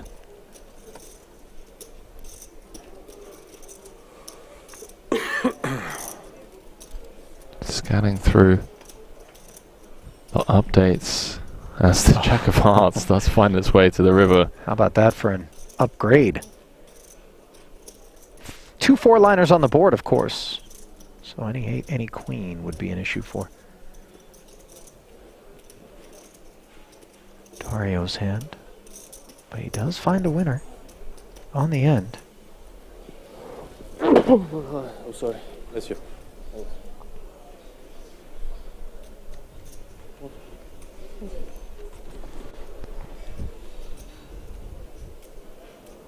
Rough couple of hands for Poodle.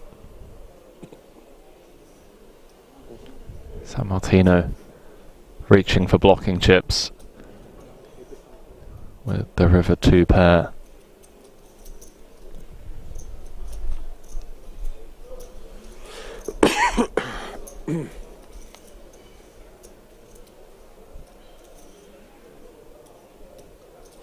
Poodle's a spicy customer, man.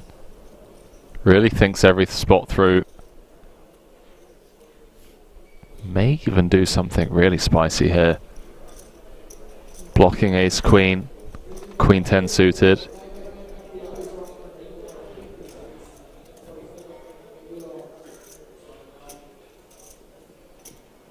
$185 feels like it's the kind of bet that either really doesn't want to see a raise or is absolutely begging for one.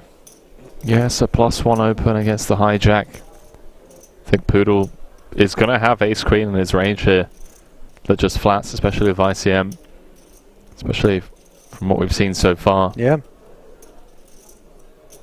These final 2 tables.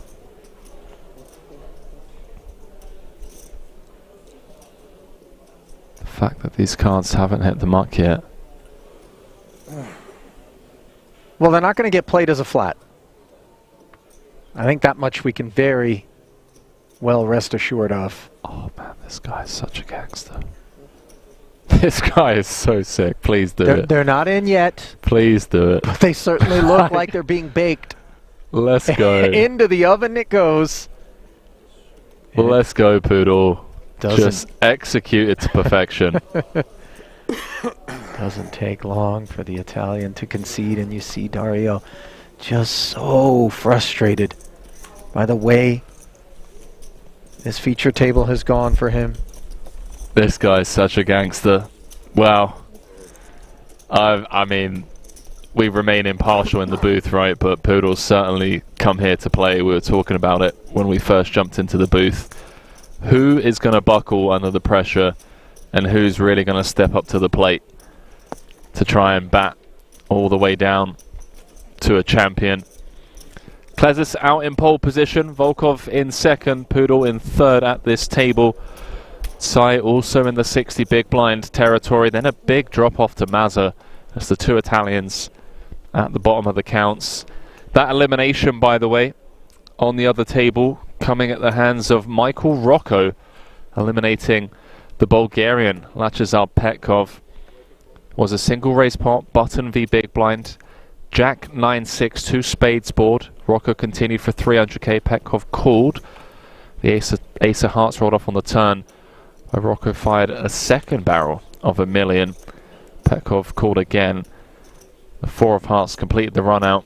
Rocco put Petkov all in for his tournament life, and Petkov couldn't get away from ace, queen of spades, flopped the nut flush draw, turned top pair, and ran into the set of sixes. The American Michael Rocco, who is now up to 8.5 million. And we're down to 14. Everyone guaranteed 59,500 for their efforts, and we find ourselves on a 13,500 euro pay jump. Things might tighten up a bit. Volkov getting a bit out of line here. I mean, okay, let's go. Ace deuce. 3-betting. Vela.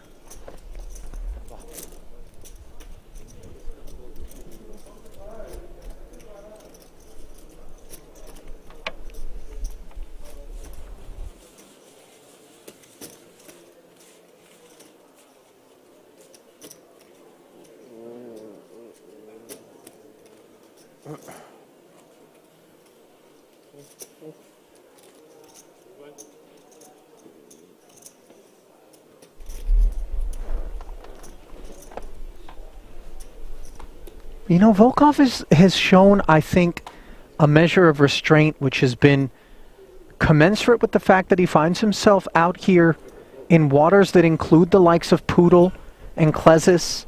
You know, this is a different swim than the one that he went on yesterday. Yeah, yesterday's was a... yeah, very gentle paddle, if you will, for him at least. Things just went his way. Timing was on point. Had that huge gift of a pot against Alex Keating. Side gonna flat. Out on the small blind. Close this with the EP open. Who just seems to find the flops needed. Top pair on the 8-4 deuce board. No, by the way, that Sai, you know, sitting on 6 million certainly could be more active if he so chose, but has really opted to take conservative approaches, in particular, of course, against the opposition he's faced, which has also been deep stacked, I think, on each occasion in which he's entered a pot. Yeah, and why not, right? Like, we've seen money flying in left, right, and center. Some of which, by the way, is flying in the form of pay jumps, which are happening every single elimination at this point, worthy of note, as is this Queen of Diamonds, which gives Sai the lead with top pair, but gives Klesis the nut flush draw to go with his 8. Certainly a reason to keep betting, one would imagine. I mean, you couldn't have asked for a more entertaining turn card from the dealer other than perhaps, you know, like the ace of clubs. Made for TV, as they like to call it. Yeah, it really feels like that. Interesting for Klesis, obviously, Sai flatting out of the small. Shouldn't be too concerned about bigger pocket pairs like 9s, 10s and jacks, although I think 9s and 10s, maybe even jacks, are flatting at some frequency out of the small. So I think this bet here, targeting curious ace highs, backdoor clubs, 6s and 7s.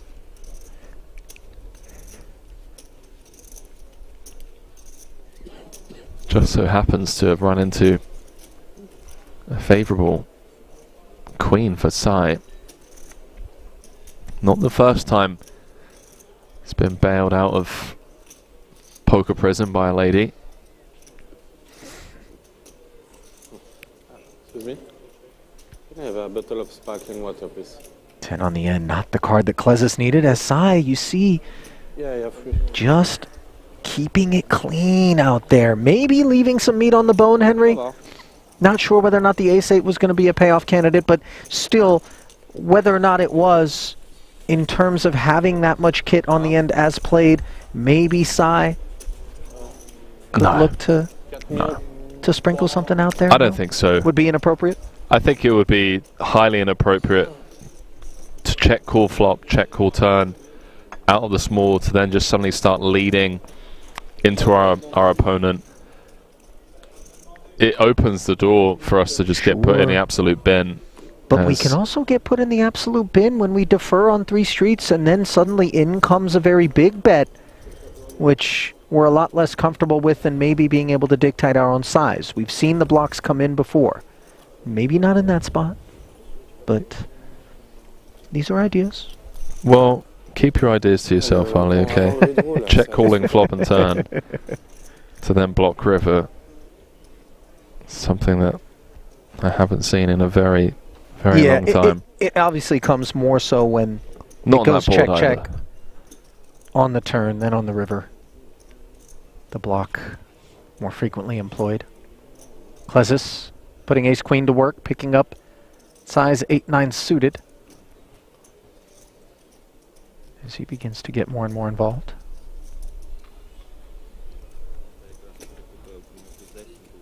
Poodle with one of those ones again. Very easy to fall into the trap of over-defending based off of the price, and it's nice to see some awareness from some of these players.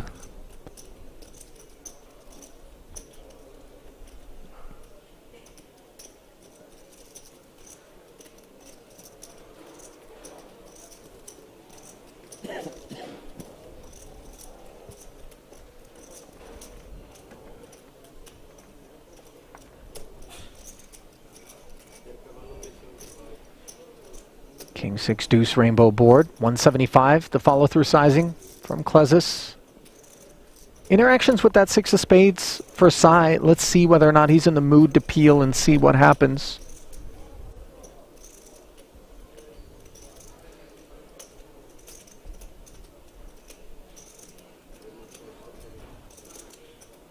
Get our answer. And that's the kind of muck there, Henry, which kind of affirms for me that Sai has himself an idea, right? And that idea is, let's find the FT. Let's not enter any murky water here. And let's not stir up any murk, courtesy of maybe, you know, finding a way forward in spots that we don't deem necessary. I think so, and based on what you and I witnessed yesterday, and from the discussions that we had with James and Randy, there have been people more than willing to play massive pots with marginal holdings. And when you witness all of the carnage going on around you, you do have to kind of ask yourself, okay, it's going to fall on my lap eventually. Why force it when I can just play solid and wait for someone to, you know, gift me 15, 20 bigs in a spot? If you feel like you've got the core temperature rising in a reactor or two around you, you know, go ahead and let that meltdown take place. Chernobyl 2.0. Bottle of water and minty. A little close to home, by the way. Is it though? I mean, it's been 40 years. Still, the half-lives, you know. It has been 4 years, right? The fact that Henry's looking at his watch to determine whether or not it's been 40 years since Chernobyl tells you what you need to know about how familiar he is with his timepiece. It doesn't actually give you the time since the last fallout. Klezis, ace-king suited here. A raise and a call in front of him. 37 years. I'm pretty bang on with this stuff. Note, by the way, the Jack-10 offsuit open from the Frenchman, who has been largely quiet. I think maybe getting the sense that he's whittled away a bit. Time to just find a spot where maybe he's got tight table image and can snap up some blinds and antes. Yeah, there certainly has been the tightest at this table. And That might have something to do, by the way, with why Volkov just plays the ace-jack as a flat, even though he could apply ICM pressure as a big stack, especially to a middling stack such as his. Yeah, that's a great point as well. Although, I don't know if I want to waste the hand as good as ace-jack. See what Mazza comes with. He's still in the tank here. Yeah, the 3-bet, by the way, did come in, as you can see, predictably from the ace-king suited.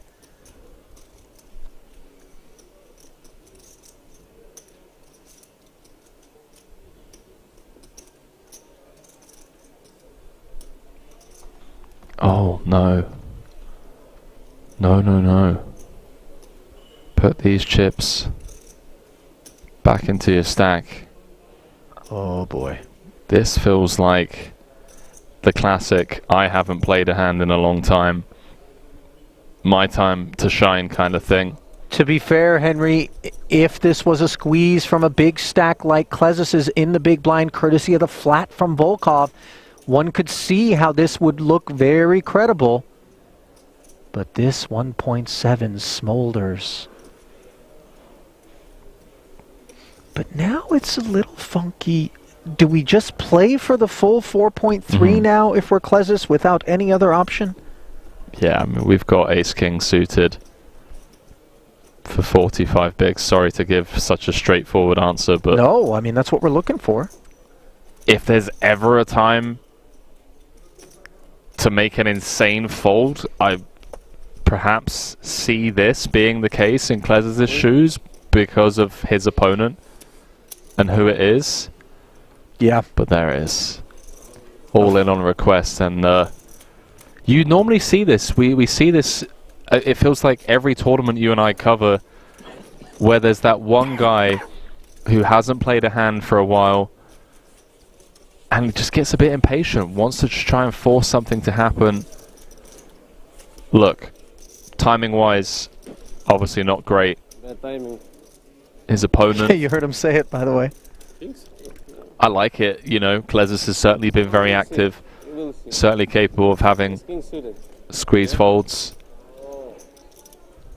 Just showers. I gotta tell you something. You know, Why should lie on the TV table? it's the kind of play where when Klezis happens to have the ace-king suited, a lot of criticism is levied. It's 1 hour I don't open a hand, so I trust him. Upon Mazza, and you heard him say, it's been an hour since I opened a pot, right? He's in early position. He's been getting whittled down. Table image was there for him to be able to leverage.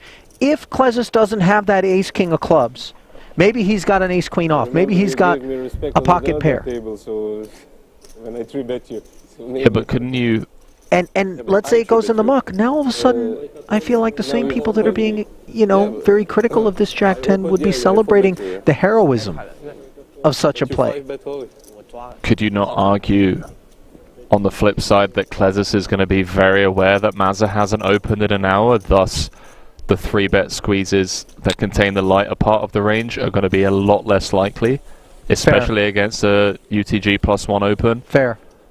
Fair. So it's like, how light is that 3-bet actually going to be, given that Mazza hasn't opened a single pot for the last hour and 15 minutes? I mean... And by the way, he's squeezing Volkov, who's very deep, right? Yeah. And Volkov is also flatting that same opener, well aware of how tight he's being. Chill with 20 blind. But you know, other flip side is that when the 4-bet comes in spite of all that strength being conveyed, that's a hand that's supposed to be pretty big. Yeah, and I think the hand that does it needs to contain an ace or a king. Fair. Really want to be blocking like the top parts of the range. Like, do it with a hand like King Jack or Ace 10.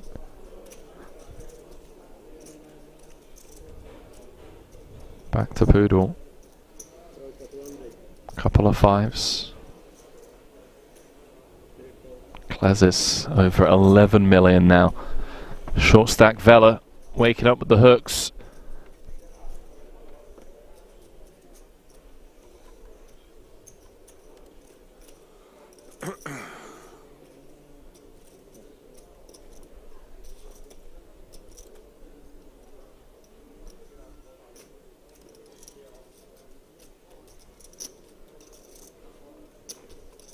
200K. If you do, 21 bigs to start. And this looks like all of it being declared. 2.150. Sorry?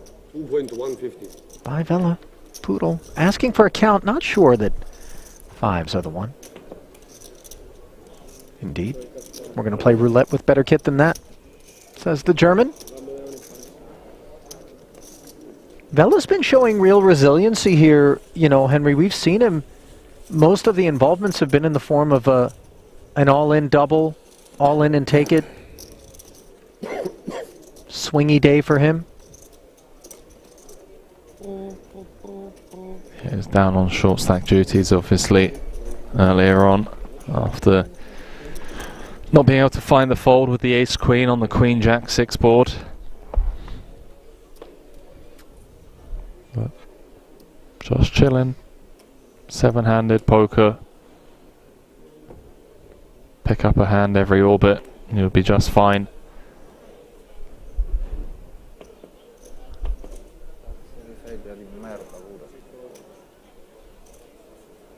Four? Give me 5.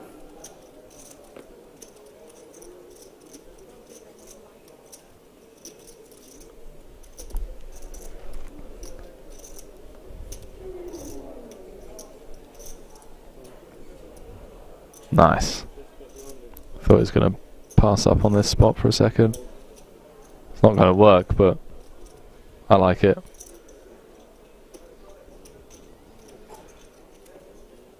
King 10 suited. Defending. As Vela got after it with Queen 8, which is behind on a 9-4-3 board.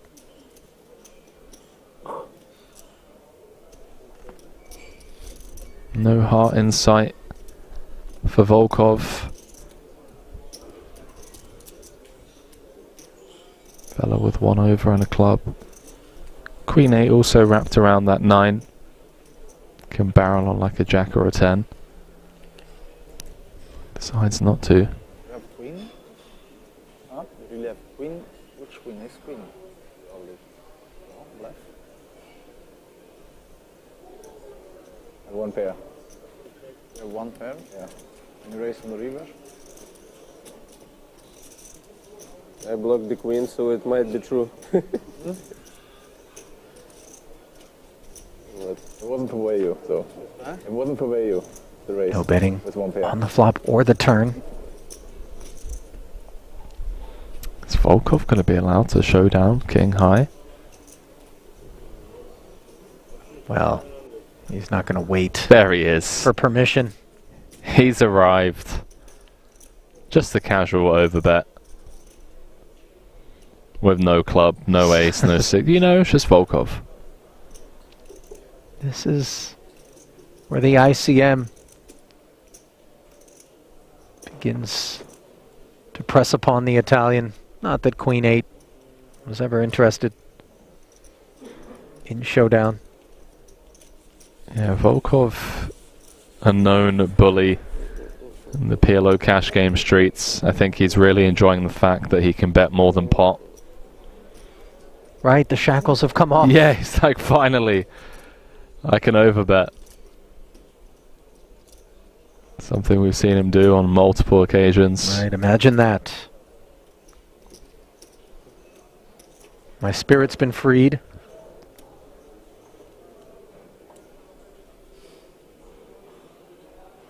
In terms of picking a background other than No Limit Hold'em tournament multi-table poker to draw upon, you know, just your average candidate and say this is where you're going to find people that rate to perform better, would you say PLO cash is where you would turn for these types? No Limit cash, presumably? It would have to be No Limit cash, yeah. As much as I would love to sing the praises of the deep stacked PLO cash game grinders, the guys that play No Limit cash are going to be much better at navigating the different stack depths, and also just have a more sound approach to building pots Size approaches have been quite sound, based on our observations thus far. This time, flatting the big against the 2 kings, which opened the minimum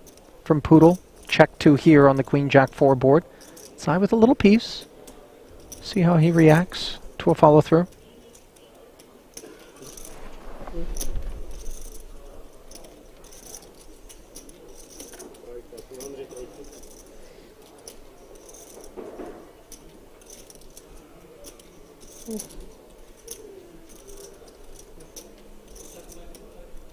To the larger C-bet.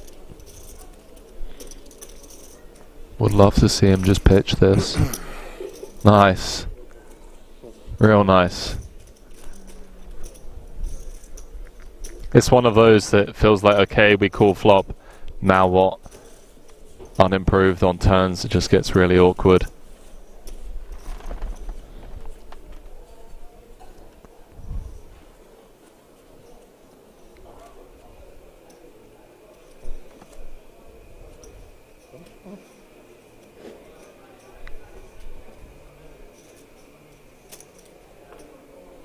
Chat absolutely in love with Ting Sai playing well. Content creator out in Taiwan for 6 Poker. Shout out 6 Poker.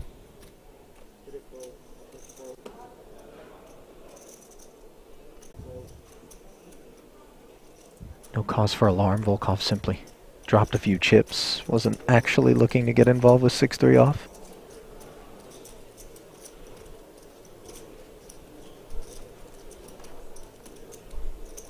Sammartino.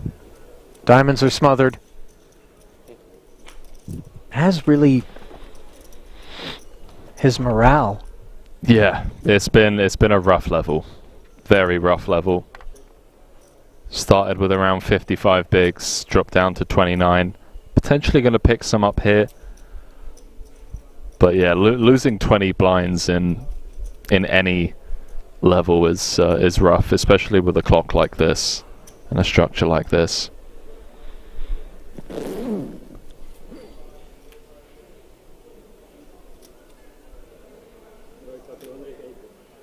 Top pair for Sammartino against the 2 overs in the gut shot. Backdoor diamonds, all of which come together for a 280k C-bet out of Poodle. Let's see if Dario wants to make noise.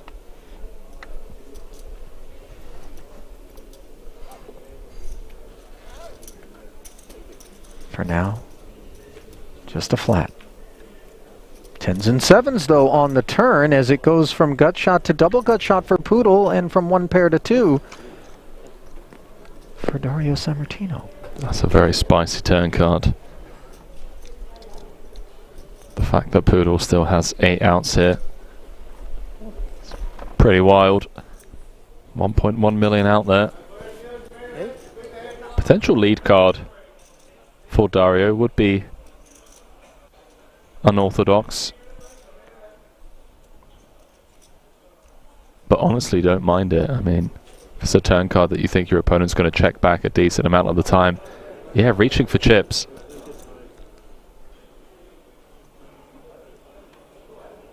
A lead of 225, and now with the double gutter and the 2 overs at this price, Poodle could certainly be retained.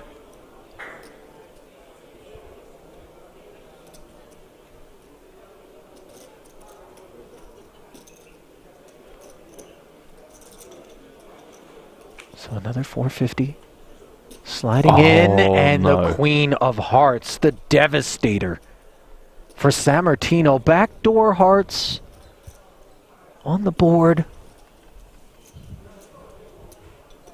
Yeah, really, the only saving grace is that it does complete the flush. Had a non-heart queen rolled off. Really could have been showers. Still expect Sammartino to lose a lot of chips here. Yeah. He's only got 2.4 back. 1.5 SPR. Note that he's found the check. which is incredible, by the way. Yeah, and will he be able to find a fold in the face of sizing from Poodle, which we expect to be meaningful?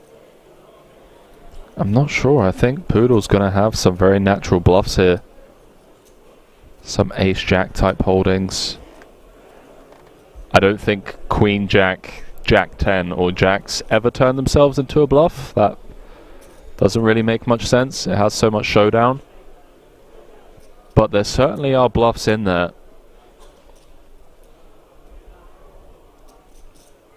Ace-9 with a heart, I don't think so. I don't even know if Poodle's opening Ace-9-0 from under the gun. He could potentially value own himself with a hand like Kings with a heart, Aces with a heart. It's 1.3 into 1.6, more than half of Dario's stack. And we were just talking about the chance for him to head into break and just shake things off, come back with 30 bigs. It's looking likely to be sub 15. This would be a world-class fold, given how this hand's played out. It's made the call, Ali. 4.2 million chip pot for Poodle. And you just see it go from bad to worse for the Italian. Yeah. We've all been there. We know how that one feels. That is probably the roughest level anyone could have expected. Boy, and just how lonely is it to have everyone checked out? And there you are, eating up the front end of your break, finishing things off with about the worst punctuation point you could hope for. Down to 11 bigs is Dario Sammartino, and down to about a 10-minute break are all of us here. Henry and I going to step aside, but continuing coverage of Day 4, the World Series of Poker Europe main event comes your way in about 10 minutes. Stay close.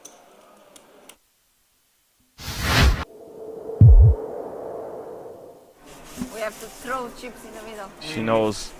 She knows, aye. She knows what she's up against. But what I always say about these heads-up battles, one double up and it changes things drastically. Suddenly you're looking at 8 million playing around 10-ish. So he's 14, so we'll be getting close to even chips. This is the thing, Dan. A lot can change at that point. 300. 7 doesn't change much. Bird says that it's that she should be calling with the 8s. It did seem like she folded very quickly. Yeah, didn't give it much deliberation. I agree, Bird. You know, there's a couple of things that she could have stopped and thought about there. You know, as I said, Omar is going to be leading that turn there pretty aggressively, especially with hands like that where it's a mandatory bet, given he unblocks hearts as well. So would have liked to see her think about it a little bit longer, yeah. And look at this, they both flop flushes. Wow. And heads up, Dan, I think this is a pretty unique situation here, so we'll see how this is panned out.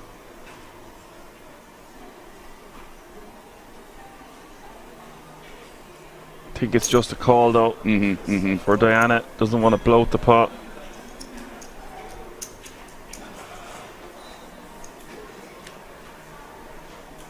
Turn is the 10 of hearts. 7 check. There's one thing I will say about this, Dan, that, you know, Omar is going to be more than aggressive with, like, you know, just a naked queen of clubs here. Even the naked 10 of clubs, I would think, because 10x wouldn't have that much showdown value here. So if he has the ace of clubs, it's going to be very, very similar. He's going to find the bet line in these kind of monotone textures as well. So I would not be surprised if Diana ends up calling this down, but he's really putting the foot to the pedal here with the queen 8 of clubs. I was about to say he's betting 1 million. I would like to see him bet around 1 million. He's gone for that exact amount. It really does set up a nice river jam. It's quite polar indeed, mate, and that's why I'm thinking if he has the queen of clubs, the ace of clubs here, he's going to pick the exact same size. And so again, Omar just can't do any wrong here, man. He's just targeting that range. Of course, it's very unlucky for Diana to pick up a flush as well, or to have a flush heads up, especially when you have 3 clubs in your hand already. It's going to be very unlikely that he has any of them. But yeah, it's going to be a tough spot on the river here for Diana.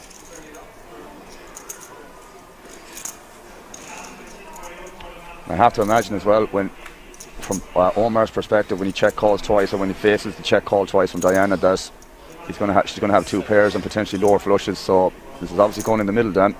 Well, Bird just says if she finds a fold, it will be the biggest PLO heads-up fold ever. This is it. This is the problem. And Omar will find bluffs here, guys. Omar is more than aggressive and more than smart enough, more than good enough, and there it goes. That is enough to put her all in. You got a feel for her here. Not much she can do.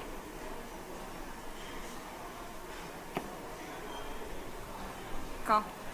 Wow, that's she does it, guys. call it off, and that is it. Omar coming, yo. He has just defeated this entire table. Is now the World Series of Poker Europe PLO €550 buy-in champion. This was fast.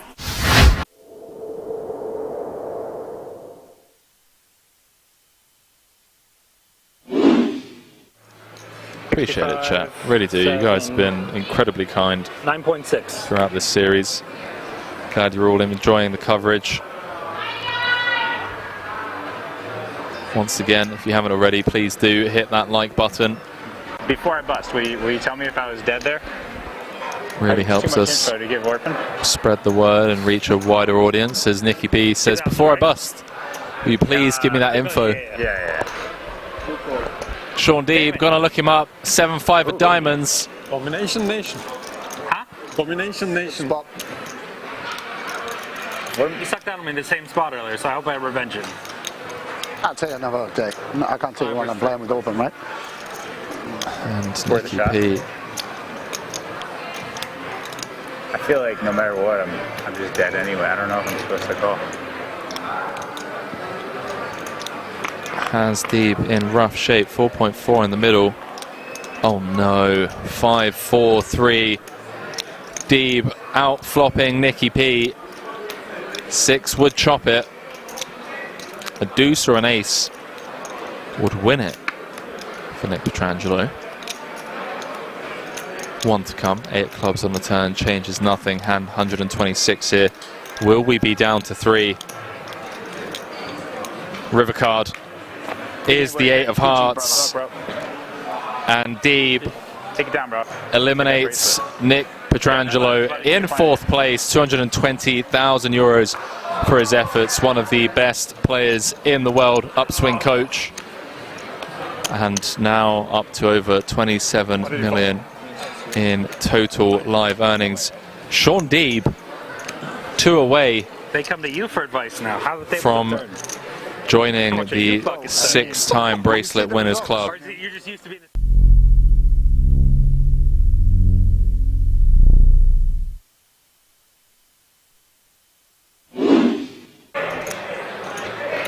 8 of diamonds flashed. Sean Deeb snap mucking the Queen 8. Timothy Adams gonna click call with the pocket 5s. He is flipping. Maybe this is what the Chat, I will catch up with you after this hand. some of the all-ins and All-in and calls. 5 away I mean, it's been pretty fast-paced. from either being down to 4.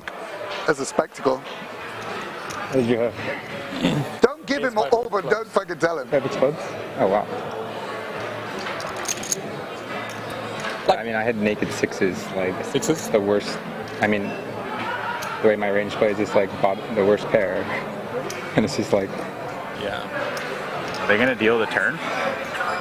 I mean, it's just like a nasty spot. Sure. That was such a long. Sweaty turn card. Orpin looking for a 6, 8, 10 or a king to eliminate Timothy Adams, and it's the King of Hearts on the river.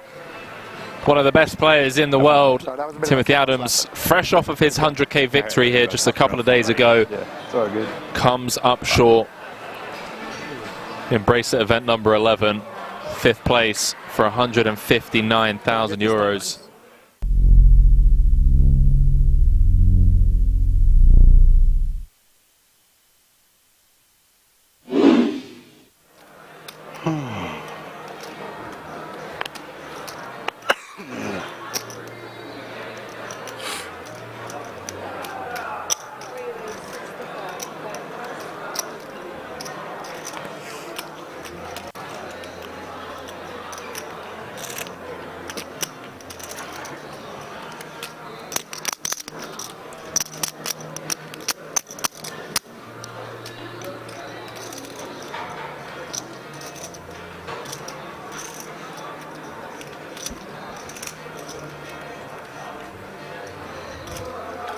Dempsey with the queens.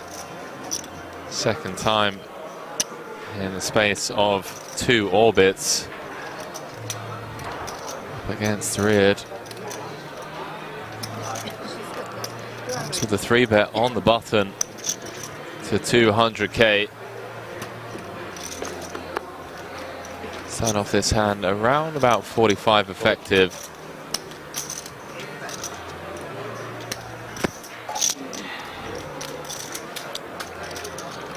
Wait, how deep are we here? 43 button? I mean, it's button v hijack. So very aggressive, very competent. Put out Dempsey. Wow, he does announce all in. Chat, this is a chip lead pot here. Wow. And a snap call from Dempsey. And again, he sees that he's got his opponent drawing to 2 outs. Chat, this is the biggest tournament of the feature table after 13 hours of play. Yeah, yes. I know. Queens again. Wow, good luck. Queen 2. Well, well, well. Possible. Jack 5-3, all clubs. Nejad picking up a bunch of outs and just has Dempsey dead on the turn. Hey, my friend, zweimal Queens verloren. What can you do? Wow. Queens, zweimal Pop. Wow. Takes it on the chin like an absolute champion. Put out Dempsey saying, what can you do? Wow, love. Has Zidek drawing to 2 outs. Nice. Queens against 9s. 1.1. Again for a chip lead pot. 1.1, yeah. 1.1, yeah. 1.6. 9 on the flop. Now had Nejad drawing to 2 outs. 1 for 50. Queens against 10s. This is Gets 4 flushed. Put out Dempsey, still smiling somehow. Says, what can you do? I tell you what, chat. 1,450,000. Wow. That man on your screens right there. 450? Yeah. Remember the name. Put out Dempsey. We're going to be seeing a lot more of that young man from Thailand.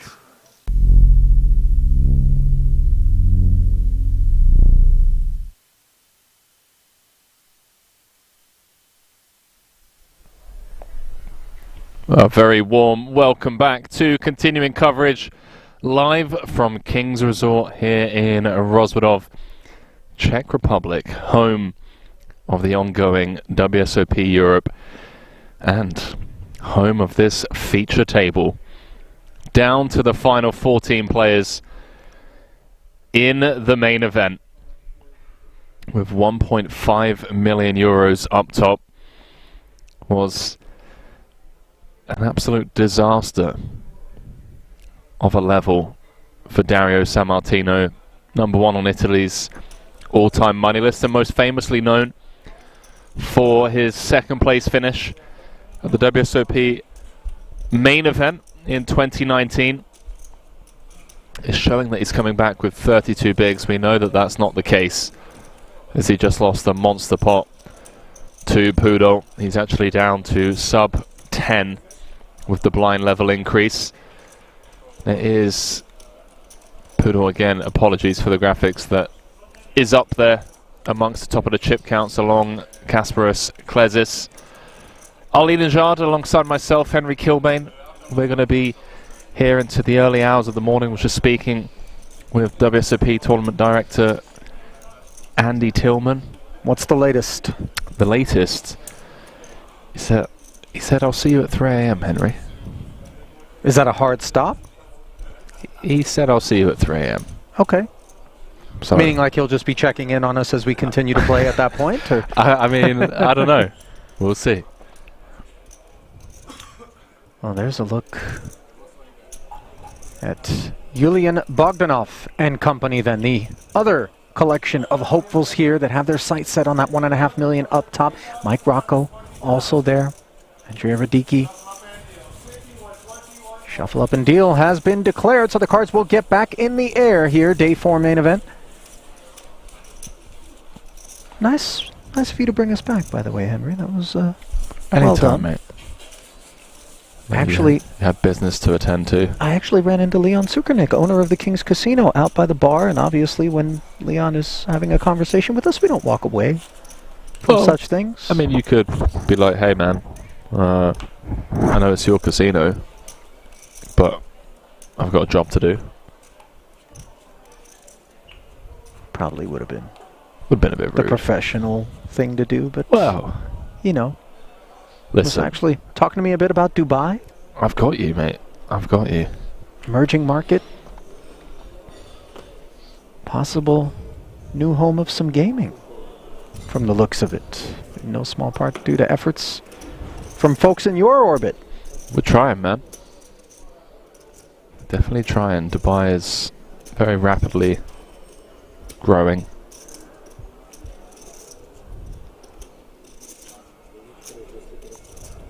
Blinds have gone up to 60k, 120k.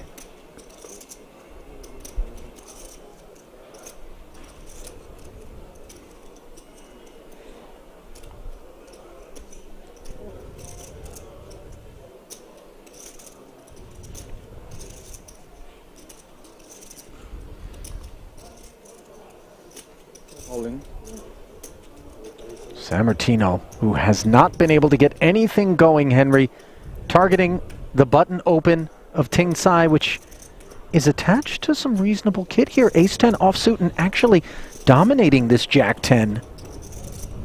And he's at a front row seat to the frustrations of Sammartino, not the least of which took place just before the break.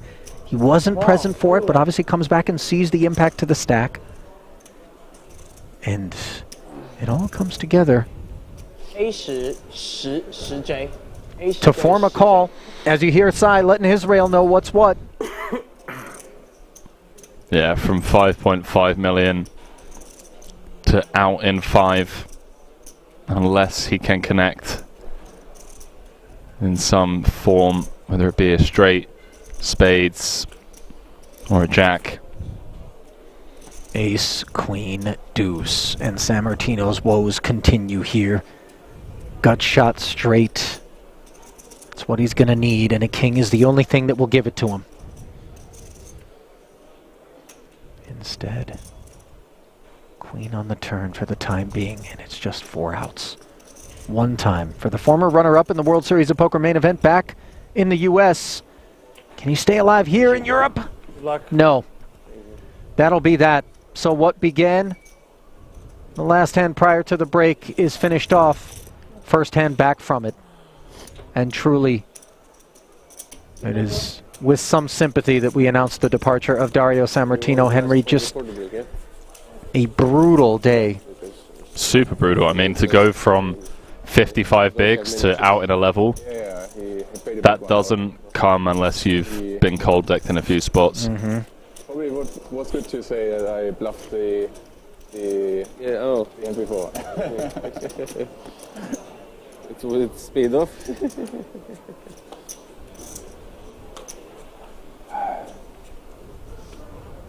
Well, down to 13, eh? Yeah, main waits for no one. 59,500 euros going to Sammartino. Hey, jump. Hello, aces. Upon us yet again.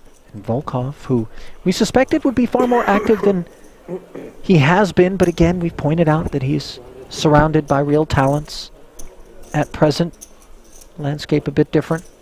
I also think the weight of the situation a bit different as well. There's a big difference between 100 players left and coming in like a wrecking ball, and 13 left with 1.5 million up top. I think the weight of the situation kind of kicks in right now. And you're like, hey, look, I've got 65, 70 bigs. There's 12 people between me and a 7-figure payday. You know, let's tame the beast a little bit. Let's just rein him in. No need to bluff it all off with reckless abandon, which we're all guilty of from time to time. Now's not the time to do it. 73,000 euros locked up That'll be the payout for the next 2 spots, 13th and 12th. Final table will be set when we get down to 9.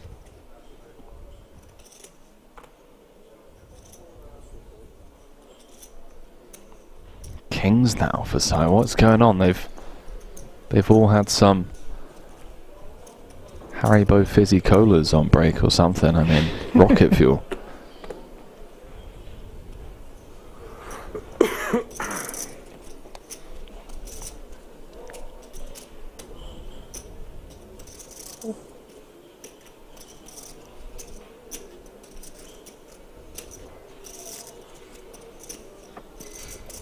Queen Jack being deliberated on by Poodle, who I think is just as aware as you and I in the booth here, Henry, as to how snug Tsai has been operating out there.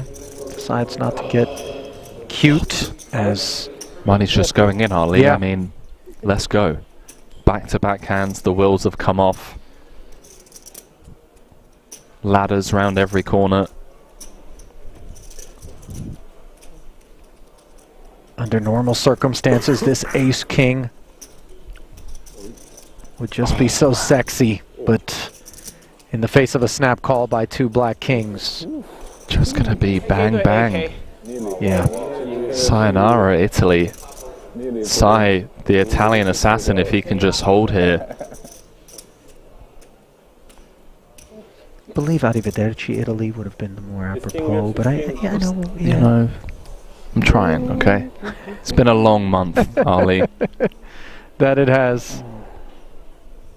And it's also been a long day out here for Vito Vella. One that he hopes can continue, but an ace for the time being. That which would be required for set continuation, unavailable on the Queen 5-3 board. Well, something going on the outer table. We'll have to jump into the action over there after this. Sure sounds that way. Hello. Wheel gutty now as we add deuces to the mix. 7 outs one time. Can Vella find extended play here in the main? He can't. Obviously, he's done nothing wrong, Henry. And from what we observed, really just made the most of what he was given on the day, and 73,000 euros, that which he will be given courtesy of an elimination in 13th, as the Italians had been vanquished.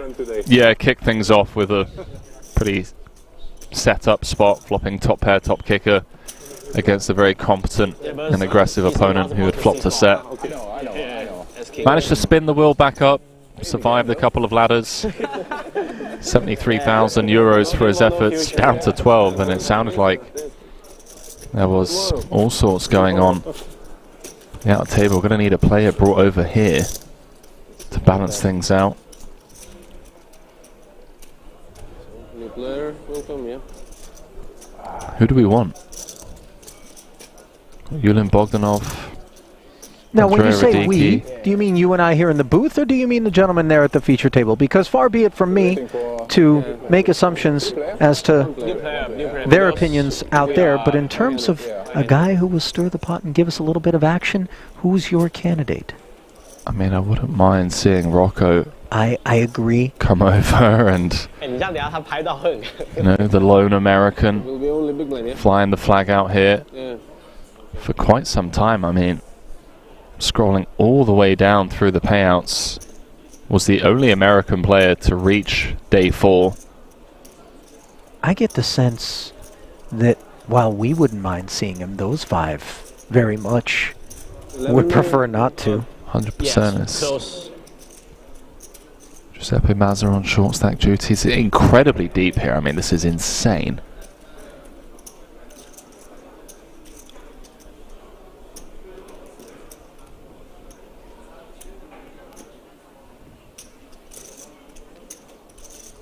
What a stacked field.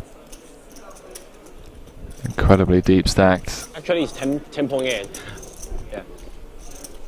And you? 10.6. Yeah. Giuseppe Mazza and Michele Tocci, the shorter stacks. Very easy. And well, I've got another update for you, Ali, because we're actually down to 11, not 12. 5 minutes. That loud eruption That station we play so long time, yeah. from the players on the other table came from the elimination of Andres Cintula. Got it in with the ace-king, ace of clubs, king of hearts on the 10-9-7 all clubs board. Michael Rocco had flopped the king-high flush from the cutoff when all the money went in and managed to hold across turn and river. So Rocco's actually up to 10 million. We're down to 11, which means everyone's guaranteed 91,000 euros now. Just like that, the 73Ks were issued. That's crazy. Double pay jumps. A seal has been broken of sorts. Obviously cold deck there for Cintula. Ace King against King Jack, underperforming deeply. Was drawing live on that all club board.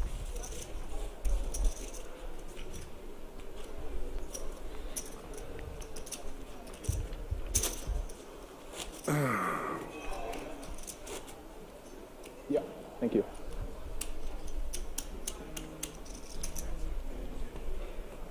What the I am the target now.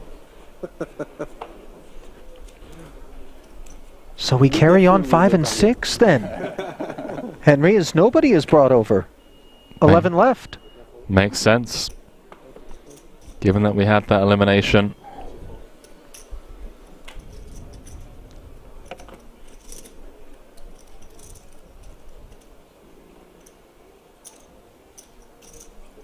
Be careful, but not this time. Not this time. No.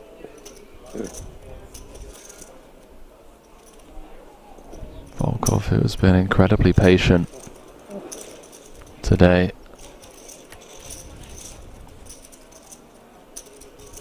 Really haven't seen much of him, although when he has been involved, it's been aggressive.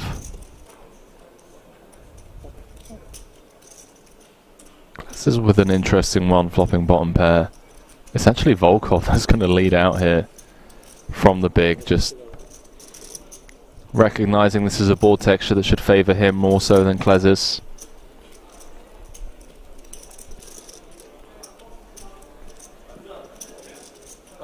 Game theory's just kind of gone out the window in terms of the actual holding of Volkov. Leading with the Queen Deuce, and that should just be a shutdown. Board pairing 7, bringing 2 tones to the turn. So long time, will we stop like?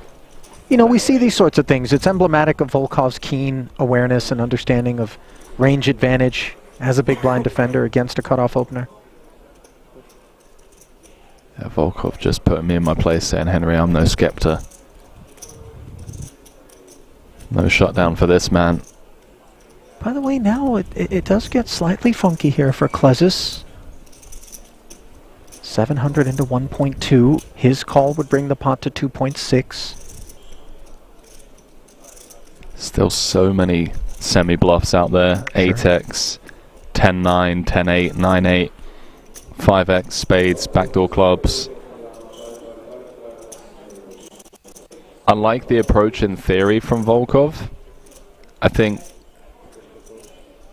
it's a bit off given that Klezis is going to be a bit wider from the cutoff as chip leader. So just automatically assuming that this board favors you more so than Klezis, I think is actually incorrect.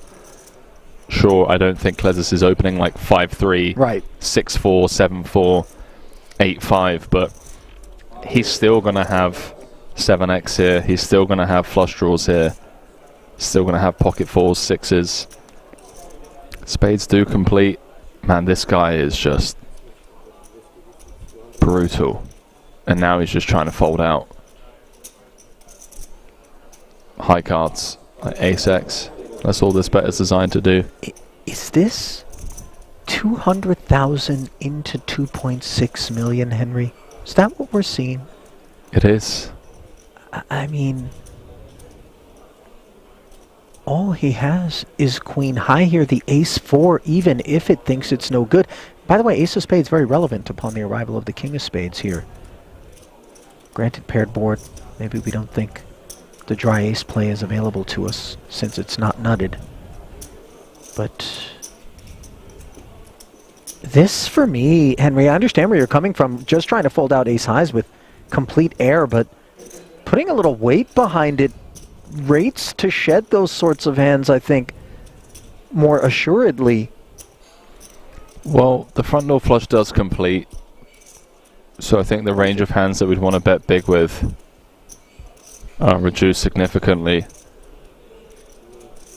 So blocking does make sense, blocking with a hand like, I don't know, a straight, a 6. Yeah. Tried making something happen. Klezis easily flicking in the call and pulling it in. But did he try hard enough on the end? I mean, not to overlook the flop and turn go hard aspects. I think he tried harder than anyone else in the field would have tried. Yeah. Including us here in the booth. But that on the river, maybe, just Stop maybe. it, Artie. Behave. You just want carnage. Well, the 200 just felt like it wasn't consistent with the ambitions demonstrated I agree. on flop and turn. But also from a theory point of view, that was all left at the door in the previous hand. Because what we just witnessed isn't justifiable in any way, shape or form. Right. From a theory point of view, it's just Volkov doing what Volkov does. Obviously, it's in part what makes him tricky to go up against. Oh, Mazza. Hard 6. Ripping. And getting an orbit's worth of tokens. First pair in the last 2 hours. Shows the pocket 3s. Big one. Huh? Big one. Ooh. He's in the moment. Nice hand, Mazza. One more turn with always nice to get one through.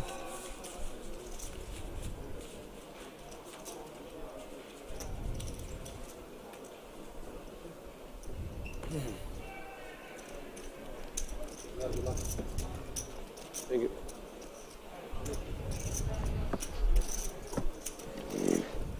And with that, Mazza will climb up, back up, should say, to 20 bigs.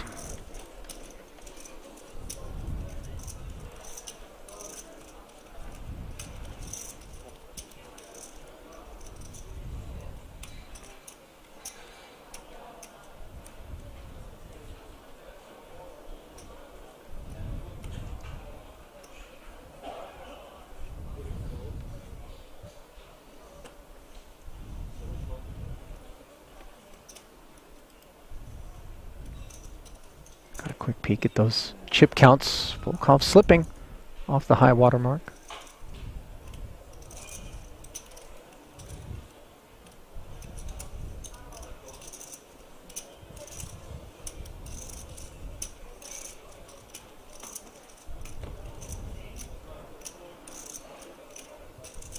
Tsai trying to limp in here. The 6120 level with the Jack 5.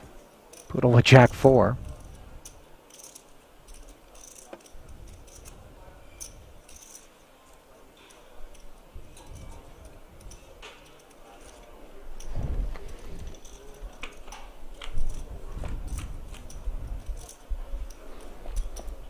Queen 6 deuce.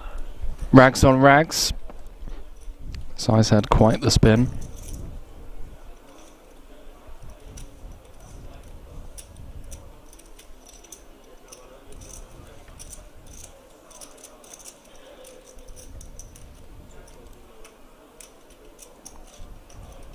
Bet and take it for Tsai. Peeking at his Hendon mob, by the way, 1.3 million plus in career live earnings. Best live cash, 250,000. 7th on Taiwan's all-time money list. Hazard a guess at the man up top of that Taiwan money list, Henry? On Taiwan's money list? I think you know this one. Yeah? Wow, you sound confident. Taiwan's my list. Friends with Randy. James Shen. That it is. He was here. Playing events. Old man Chen. God, he's a bit of an OG.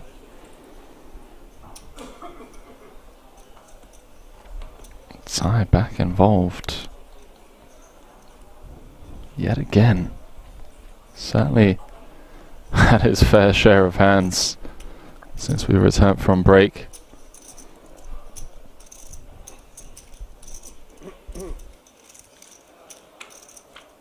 Queen Jack suited, squaring off against the Lithuanians ace-9. Both players with a piece here, top pair and a gutter versus second pair.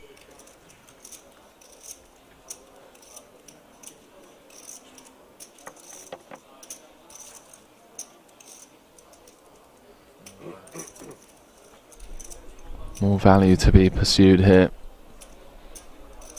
from the Taiwanese poker superstar, content creator, Natural 8, Team Hot.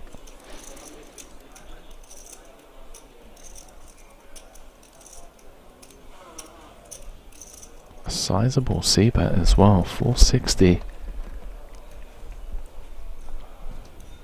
Around 75% pot. Function of the board texture? For sure. Don't want to be giving cheap cards away.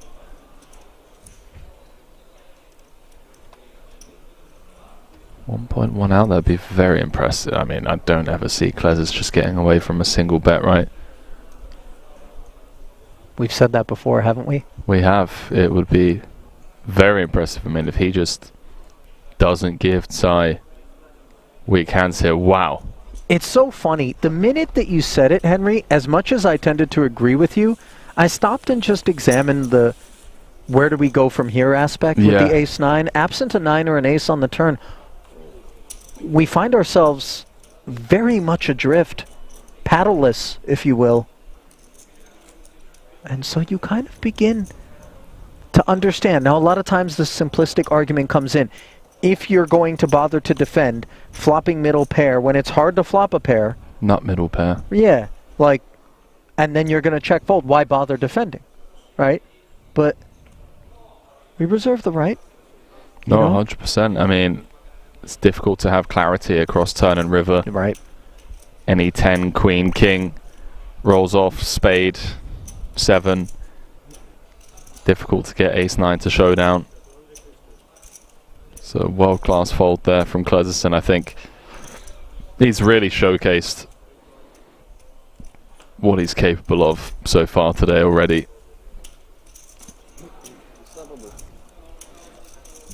Over the last 2 days. Really looking forward to watching him navigate this one. Likewise. Tsai as well, by the way, is... It does feel like a number of the eventual participants at the final table are seated right here at this feature with 2 tables left, 5 and 6 respectively, here in Rosvadov. 5-handed. Back in with a Jack-10. Unless he wants to give the boys a chance to play their own hand. I would love to see the stats since we returned from break. How involved Tsai has been. Yeah. You know, it was Poodle during the first frame who emerged as the V-Pipper. Got a 3-bet opportunity here for Klezes. See if he wants to take it. Don't necessarily have to force the action, obviously. He's got a flat.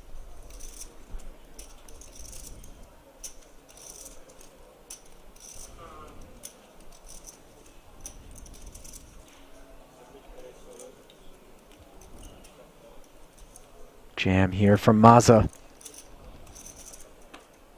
Small blind squeeze. And it gets through. Shows the ace-6 suited, by the way. I don't know if we want to be giving away free info like that. The jam is ballsy. I mean,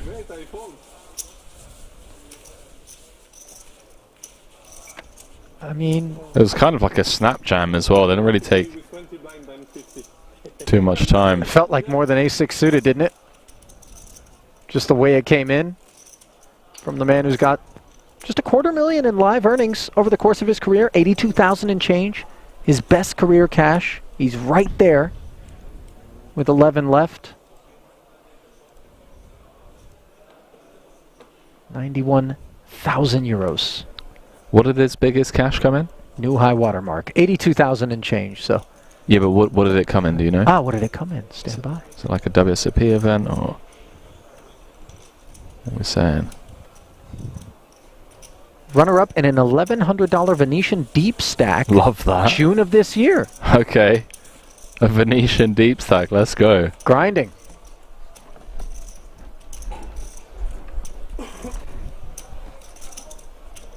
Someone asking if this is Yo Viral's game. It's not. It's not. This is day 4.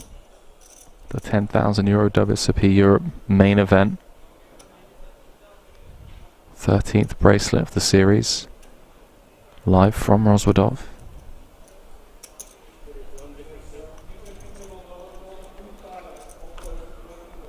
And we've been told a few different things as to the plan for this evening.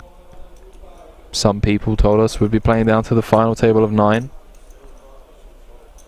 Others have told us that we're playing till the end of level 29.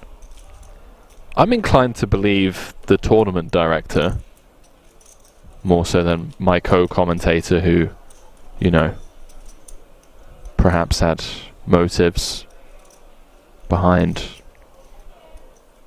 saying we were playing to 9 rather than 6. Spot here for Poodle to potentially squeeze.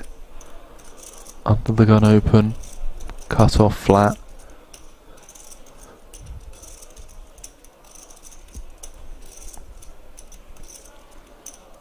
Ace Queen suited 5-handed is an absolute monster. That it is. I'm just curious to see how Mazza wants to approach it. We saw him just kind of rifle in the ace-6 suited for 20.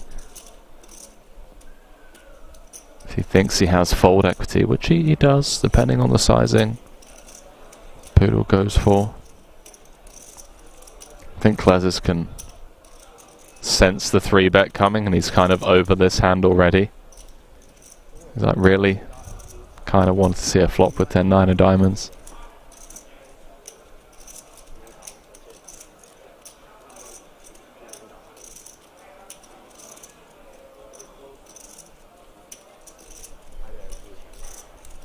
Roll the dice. Surely not. Hard 8. We saw him do some things. Ace-6 suited, pocket 3s, obviously different circumstances here. You've got to win flips to win tournaments, right?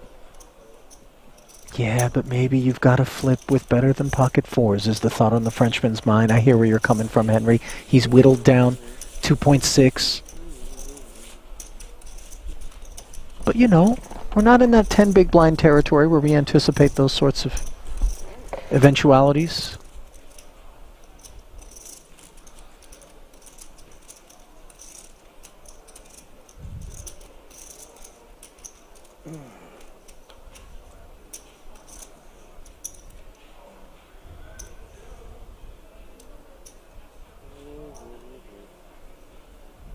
King-6 suited.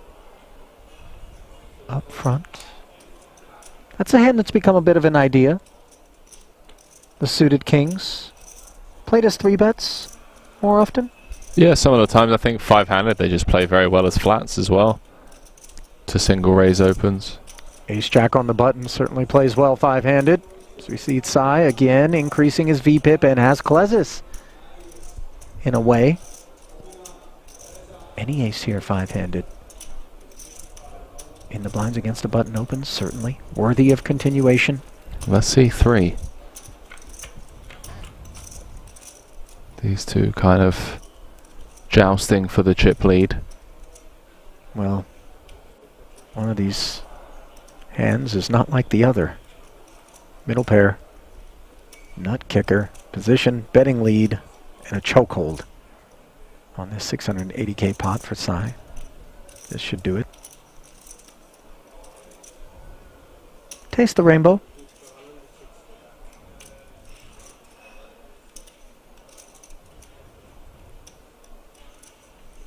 Ace-8, no backdoor other than backdoor Broadway. It's annoying because it's just north of a big blind. It's going to stick around for at least one. Yeah, a little peel here. Very floaty in nature and now somewhat troublesome. Remember, however, that Klezis is the man that defended his big and check-folded the Jack 9-8 two-spade board against a follow-through barrel from Sai. Here he is having connected with the 8. Obviously far better than the ace-high he brought to the turn. Checking once more, and if he faces an added barrel, which it's unclear that he will, his response is not necessarily a given. Yeah, very different board textures though, right? King Jack Deuce Rainbow compared to Jack 9-8 two-tone. Also the sizing from Sai was near 80% on the flop. This was just north of a single blind. Half pot now from Sai. And when you turn nut third pair, kind of have to ask yourself, what was I calling for on the flop if I'm not going to continue on this turn? Sure. Runner trips would be a dirty way to do it.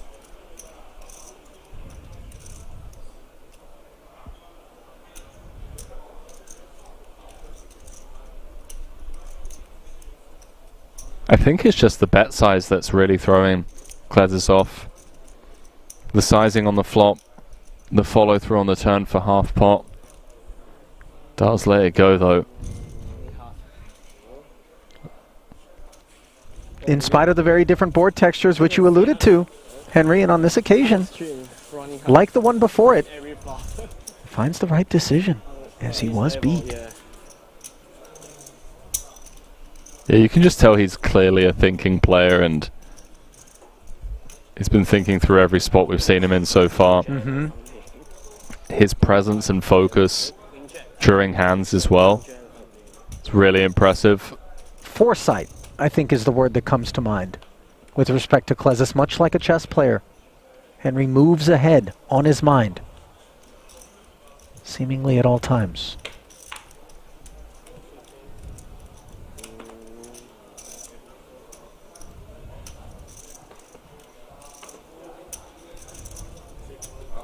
Maybe I walk without looking my card.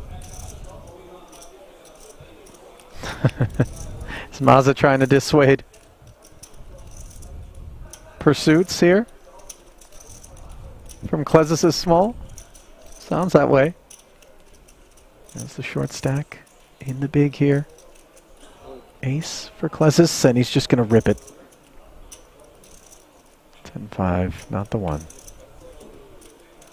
I think I never saw a walk when someone asked for a walk in my whole life. It's never happening. It's like you asking them to not give. No, you know, for me it's fine because if I have a hand, I'm happy to see go in. I know. Because if I say nothing and just go, maybe I go in and I get nothing. No, I know.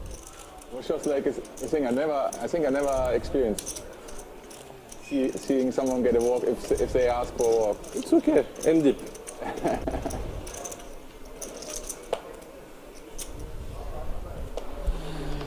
See people in the Twitch chat asking about how long we'll be playing tonight. Well, we're playing down to 6 or the end of level 29, whichever comes first. That is the official word from Andy Tillman, WSOP Tournament Director. Currently level 27, which means We're either going to be here for another 4 hours or down to 6 if we lose 5. Let's see. So you say 10-7-4, gut shot against a pair here. Okay. Always wakes up with something. Maza checks. After limping, pre-flop.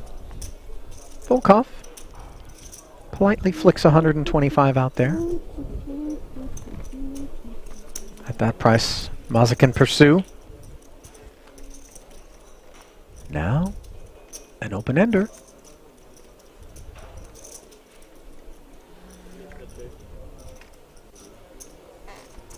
Gonna be difficult for Volkov, although it is Volkov. So we even, you know, we just bet 2/3 pot with bottom pair. It's pretty wild. What is his music now? This guy's style, he's like, I don't know, a mixture of a bull in a china shop and a wrecking ball with Miley Cyrus on top of it. I mean, no, by the way, the 400,000 it's huge. 2/3 yeah, pot exactly. on the turn. Like, Bet what are we by doing? the best hand with 3 overcards out there. Maza making the call, and look at this. This happened with blinding pace, by the way. The 400,000 was a big bet for a pair of fours to be making on the turn. In turn, a big call off of 2.2 to be made by Maza, and then all of a sudden the 3, which is so blank, draws a bet out of Maza. Granted, 5-6 did complete, but maybe we don't give Maza credit for that holding as played. And the snap call from a pair of 4s, Henry, which were good, as Volkov takes it down.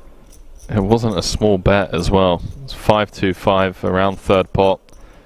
So many straight draws breaking though. I mean, the 3 leading on the 3 doesn't really make much sense.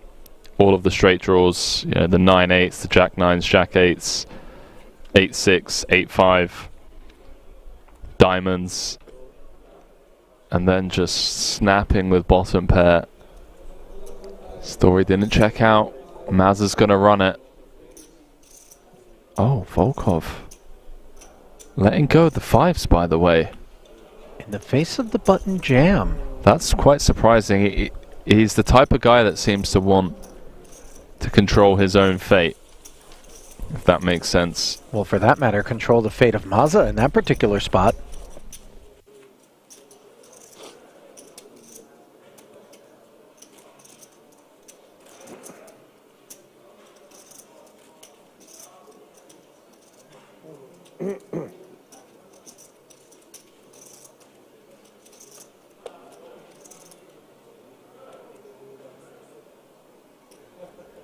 We're back from our moment of Zen meditation there, which was warranted considering the discombobulating nature of what we bore witness to out of Volkov against Maza just moments ago. And then perhaps the incongruence of the 5s snap hitting the muck in the face of the 1.2 jam from the same man, who might be a little bit flustered. I mean, that's pretty surprising to see him pitch the 5s for 10 bigs. I thought so. That's one of those where you make the call, and if the guy wins, you go, these are your chips anyway. Oh, that's a bit... I'm teasing, but you know what I mean? It's like, if I explained those 2 hands to you and told you they were played by the same person, 1 pot removed from one another, you would go, wait, what? Yeah, that's pretty brutal. 50. You're a sicko. Outside with the 3-bet out, the small. See how Volkov approaches this one covered by the Taiwanese content creator. 3's just going to hit the mark. No nonsense from Volkov. Seems to be very interested and inclined in just picking and choosing his spots, not letting others kind of dictate the pace of play or the inflation of pots.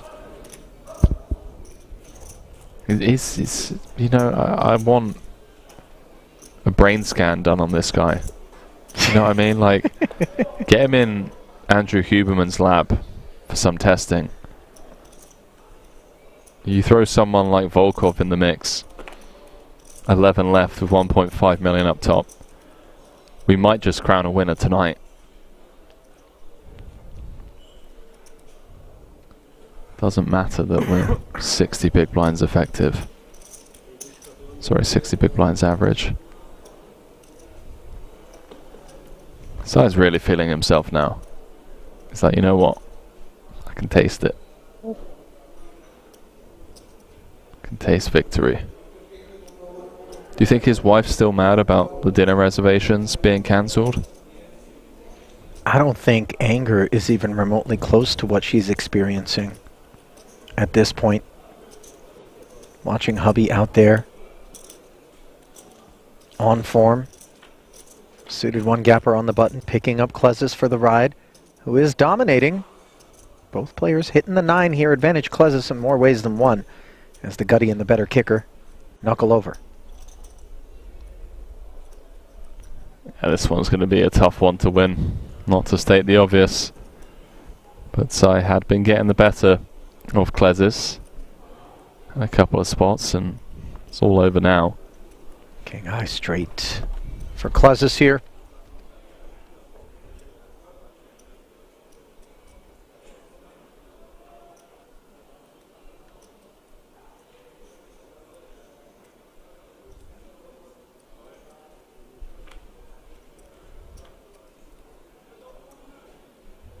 Check, check. Now the river puts the queen high straight on board, does it? Does.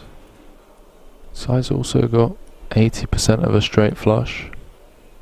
If we were allowed an ocean card, would really spice things up, Ali. I'll happily book the field against the 10 of spades on the river. Was it folded? No, I don't think it was, but you know. You've been chomping at the bit for some action, Henry. Perhaps a price. Unfortunately, I don't think we're going to be able to go back in time and get that ocean card revealed, so mysteries remain. 4 1/4, by the way, is all of a sudden Klezis with an opportunity, maybe, to get paid, but Sai, as we've observed him on just about every occasion he's been involved, Henry, again, keeping it clean, laying it down. Got Herbert in the chat set up. What number of players is a deal likely? No deals allowed in WSOP tournaments. That's right.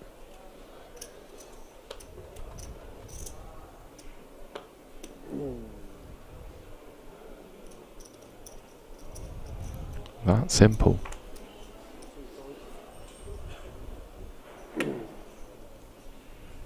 Kings now for Sai. What is going on? Since we've returned from break, aces, kings, kings, ace, king. This guy's been smacked by the deck. If there's a time to have it happen, Henry, now would be it, obviously. This close to the FT.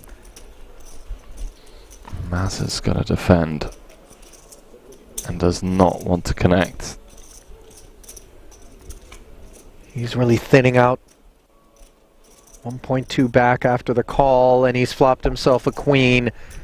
It could be au revoir, ma ami. GG's Mazza. Great run for the Frenchman. Well, hang on now, Henry. Of course, you can get a queen, No, right? It's not all over. Brutal. I mean, look, 1 outers, 11 left in a record-breaking main. If there's ever a time to find it, this would be the time to call it in. We all joke about one-time dealer. Yep. And there it is. The jam from Mazza. The snap from Sai. And the bad news delivered. King, king, king, what a rush. Next time. Queen?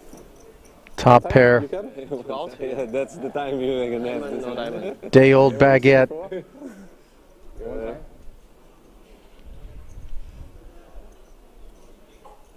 Day old baguette? Yeah, crusty. Ah, il a les rois. Les dames neuf. Queen needed. Queen of spade. Can Mazza find it?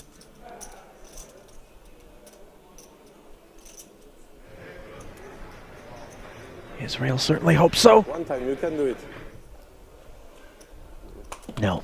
GG, guys. And that'll end the run for the Frenchman Maza, by the way, who seems to be taking it in stride, Henry. Good sport. Best ever career cash for him. Andy Tillman over there to direct traffic. As his dream of making the final table comes to an end. Love being shown by Israel. 11th place finish, 91,000 euros. Yeah, we'll be steady at 91,000 for 10th on up. Love to see the sportsmanship on display, even in a kind of heartbreaking bust-out spot. Not just the spot, but being card dead for 2 hours. To come so close for such a huge FT is. I think Tillman watches on. Let's check chair. It was some 10 million stacks, so like 3 I saw. Just go handed over here. On table. Okay, thank you. Side calling for a colour up. Tillman saying, hey, don't worry, mate. 43 minutes, I'll get it done.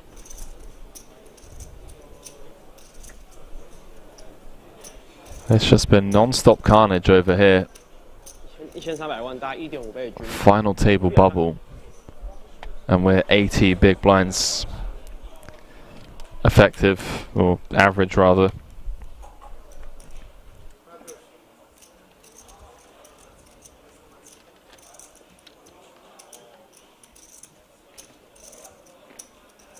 Gonna have to draft a player from the other table over to level us off at 5 apiece. I'll tell you what, those 4 names right there have earned this spot in the top 10, and I for one am looking forward to seeing them forced to collide short-handed here on this final table bubble, Henry. Deeper stacked than they have been for some time, courtesy of the absorption of the departed. And let's see who's made the invite list here. Chips being delivered, and it is Mike Rocco. Oh boy, how about that? Ask and ye shall receive, Kilbane.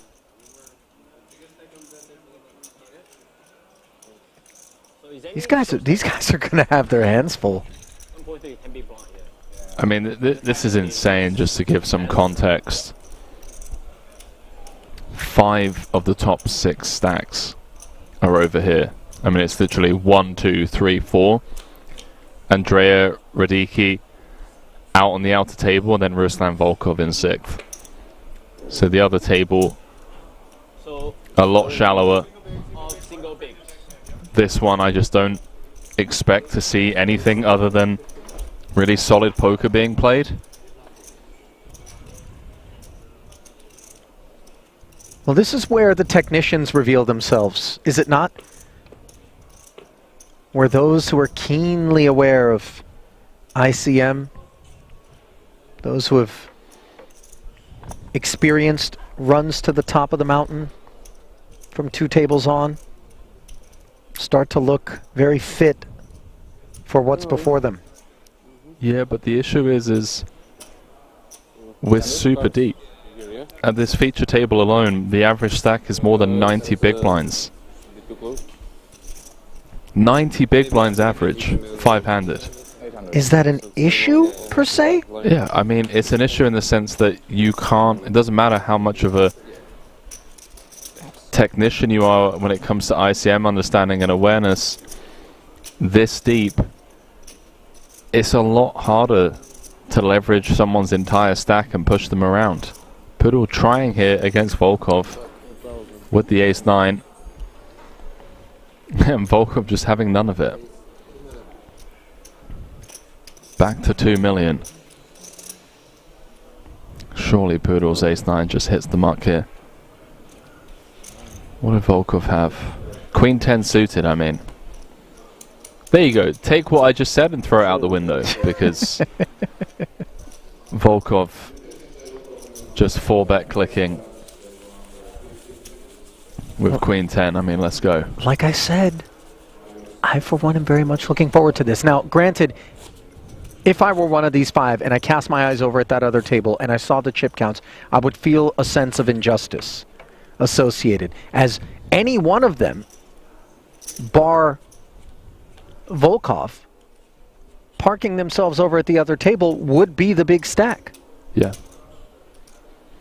But instead, here they are, thrown into a small bowl and shaken.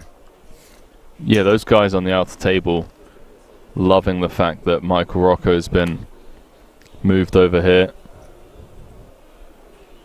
Oh yeah, for obvious reasons. Depth of stack, depth of talent and experience. Nature 9. It's been a while since an American's taken down Okay, promotion. Nature 8. WSOP Europe main event. Been a while, by the way, also, since you told us a story about Rocco earlier today. Henry? Guy's a beast. Outside, on the ground. On the ground? Not the grass. Meditating in near freezing temperatures? Yeah, I'd say it's... I mean, let's have a look. Currently 7 degrees Celsius. Are we dealing with some Wim Hof methodology? Perhaps. A lot of poker players in recent years have turned to, you know, saunas and ice baths, meditation. Why not? If it helps calm the storm in the mind, to just come here dialed in, stay focused on the task at hand, even when it's cold outside, you know. No coat on, by the way, was just sat there in a t-shirt. What a specimen. So we see Volkov dominating Klezis' Queen 8 suited. Playing the hand as a flat from the small. And how about this? Gutter. 2 overs and a flush draw. The developments for Klezis in position. Volkov checking it over.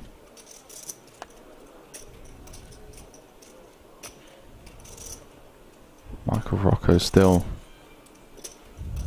unracking all of his chips, which is pretty intimidating mid-hand, even when he's not involved. Volkov really doesn't like backing down, does he? King of clubs in hand, 2 overs. Yeah, gonna appeal for this 275. Not going to improve, however.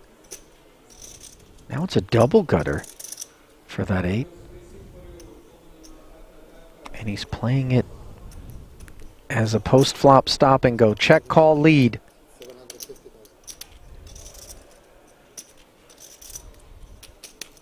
There's so many people around the world right now, Ali, myself included, watching this stream and just kind of asking themselves, WTF is going on right now? I'll tell you what, Volkov's going on. All right, this is the man who worked his way into this final 10 with a certain approach. He's shown that he has more than one gear in the transmission, has activated here as we've gotten down to 10 players. And, you know, there are certainly frequencies, occasions upon which these ambitious lines out of position will actually work. This could be one of them if the third barrel would have come through, but instead a shutdown, maybe, just maybe, after not getting it through the last time.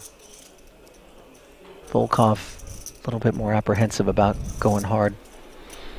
We just saw Volkov snap call with bottom pair. I mean, oh come on, see if King Klezis Queen high is triggered. No, I'm just more so talking about the shyness of pulling the trigger. If you're in Klezis' shoes, if you think, look, this guy just doesn't fold. Right. It's going to check through, and King high is going to be good at showdown. What do you believe?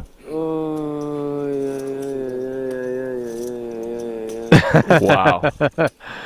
Klezis didn't rattle the chips, which certainly rate to have gotten the job done there. Big old sigh. Raise of the eyebrow from Michael Rocco as well. Kind of You know. Yeah, that got his attention. Yeah, what have I just walked into? You guys playing the same tournament as I am, or, you know, we playing for 1.5 million? Is that surrealism meets Scarf on Morocco there? Is that a cubist? Very Picasso-esque, right? Yeah. Is that what? Color-wise and shape-wise. I know Picasso wasn't surrealist or cubist, but no, right? Picasso was actually no. Picasso evolved throughout his career. If you want to call it a career, I mean. Two queens here for Sai as Volkov on the button jack 4 suited. He seems to have really shifted gears. Don't want to be premature, obviously. Button, we can attack, but you know, he's going hard. I mean, he's I don't even know. He's shifted all the way up into 9th gear. Sai's just woken up with a monster pocket pair for the 4th time in the last 45 minutes. 40. What did he just say? 840? Ah, okay. 140? Right, there's slight miscommunication. I guess, yeah, lost in 1.4 million yeah. is what he meant.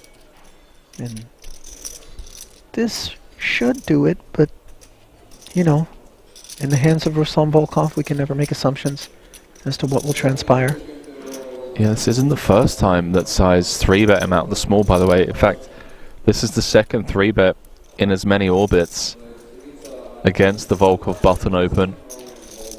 And we know Volkov doesn't like to get pushed around, especially if he thinks that Sai's just going after him.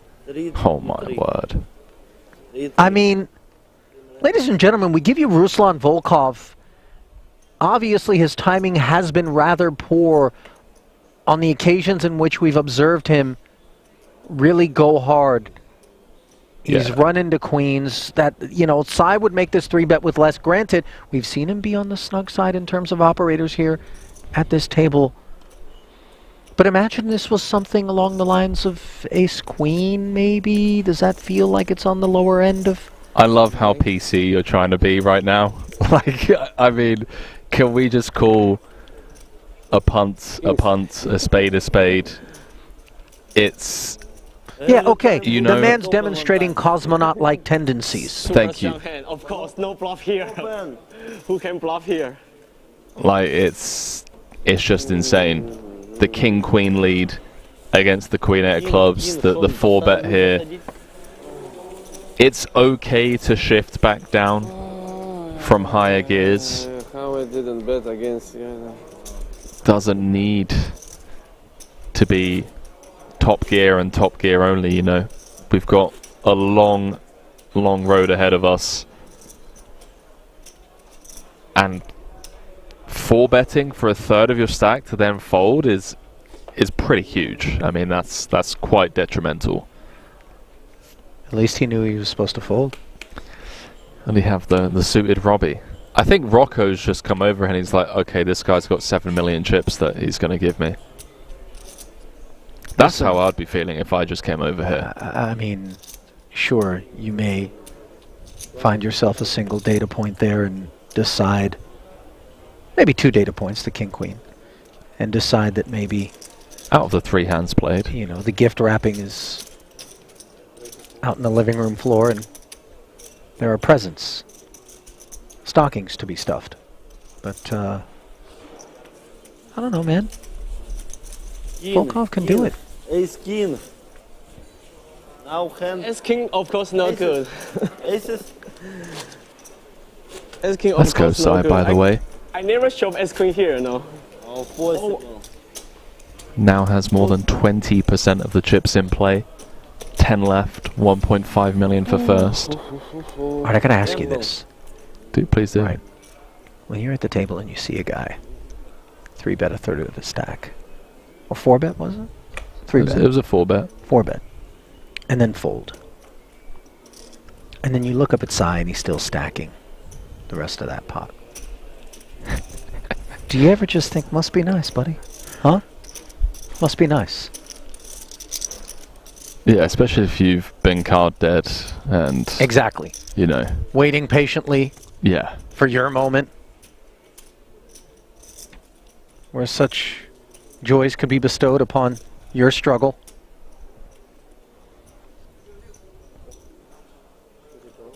So yeah, I'm out there. I'm not happy for you.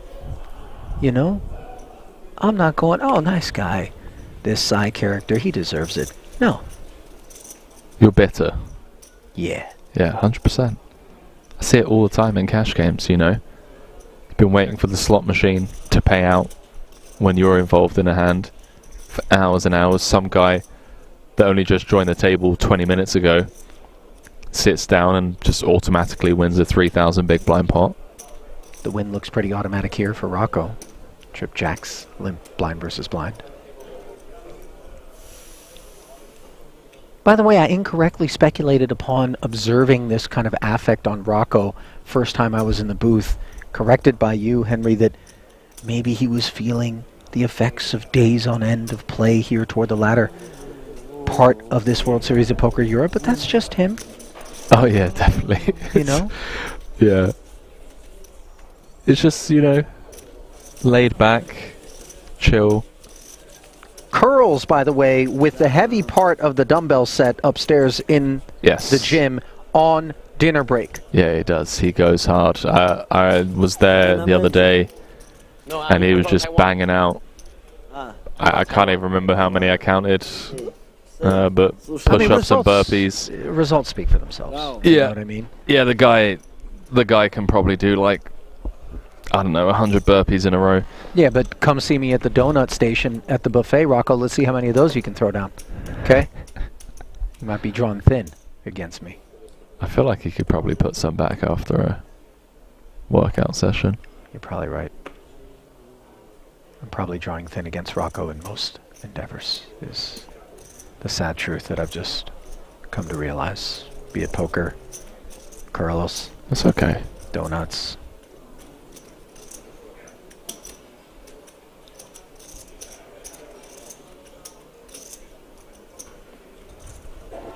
Bet you I could simulate pregnancy better than he can. You know, when you just push the gut out.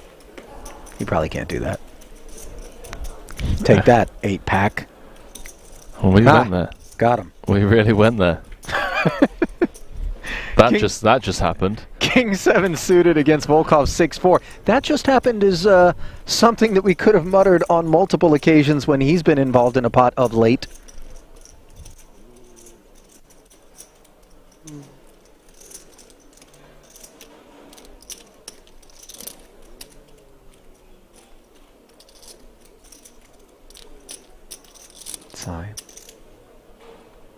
Follows up on the open and doesn't even need to finish chip deployment there, as Volkov has his limits. Now I really want to see you guys have a donut eating competition. I don't know that that's a great idea. My money's on Rocco. By the way, did you see that woman that loaded up like a dozen donuts for herself in the plate right before we went over on our way out? Yeah, she... What was that? Was she going to drop them in her purse? I think it was donuts for the roulette table, because she did take them outside of the buffet area. In the plate? On the plate, towards the casino. Hmm. So, perhaps a bit of rum bad, needed a bit of a sugar rush, you know. I think, you know, number rush is probably more on order if we're stuck in roulette. Which is where one tends to be when engaged in that sort of endeavor. Yeah, I don't think I've ever seen anyone walk away from the roulette table up money. I know I haven't. Yeah, the upswings are quite temporary, in my experience in roulette. See the one gapper here for the stoic Mike Rocco.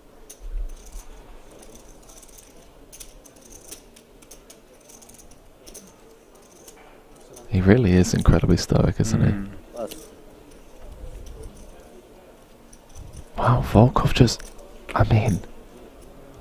I'm so confused, Ali, just pitching the Queen Jack from the small. We saw him fold the 5s earlier on as well against the 10 big blind jam on the button. It's strange, man. I mean, this guy is impossible to read. Is I gonna come in with... He's impossible to predict. That part I'll give you. There's 2 spades, 2 kings, and an 8, that which is given to this duo of Sai and Rocco. Ting checks. And Rocco checks back.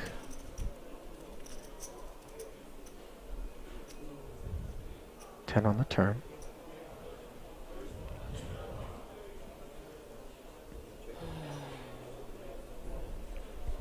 Delayed C-bet opportunity. Might even go for the double delayed. Let's try and fold out. 9 highs, jack highs. Tough for jack highs and queen highs to not have a piece, obviously.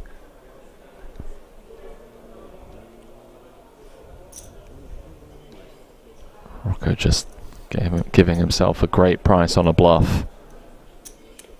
Goes as almost as small as you can.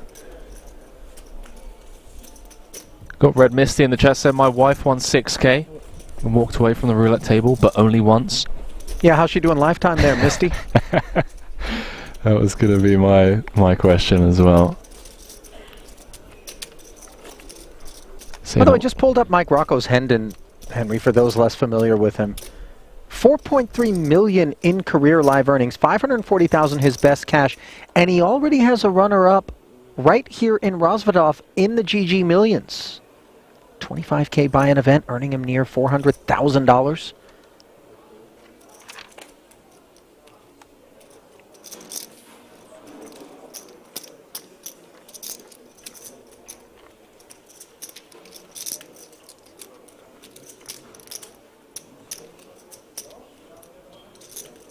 Walked around to the small blind of Sai.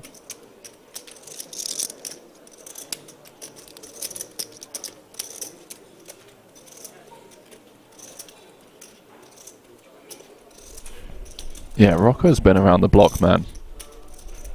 First recorded cash. Coming in a 7-card stud event at the WSOP. There you go. In Vegas back in 2010. Was that a misreg?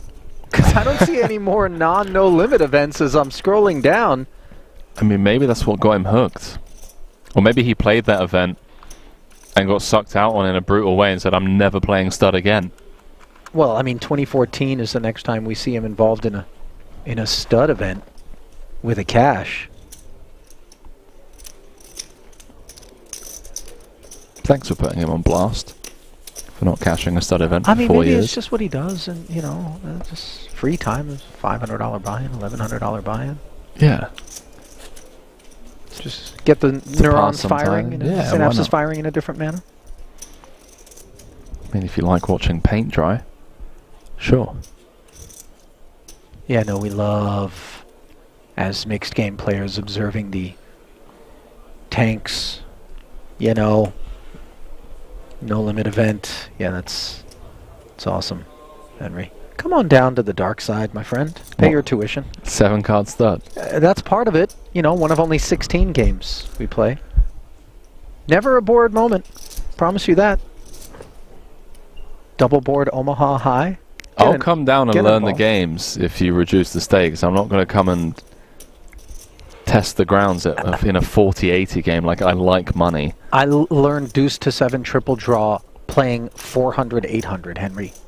Surely the 8160 streets for a hotelier such as yourself would be palatable? No, that's just dumb. Fun, I think, is the more apropos adjective. How did that session go? The 400-800? Yeah. It was part of a Hold'em triple draw, so I would win in the Hold'em rounds. Right. I would give it back in the triple draw. That's so different, yeah. Kind of. I'm coming in blind to 14 of the 16 games that you guys play. So trying to hedge in the 2 games that I do know It's kind of a big ask. Don't be a bankroll nit, Henry. Just drop off a package. Christmas spirit. December's almost here. I mean, I promise you'll have fun.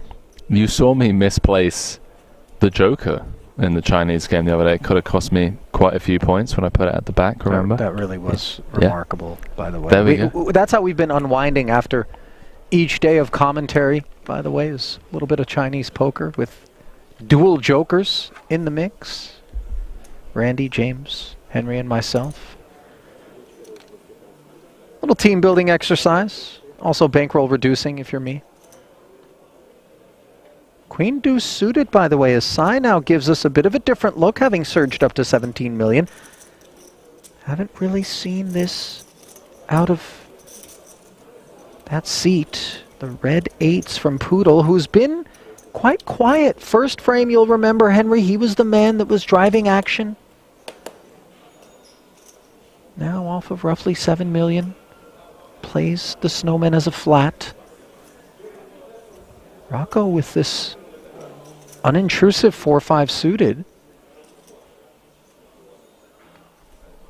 Feels like at this price, coming along would be a delight. Yeah, I think the 8s are always going to flat with ICM in position on the button.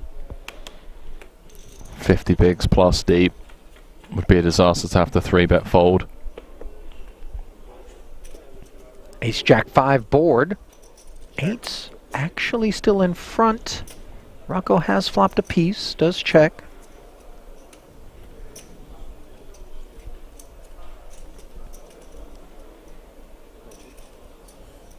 I'm not even going to entertain the C-bet on this flop, just correctly recognizing against two opponents, no club on board. Queen Deuce, a bit of a stretch. Does check through though. As 8s remain out in front with one card to come. Check.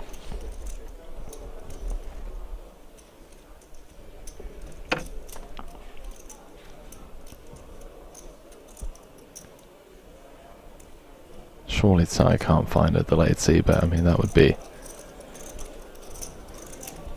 incredibly ambitious.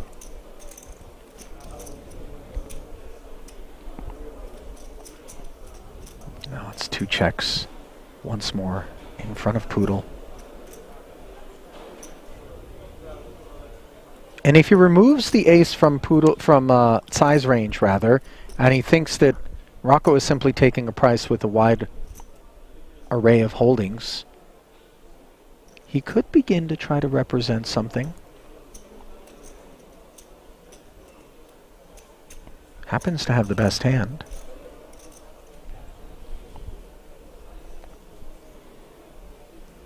Wow, he's actually going to find the bet here.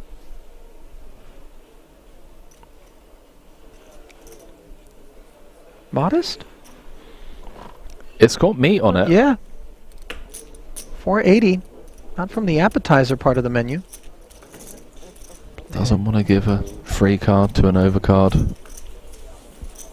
Well played. Yeah. Been impressed with Poodle throughout the day. You mentioned that he's been pretty quiet for the last, you know, level or so. Makes sense given the carnage that's been going on behind.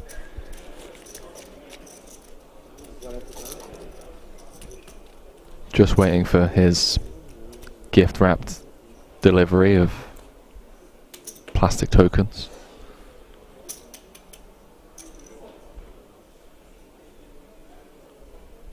Someone in the chat asking, Ali, would you quit using those analogies? I'm hungry.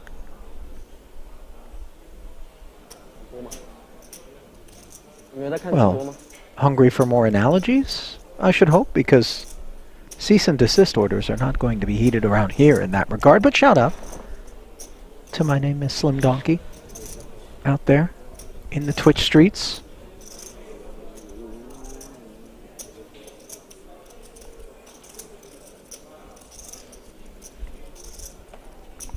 Rocco in the small.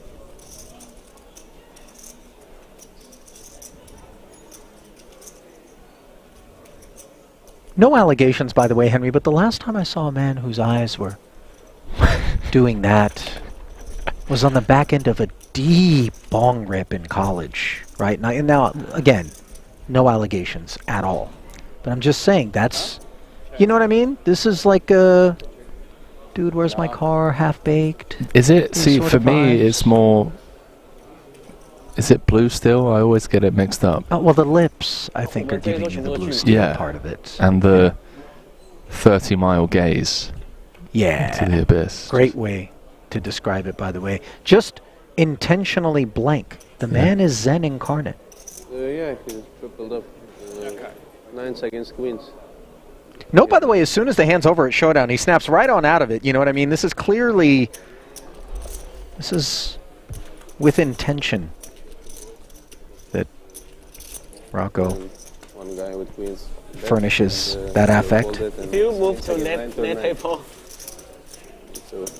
if you move to left table, you are biggest.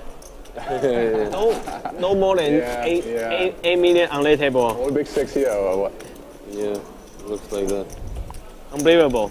Why they play so long time? So they just play all in directly, and here always 3-bet forward. Oh, okay. Now, Henry, I consume copious amounts of nature-related content out there on the streaming platforms. Telly as well. Do you? Yeah, What's your Blue favorite Planet, you know, Planet Earth, all that BBC type stuff. Shout out Attenborough. National treasure. Morgan Freeman also venturing into that realm. Understandably. I mean, the man's everyone's grandpa. But go on, do tell. If I tasked you with looking at these 5 and assigning the spirit animal to each, take your time with it. Who's the gazelle? Who's the lion? Okay. You know, not just gazelles and lions out there. We could have ourselves a porpoise. You know, maybe a kookaburra. Any meerkats? I don't know. The meerkat. It's a wily little animal out there on the Serengeti. Always alert. Sentry. Of sorts. Up on the... By the way, in South Korea, I played with... I went to like a meerkat cafe. All they want to do is dig. They're just roaming around freely inside this There's cafe? an enclosure. You go into the enclosure, and then they're digging away at you. King, Queen, 6, by the way, here. Button. V, big blind. Side defending. Checking. Coming up empty. Would love some submissions, by the way, from the chat with respect to perhaps what they liken these 5 here at the feature table to in terms of spirit animals.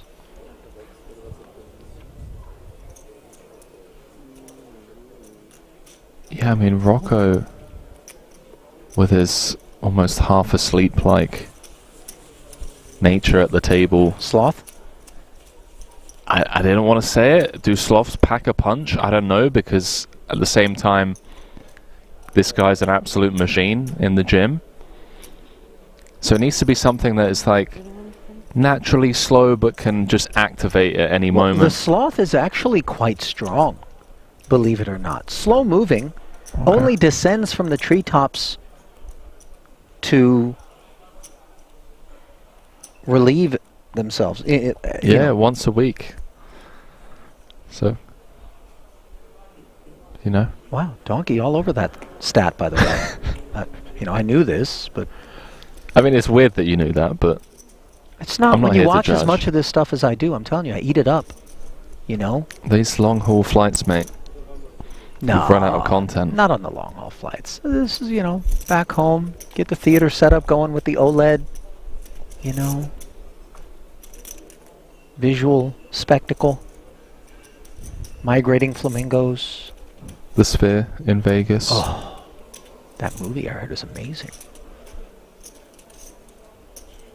Sai with another pocket pair.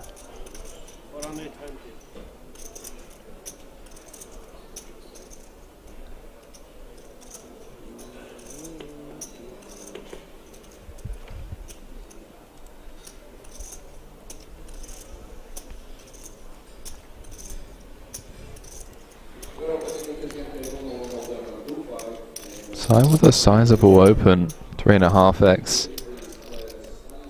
Against Poodle out of the big. Queen 8-0. Closing the action.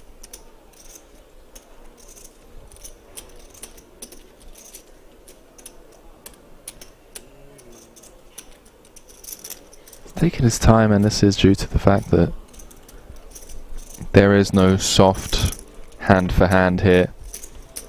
The WSOP Europe main event, there is no hand for hand. So just taking a sweet minute before making any decision. It's the small edges that can be gained, whether you deem them ethical or not. Middle pair, that which is gained on the ace-8 tray board after the defense as he leaps in front of the fives.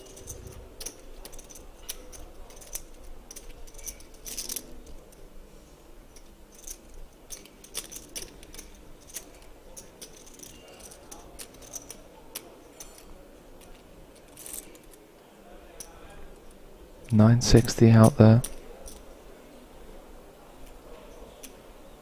Path to victory, always difficult when you just check it on over with the fives. I can understand the continue from sight. It's designed to just fold out over cards.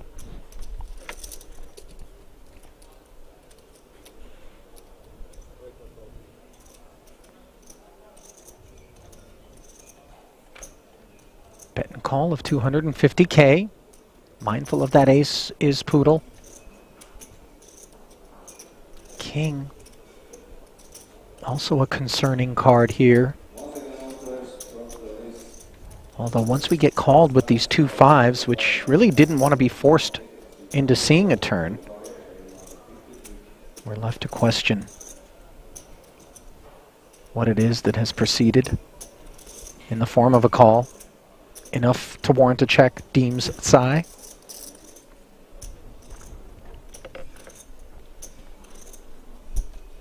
Yeah, and Sai just immediately waving the flag.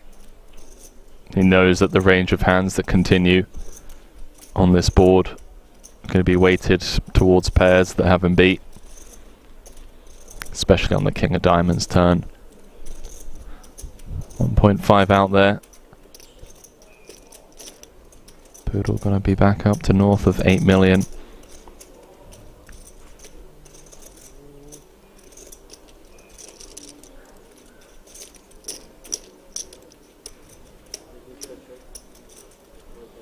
Checks through. Five's no good.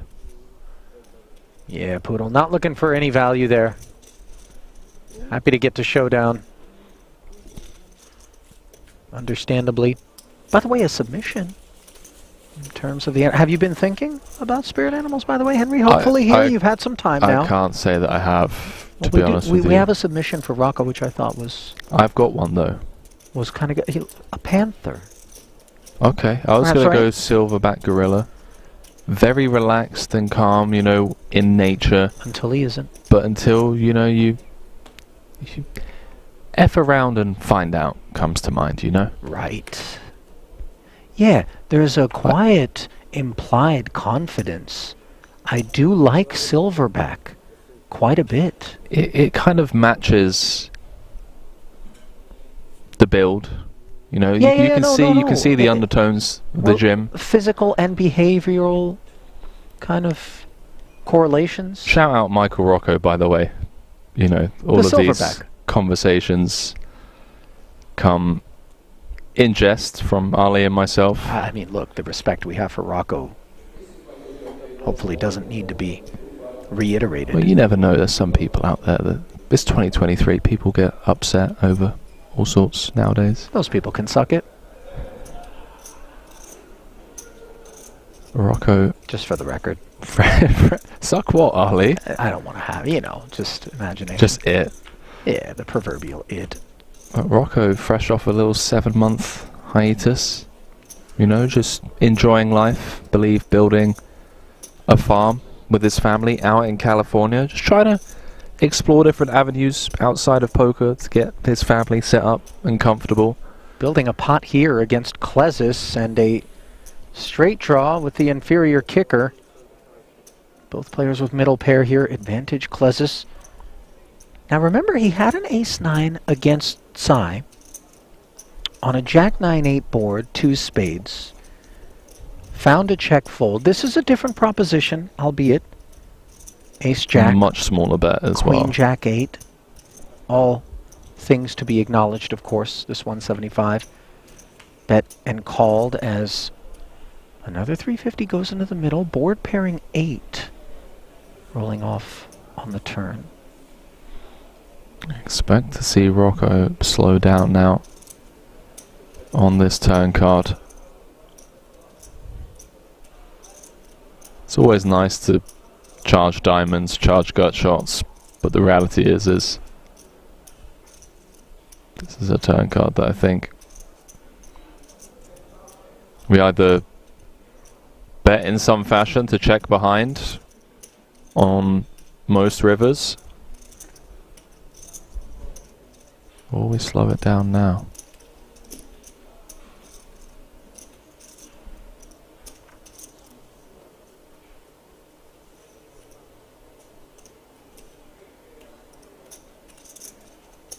Rocco taking his time here. Looks like he's working to regulate his breathing a bit.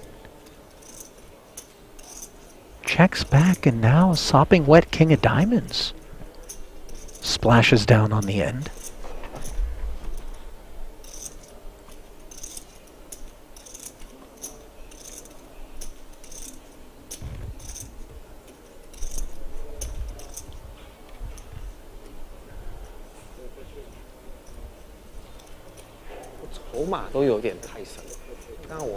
Quick check back from Rocco there.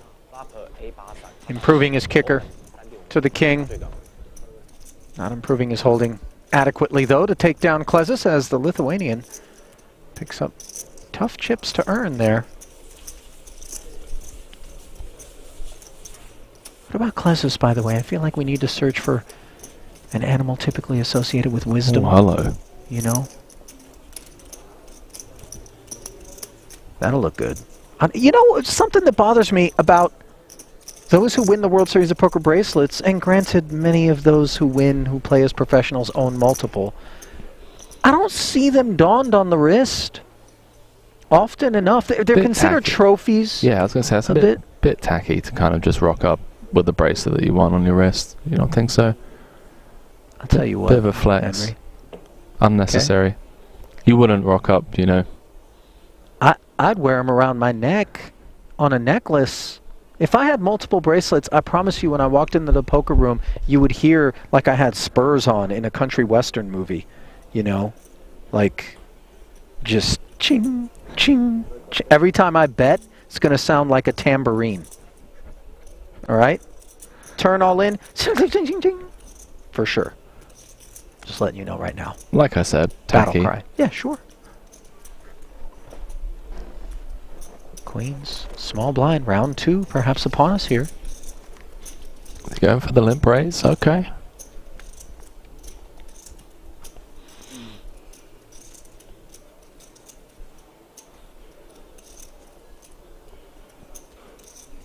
Rocco with the options, 10-3, certainly a candidate to increase the price. Increase he does.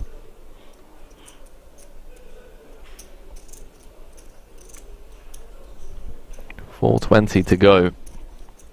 And this is very much a development to the delight of Klezus. One can understand why it is that Rocco is approaching the affair in this manner. We have a limp from the small blind. A hand as dusty as 10-3 offsuit. And Klezus is going to play it as a flat, Henry. Yeah, this is certainly something did not expect, as Rocco has flopped a piece. And on, by the way, a very innocent looking board texture in the 8-4-3.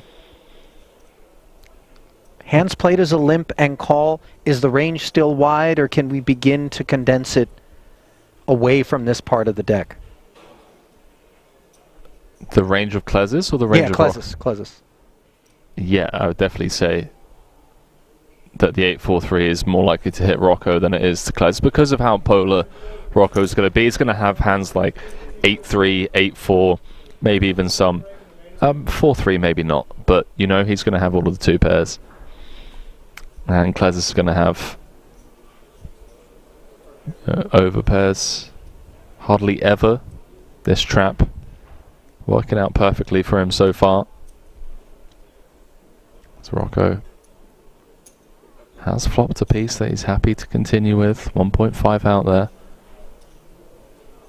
And now an ace is a very pesky card to reveal itself on this turn after Klez's check called, given that Rocco could very well credibly represent this ace of clubs.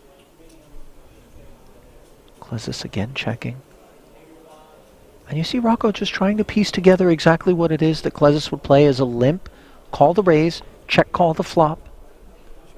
Check. Yeah, check back there. Yeah, really bad turn card for Rocco, not to state the obvious. And now a bad river as well for Klez's as played. The King X is perhaps a part of Rocco's C-bet, check back, and then potentially have connected range.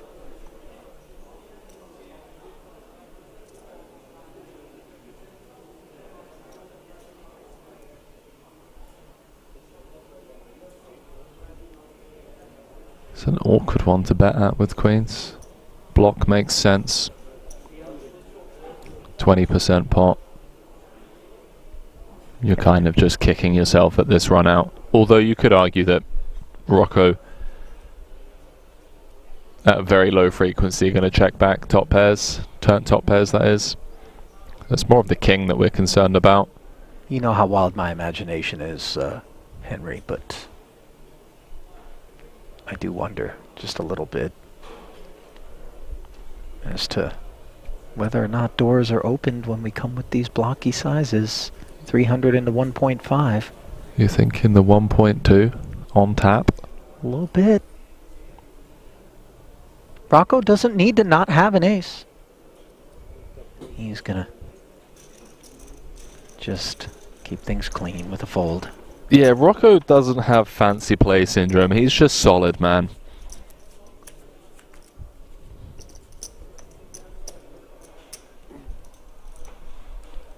Well,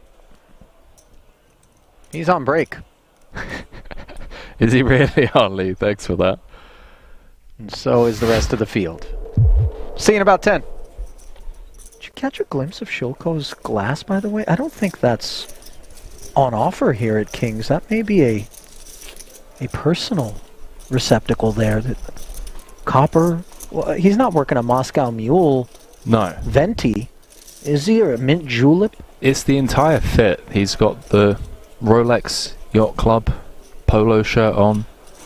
He's got the Breitling Aquamarine Super Ocean timepiece on his left wrist. You know, he's got the Triton scarf, copper flask. I dig it. He's trying to go for the old Dad's hedge fund is funding my poker career look. Don't believe me when I go all in kind of vibe. Oh, we know differently. His talents are funding his poker career. 10-7 suited is funding the Hijack Open from Tabakaru. Oh, remember, 3-bet from the small showed the ace-king. Obviously looking to buy some table image. Ace-9 suited. We pause upon Kuru. I don't know if you've sensed the shift in the pace of play as well as we head into the final 90 minutes or so. We've been at 46 for a while. They were dropping like flies when we came back in as Shilko in the small Home TV stream with a decision for 10 bigs.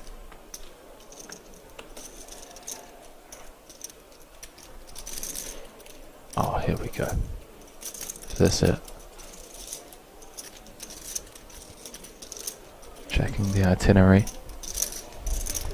245 already delivered, so this will be a spin. There's no world in which Kudu's going to release. But Shilko trying to put him on a range here. Hijack open, button 3-bet.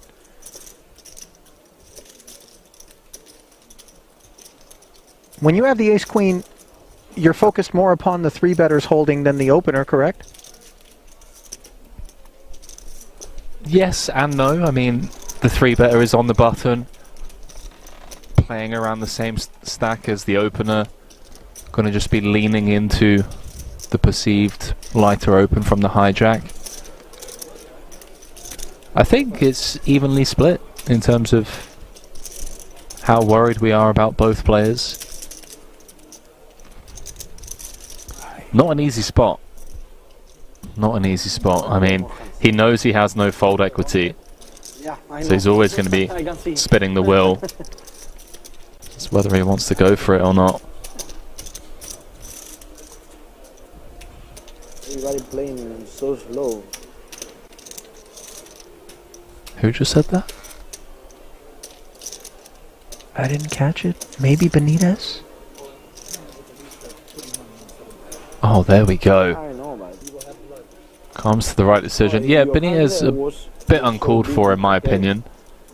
It's a 3-bet spot. 46 left, main event. With action behind, like... Минимум дамы. Минимум дамы. Не годится. I know. Никогда. Просто don't know about that. Здорово. Well, comments aside, we're going to play for 760. Look at the class. Kura's giving it, by the way. Kind of just like... Hey, pal. Be careful who you make enemies of. Paired flop. Presenting opportunities for Kuru. Shoko.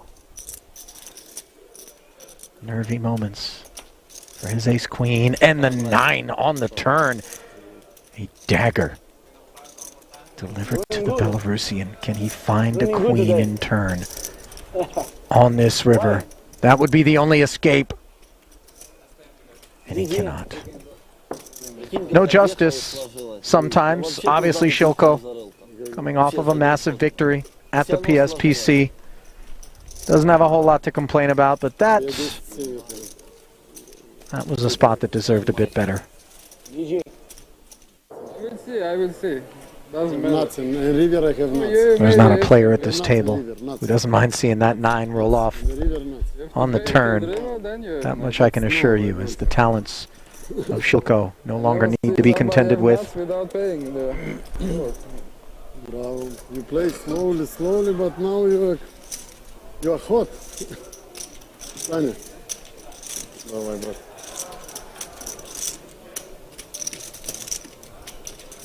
Well, no time for any eulogies. As we march on here. Absent Shilko, 45 remaining. King Queen suited from the hijack. Not all in, but mostly in.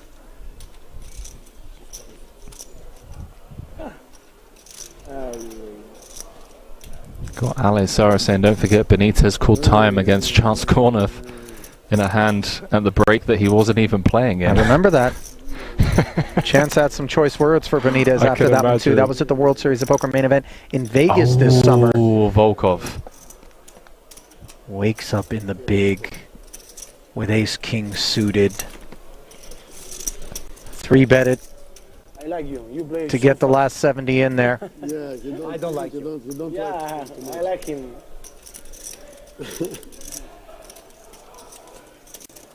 No stress. No, I like him. I play fast too. Ace, 5, and the Queen suited. Possible combination. So few outs. Running spades, running 10-jack. I knew that was the And that's it. Ace is full for Volkov. Chip leader here. No more possible. Has 2 casualties in short order here at the feature.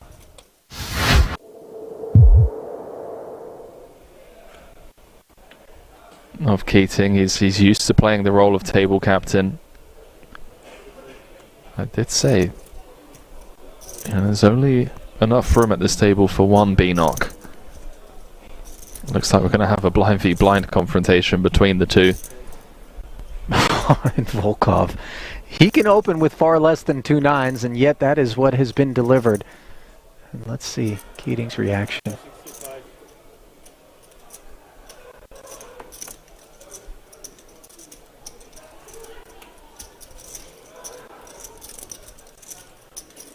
$65K. Sprinkle 2x from Volkov, who's been getting the better of everyone at this feature table, not just Keating.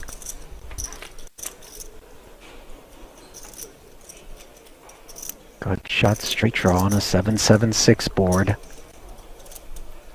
Volkov playing it as a check, and Keating wasting no time barreling. Strap yourselves in, ladies and gentlemen. Yeah, the flat from Volkov. And now 7's full. Keating drawing dead.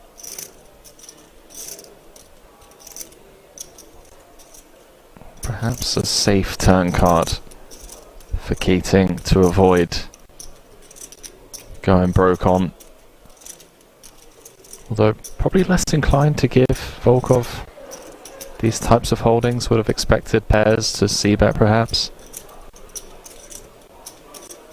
Looks like he's carving out a decent sized shell.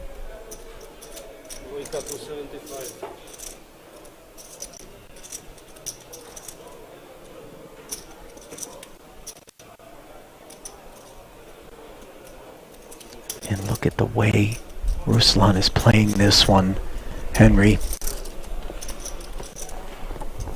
Now a full house on board. 2 check calls. Do we come out and bet with the 9s now, with the sense that Keating won't be able to get away from playing the board? Obviously Volkov decides no.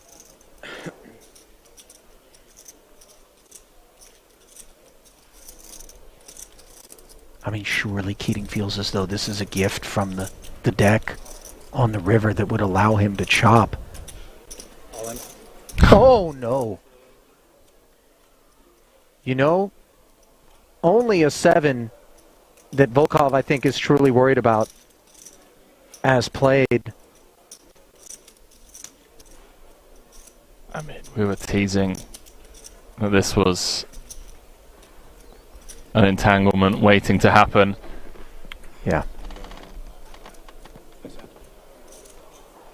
Well, you see the disbelief on Keating's face, who to his credit, by the way, isn't incredulous about the situation. Obviously, he knows that Volkov will have a hand from time to time.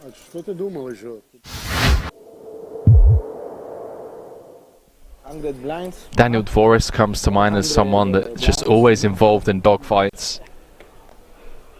Even for the smaller pots, you know, the single raise pots, button v big blind. Let's see someone really earn this 1.5 million. I've been bouncing in and out.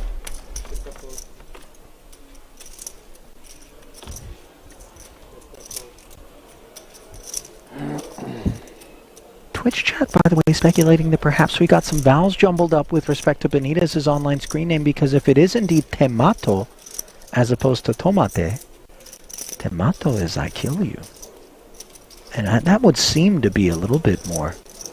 Yeah, I don't think it's... If it isn't, you know, but I could see Temato, you know what I mean? If you're a boss out there, kind of an aggressive warning to those brave souls that would seek to take him on. Shilko showing bravery, this time with King 10 offsuit in the cutoff. Getting 3-bet. How much is this? 60? 60 by Volkov. Up to 165. Now the Ducklings losing flight feathers.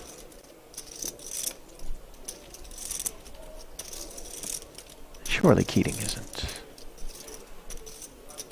considering. We're at that stage of the tournament, my friend, where you really earn your money think we can expect to see a bit of a dogfight. We've got the right lineup for it. Deep stacks. A lot of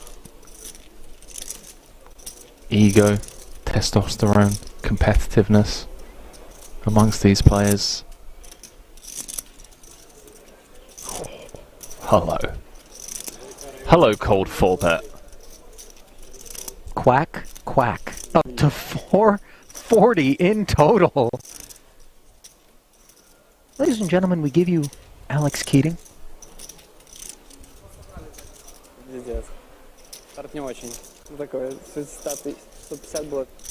This is like when you pay a visit to the salsa bar at your local Mexican restaurant and... What? What have we walked into? I thought Nejad? that the ghost chilies were going to be delivered by Keating, and yet all of a sudden Volkov flexes with a 5-bet up to 1 million. This is a Carolina Reaper here with Ace-Jack. I was somewhat joking when I mentioned egos and testosterone with this lineup, but these guys really flexing on each other, taking it to the streets. A 5-bet pot in 2023, and Keating hasn't mucked yet.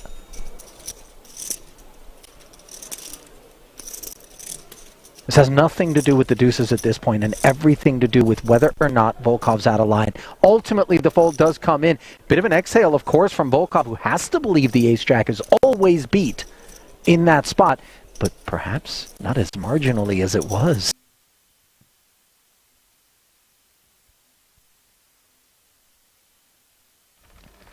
Welcome back, one and all, to continuing coverage of the World Series of Poker Europe main event. Day 4 of this 5-day marathon designed to play down to level 29, or when we have 6 players left. Currently 10 across 2 tables, Eliminations and Henry Kilbane. Giving you a look now at one half of the field. Dempsey reigning at the top, 16 million in front of the Taiwanese national here at the new blind level. Klezis, Rocco, Poodle, and Volkov rounding things out at a table that feels unfair if you're at it, Henry, just in terms of stack depth and talent, perhaps. Not to slight the other 5-pack in the arena, but ouch, if this is where you find yourself. Yeah, I mean, just before we went on to break, Dempsey was pointing out to Poodle that, hey, if you were over on the other table, you'd be table chip leader, which, I don't know, it wasn't an intentional needle, but it was a needle. Yeah, I don't think he's the guy that we presume is saying that with the intention of getting under anyone's skin, but obviously, it's like, thanks for that. Yes, yeah, I'm aware. Here, I'm 4th of 5, but there, I'm 1 of 5. Yeah, well, thank you. Yeah, King. thank you, mate. Appreciate it. Dankeschön. Not switching up the table, Yeah, by the way. okay. Interesting. I Next wouldn't level have minded. for 5K. A glimpse at the proceedings elsewhere in the room? Yeah.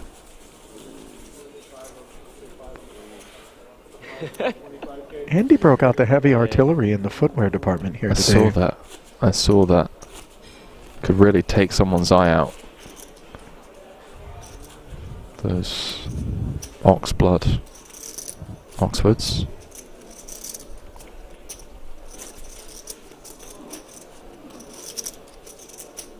Guns out, by the way, for Rocco here. For Harambe. Resident Silverback. We've still got 4 other players that we need to assign spirit animals to, by the way. Help us out, chat, in case you weren't around for the prior frame here. Oh, you're really keen to get after this, right? Yeah. Much like Tsai will be, with a couple of 10s under the gun to get after the field. Ah, he's woken up with a monster pocket pair again, okay. Note, blind level, 8160. Huge increase. 33% blind level increase is pretty massive. As is that goblet of ginger tea that... I'm from, what, an average stack of You're near 70 to 50. Looks like we've got an Armenian arms dealer stepping into the frame in the background. Luck, you know. Never know when you'll need one. All the deck is shuffled before the break, I think. That look is popular, by the way, out here. You know, I mean, careful. You'd hate to be right. So you say now it's over. It's a very comfortable look as well. Like, you know, you can go everywhere. You know. Want to hit up the track, get some miles in. You put the Adidas sweatpants and hoodie on, and you go for a run. You want to go to the supermarket, buy the family some food for dinner. You know, same fit. You don't want to go, but find yourself in a federal inquest of some sort, deposition, you know, preliminary interview. You're ready. Yeah, you just, you know, it's the everyday fit for all occasions. King 9 offsuit, played as a limp on this occasion by Volkov, who,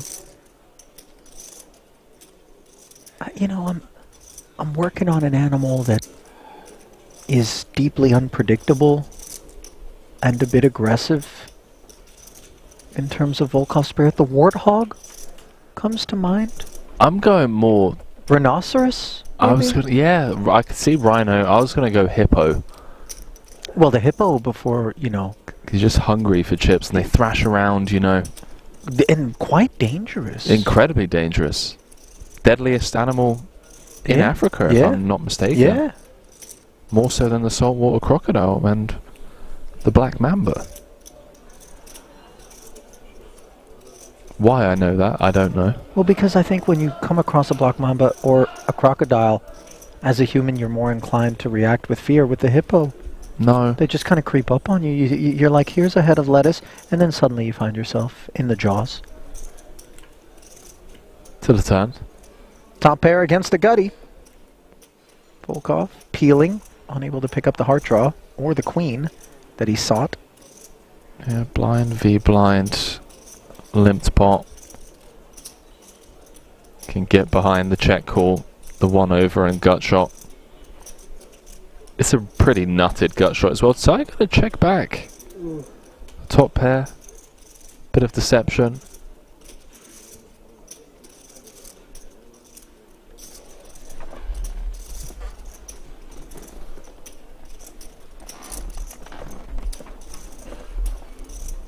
Is he going to induce?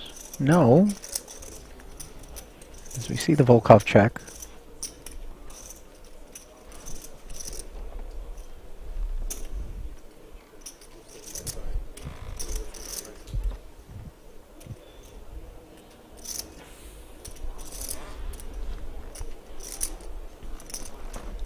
King of Hearts in hand. But this body language, this posture, I think it's more so like hero calling with King High.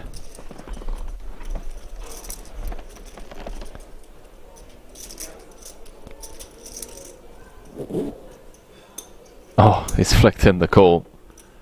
That is a bit ambitious for my liking. I think we need to rescind Rhino, Hippo, and I think we need to acknowledge that we've got ourselves a front runner. We need to bluff for him when he's always have it.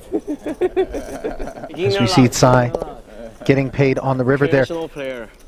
Yeah. Donkey in the Twitch chat came with Honey Badger. I thought you were calling him a donkey for a second. No.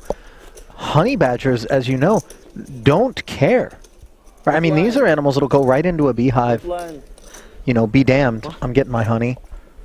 You know. They eat snakes for fun as well, I mean. There it is. Right? Yeah, honey badgers are... It's the idgaff aspect, I think. Oh, bit of a humming noise, perhaps. Well, maybe the other submission, Wasp, also by DJ Dude, could be a valid one, you know? DJ in the chat saying front runner for a whale, calling off with King High. That did feel like perhaps at the low end of the body of work put in by Volkov on the day. That one there. Free bet. Yeah. You would do it. I'll tell you what. Volkov might be experiencing decision fatigue a little bit out there. 4 days, long days at that. We're coming up to midnight local time for a lot of these guys. Unless you regged at the start of day 2, it's been 3 13-hour days plus the hours put in today. There's at least 3 players I know very slow from that table, so half the table. Because, I mean, they've shorter stacks, I see the point. Yeah, but they were bigger stacks. Yesterday I played with 3 of them, so when they're slow. And he said he's watching how many hands we play, and then... Yeah, that's good. Suddenly the silence is quite broken here on the pause. Is Andy Tillman moving to a hand-for-hand? Two teeth is very boring because S3 8, I cannot triple barrel, turn my small pair into ball. Okay, I like that. Yeah, let's do it. I mean, it's only fair, right? Impossible. 1.5 up top. Don't want one table to be getting in more hands than the other. But I see your point. Yeah. It'd be expensive, yeah, but I just win, you know. I just win, cheap, and take a high risk. Yeah, 100%. Who's taking a high risk? Yeah, we are playing very slow. Less level because we are playing 2 times. 70 prime. Once we start WSOP, this is GG poker table. Unclear. Trying to listen in. Oh, we play 4 hands, they all finish 1 hand. Is he talking about Nacho? Okay. Sounded like for a moment there. I should have seen that the 10 dude. It's my fault.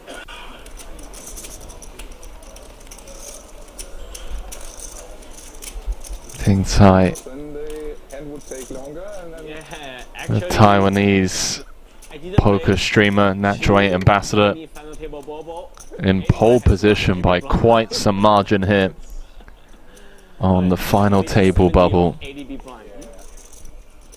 average is now 50, right? But this table is Of the 2023 WSOP Europe main event with 1.5 million up top.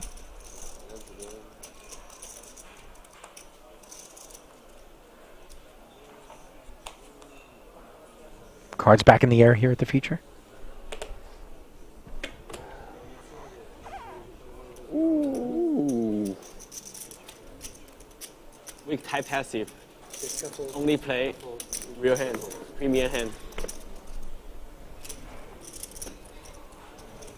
Nice to see the boys kind of just a bit more relaxed maybe on the back end of that break. Chatty. I think when you zoom out and just recognize the position you're in, guaranteed 90 plus thousand euros, playing for 1.5, you just take it all in at some point and you just appreciate it for what it is.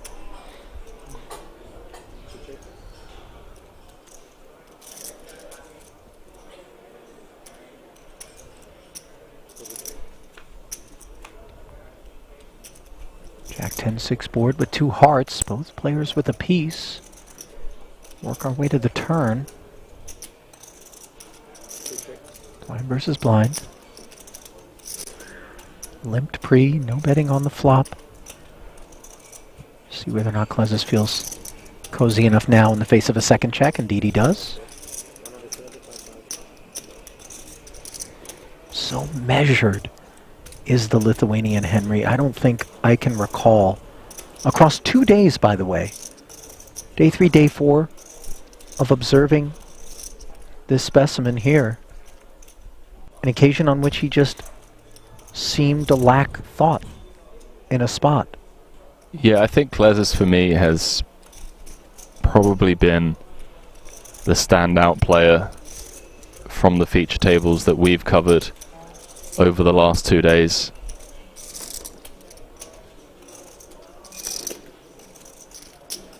easy to say that, obviously, when a couple of well-timed spots go one's way. But I don't think that's been the case. Even the small pots, some of the really trivial decisions, some of the folds, some of the bluffs, the hero calls, it just all seems to be well packaged together from Klesis. It's not a fluke that he's here. And I think a run like this was a long time coming for him.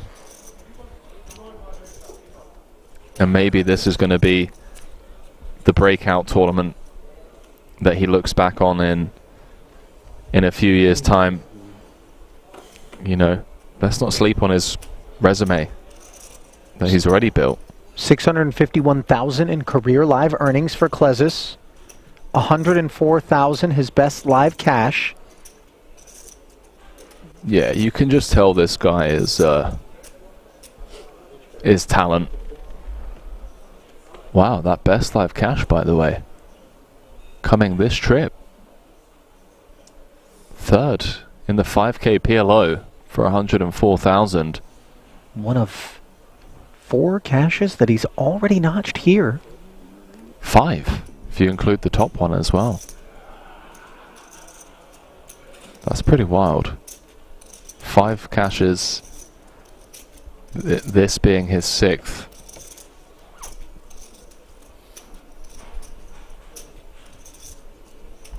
In WSOP bracelet events. I don't know what you're pointing at. There's 5 cashes in bracelet events, this being his 6th here, the main event.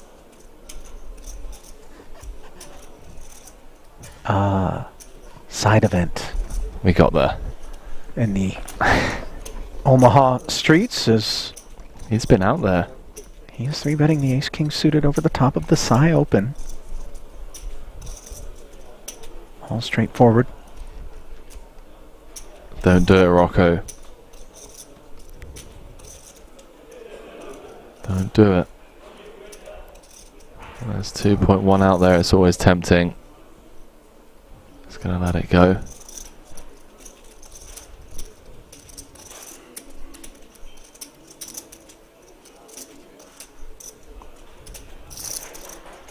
Don't do it, Sai.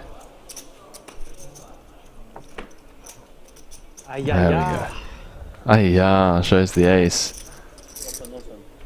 Resisting temptation there. I'm scared with my contributors, dude. Only not. Never 4-bet bluff. Never bluff. Never bluff. I never bluff. Never 4-bet bluff. Because too deep. I don't know how to play. Never bluff. Flash. Ash, space. You blocker. Yeah, but you didn't have anything there. Okay. For me, hood, for you know. Now I know that you know. Yeah? Wow. Well, Volkov doesn't appear to be in any poor spirits, Henry, in spite of really having few, if any, wins that I can think of any significance on the day. No, certainly not the same results that he had yesterday. He's come in a few spots like a wrecking ball. You can't say it's through lack of trying. That's for sure. Mm-hmm. The 4-bet with the Jack 4 suited. The cool down with the King high. You play a high variance style and it normally goes one of 2 ways. To the moon or to the cash desk. Sometimes it goes both. It can. It's a brief visit to the moon It really and then can. a rapid fall from orbit. You can burn up on re-entry real quick. By the way, this Klesis concoction, for those who caught a glimpse of it back on the side table between he and Rocco, which looks like liquid salad, actually the lemon ginger tea, very fresh, that is served here at King's, which Henry has brought into the booth. A potpourri of sorts, dare I say, which Really helps to ward off some of the airborne contaminants. Yeah. Great for the immune system, that's for sure. 320. I mean, you know, 4 dozen countries maybe represented out here. Many strains of, you know, airborne viruses perhaps also. Just airborne viruses, or all sorts. what's Volkov thinking of here? Good luck finding out. Jack 10 suited. Feels like a nice hand to pill with. But when it comes to him taking a more passive line, I'll take the unders on that all day. Compared to a 3-bet from the small. Is he smiling in Rocco's direction and Rocco's just like, you know, you do you, mate. I've already made my move. Play it as a flat. Let's see if Ting Sai wants to join with ace-8. Got our answer. Can't resist a bargain with an ace in the big. 3-way affair. 1.1 already out there. You see Volkov down to 4.7. Jack 10-5 top 2 for Volkov. Unfortunately, really nothing cooking elsewhere in the kitchen. Yeah, now he's furious with himself. He'll be pleased to see Rocco actually firing. 1 over backdoor diamonds, the king wrapped around the Jack 10 somewhat. A lot of good things can happen on future streets should our opponents continue. Continue in the form of check call, that is. Of course, Volkov with top 2. Just getting straight after it.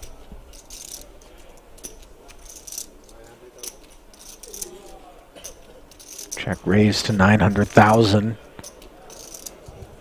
Feels very much as though this one has come to a close. I feel like if Michael Rocco was like an FBI interrogator, I would tell him everything without him even asking. That gaze, he would just be like, did you do it? And I would just empty everything on the table. No? Ciao. Bye-bye. Top set. Volkov, wait, is it FBI interrogator? You just, without the truth serum? Just, you come undone? Makeure that I don't knock off any banks with you, Henry. I mean, I'm gonna need a better accomplice than somebody who's gonna crumble the mere sight of Mike Rocco. I don't know, in the man. interrogation booth. I mean, what are we talking about? A bit intimidating, you know? What was that? In hands, that is. Wow. Pretty dead against aces.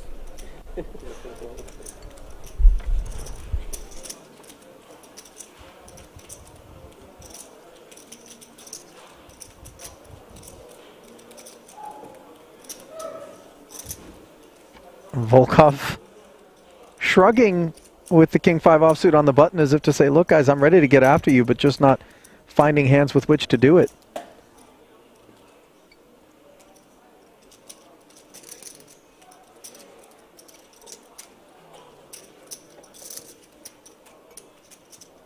R.I.P. Ginger Tea in the booth as Henry has inhaled the entire thing. I think there's some concern on Volkov's part that he's never going to be invited back to the private games that he plays. Right. You know, with this current image. He's like, look, if I'm not out here swinging for the fences, playing 12 million chip pots, every couple of orbits, then they're not going to call me back. I've got a reputation to maintain. King Salmon in 2 spots here. 9-6 deuce.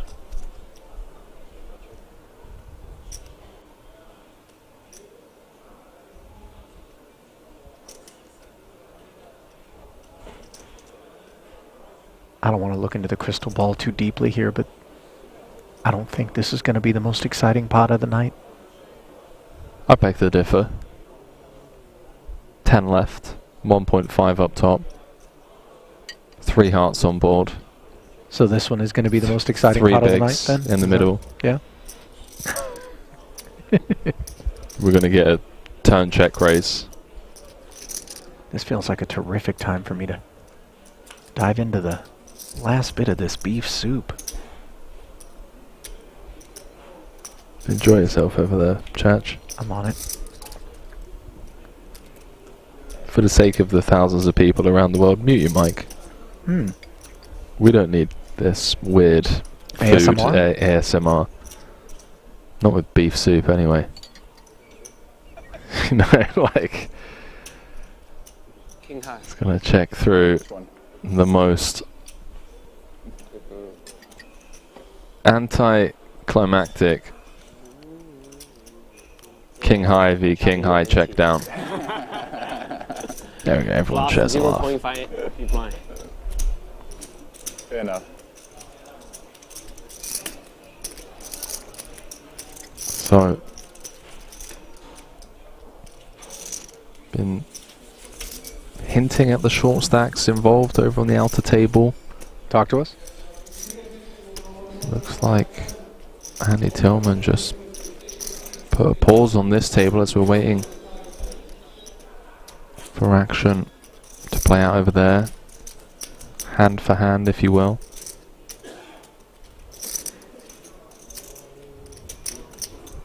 Final table bubble. Last of the 5-figure payouts. Everyone that reaches the FT guarantee themselves 6 figures.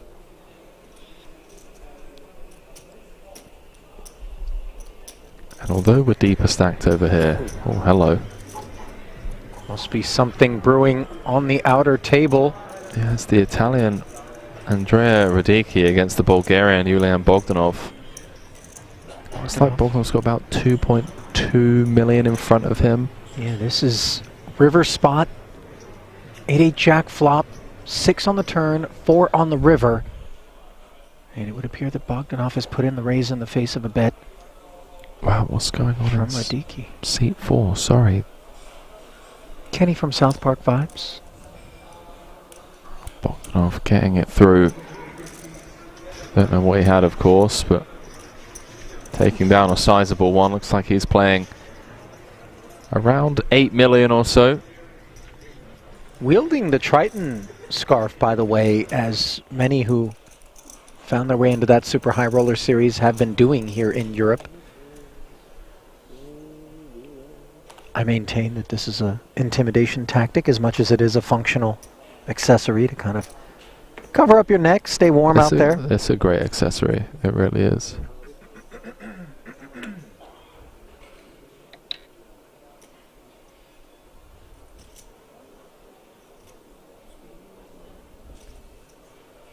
Ace-3 and Ace-Jack. Rocco opening up front north of the minimum. Inside trying to chart a course with Ace-Jack on the button.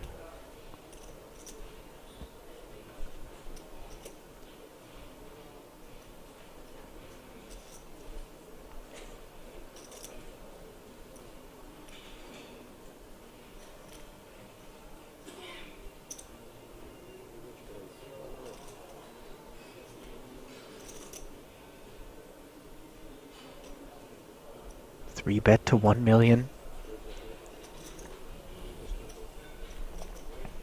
Back around to Rocco now.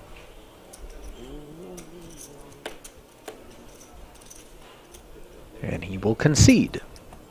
No flop needed for Ting Tsai, who really has been just a big green candle on the day.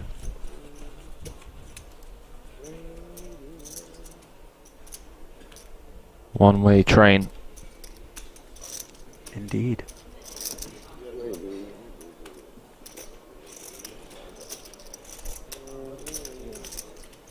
$17 plus in front of him. Good bit of runway between him and Klezis as well, by the way. Yeah, I mean, he's overwhelming chip leader. Average stack in the tournament is 8 million. He's got 2 times average. More than 2 times average. Has north of 20% of the chips in play with 10 left. Top 4 stacks in the field, all parked here.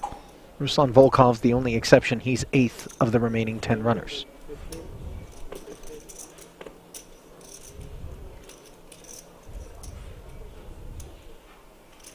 Tsai. Feeling a bit speedy, given the lack of showdowns and the VPIP. It certainly can feel that way, but when you take into consideration the stacks at the other tables, it's important, or at the other table rather, it's important for these guys to recognize just how deep they are. And although it may feel like Tsai is just running away with it, you know, you actually have a top 4 or top 3 stack. There's no need to get insanely out of line. King 6 deuce, top pair, and the inferior flush draw. Checks it over to Tsai, who's got the 9 of clubs working.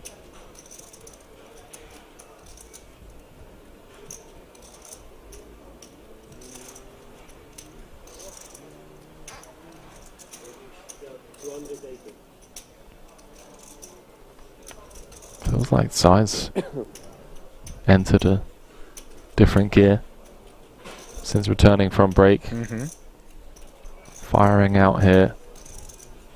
That 9 of clubs working for him, as well as the 1 overcard.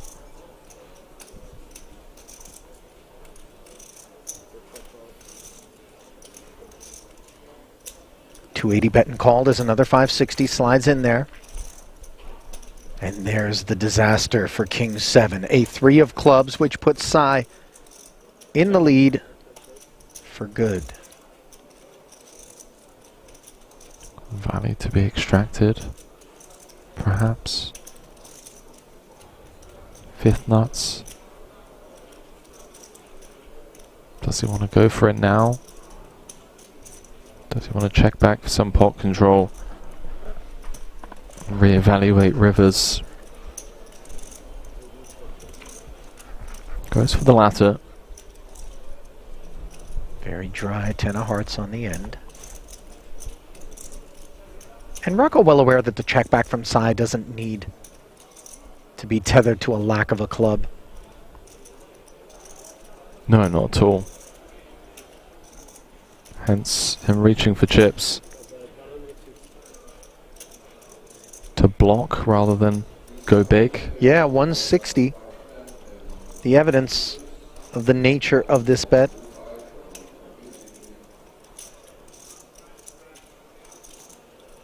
Very much a block.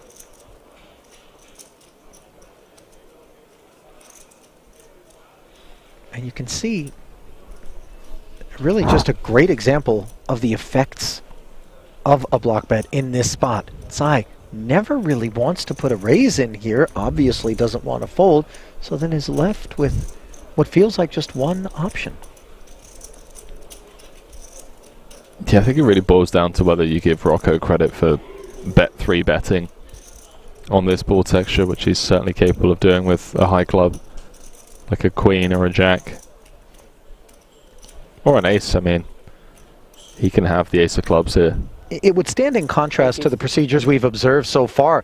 If Tsai were to put the raise in, and yet he shows us another look, as he does pop it to 800 with the best hand, albeit, but that was slightly risky business, was it not? Yeah, that's an incredible value raise there.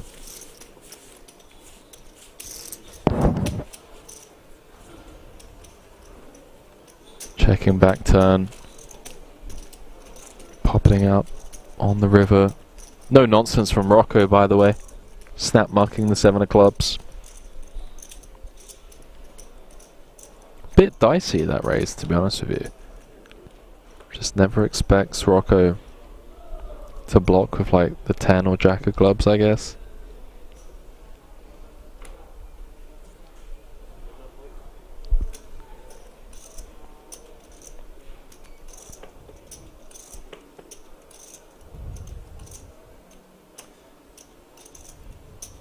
Onwards. SI adds to his overall chip lead there.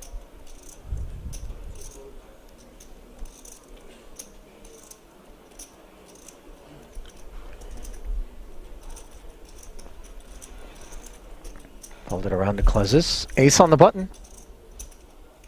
Tends to react in a certain manner. There it is. 3 1/4.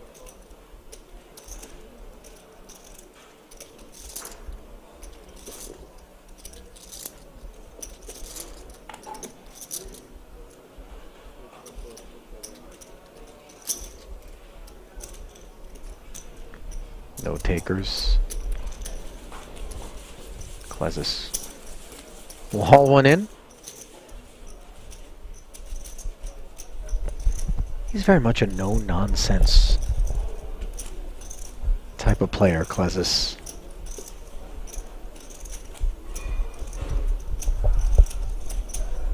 Get a look at the handwork there. On our current dealer, one of so many who travel from far and wide to descend upon this World Series of Poker annually, as well as so many other events around the world, and help bring it to fruition.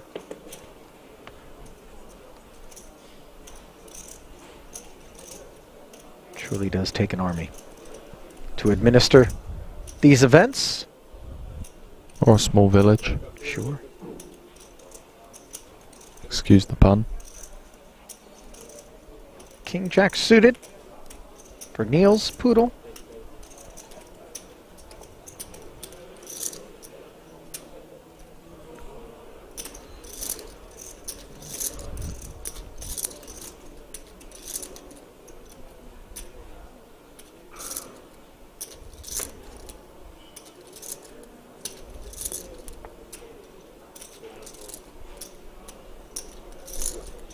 Gets a customer inside with the Jack 7 suited, who is dominated. Backdoor spades.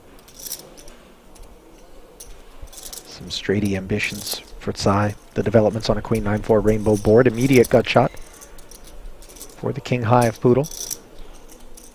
Would assume that this hand is going to go Poodle's way. Decided to check back on the flop as well, by the way. Picks up the club draw. Queen pairs the board. It's insane, the ICM pressure these guys are under, the amount of times we've seen checkbacks in spots that perhaps we'd see C-bets in different situations and scenarios. This one right now, everyone real happy to just bot control. Try and realize their equity, get to showdown with marginal holdings. Feels like Tsai has one of those that could go either way. But when Poodle checks flop, turn and river, you know that Poodle's got decent showdown that's very unlikely to fold. Sure. On a double paired board. It's okay to wave the white flag every now and then. Team, never block. Allegations of never bluff Same. being placed upon Could have also Poodle. bluffed this king high. I bluff too much. Because I Maybe you're just bluffing when you know say the that. situation in another table. Yeah. The double bluff. Yeah.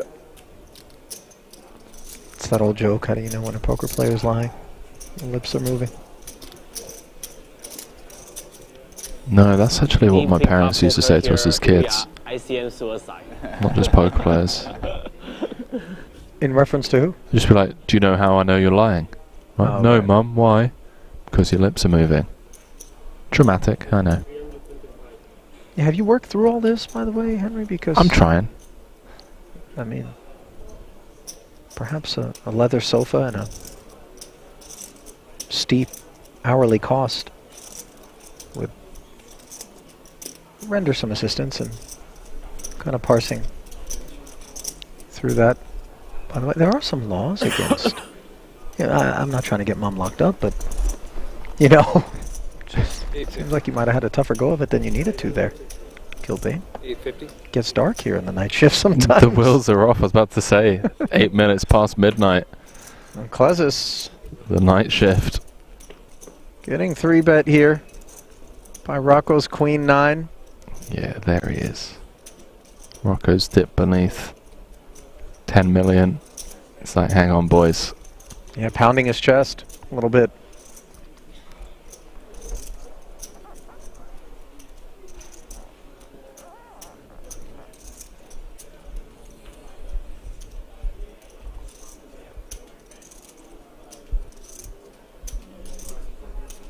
Glezus has got one of those that could get really fruity. Make it 1.7 million one time. Feels like it's on his mind, doesn't it?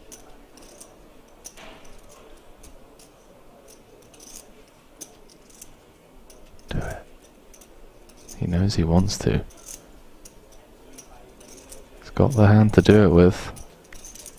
Henry suddenly dressed in red satin and donning a pitchfork.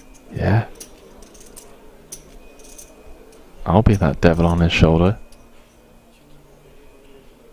You know he's not thinking about flatting and flopping a flush. He's thinking of reaching for purple chips and taking it north. And there we have that northbound behavior. 4-bet to 2.1 as the cheeky 3-bet with Queen 9 offsuit is ironed out by an equally cheeky 4-bet from the under the gun opener with King 5 suited. Note, by the way, Rocco's hand does not hit the bin.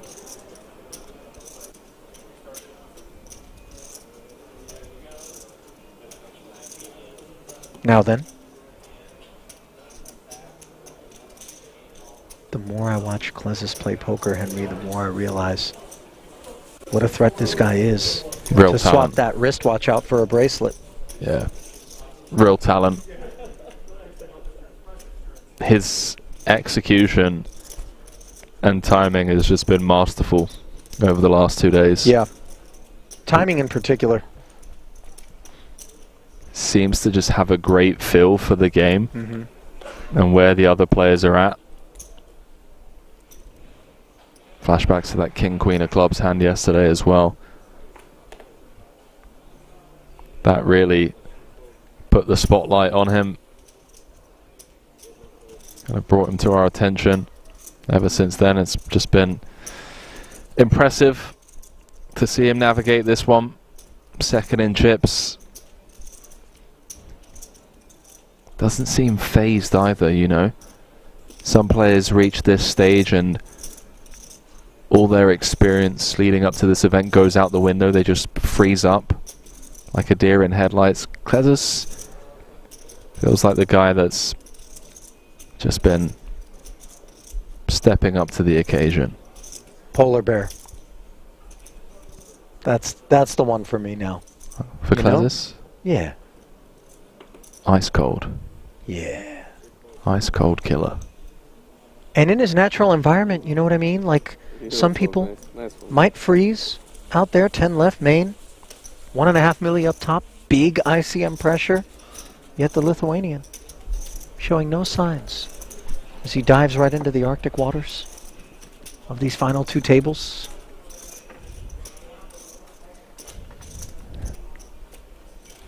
You never seen a polar bear shiver, have you? You know, they don't step back onto the ice shelf and then suddenly start shaking. No, they're just, I'm good. That's where I belong.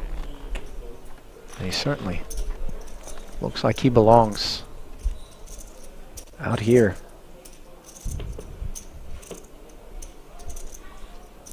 50 big blind average. Got a level of play left. A level and a half.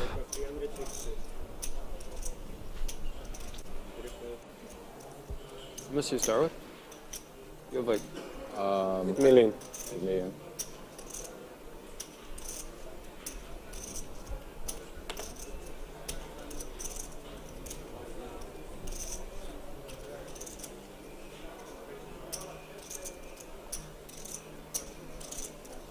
Unsure if that bleeds through on the mics, but the loud banging isn't the presence of elephants stomping up and down the stairs to the production room. It's just, you know, some heavy-footed production crew. Heavy-footed suited king there. Raise and take it for Niels Poodle.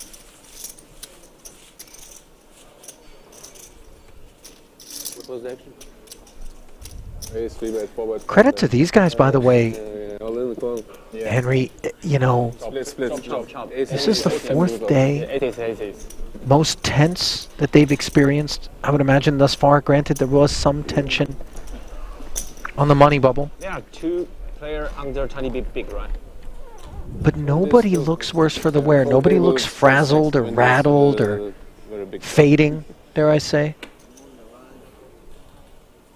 They're built for this. Yeah, I think the adrenaline of playing for 1.5 million is, well, let's just say they're not going straight to bed tonight. Gonna be difficult to get to sleep. Just heard Sai reminding the rest of the table, hey guys, there's 2 guys over there playing sub 20. If you play your cards right, you get to reach the final table. I always love that, by the way. When someone's right there to point out what's afoot elsewhere in the room.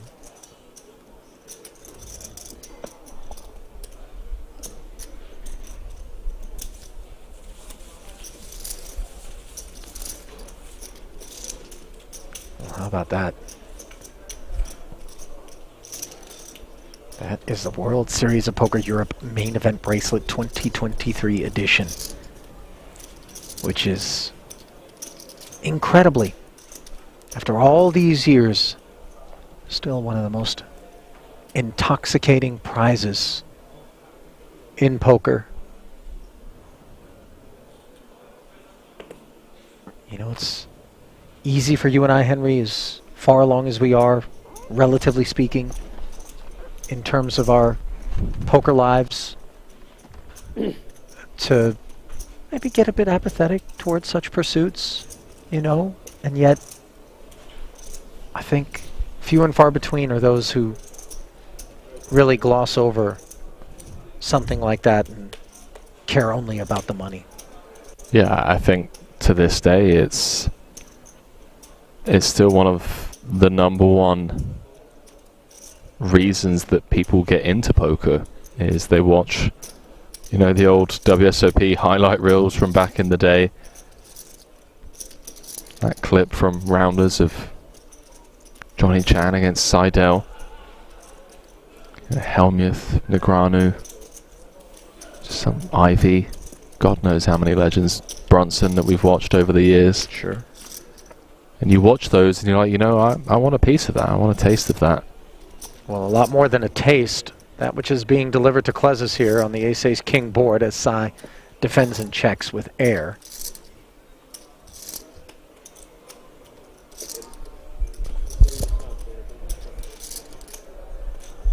Klezis building some momentum, by the way, up to 14 million now. He's kind of separated himself from the rest of the pack, closing in on Sai at the top.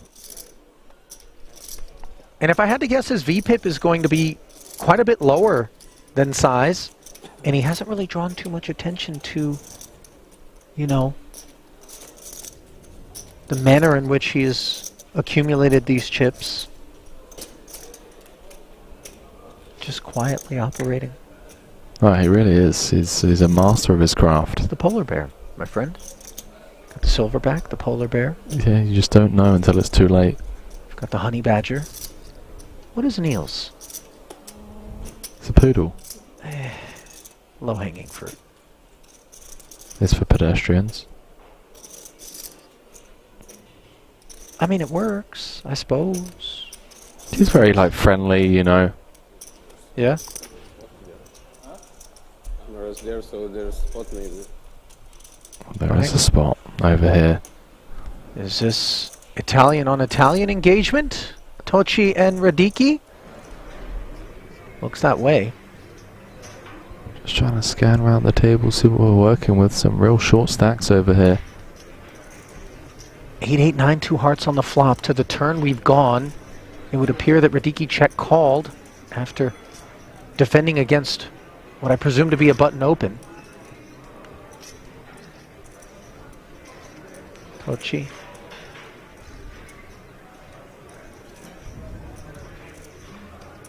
Already barreled once. Does he have another one in him? By the way, speculations that the gentleman who has really tested the limits of that drawstring, Sweden's Alf Martinsson. Okay, I'll allow it, but if he makes the final table, it's not allowed.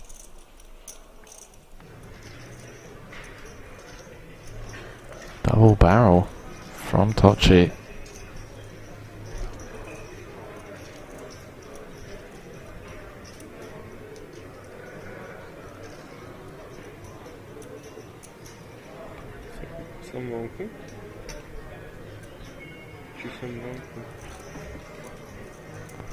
Radicchi kind of staring him down a bit. A lot of body movement and shifting. Peeking back at his cards.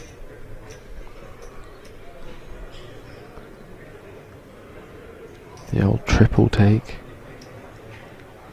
Does pitch it. Yeah. Well, the one you christened Two Chains yesterday. Taking it down. Yeah, looks like he's playing around 5 million now. But some serious short stacks out here. Some serious kind of undercover efforts being made by the Swede. By the way, I feel like most of the time you've got to gaze upon the rear end of a feline to see that kind of a taut, you know, configuration. Why? Why go there? You never looked at a No, but why the go? tail in the air, and you know it's a starfish. Sure. It's what it reminded me of. You know what I mean? It just Okay. you can see it. What do you mean? Why go there? How long have you known me? The question to be asked is why not go there? Go where few go. Kilbane. Queen Jack suited here. Rocco. Got off open. Picks up the King 8 suited from the big. For Poodle.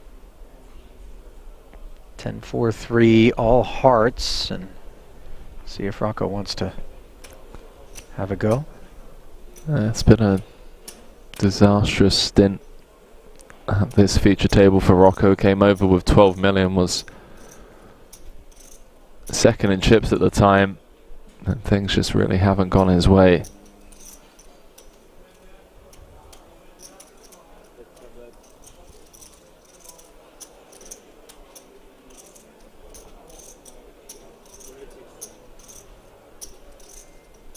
$160. That's the minimum follow-through sizing. You see Poodle. Just King 8 of spades. Not the one. That is enough. All right then, Henry. How about, you know, if you take umbrage with the visual I provided, how about balloon knot? There we go. Okay. Is that a little more PG for you? Sure. That'll work. Could just stick with Kenny from South Park. Well, yeah, that's the low-hanging fruit, obviously.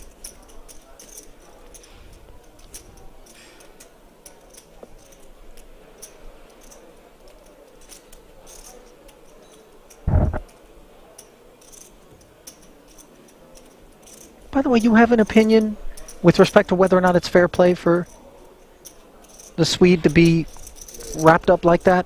Like I said, I'll allow it for now, but if he reaches the FT, that's... I mean, look, 10 and 9, you know, we're deep enough. Yeah, we are. At this point. And by the way, I don't know if the rules should be exclusive to final FTs. tables, I agree. If it's a rule, let's just make it a rule the whole way through. It's more so how people... More than 8 hours, right?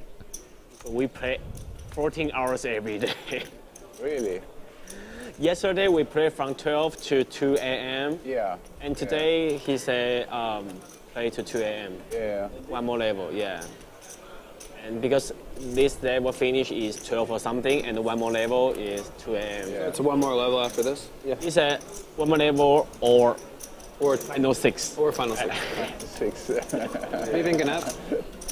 A lot of, I mean, people bust it out. Yeah. You cannot estimate, but... You can have them, like, they were short, right? Or like, kind of short. Probably not. Short enough. But I'm not so optimistic because my flight is tomorrow morning. Oh, really? I don't change now. Maybe I bus later. You don't that's good, that's tomorrow, good. 10 o'clock, maybe I think you can go ahead and change the flight. I take a car. Come on. Sai, you're not a favorite to make that flight.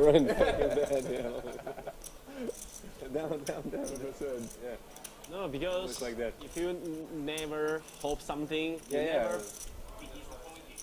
I never disappointed you, Back over here, looks like a Tochi Open, and it's the short stack in the tank. Does pitch it. This does rate to be the table from which we will be finding our 10th place finisher just based on stack depth. Yeah, one would assume. I mean, you've got what, Bogdanov sat there on around 8.3. Yeah, he's cozy. Tochi's hovering around 5 million. Radici's hovering around 5 million as well. A little less actually, closer to 4. And we've got the German here. Yeah, Neugebauer, the Austrian, I believe. Do apologise. But he's also playing around 8. Sitting with a decent amount. It's the Swede in particular who's the leanest of stacks.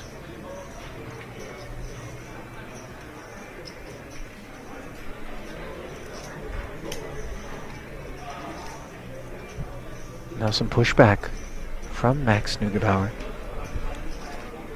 Pawn 2 chains. Is that 700 or 900? 9, I believe. 9 would make sense.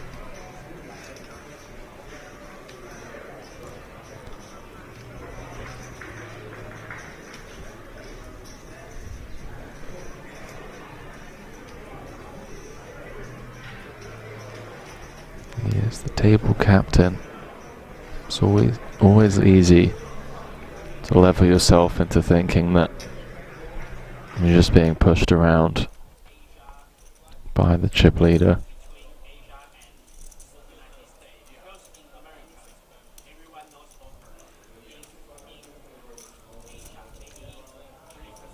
Well, it's a very aggressive fold. Perhaps a theme amongst Italians. Dario Sammartino did have some seasoned mucks, shall we call them,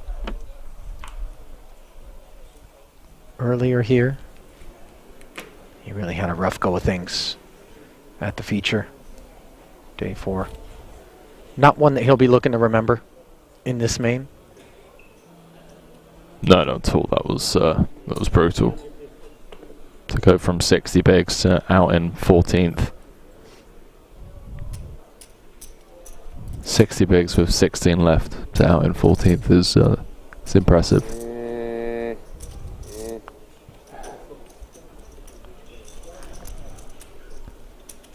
Well, certainly didn't happen the same way it did for Alex Keating during day 3.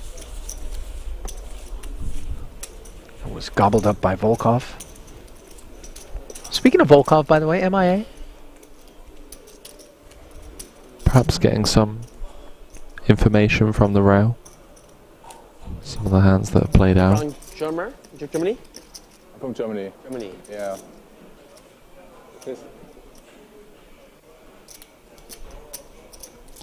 Oh, hang on. Klezus. Stretching the legs as well.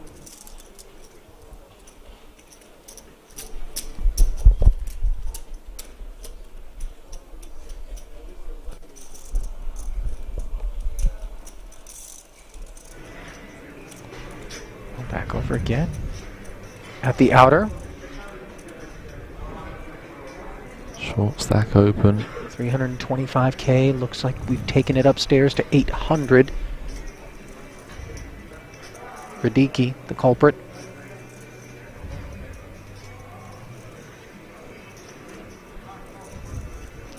Martinson.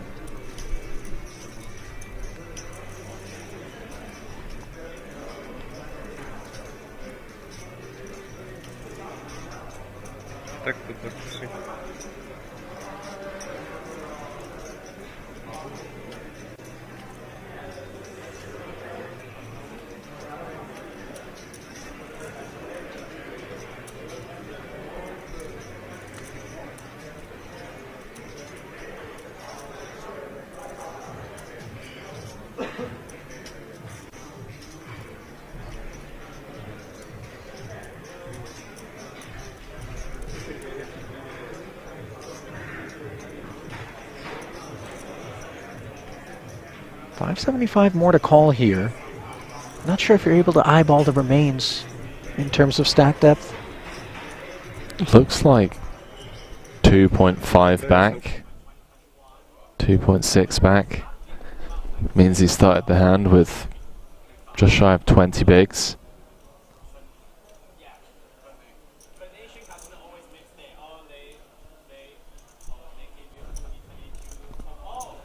But this feels like a genuine decision. I mean, we've opened under the gun as the immediate short stack. One of the table. Actually, no, I mean, Radicki's not a chip leader here, but does have us covered. Do the chips find their way in the middle? I'm getting Frogman vibes. You know what I mean? Deep sea diver. I feel like running a snorkel out there.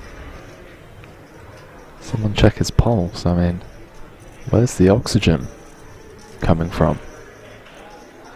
This guy left, you know, some space for the It's snap. going in. It's going in. And Radicki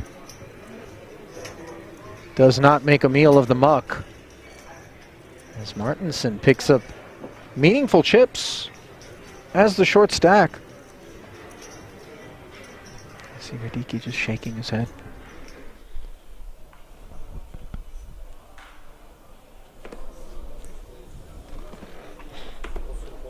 Back over at the feature. Play resuming.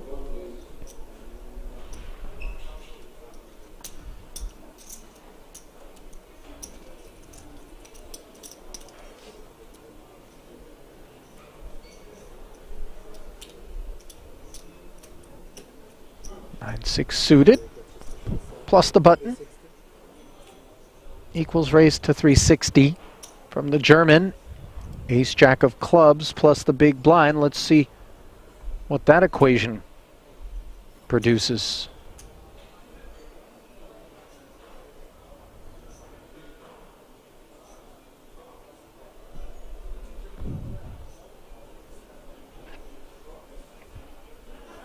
No longer the four biggest stacks over here, by the way. 1,050,000. Max Neugebauer and Julian Bogdanov have chipped up nicely over there as Rocco, Volkov and Pudo have chipped down over here. Rocco looking to get straight back to work.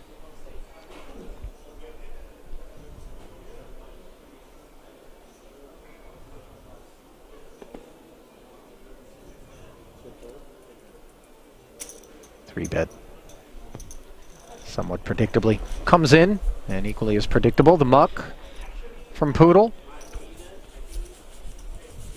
We're going to stick with Poodle. Henry, is that what we're going to do? This feels like a lazy kind of play. I suppose.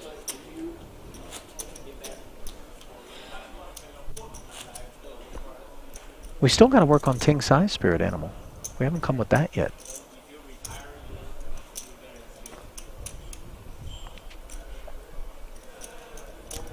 He's very chatty and chirpy, you know, when he's not in hands.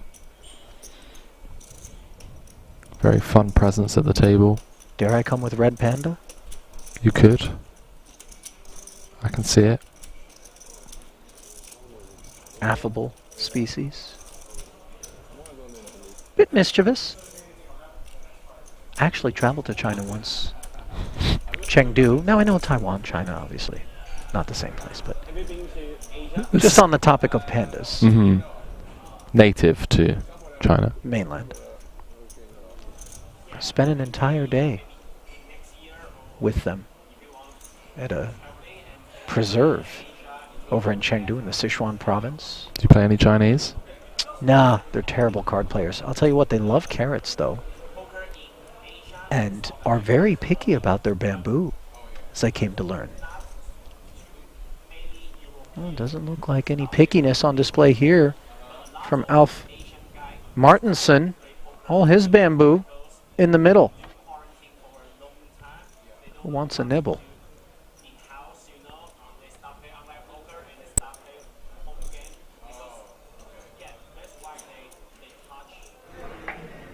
The rejam getting through a couple of really nice back-to-back spots. Was that raise button? Yeah. Jam? Okay. Thought she wasn't involved.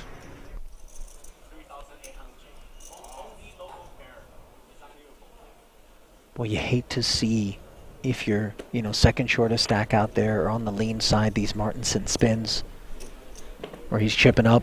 Yeah, I think he's actually moved up to 8th, and the two Italians are now 9th and 10th in chips.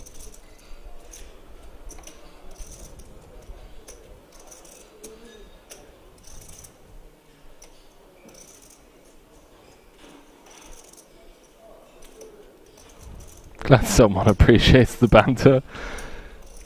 Every name is taken, bruh. On Twitch saying top-notch banter. We're trying.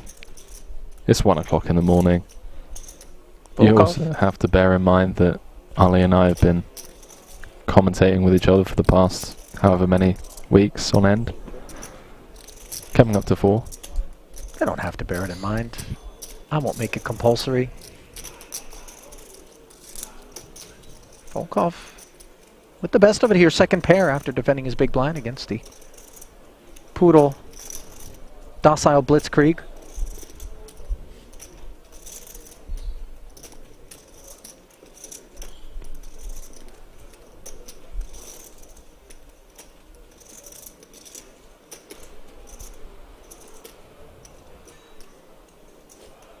$220.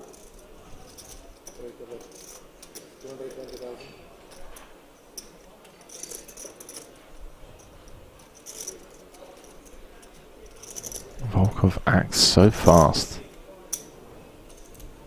All of his decisions.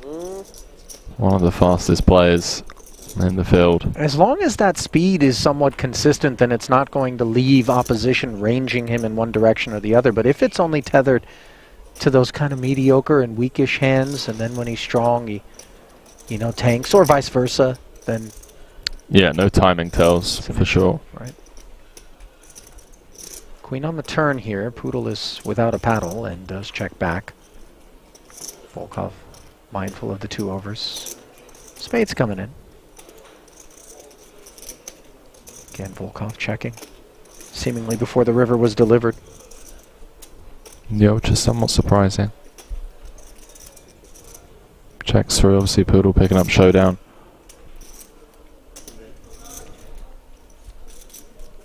Back to the pandas, Henry. No, let's not. Here's the thing. We're okay. Oh, you think you're okay? There's actually a person whose job it is to dress in a panda suit because they are so lazy in terms of procreation. And he's supposed to go out there and kind of get him excited in the panda suit. They spray him down with like panda pheromones. And even then, by the way, tough to get them going. It's like when your girlfriend, you know, you're deep in a tourney, sitting there at the desk, playing online. She walks in, maybe she's wearing something spicy. Can't be bothered, right? You're like, babe, relax. I'll be with you in a moment. Put your clothes back on. I don't know about that. No one's ever said that. But I'm just saying. And whatever that guy's making, by the way, to wear the panda suit and go out there and try to get him riled up, not enough. Certainly isn't. Ali Nejad, ladies and gentlemen. The wheels are officially off. I asked whether or not I could do it just to be able to say I did, but they said no. Do you need like a college degree or? Apparently, these are all like biology, you know, majors, PhDs, whatever. Yeah, makes sense. They're a fickle species, these pandas. 320? But hilarious. A lot of personalities. Ali Nejad, the panda whisperer. I mean, listen, if it was on my commentary bucket list. You know, doesn't work out. I love the animals. Speaking of animals, by the way, back we come to the feature where we've seen some real predaceous species on display. On this occasion, Jack 10 suited, that which has peaked the testosterone levels on Harambe, as you christened him. Rocco. Flopping 2 overs in the open ender, a lot more than we can say for this queen deuce.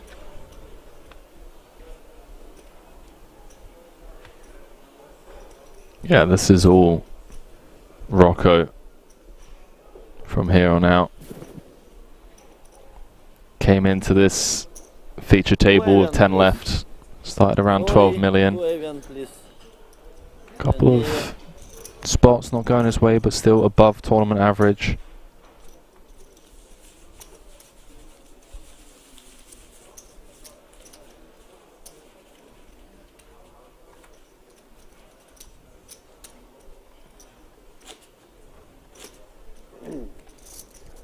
You live in Thailand currently, Henry. Have you ever been up to Chiang Mai? I haven't. Still haven't been up there. You got to get up to the north, my friend. Go on down to the Elephant Nature Preserve, an ethical place where elephants are not made to perform and are rescued, allowed to live out their days.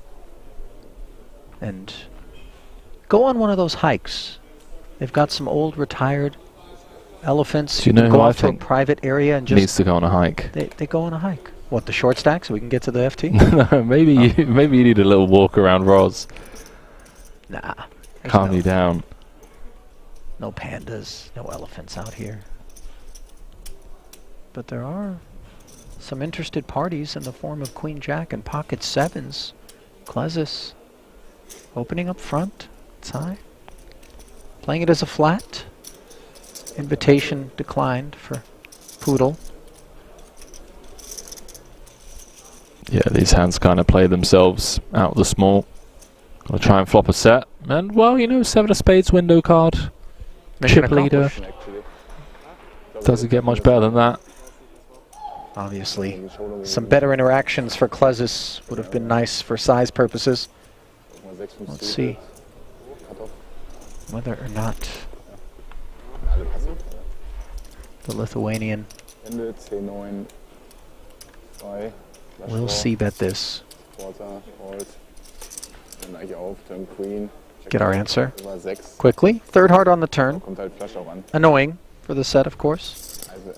So fake showdown, I guess, aber man gewinnt die Paar 6 noch vielleicht, aber no. 8-7 Straße auch.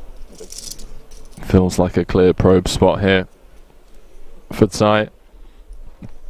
Doesn't want to give one heart type holdings a free river.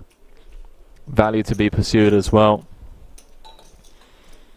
Also, he's expected to push players around as the chip leader, given the presence of the short stacks on the outer table.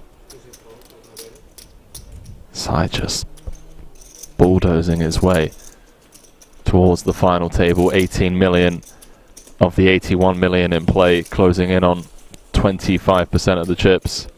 I think he kind of knows it. He is on the natural 8 team hot. clues in the name, Ali. And many poker brand in Europe, I think is dropping. Sorry? What do you mean? I mean, a lot of brand like PokerStar, like Party Poker, like something is smaller than before. Yeah. I think Tsai well aware that the deck has been quite kind to him here. No shame in it. Like a number card. Look, you're allowed to run hot every now and then, and why not do it in the WSOP Europe main event? Late day 4.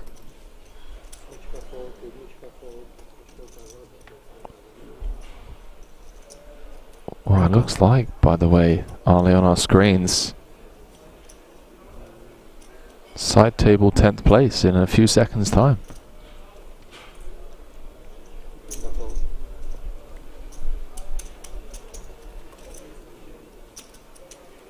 Word coming down that the final table could very well be set here. I think poker in Asia is But do you have different sites where just Asian guys? Neugebauer looks heavily invested in this one. Eyes keenly peering outward toward a board of 6, Jack, 4, Queen, 10. Is that Radicki all in? And it seems like action is on Neugebauer. Yeah, he's got cards in front of him.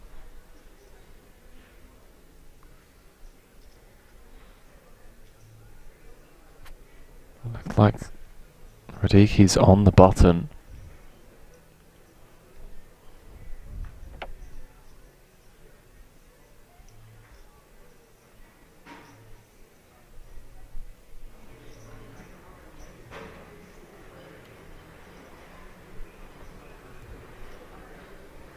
Here's a ball texture, certainly going to favour the button. Ace King.